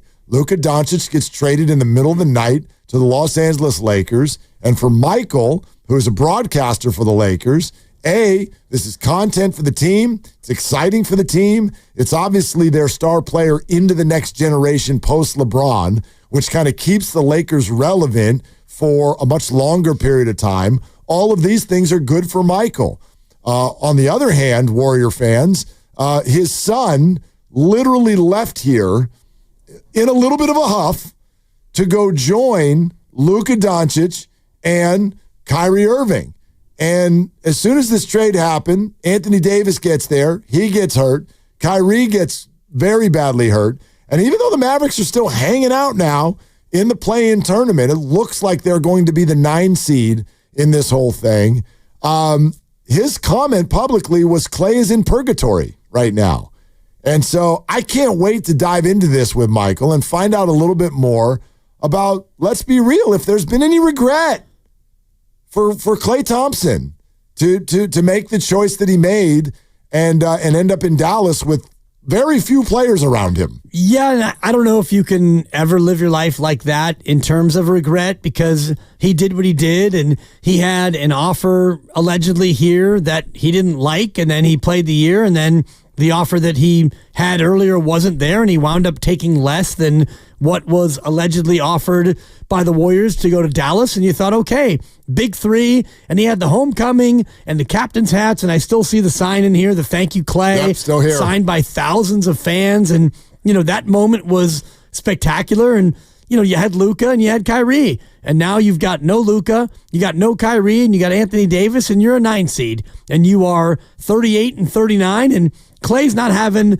the type of year that he's used to having, and maybe it's just because he is declining to the point where this is going to be what Clay is going to be. So I wonder about regret, and also just, the nature of any move you make. You make a move and you think it's good, and then things change, and it's like, boy, that didn't really work out the way I'd hoped. It's also funny because we do this. I think it's sort of similar to when someone invites you to a party that you don't want to go to.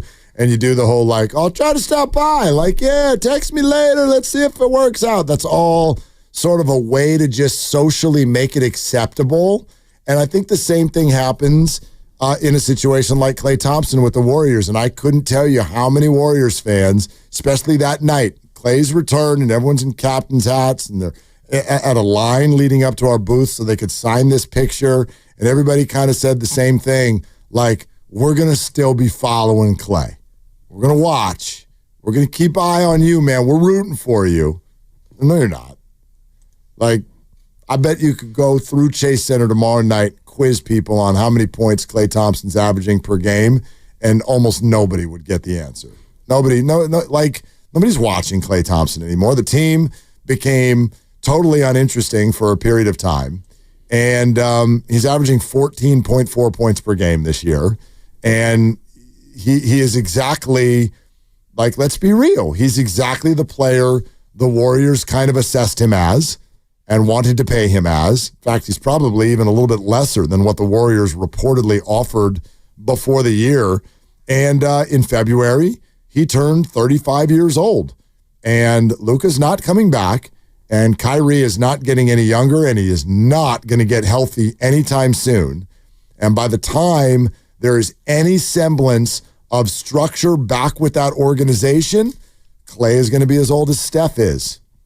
So, and he'll be in the final year of his deal there. Yep. And so, yep. Yeah, and you look at just the numbers, and I know numbers are numbers, they but are. Last year with the Warriors, 17.9 a game in 30 minutes a night. This year he's averaging almost 28 a night, and he's getting 14.4. And the field goal percentage is down. The 3 percentage is up a little bit, but he's not scoring like he used to. And it does feel like, year over year, and that's even removed from 3 years ago when they won the title, and he averaged 20 a night.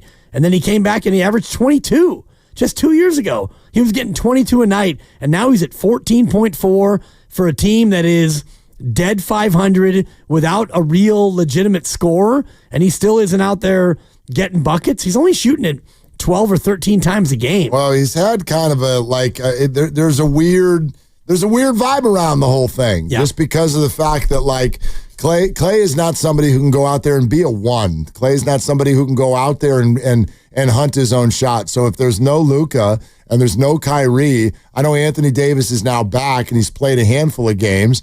He got whacked in the face and so therefore might be hurt again. I don't know. But Klay needs those guys out there if he's going to be able to do his thing, and they're not out there. So he can't even, I don't even know if he can be his best self. So anyway, that and then much more with his dad, Michael Thompson. We'll dive into this Laker-Warrior situation tonight and certainly ask him the question that we started our show with, which is, since the trade deadline, the Warriors so improved and the Lakers just changed. Some people think they're improved. Luka's a bigger name, but we both think they got better offensively, worse defensively. Therefore, is this an easier or harder target for the Warriors now? Because I think something that's gotten forgotten as we build up to this particular game, people are talking a lot about history. I'd argue there's none. These two teams have never played each other before. It's fair. Yeah. So I have no idea what the hell we're going to see tonight. Yeah, you've got Jimmy, Steph, and Draymond against LeBron, Luka, and Austin, and you can add in the ancillary pieces all you want, and that's a fair way to put it because LeBron has never faced Jimmy as a Warrior, and the Warriors have never faced Luka as a Laker. Correct. So you're right, these teams haven't faced each other, yet you do have the undercurrent of LeBron and Steph and Draymond, which goes all the way back, 10 plus years. So it's a little bit of a mixed bag where a lot of it's familiar, but a lot of it is also new.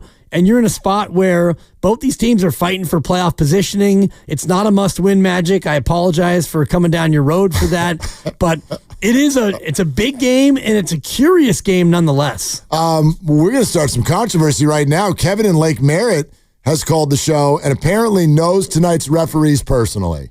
So, whoa, yeah. Okay. Hey, Kevin, thank you for calling. What's going on here?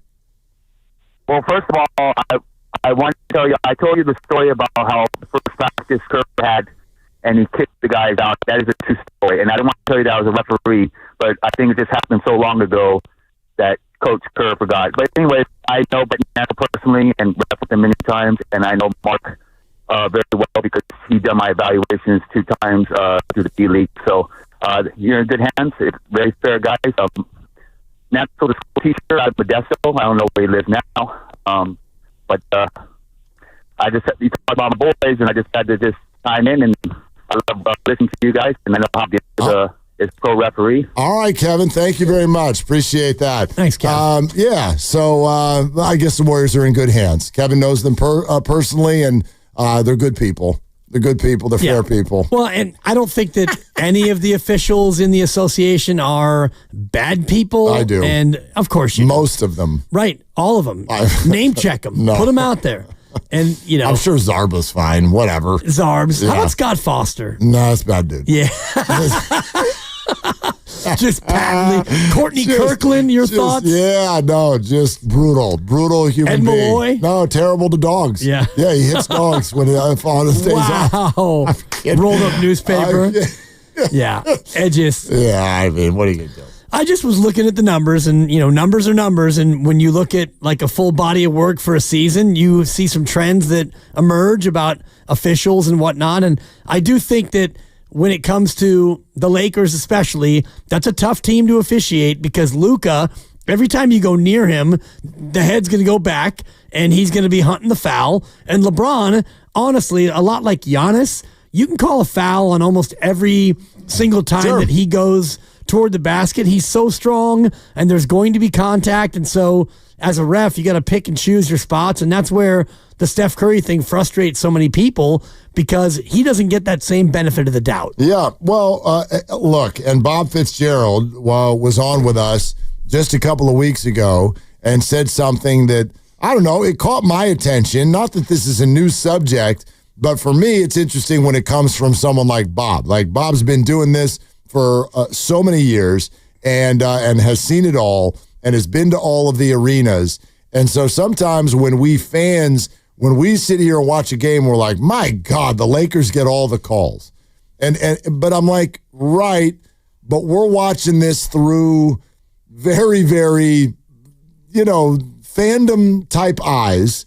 And therefore, some of that conversation actually just gets playful. All of the NBA conspiracy theories and things like that. But Bob literally stated the one opponent he does not want for the Warriors in round 1 is the Los Angeles Lakers. And when he said it, I was like, oh, size, right? Size matters. Like, is it their size? Nice. Or what's going on? He's like, no, dude, it's the whistle. It's the whistle.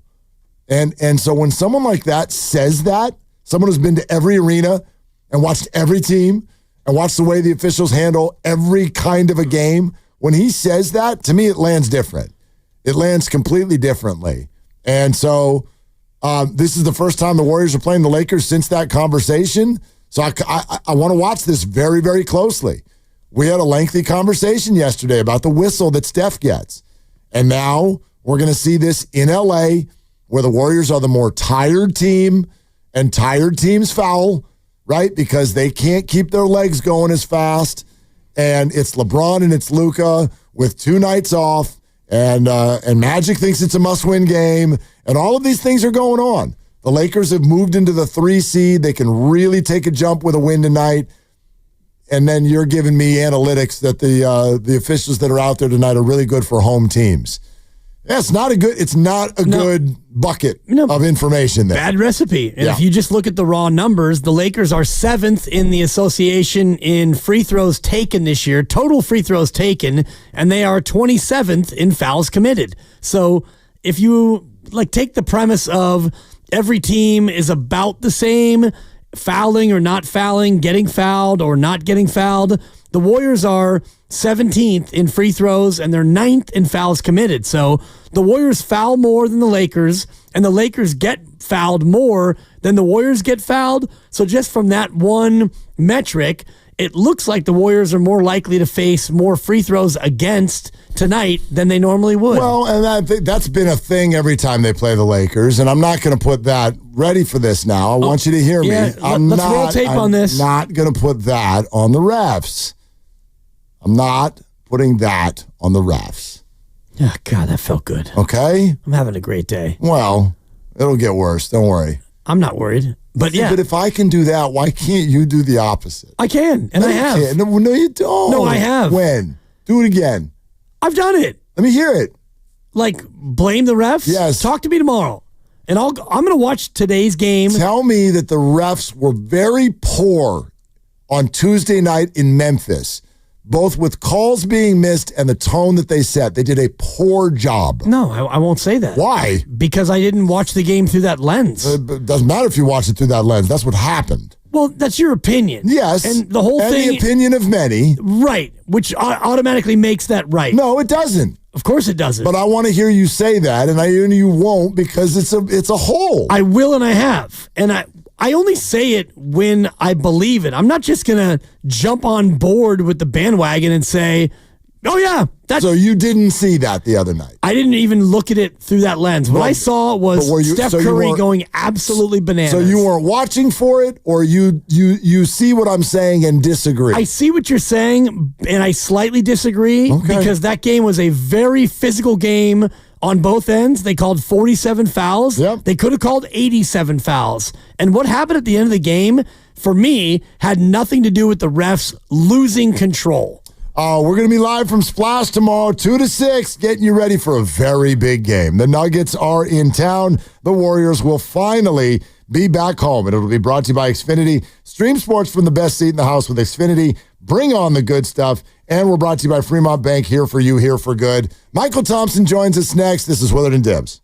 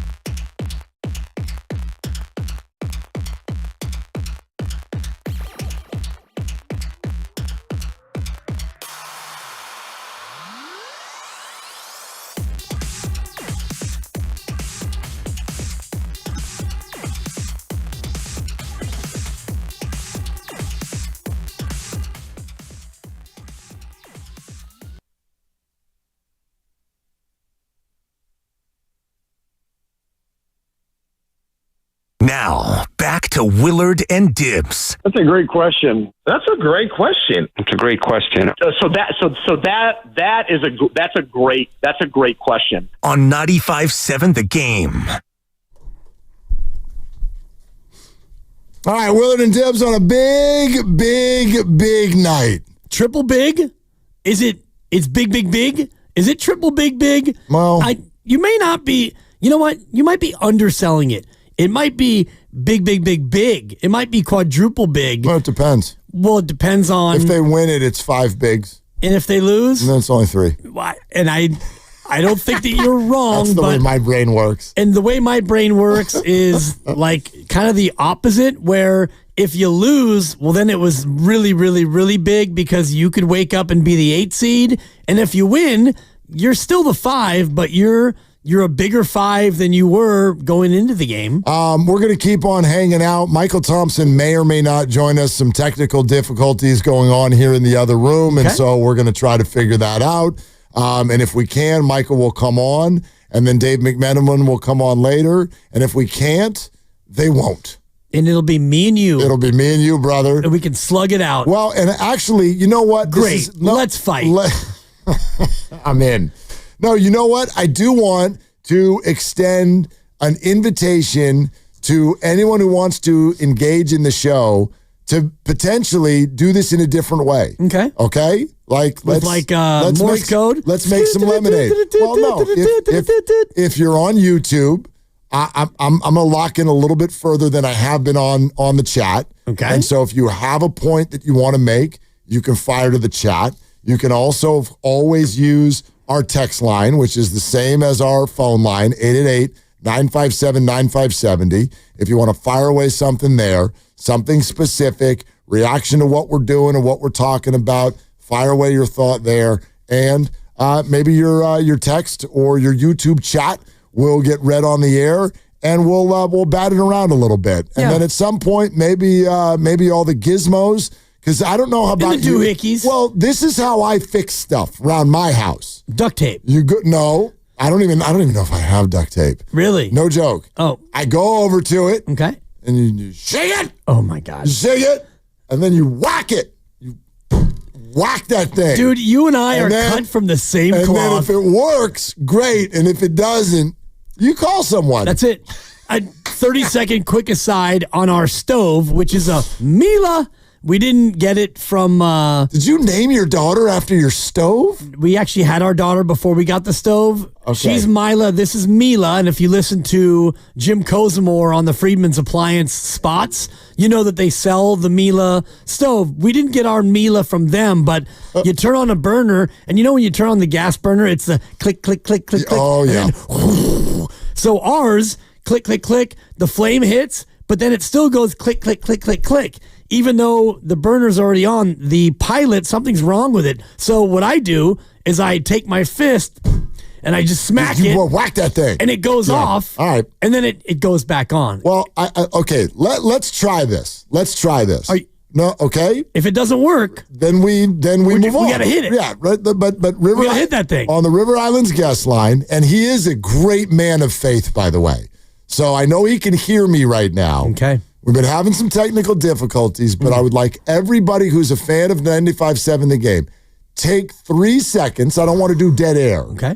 But I want everybody, however you do it, to pray. Jesus, take the wheel. That's how we make it today. That's why we pray. You are an undercover brother. That's how you are so undercover. Okay? Everybody send a little God shot or whatever you want to do. Send it up to the man or the woman, Buddha, or whoever upstairs. Yep. That Michael Thompson, come on, broadcaster for the Lakers, former #1 overall, pick in the draft, and Clay's dad, friend of the show, that he is about to speak, and he will not sound like someone is whacking him in the Adam's apple while he talks. Come on, Michael. Are we ready? Let's do it. Ladies and gentlemen, out to Michael Thompson, my good friend. Michael, how are you, and what are you thinking about tonight? Why don't you guys upgrade your equipment from the 80s? Well, that's what I've been yelling during commercial breaks for the last hour and a half, Michael. Exactly. Get to the 21st century, man. Join the 21st century like the rest of us. Okay. Now, Michael, I don't know what kind of, there's a few different types of people in this world, and I think I know you pretty well. But this is something that happens, for instance, when you go to the doctor. Your leg has been hurting every day for 2 weeks. You can't walk. And then you make a doctor appointment. And you get to the doctor, and what happens? Leg feels completely normal. And they're like, what's wrong? You're like, well, this thing's been happening. They're like, well, show it to me. Well, I can't. This is what just happened with the phone call, basically. Michael, I don't know. Did you send up a prayer? Because you sound great. Yeah, I definitely said, you guys, God, these amateurs need some help up there. So take the wheel, like you said. Yeah, thank you. And, send my best to Jesus. You sunned us the same way the Lakers are going to do to the Warriors tonight, huh, Michael? Oh, yeah, we're going to bully you guys tonight, man, and beat you up. That's how you beat the Warriors. You can't be finesse basketball with them. The Lakers are a more physical team, even without Anthony Davis. This is the first time you guys will be seeing Luka. Luka's a big physical guard. I know you got Jimmy Butler up there as a physical guy himself. Draymond Green's a tough guy, but I think we're tougher than you guys. Tougher, yes, but also the amount of embellishment, Michael. You as an old school basketball player, do you sometimes blush when you watch Luka and even LBJ kind of throw their head back and really beg for calls at that level? Yeah, you're right. It's all around the NBA. It's just not those two guys, because I always think of, and I bring this up about the flopping in the league. You know, when you think about all the greats who played this game, I sound like an old man now, but Kobe never flopped. Michael Jordan never flopped. Isaiah Thomas never flopped. Charles Oakley. Magic Johnson used to complain a lot, but he never flopped. And I thought flopping was supposed to be now a technical foul, and referee was supposed to call that to stop guys from flopping, but they don't call it. So guys continue to do it with all this faking these flops. Guys can't set a screen now, and some guy will throw himself to the ground, and it's an illegal screen. I'm tired of seeing it. Michael Thompson joining us on Willard and Dibs. I think of you and reference you all the time in this conversation, Michael, because literally because of guys like LeBron. I remember you telling me at some point. You're like, you think a man who, do you know how hard it is to knock over a man who is 6'8", 265 pounds, or whatever these guys are? Like, next to impossible. So I kind of like what you said. That, like, the officials are supposed to do something about this. Why is the league not doing anything? I don't know. They act like they're afraid of the players. They're like the referees are afraid to make a mistake, because every time they make a call now, they can't stick with a call. They got to wave their finger in the air like a home run sign and go look at a review when there's a questionable call to be made. So I'm tired of seeing it, man. They need to get rid of call reviews, and then maybe the referees could just go out there and ref the game the way it's supposed to be ref and call these flopping, all this. Everybody does this flopping. I'm tired of seeing it. No, I'd love to hear that from you, Michael. Michael Thompson here on 95.7 The Game, and I couldn't agree with you more. And think about this game tonight, and you got the Lakers up by 2 over the Warriors, and the Lakers sitting in the 3 seed. It seems like LA's been a little up and down since they got Luka. When everybody is right and healthy, how dangerous is this LA Laker team with Luka, LeBron, and so much more? They can go all the way because Luka's been there, been to the finals, obviously. So is Draymond, and obviously Steph and Jimmy Butler themselves, and a bunch of the Warriors have been to the finals, so they know what it takes to get there. Obviously, LeBron's been there 10 times, and Austin Reeves and these guys are big-time players. So the Lakers are a very dangerous team because they have 3 of the best playmakers and decision-makers on the floor, and Luka, LeBron, and a very underrated playmaker in Austin Reeves, who can create his own shot and get to the basket and set up his teammates. So when you have 3 guys like that who can create for you off the dribble, that makes you a very dangerous team. Okay, I'm going to ask this one of 3 ways, Michael. I can't tell if you're, the Lakers are going to beat up the Warriors tonight thing. Is this because A, you're a Laker employee, B, because you think the Lakers are a bad matchup for the Warriors, or C, you just flat out think the Lakers are better than the Warriors? Well, the record states it, doesn't it? So obviously the Lakers have a better record than the Warriors, so that proves right there. Just that point alone, they're better than the Warriors. And the Lakers, I think, have the better playmakers on the team than the Warriors do. Draymond's a good playmaker, so is Steph, of course, and so is Jimmy Butler. But our 3 playmakers are better than your 3 playmakers. Okay, but if you're going to just go straight to the records, though, Michael, a 2-game spread over an entire season when both teams make massive deals at the deadline and are now completely different teams. Like, my take on tonight's game, this is the first time we've ever seen these 2 teams play. I think they're both that different. But the difference is now that LeBron is a much more rested player because of Luka. He's basically ceded the leadership and the playmaking, majority of the playmaking over to Luka, which allows LeBron to pick his spots, which makes him a more dangerous player in the fourth quarter because he has more energy now to attack that he didn't have before. So, and then Austin Reeves is a player on his way up. He's getting better and better each month, and Austin Reeves is one of the best 5 one-on-one players in the game today. And is that really where he makes the most of his headway, Austin Reeves, is with the ball and attacking one-on-one? Well, he can do both. See, the thing is, Austin can play off the ball, too, as a spot-up shooter because you can't leave him open. He's an excellent shooter, one of the best three-point shooters in the game. So that's what makes him so dangerous on the ball and off the ball. But this is going to be a great game tonight, very competitive. Both teams understand what's at stake here, seeding for positioning in the playoffs. I think the playoffs have already started for these two teams, and this is going to be a reflection of that tonight.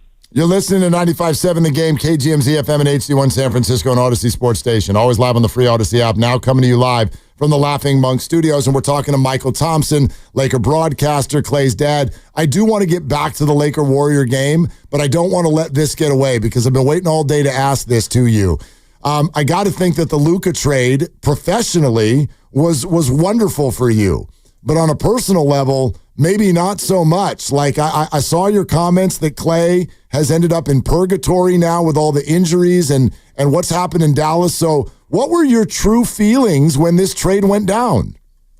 I wasn't bothered by it at all. Obviously, it was good for both teams because when it happened, at the time, the Mavericks were kind of healthy. They had everybody. Anthony Davis was coming in. They had Gafford and Lively, and, of course, Kyrie Irving was still healthy. So I told Clay, I said, you know what? If you guys are healthy, you guys have the best front line in the game with Gafford, Lively, Washington, and Anthony Davis now when that trade came down. So, yes, you lose Luka, but you gain the second-best all-around big man in the game in Anthony Davis. The people act as if Luka was traded for a B-level player. He was traded for an A-level player. Anthony Davis is that great of a player.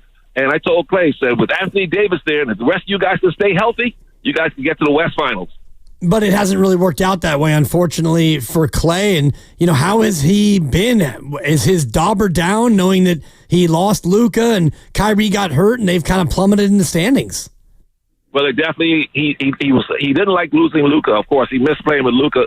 But I think when Kyrie got hurt, that really set him back a long way. But now that Anthony Davis is back, Lively's back, Gafford's back, and it looks like they're finally healthy with the exception of Kyrie. They are going to be a very tough out for anybody in the play-in tournament, or if they get out of that, and I think they will if they're healthy, they'll be a tough first-round opponent for anybody in the West. I mean, Michael, like when you professionally have only known one thing and then you try something new, I got to think that maybe there were some surprises, some things you didn't know, like in general, aside from all of this personnel talk, how is Clay doing in Dallas? How does he like his decision? He likes it. He's not looking back. You can't look in the rearview mirror. He's looking forward. He's excited to play with Anthony Davis now that he's finally getting the chance to play with him. So he's still having a lot of faith in what they can do in the playoffs. And obviously they're going to miss Kyrie Irving, one of the greatest creators in the history of this game.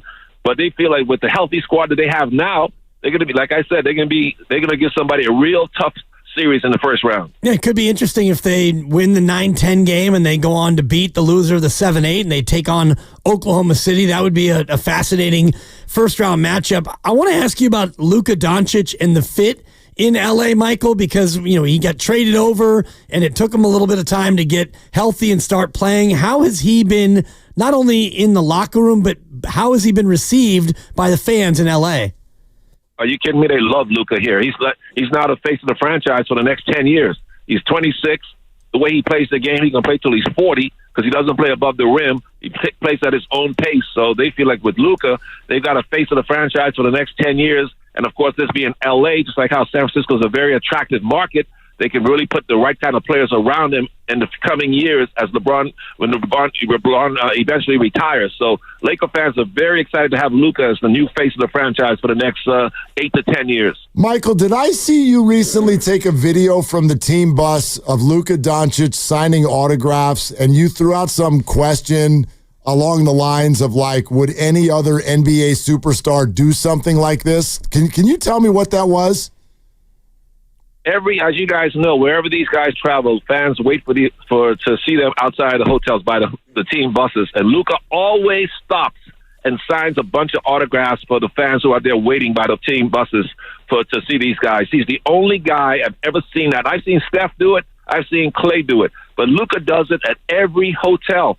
No other superstar does this. And I said, why can't every superstar have his attitude and sign a few autographs on the way to the bus to appease and make these kids give them a thrill? They're so excited when Luka stops. And you can see the smiles on these young kids' faces. And Luka's been doing this for years when he's with the Mavericks.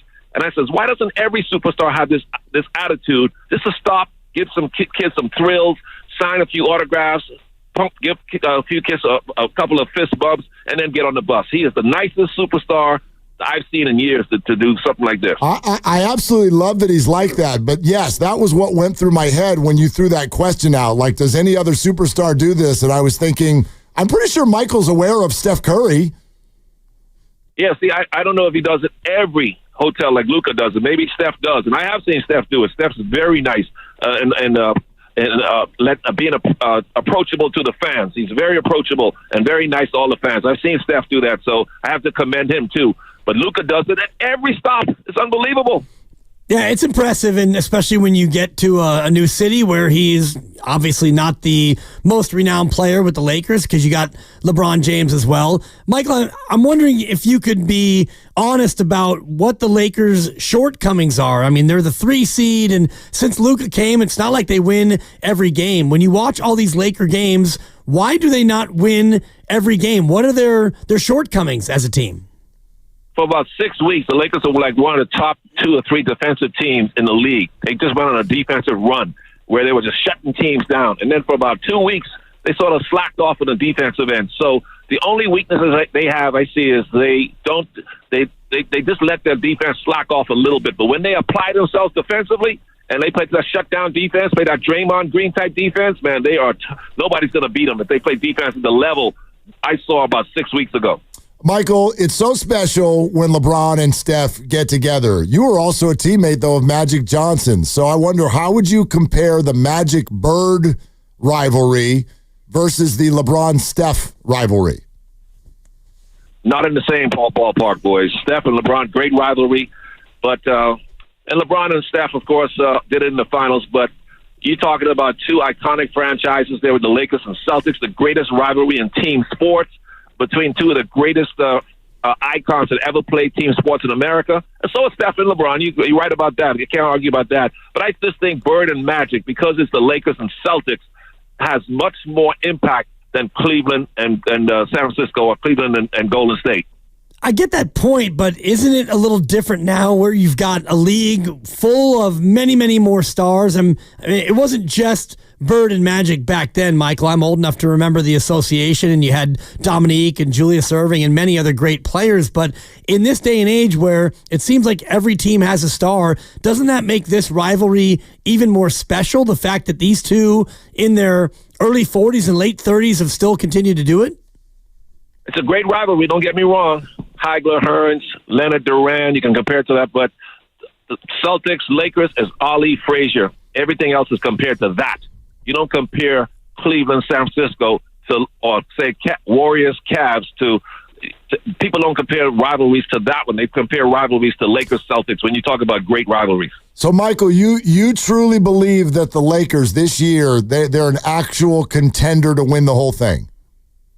Yes, I do. So are the Warriors. Draymond Green was right when he said, I guarantee we're going to win the title. I don't think Draymond was crazy for saying that. They're playing well enough with Jimmy Butler. They could beat anybody. But I also believe when the Lakers are right, they could beat Oklahoma City, the Warriors, Minnesota, Denver, anybody. They have Denver's number this year. Denver wouldn't want to see the Lakers, but the Warriors will be a tough first-round series. Oh, no question about it if we see each other.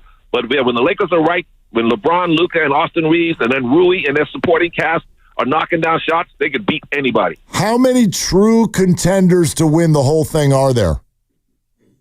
Oklahoma, Boston, Cleveland, Warriors, Lakers, and Denver. I think that's 6. I think that's the big 6. That's it. Yeah, I think so. Everybody else will be, you got to respect them as opponents, but I think that's it as far as teams that could win it this year. And if you are the Lakers right now and you're sitting in the 3 seed, who's the one team you want to avoid as a potential 6 seed as your opponent? Nobody. Are you kidding me? You're supposed to be scared of anybody? What kind of attitude is that? You're supposed to be nervous? No. Yeah, you respect them if it's the Warriors, Memphis, or Minnesota, but you're not supposed to be scared of anybody. Scared of what? Scared of who? That don't work down here in L.A., baby. Maybe that works up there, but not in Lakerland. You probably, honestly, scared of Steph Curry and Jimmy Butler and Draymond Green, who, I don't know, Michael, do you think he is the defensive player of the year, Draymond Green? It's either him or Dyson Daniels in Atlanta. Dyson Daniels is leading the league in steals by far, and you got to give that young fella down there some respect. The Great Barrier Thief, they call him, because he's from Australia. So he's either him or Draymond's going to win Defensive Player of the Year. Michael, thank you for your prayers. Oh, yeah, you guys, I blessed you guys, so you guys are in good hands now. Thank you. I appreciate it, Michael. We're not going to bless the basketball team down there, though. No, not tonight. Maybe tomorrow. Yeah, I know that, guys. This is going to be a great game, though. Let's go. Yep. Let's go. Michael, thank you. Thank you so much, my friend.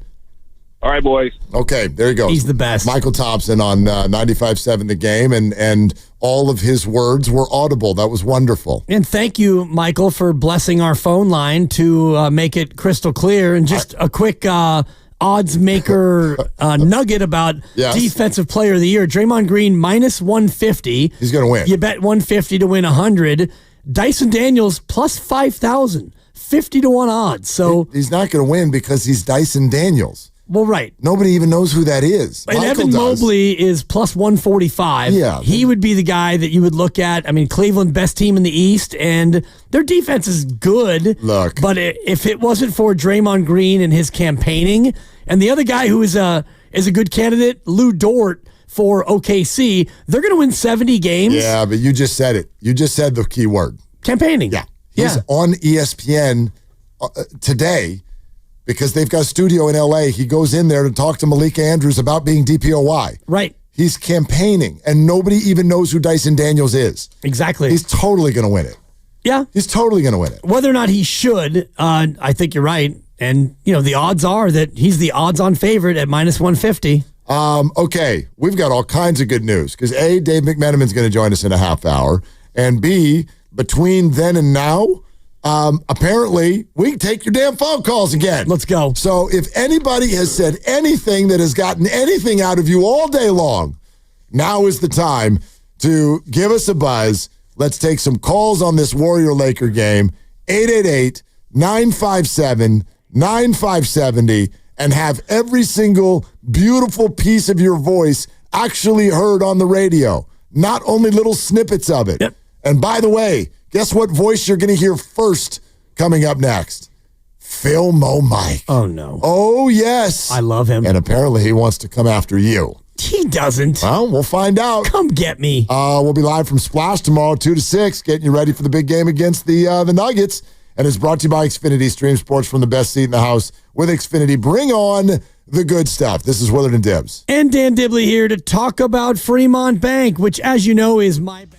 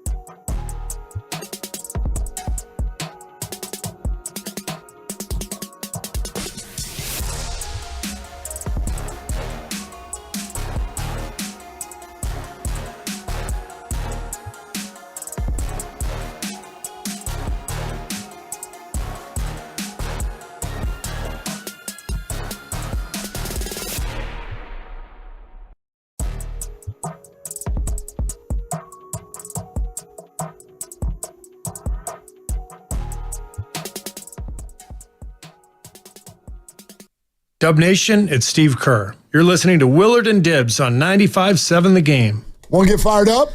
I'm totally fired Want up. to get fired up by something Steve Kerr actually just said to us yesterday? I mean, better than what he just said right there? Yes. Okay. And well, nothing's better than him saying our names. Yeah. But and I always wait for that, for the one where Grandy plays the one where it's like, your picks stink? Yeah. Yeah. Dub Nation, No. it's Steve Kerr. No. You're listening to Willard and Dibs on 95.7 The Game. Hey, Dibs, your picks stink. That's right. And there's juice behind that one. You can tell who on the Warriors likes Dibs and who doesn't based on the way. No, you don't. Yeah. No, you don't. Right? See, there's history there. Guy Santos sounds like the nicest human being that's Bay ever Area, it's Guy Santos here. Hey, Dibs, your picks stink. See? He can't even, there's no hatred there. But Steve pauses. Yeah. And then, wha-pow. It hurts. Yeah. You know the one that hurts the most? It's the man who has jumper cables in Bay his Area, trunk. it's Kevon Looney. Yeah. Hey, Dibs, your picks stink. Yeah. I mean, juice. And he's it's- I don't like that guy.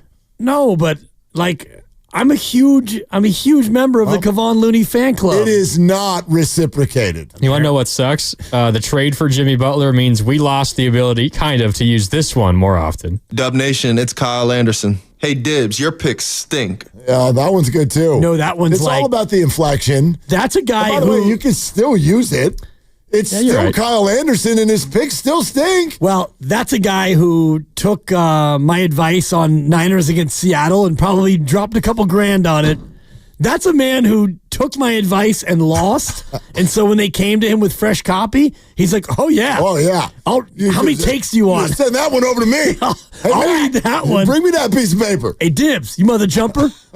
Your picks stink. Yeah. Cost me $2,500. Niners against Seattle. You like the Lakers tonight? I love the Lakers tonight. Yeah, because you're Fade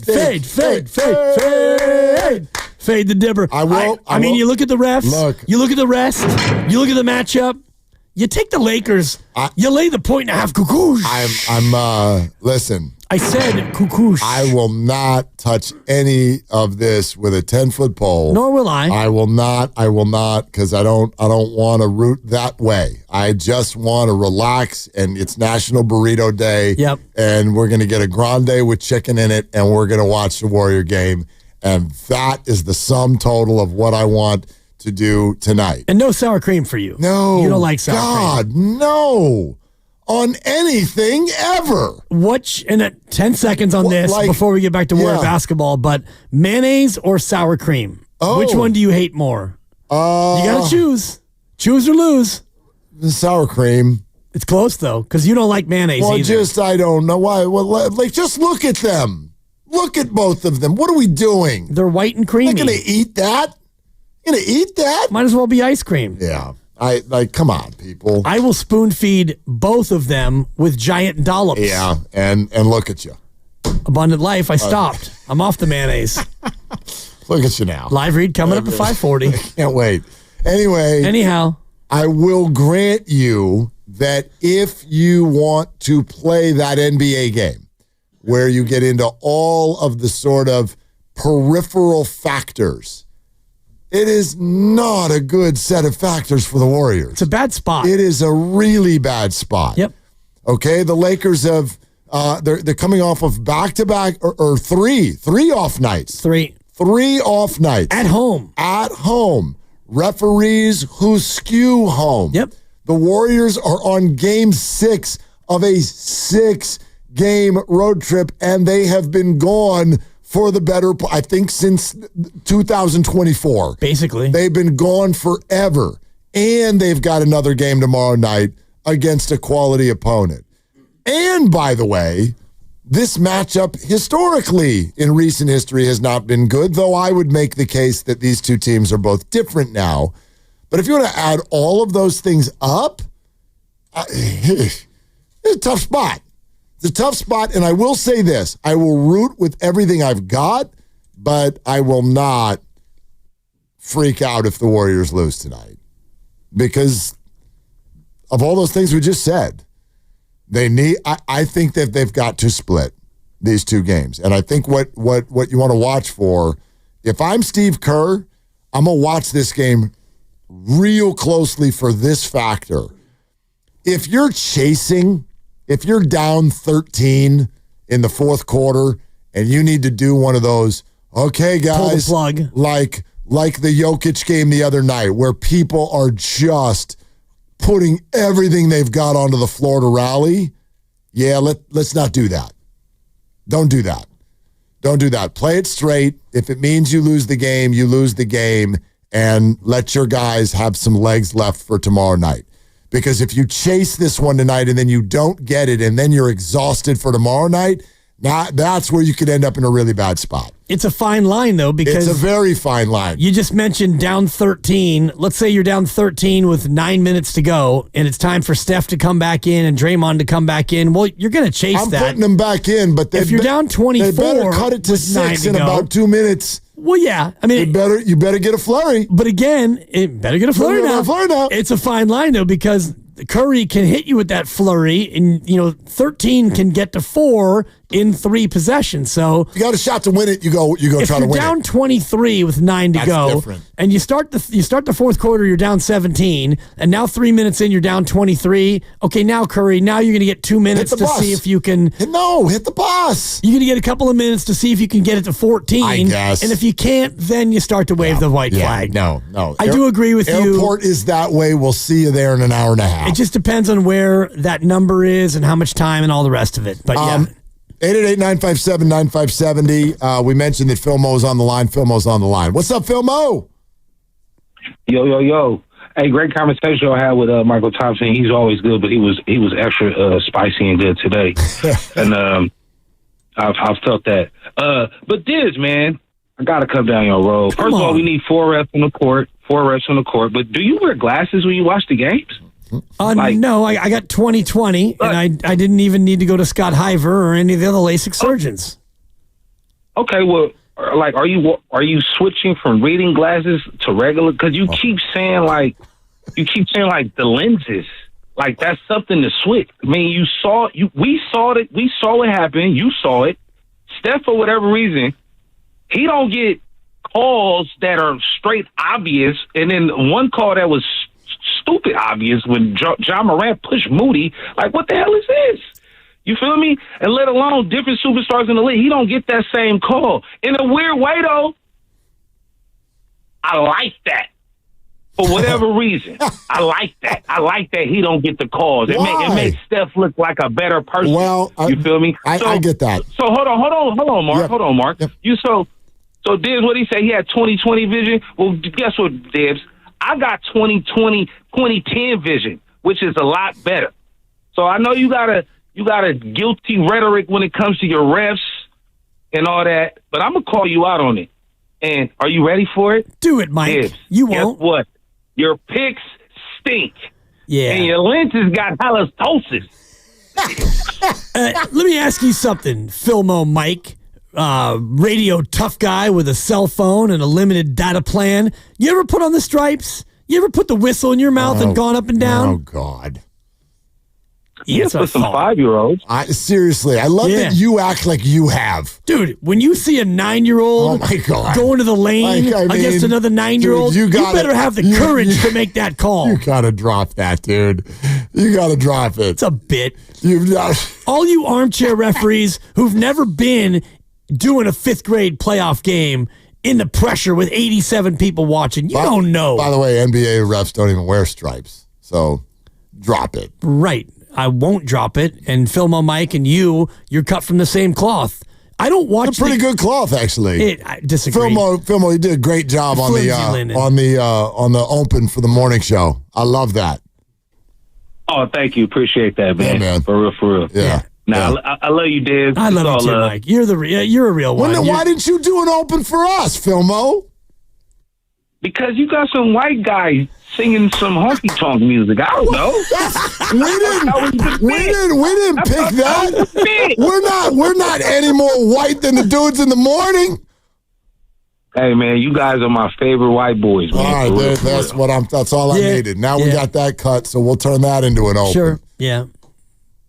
Thanks, Philmo. You're the best, Philmo. Right, see you later. He's awesome. halitosis. My eyes have halitosis, apparently. Your picks stink. My eyes are so and your bad. lenses got halitosis. My lenses got halitosis. That's pretty funny. Oh, my God. My eyes are so bad, my eyes have halitosis.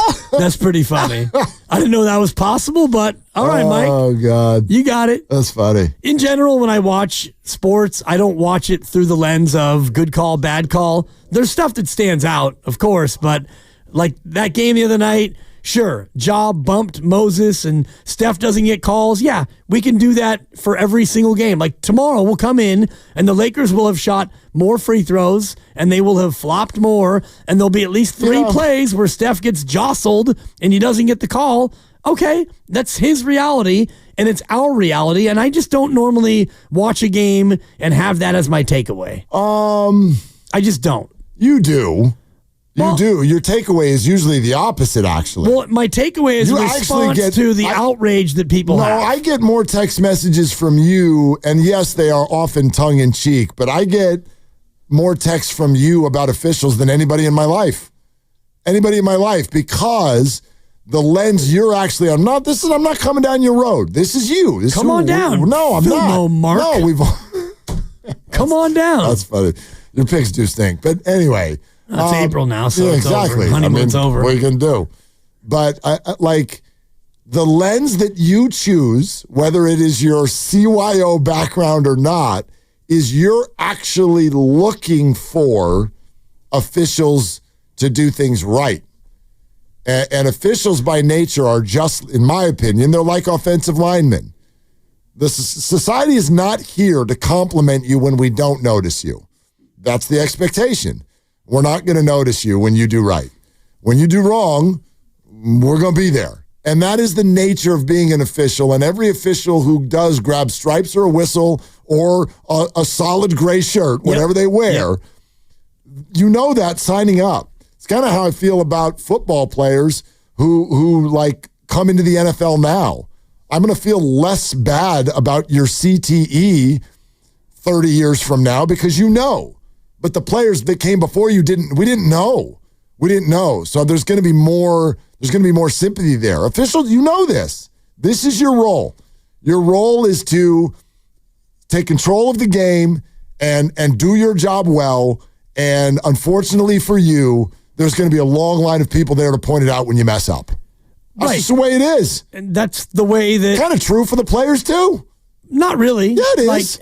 If you go out there and, Kevon Looney can go 1 of 2 from the floor and get 6 rebounds and, no one's going to really come down his road because that's the expectation. That's his expectation. Right. And for the refs, you could have, over the course of a 48-minute game, and you've got almost 200 possessions, and a ref can get 98% of them right, but the 2 or 3 ones that he doesn't get right, fans are going to highlight that, and that's just not the way I look at sports. I don't agree with that. If officials get a few wrong, I think everybody's cool with that. Well, it depends on how big the moment is that they get it wrong. That's true, but I also think like what I saw against Memphis, that's not 1 or 2. That's a laundry list that's building throughout a game that does 2 things.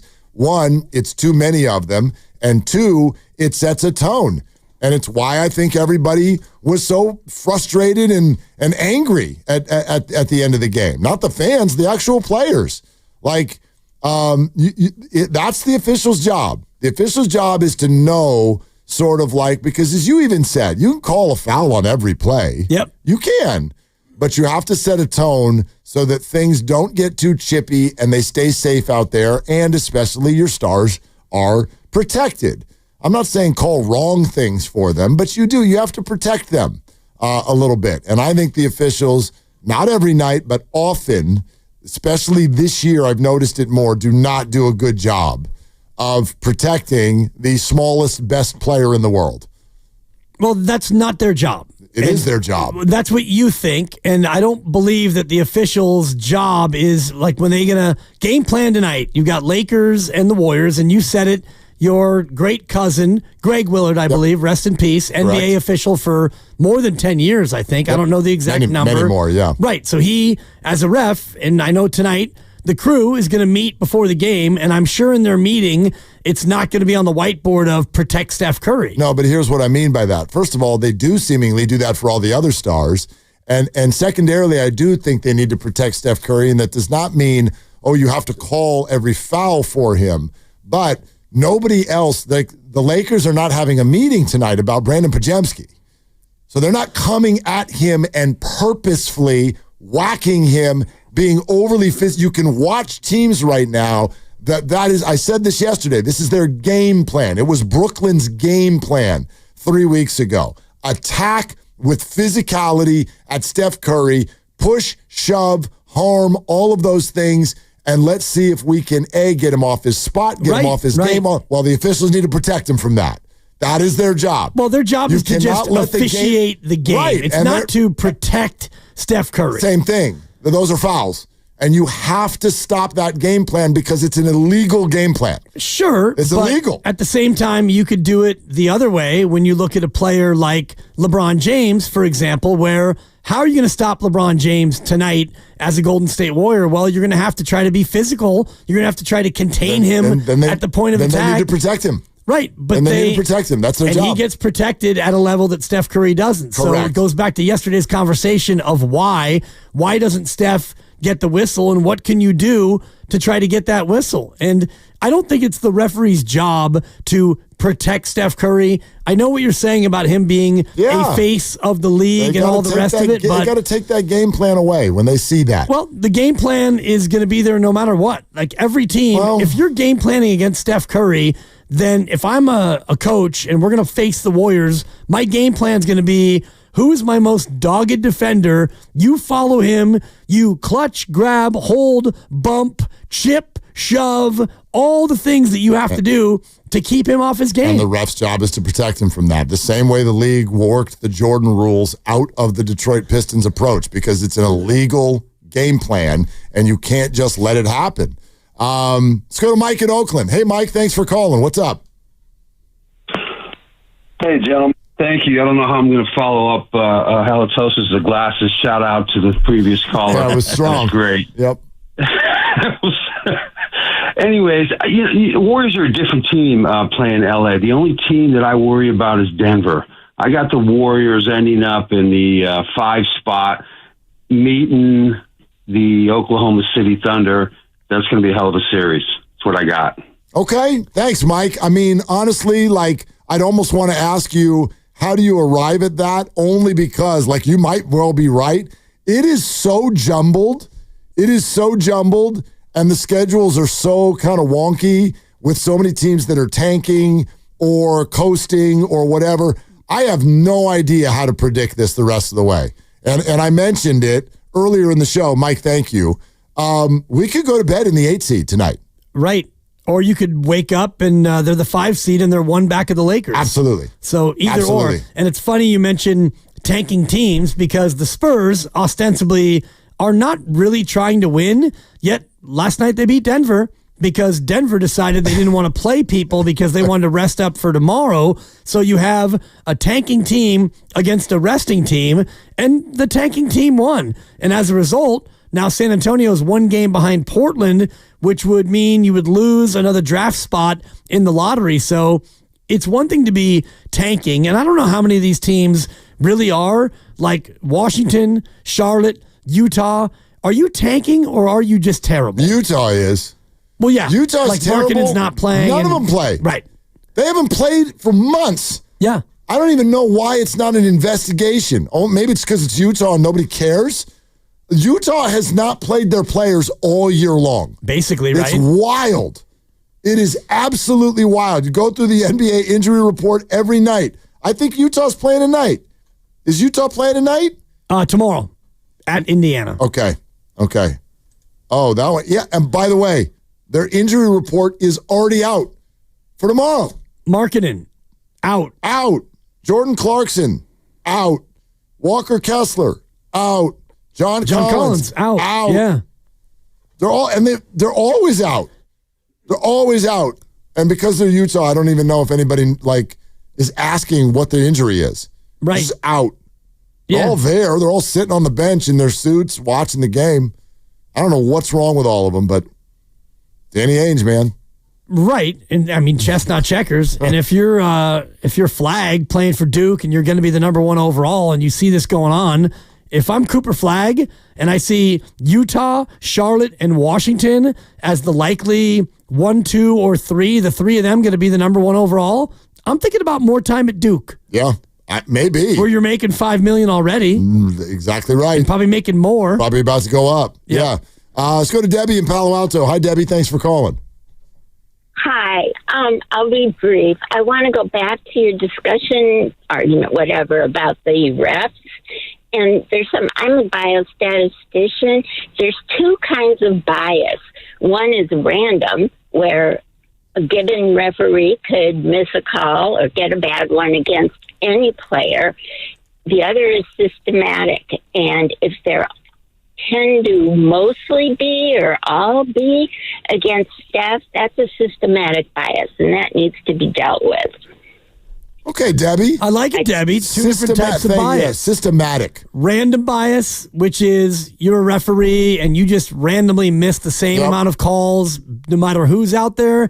And systematic bias, which would be Steph isn't as big or as powerful, or he doesn't flop, or he doesn't look for contact as much, and therefore you as a ref don't give him the calls that other bigger, brawnier, LeBronier players actually get. Well, after this many years, I think to a lot of Warrior fans, it feels systematic. Right. And not in some sort of a nefarious way. I don't think people are sitting down like, we're going to get Steph. Right. Like, I don't think he's too nice, he's too good. There's something, though. There's something. I believe it to be his size and his style and the combo of it. But there's something. It was interesting yesterday when Steve talked about how complaining doesn't work, because we had this very conversation with Steve, and you actually followed up. You're like, then why do you do it? And he said, well, it's just human nature. Yeah, we're human. He was saying that complaining to the refs doesn't work. So if you're Steph and you don't get calls and you don't complain, what can you do to make this actually better? I don't think it works in the moment. I do think there's a lot, like, if you get someone's attention to it, it can help for future calls. Yeah. We're brought to you by Fremont Bank. Here for you, here for good, here for your phone calls, and also for Dave McMenamin, ESPN NBA beat all over the Lakers and the Warriors, and he will join us live next on Willard and Dibs.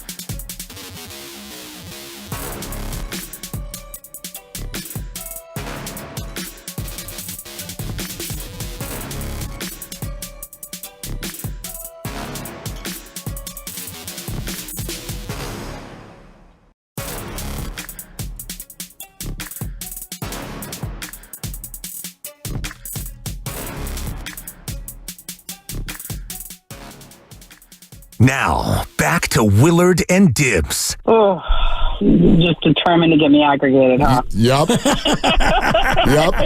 You know what my Twitter feed will look like if I answer your questions?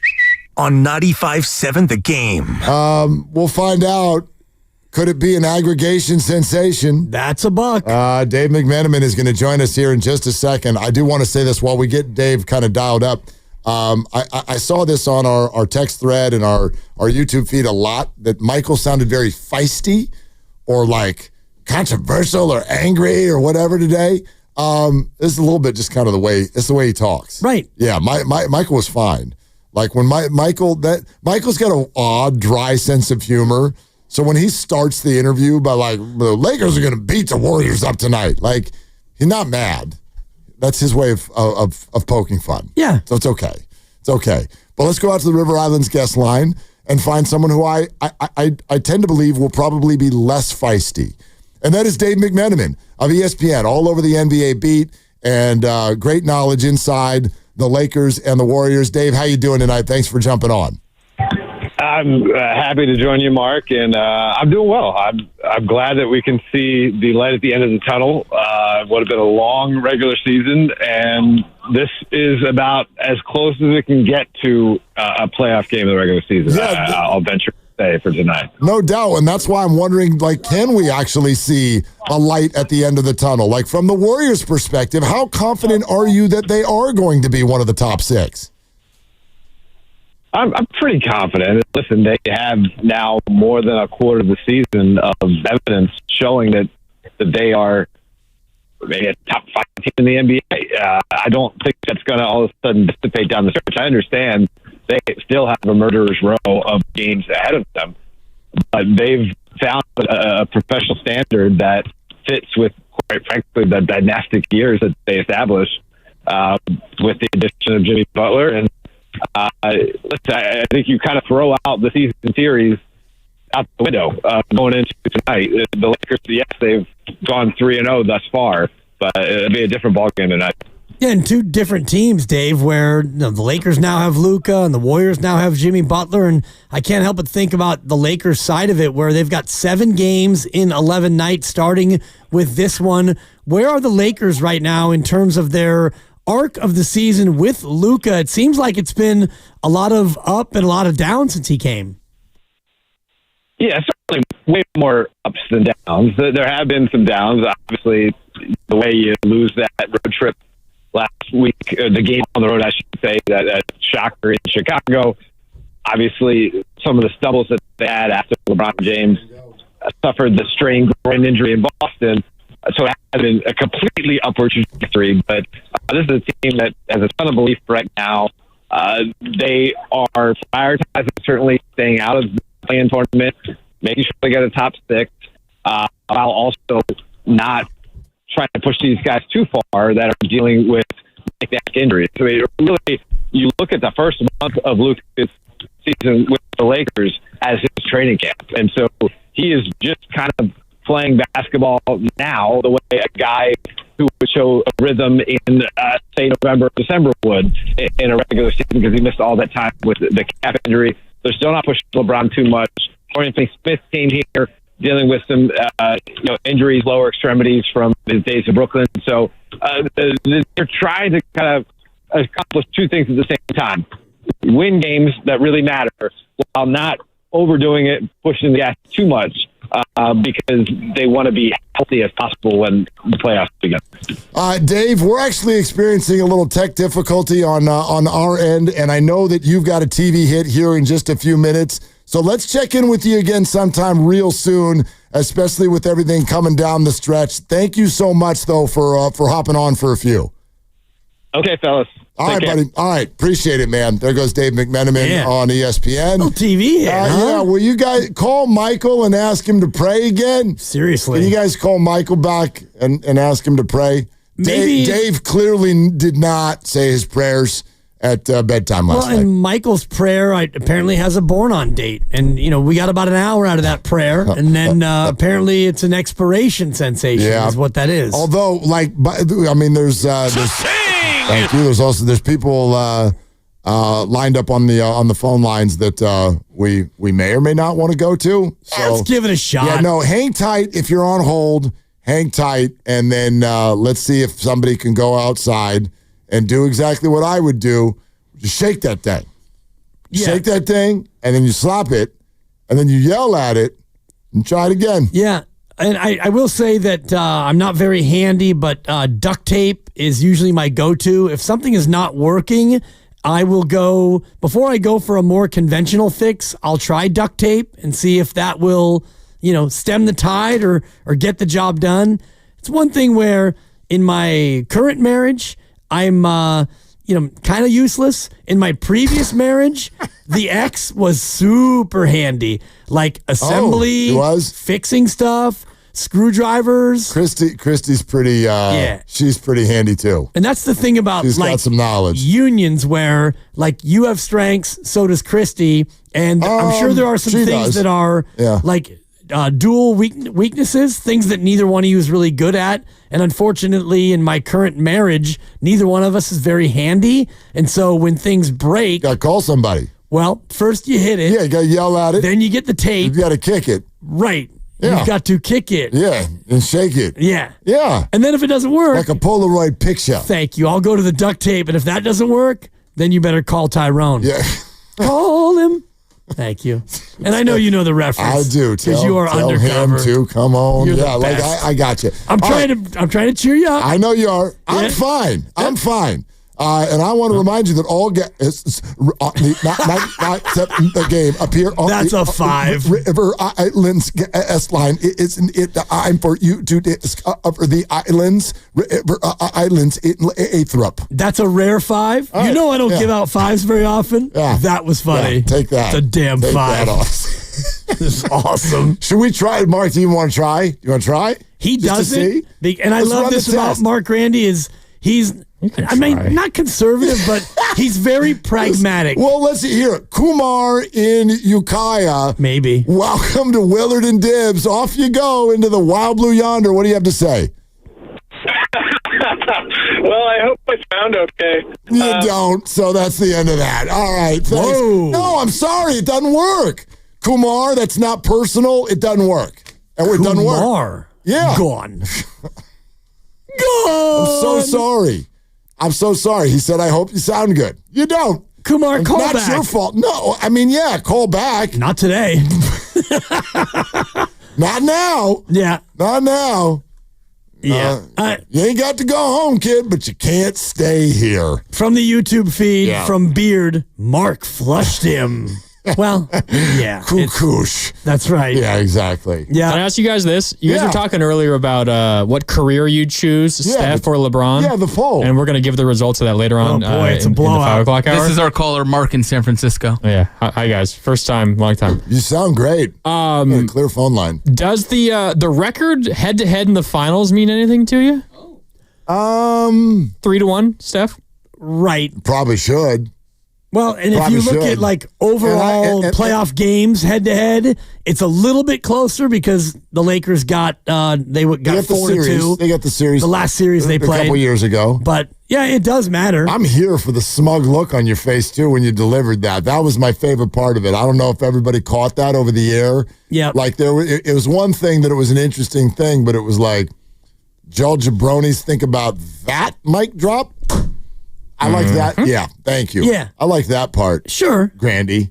And it's convenient when you do that because if you want to talk about head to head, you had, KD. Now, why do you say it like that? Because it's really the not. opposite. Yeah, you jabronis. It's head to head, but it's not really head to head. It's like, what do you mean it's not head to head? So Steph and KD and Draymond and like a team that's way better than Cleveland. Yeah, Steph gets credit because they won the title, but it's not really. I guess it is head to head because then neither's tonight. Right, it's because not. Jimmy Butler will be there and Austin Reeves will be there. Luka Doncic is going to be there. Like Draymond Green. So, that's my point. What are we talking about? It's never really just head to head like me versus you. But of course it is. And in fact, I mean, you know who would disagree with you is the late great David Stern. I mean, this was his marketing philosophy. to basically make it about individuals. And this league doesn't exist if he hadn't done that. You know what I mean? Like I can say Chicago Bulls and then I can say Michael Jordan, and you tell me which is the stronger two words when someone hears that. You know what I mean? Like the Christmas Day games have been marketed this way for years. Remember Lil Kobe? Remember that? Remember those commercials? Yep. So I get what you're saying. Look, it's a team game. And, who's got the better teammates and the better situation and the home court advantage and who's the favorite and who's the underdog and all of that stuff. But I don't know, man. Like, play along, right? Like, oh, of course. Like, this is, it's LeBron versus Steph. I think it's look, at minimum, and we should let everybody know the exact phraseology of the poll before we go too much further in this, but at minimum, that gets a seat at the table.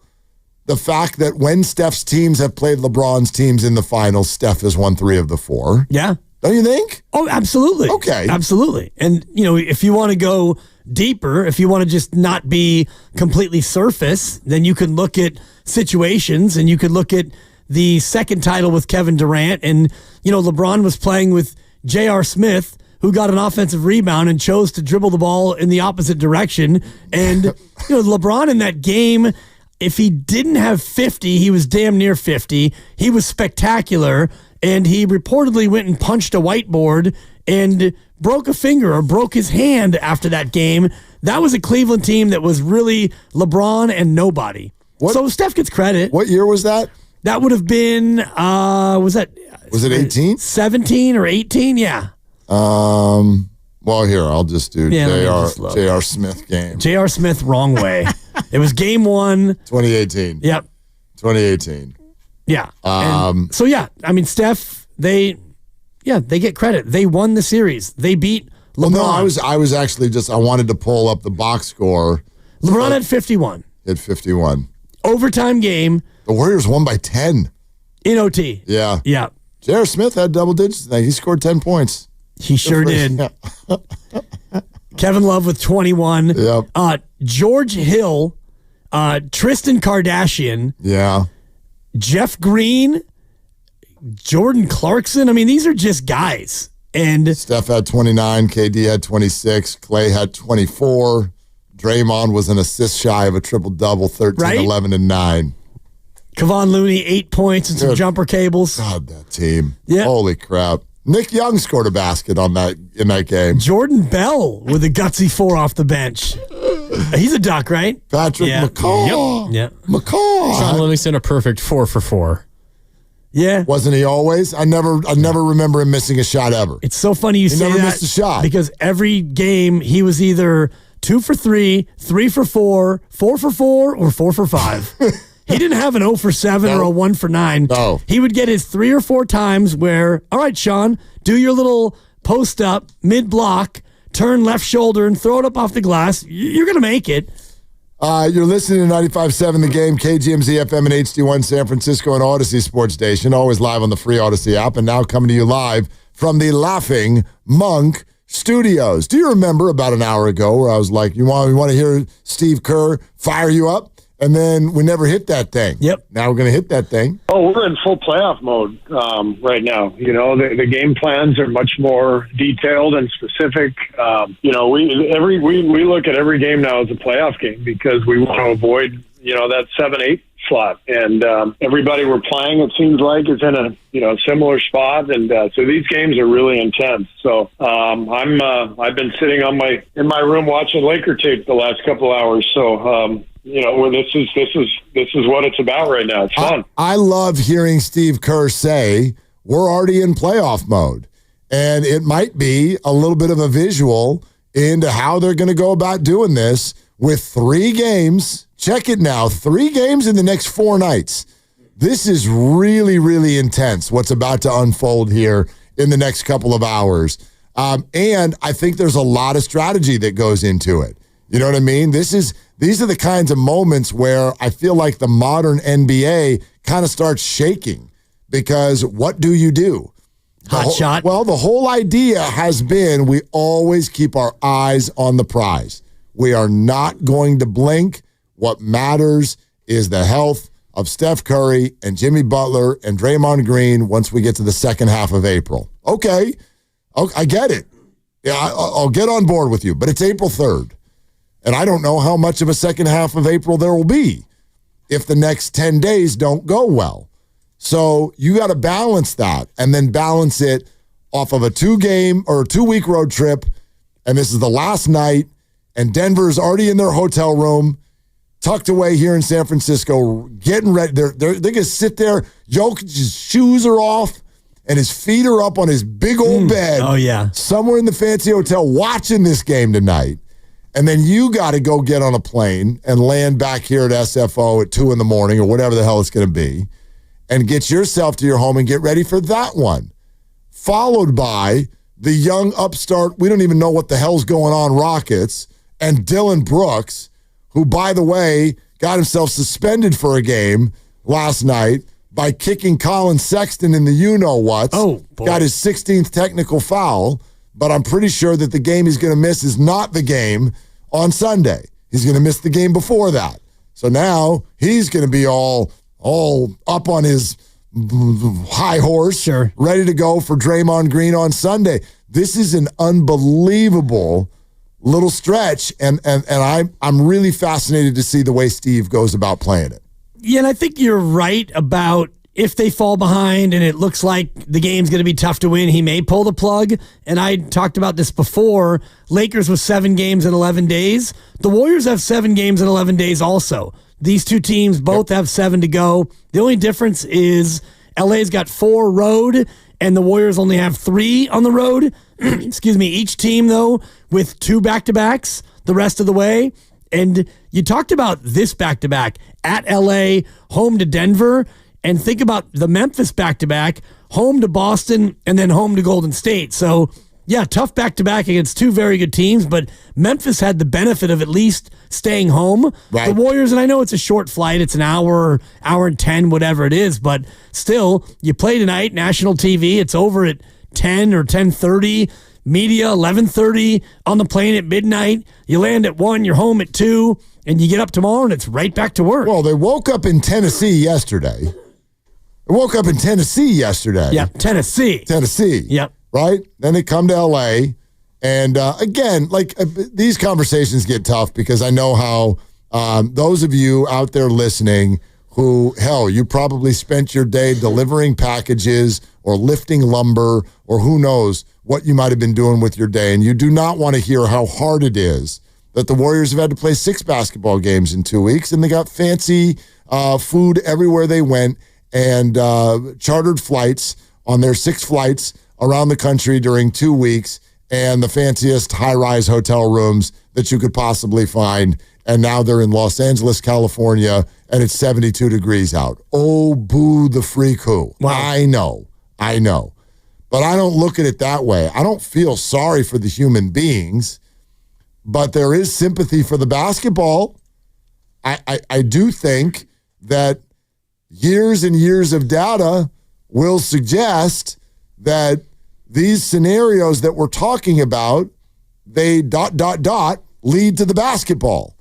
And it is fair not to assume, and I hope it doesn't work out this way, and it is unpredictable, so it might not, but it's fair if, you kind of lean into tonight thinking, well, the Lakers are probably more ready to play basketball than the Warriors are. Doesn't mean that the shots won't go in for the Dubs and maybe they pull one off, but the Lakers are probably more ready for this one than the Warriors are. Absolutely. They've had 3 days off at home, and the Warriors are wrapping up a 6-city road trip that took 2 weeks. And it's the same thing as when we talk about the Niners schedule when it came out last year, and I looked at a Green Bay, Buffalo, back-to-back 2-game road trip in November into December, and I looked at it and thought, well, that's a scheduled loss. And similarly, when you look at the NBA, you can look at certain games and say, well, that's going to be a tough spot. And the NBA is a little bit different because, as we've talked about, Mark, it's a make-or-miss league. So just because the Warriors are at the end of a road trip, if you go out and shoot 50% from 3, if you go 22 of 44 from 3, you're going to win the game, even though all of these factors are lined up against you. Lakers home, Lakers rested, you're not rested, end of a road trip, blah, blah, blah. If you get hot, you can still win the game. But when you just look at the spot right here, this is a bad spot for the Warriors. And also tomorrow is a bad spot as well. Yes. Denver's here, so it's almost a Denver home game. Denver's here, they're chilling, and they didn't play any of their players last night. So not only is tonight a bad spot, tomorrow I think is equally a bad spot. Right, which is why, like right now, if you offered me a split, I'm in. Offer it to me right now, I take it. Mark, you want the split? I'll take it. Which one do you want? Don't care. No.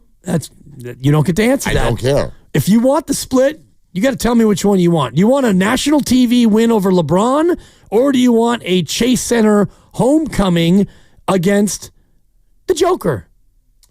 Which one would feel better? Well, that depends. On?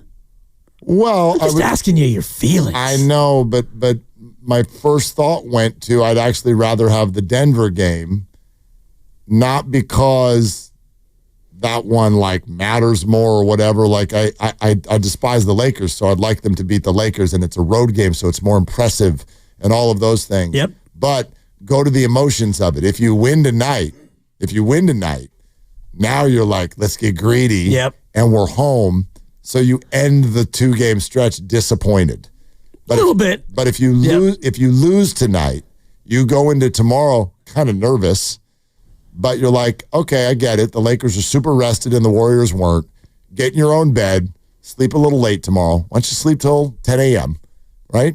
And then get yourself right in your home building and welcome the former MVP into the building and show the Denver Nuggets, who you haven't beaten, I think, in 13 tries, that you can beat them. I think that I would come out of the 48 hours feeling better about Warrior basketball if it was the second game, not the first one. It's only my rivalry emotions that want tonight. I get that. It's a little bit of a... So I'll pick tomorrow. Okay, and I appreciate you working your way through that, and I hope I didn't put you on the spot too much. I know You're allowed to put me on that's what we do here. It's been a little bit of a roller coaster of emotions here on this Thursday, best day of the week. It's been a fun day. Denver, you haven't beaten this year, and it's been I think it's 9 straight you've lost to Denver in the regular year, and you haven't beaten the Lakers this year either. So I'm thinking about it not only from the rivalry angle of it. For me, to answer my own question, I'd rather have this one because of my long-standing hatred, sports hatred, of the Lakers and just what that's always meant, where the Lakers have had the Warriors' number historically over the years, and so you haven't beaten the Lakers this year. You're 0-3. But I do get your point about the highs, and we're going to be down at Splash tomorrow. So if you're going to the game, come see us. So if you get a split and you win tonight, we are starting to lick our chops about, the 5. Let's talk about the 4. Oh, absolutely. Let's talk about the 4. Absolutely. But then you go out and you lose to Denver tomorrow at home. It's like, okay, can we stay out of the play-in again? Or the reverse, to your point, is, man, we just can't. LeBron and Luka, they swept the season series, and it sure feels like, man, this is a team we don't want to face in the playoffs. But then you go out and you beat Denver, a team that has also owned you. So it kind of works either way. It kind of works both ways emotionally. Do you want an update on what the Timberwolves are playing right now? Basketball? Yes. Okay. Yes. They're in Brooklyn. Early second quarter, they're down by a point. They're in trouble. Got to play from behind. Yeah. And they got restaurant quality back, right? DiVincenzo. I think so. Yes, he has gone into the game and gone 0 for 3. For 0 points. They have a very odd, low-scoring vibe going out there. The first quarter was 20-19. First quarter. Whoa. 20-19. Yep. Yeah. The Warriors almost put 50 on Memphis. I know. A couple of days ago. I know. So, Minnesota. They scored a bucket, so now they're ahead. Anyway, yeah. So, but they got a close game going, which, it's very, very early. And then nothing else that is currently going. Well, actually, no, I stand corrected. The Grizzlies are also in action at Miami, and they are very early second quarter and trailing by 3. The Miami Heat have been playing oddly good basketball, and I think whipped the Celtics last night in Boston. A weirdo result. Yeah. And again, Boston is kind of on that island. Yeah, shout out maybe a little Gilligan. bit. And they're the 2 seed, and they will be the 2 seed. So it doesn't really mean that you can mail it in. I look at Oklahoma City, and they continue to be on pace. Not on pace, but they might win 70. Dude, they're killing people. They are just like they are relentless. They do not need these games, and they don't just win. They win by 23. Yep. Every night, it doesn't matter who the opponent is. It is wild. God, Memphis was there a few nights ago, and it was like tied at the end of 3, and they won by 22. It's just like, they are so devastatingly good in the regular season. Right.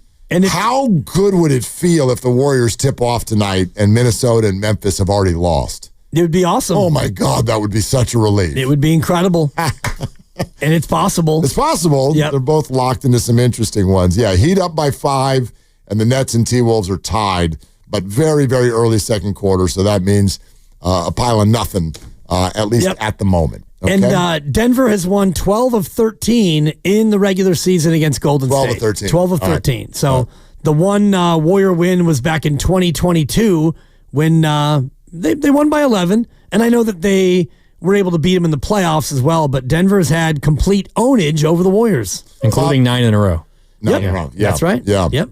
Do you want it? By the way, remember Kumar in Ukiah, who was like, Is he back on hold? And then I was like, you don't. And then we just hung up on him. Yeah. Well, he texted his point. How's he doing? Is he good? I think he's good. Hope he's good. You want to hear what he had to say? Yeah, I hope he's not mad about the quick hook that you gave him. No, I think he got it. He understood what was going on. It's not his fault. It's not you, it's us. Yeah. This is Kumar in Ukiah.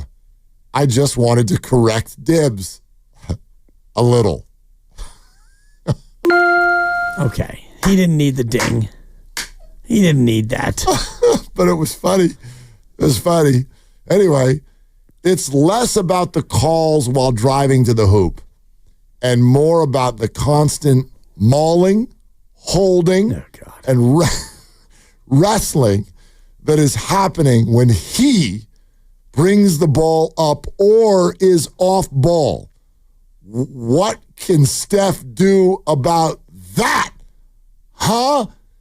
Dibbers? Did he say that? Yes. Huh, Dibbers? I read that word for word. Well, Kumar, and this is going to be unpopular, and my partner, Mark with a K, and I have... Unpopular. Mark with a C is, I think, with Mark with a K for a change in that I believe he needs to be a stronger advocate, verbally and otherwise, for himself, because the nice guy act, we know that nice guys finish last, and he's done it for 16 years, and yet this haranguing, this mauling Kumar, and mauling to me feels a little heavy-handed. Mauling, holding, and wrestling. Well, holding, yes. I would say bumping, clutching, grabbing, fondling, all of that mauling. I mean, he's not being mauled. You better be careful. I am being careful, Grandy. These are words in the English language. I'm allowed to use them. Touching. Just because you're like being Caressing. mauled doesn't mean that's in your face. Like if somebody Right in the face. Yeah, in the Right. face. If somebody like brings their arm down with the clenched fingers, that's mauling. Okay. Remember Craig Henderson, the famous story about the tiger that went into the stands? Oh, God, we're back to this. Well, no, but this story never gets old. But he got mauled. San Mateo High School. San Mateo High School. Give me a moment. 1992. Hang on. Is my sister's freshman year, and she was class of 90. So, so it's gotta 86, be 87. Yeah. Okay. Yeah. And it was in the fall, so I guess it would have been 86. I love it. 1986. What a year 86 I was 11. I was 11. And yeah, Marine I was World, working at Safeway. Marine World Africa USA. Red Hill which Shopping at the time Center. was in Redwood Shores. And again, for those of you who are 30 years old, I'll give this real quick so that you can realize how much the world has changed in the last 35 years. Because if somebody pitched this idea today, you'd be fired just for pitching the idea, let alone doing it. But the school partnered with Marine World, and they brought Bengal tigers, actually a Bengal tiger, onto the stage at a rally at San Mateo High School to hype up the Little Big game, which was San Mateo versus Burlingame. And they had the football team in the first 3 rows of the auditorium. And they brought the tiger out, and high school students do what high school students do, which is start oohing and ahhing, freaking out because there's a freaking tiger. I mean, fully grown, big-ass Bengal tiger on the stage. And when the tiger heard all of the screaming and yelling, the tiger freaked out. Oh, boy. And the trainer's sitting there like with a leash. Like, what are you going to do, trainer? One of those retractable leashes where your little puppy like runs too far ahead and then you... I'm like, did you have a little holder for the poop bags too? Exactly. Like, what are you going to do when the tiger wants to go somewhere? Oh, he's got that little green bag in case Kitty goes doo-doo. You're going to go along for the ride, bro. So that tiger goes flying into the stands. Yeah. And the tiger mauled Craig Henderson. It's a bad beat. Who now, by the way, goes by a different last name and runs a restaurant in the East Bay. Okay. I apologize, I don't remember the name, but when I first told this story at the other station, within an hour and a half, Craig had called because everyone called him and they're like, dude, they're talking about you on the radio. And he called. And he goes by a different name and runs a restaurant out in the East Bay. Super nice guy. But yes, he got mauled. And the reason I bring it all up, it was just on his arm. Not that that's like okay, but I think the way you phrased it made it sound like Steph's not being mauled because it's not like he's being scratched on his cheek. He's not being mauled. And I will go to the definition of mauling, and we can go to the phones, 888-957-9570. Let's not. To maul someone means to attack and injure them violently, often with teeth or claws, causing serious, bloody wounds. That sounds exactly like what Memphis was doing. So Steph is off the ball trying to do a little baseline cut, and all of a sudden now he's being bitten by John Morant. No. Desmond Bain is literally mauling him with his claws. With the nails. Yeah, with the nails. He's got scratches all over his shoulders and arms. All over his body. He's being mauled. To be fair, so do a lot of NBA players. Right. To attack and injure them violently. So Kumar, I apologize for coming down your road, and feel free to text again. Way to go, Kumar. Yeah, and just one interesting sidelight to your story, which I've heard that story 13 times, and you can tell it 74 more times. We'll do it again tomorrow. And I'm going to love it. It's an amazing story. I just simply Googled 3 words. Craig Henderson mauled. And? Bloop, bloop, bloop, bloop, bloop. There it all is. November 15th, 1986. LA Times. UPI. On and on and on. Oh, yeah. It was November 15th. Was it 86? 1986, yeah. Nailed it. Good. Yeah. So, and by the way, it takes some doing, if I remember this correctly, but I can find the video online. Oh, I've seen it. You showed me. I can find the video online. It takes some doing. It's like it ended up on a Reddit post or something like that. It's kind of like difficult to navigate and find, but you can find it. Yep. If you want to take the time to go Google all this stuff, and you can see the tiger jump off of the stage into the crowd and maul one of. I think he was a running back. He's a fullback. Defensive lineman, it says. Oh, well, in high school they play both sides. 450-pound tiger, 210-pound defensive lineman. Tiger win. Grandy, if you get the game show music here, plus or minus 4 stitches. How many stitches did Craig Henderson need to close up the wound that actually was, ladies and gentlemen, a mauling? A mauling. I'm going to give you over under 4 stitches because snitches get stitches, and also high school students get stitches. I know it was a lot. How many stitches you got? A lot. You're in your bag today. I appreciate it. You had some good ones today. Oh, boy. I mean, I know. Okay. It's time to play. How many stitches did Craig need after he actually got mauled? Off the ball, too, like Steph Curry. Just for fun, I wish I could remember what number he wore, and I would just guess that, just for fun. But I like that. I'll say Craig got 37 stitches. Grandy, if you would, please. Oh, give him one more. Thank you. Okay. 78 stitches. Dang, double that thing. Yeah. 78 stitches. What an awful line of 4. What do you mean? I know, yeah, you didn't give me enough leeway. Like, that's so random. Dude. How many stitches plus or minus 4? And he did go over, so technically, didn't he get it right? No, he went over under 4.5. Right. No. He was off by 41 stitches. He means within 4 of the actual. Plus or minus. Yeah. And I think we both thought the over-under was 4 stitches. The over 4.5 stitches. Easy. Dude, Dude, if he gets 4 stitches, then it doesn't make UPI. And you guys don't even know what UPI is. And every time that you do game show, I get like plus or minus a half a point. Yeah. I give you 4 That's stitches. because it's a spread, not stitches from a tiger. That's completely different. This is a part of your life. Like, your sister was there. I was 11. It's your story. It's exactly my story. It's your story. I wasn't there. 78 stitches. Like my sister came home, told me all about it. It was all over the news. Yep. Right? My parents worked in the district.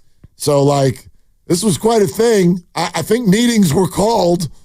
I do think they were meetings. I would imagine. They weren't on Zoom. Yeah. That didn't exist. People had to actually get into a room and talk out what the hell just happened. How do we not do that again? And so they haven't. Anyway. And the great piece of journalism, the lead, as 1,400 stunned students watched. A 450-pound Bengal tiger leaped off an auditorium stage during a noisy high school pep rally and mauled a football star. Uh-huh. Now that's a mauling, Kumar. Yep. That's a mauling. And Steph getting bumped off the ball. No, they did call it. They called the foul. Right, that's a flagrant. Yeah, they did. Oh, yes, they kicked the tiger out. Right. It's an automatic flagrant, too. He was ejected. Guessing that was not the end of his punishment. No. Yeah. Well, I hope not. I don't know what happens. I don't know what happens with the tiger after that. We know what happens when a dog bites a child. Yeah, we do. Yeah. I don't just take the tiger back to the zoo. Like, just put him back. Like, don't bring him out anymore. Exactly. You lose your privileges. You are no longer our road tiger. Right. Don't go in there. This is why you don't go in there. That's where the tigers go. It just... Same way you don't bring the tiger to where the people are. You don't go in there. That's where the people go. Right. Anyway. We're coming up on 40 years and we can get off this because we got a big game tonight. Well, we got Steve Kerr on the whistle. Not on the tiger? On the Steph Curry whistle. Okay, I'd love to hear what he had to say? Let's do it. All right. I just think Steph is a very different player than all the other stars in the league. He's the only star who plays off the ball as much as he does, and he's the only guy who faces, the kind of face guarding, and we call it top locking defense. And I think what happens sometimes is the officials just aren't used to making that call where he's being held and grabbed away from the basket. To me, those should be automatic fouls. That's, the league makes a point of talking about freedom of movement, but let's face it, most of the league plays pick and roll, and so they're used to guarding pick and roll or calling pick and roll fouls and seeing that kind of action. I don't think our officials are as used to seeing off-ball stuff, and that's honestly my biggest complaint when when I'm talking to the refs or when we send clips into the league. It's almost always about off-ball holding of Steph because that's supposed to be a foul. What catches my attention there is you can sit here and be like, yeah, they're not used to seeing that because he is a unique player. But to me, I don't understand how that's an excuse. He's not new. He's been doing this for 16 years. And they play this way, right? Right. And by the way, in this form, he's been doing this for 12 years with high level of success. He's one of the most famous players out there. I've already told you that officials have meetings to discuss the specifics of the players who are playing in that game that night.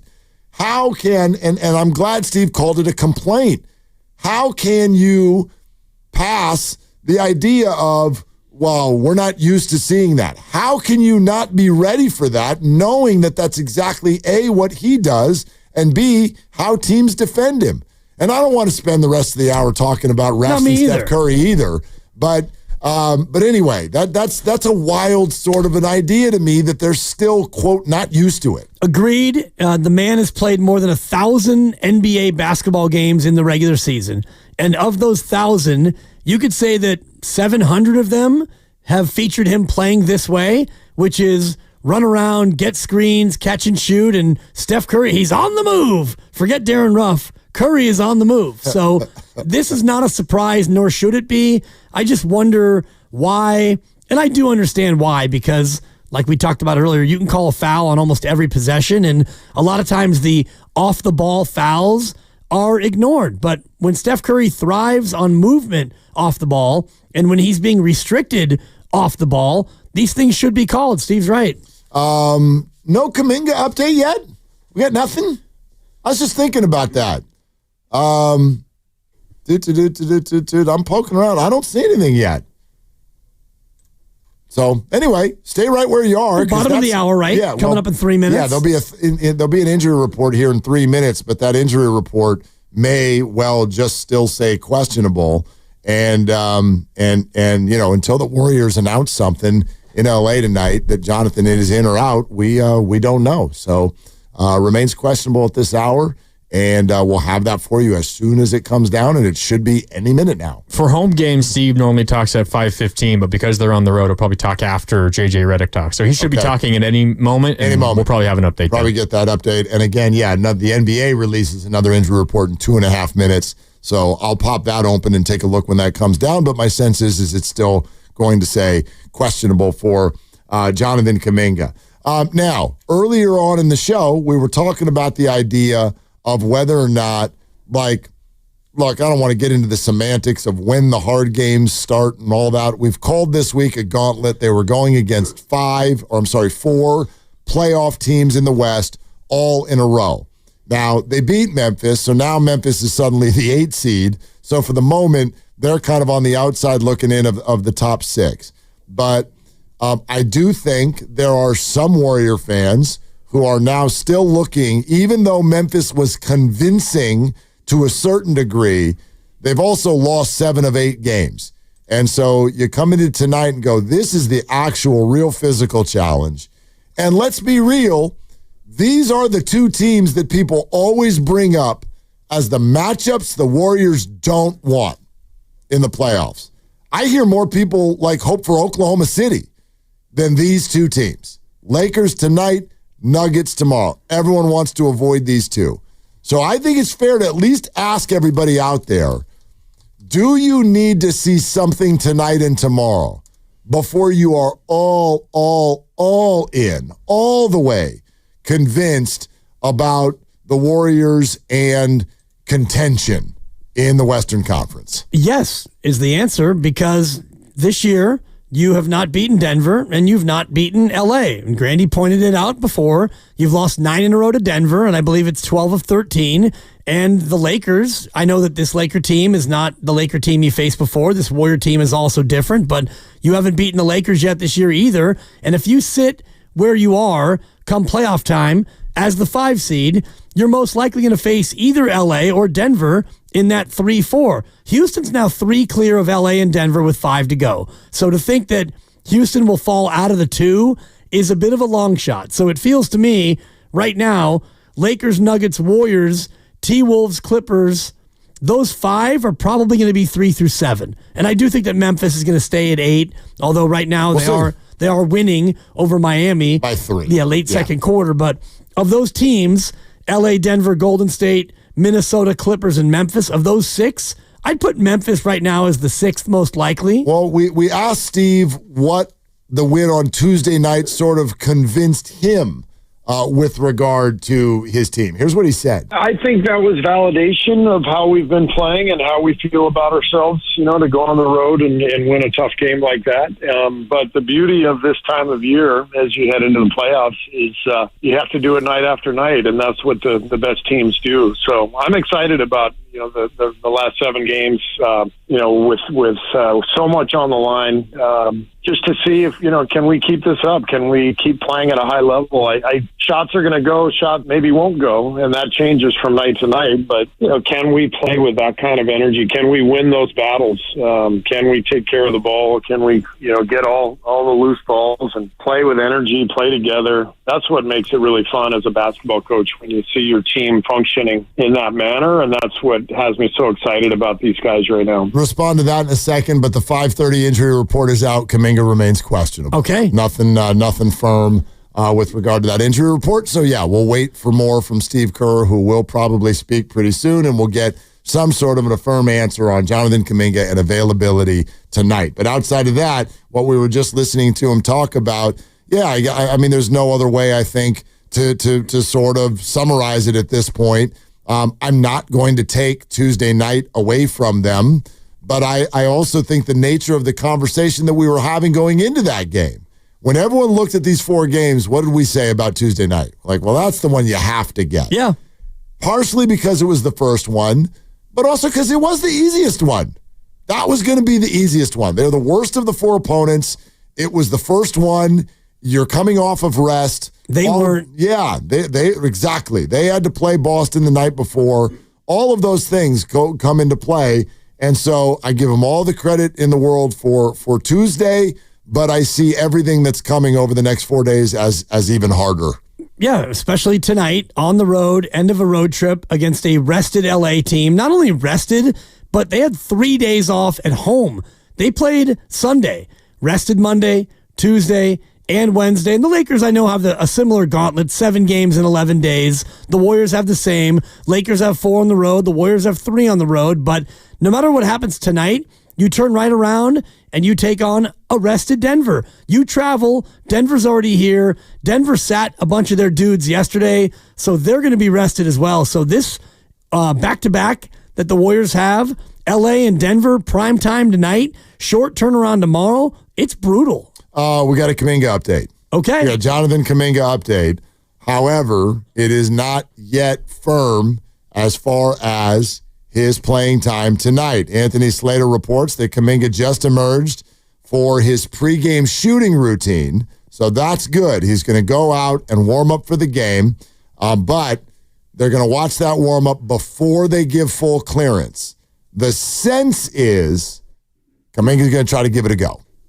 The sense is. So he's going to warm up with purpose, warm up with the thought that he's going to go, but they want that warm-up to happen before they officially announce him as in for the game tonight. All right. That's great news. Yep. That tells me that even if at the 11th hour, last minute, he's not able to go, he's probably good to go tomorrow, I would guess, because if you're going to go through these steps, he's in uniform, he's going through the routine, he's getting ready, he's ramping up as if to play. That tells me that he's very, very close. Well, it also, to me, it says that the injury it's not, it's no longer that much of an issue. So that's a relief. And then also, again, when you're talking about a tired team.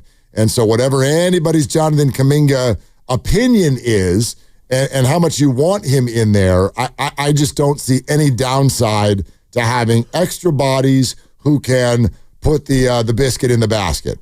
I don't see any downside to that in a game like tonight. I don't know exactly how the game is going to unfold, but the Warriors could use as many healthy bodies as possible. Especially when it comes to defending LeBron James. Yep. And, Moses is going to get that assignment a lot. And if Kuminga is able to play 20 minutes, 22 minutes, whatever it is, there's a guy who can go out there athletically, energetically, and try to help to contain LeBron James when he's out there. You guys want to try call? Let's do it. This try is call? fun. Let's do it. Let's go to the phones. Okay, well, and it's one of our closest friends. It's Jonathan in the city. And so, Jonathan, we will bring you on with the understanding that you will not be offended if we kick you off of the air right away. Oh, boy. Ladies and gentlemen, it's Jonathan in the city. Hi, Jonathan. What are you doing? I'm just waiting for the next flight on my way to Lisbon. So I'm going to, drop a take before I call again maybe 2 weeks from now. I was going to say, you're going to Portugal right now, Jonathan? On my way to Portugal. Not yet. Still waiting for the airplane. 2 hours wait. Are you on my way to Portugal. Is this just for fun? Oh, no. It's me and the wife. We try to travel once a year, just work hard, play hard, right? Okay, so the answer was yes. This is just for fun. Like, you're not going there for work. Oh, no. I don't deliver mail in Lisbon, bro. Okay, right, I understand. Yeah, right. I mean, that would be a long-distance delivery if you had a couple of letters with you and they said, you know what, Jonathan, we need you to take this to Lisboa. I'm trying to figure out how a postal worker is just like, let's go to Portugal. But I'm not going to ask That'd questions. Be great, whatever you got. Good for you. Anyway, what's up, Jonathan? So, you asked a question if I need to see more of from the Warriors, and the answer is no. Because my biggest pet peeve for a couple of years now, watching Warriors games, is the turnover and getting outshot in the free throw line. And ever since Butler arrived, those two things have been taken care of. So, I still want them to win this next 3 games at least. And I really believe they're going to be competitive. I don't know if they're going to win at all.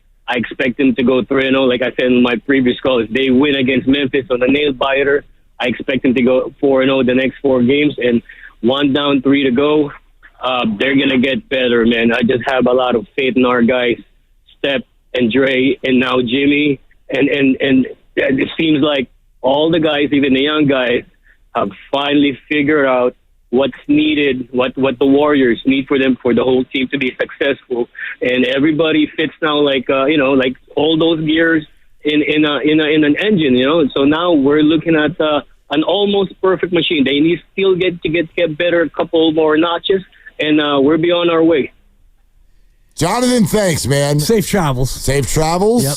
And an optimistic viewpoint with regard to all of this. I don't want this to. There's no negative Nelly. There's no pessimism. I just want to stress how hard this is. What the Warriors are going to try to do here over the next we got about 28 hours. Yeah, that's about right. Yeah, about 28 hours. What they're trying to do here is really, really hard. Well, even beyond that, it's 7 games in 11 days. And so you've got a pair of back-to-backs. You've got a gauntlet of tough opponents here, followed up by more basketball games more often. And all the while, you've got multiple teams breathing down your neck. So there's no real wiggle room. And we talked about it before, Mark. If they could get to 48 wins, 48 might be enough to be the 6. Well, right now, you're 44-31. That would mean you wind up going 4-3 the rest of the way. That might get you the 7 seed. Yeah, maybe. Maybe. Could get you the 8. Could. I don't know. Yeah, you're going to have to beat some good teams here. Right. You're going to have to do some work. Clippers next week, Houston, Lakers, Denver. There's. I know the Spurs get tucked into there. That's nice. But there's a couple back-to-backs and really hard teams. There's a lot of work still to do. Rad in Daly City next up here on Willard and Dibs. Hey, Rad, what are you doing? Hi. Thank you so much. Yeah. You guys are awesome. Every day I listen to you, I learn a lot. But let's talk about Steph Curry, because for me, this is something that is really timely to talk about and has to be changed. Because, here's the point. When we watch basketball or even any kind of sports, there's always a reason, not because you're just a fan of the team. Any kind of sports, you watch for the superstar. You go to Chase Center and buy the ticket because you wanted to watch the superstar. So therefore, there's a principle behind protecting, like you said, protecting the superstar, So when we talk about calling foul, it's the duty or the obligation of the referees, to call the game, fairly and squarely, But I know we're dealing about human beings, You don't see everything, and you make mistakes. But, the problem here is referees don't have a, disciplinary, do we have that? If you call like 5 wrong calls in one game, you have to be retrained or things like that. I don't think we have that, right? Well, Rad, thanks very much. They do. Yeah. They have reviews. Right. What I don't know, though, and what fans never do get to find out is what does a bad review lead to? I do know that, for instance, there is a system in place where referees earn deeper playoff games based on how they perform. So they make a lot of money for those games when they get down to the end. So if they're doing well, they get more games. They get more games at the end, more playoff series. If they're struggling, they get less or none. Or they get completely removed from the roles and you get replaced as a referee. So there are checks and balances. It's not at the level that many fans want where, a ref gets absolutely formally rebuked for a bad game. We'll be live from Splash tomorrow. Can't wait. Hope to see a bunch of you. Y'all getting off work early and going down to see Warriors and Nuggets on what's supposed to be a beautiful day again. Come see us, Splash, 2 to 6. And we'll be out there on that front patio, so you can come right up and do a high five or whatever. Huge game against the Nuggets. Brought to you by Xfinity. Stream sports from the best seat in the house with Xfinity. Bring on the good stuff, which is what we're about to do. Evan Giddings is getting ready for Warriors Live, which is only 19 minutes away. A little bit more from Willard and Dibs, though, coming up next. And first, it's Dan Dibley to talk about Abundant Life weight loss and just give you a little bit of detail.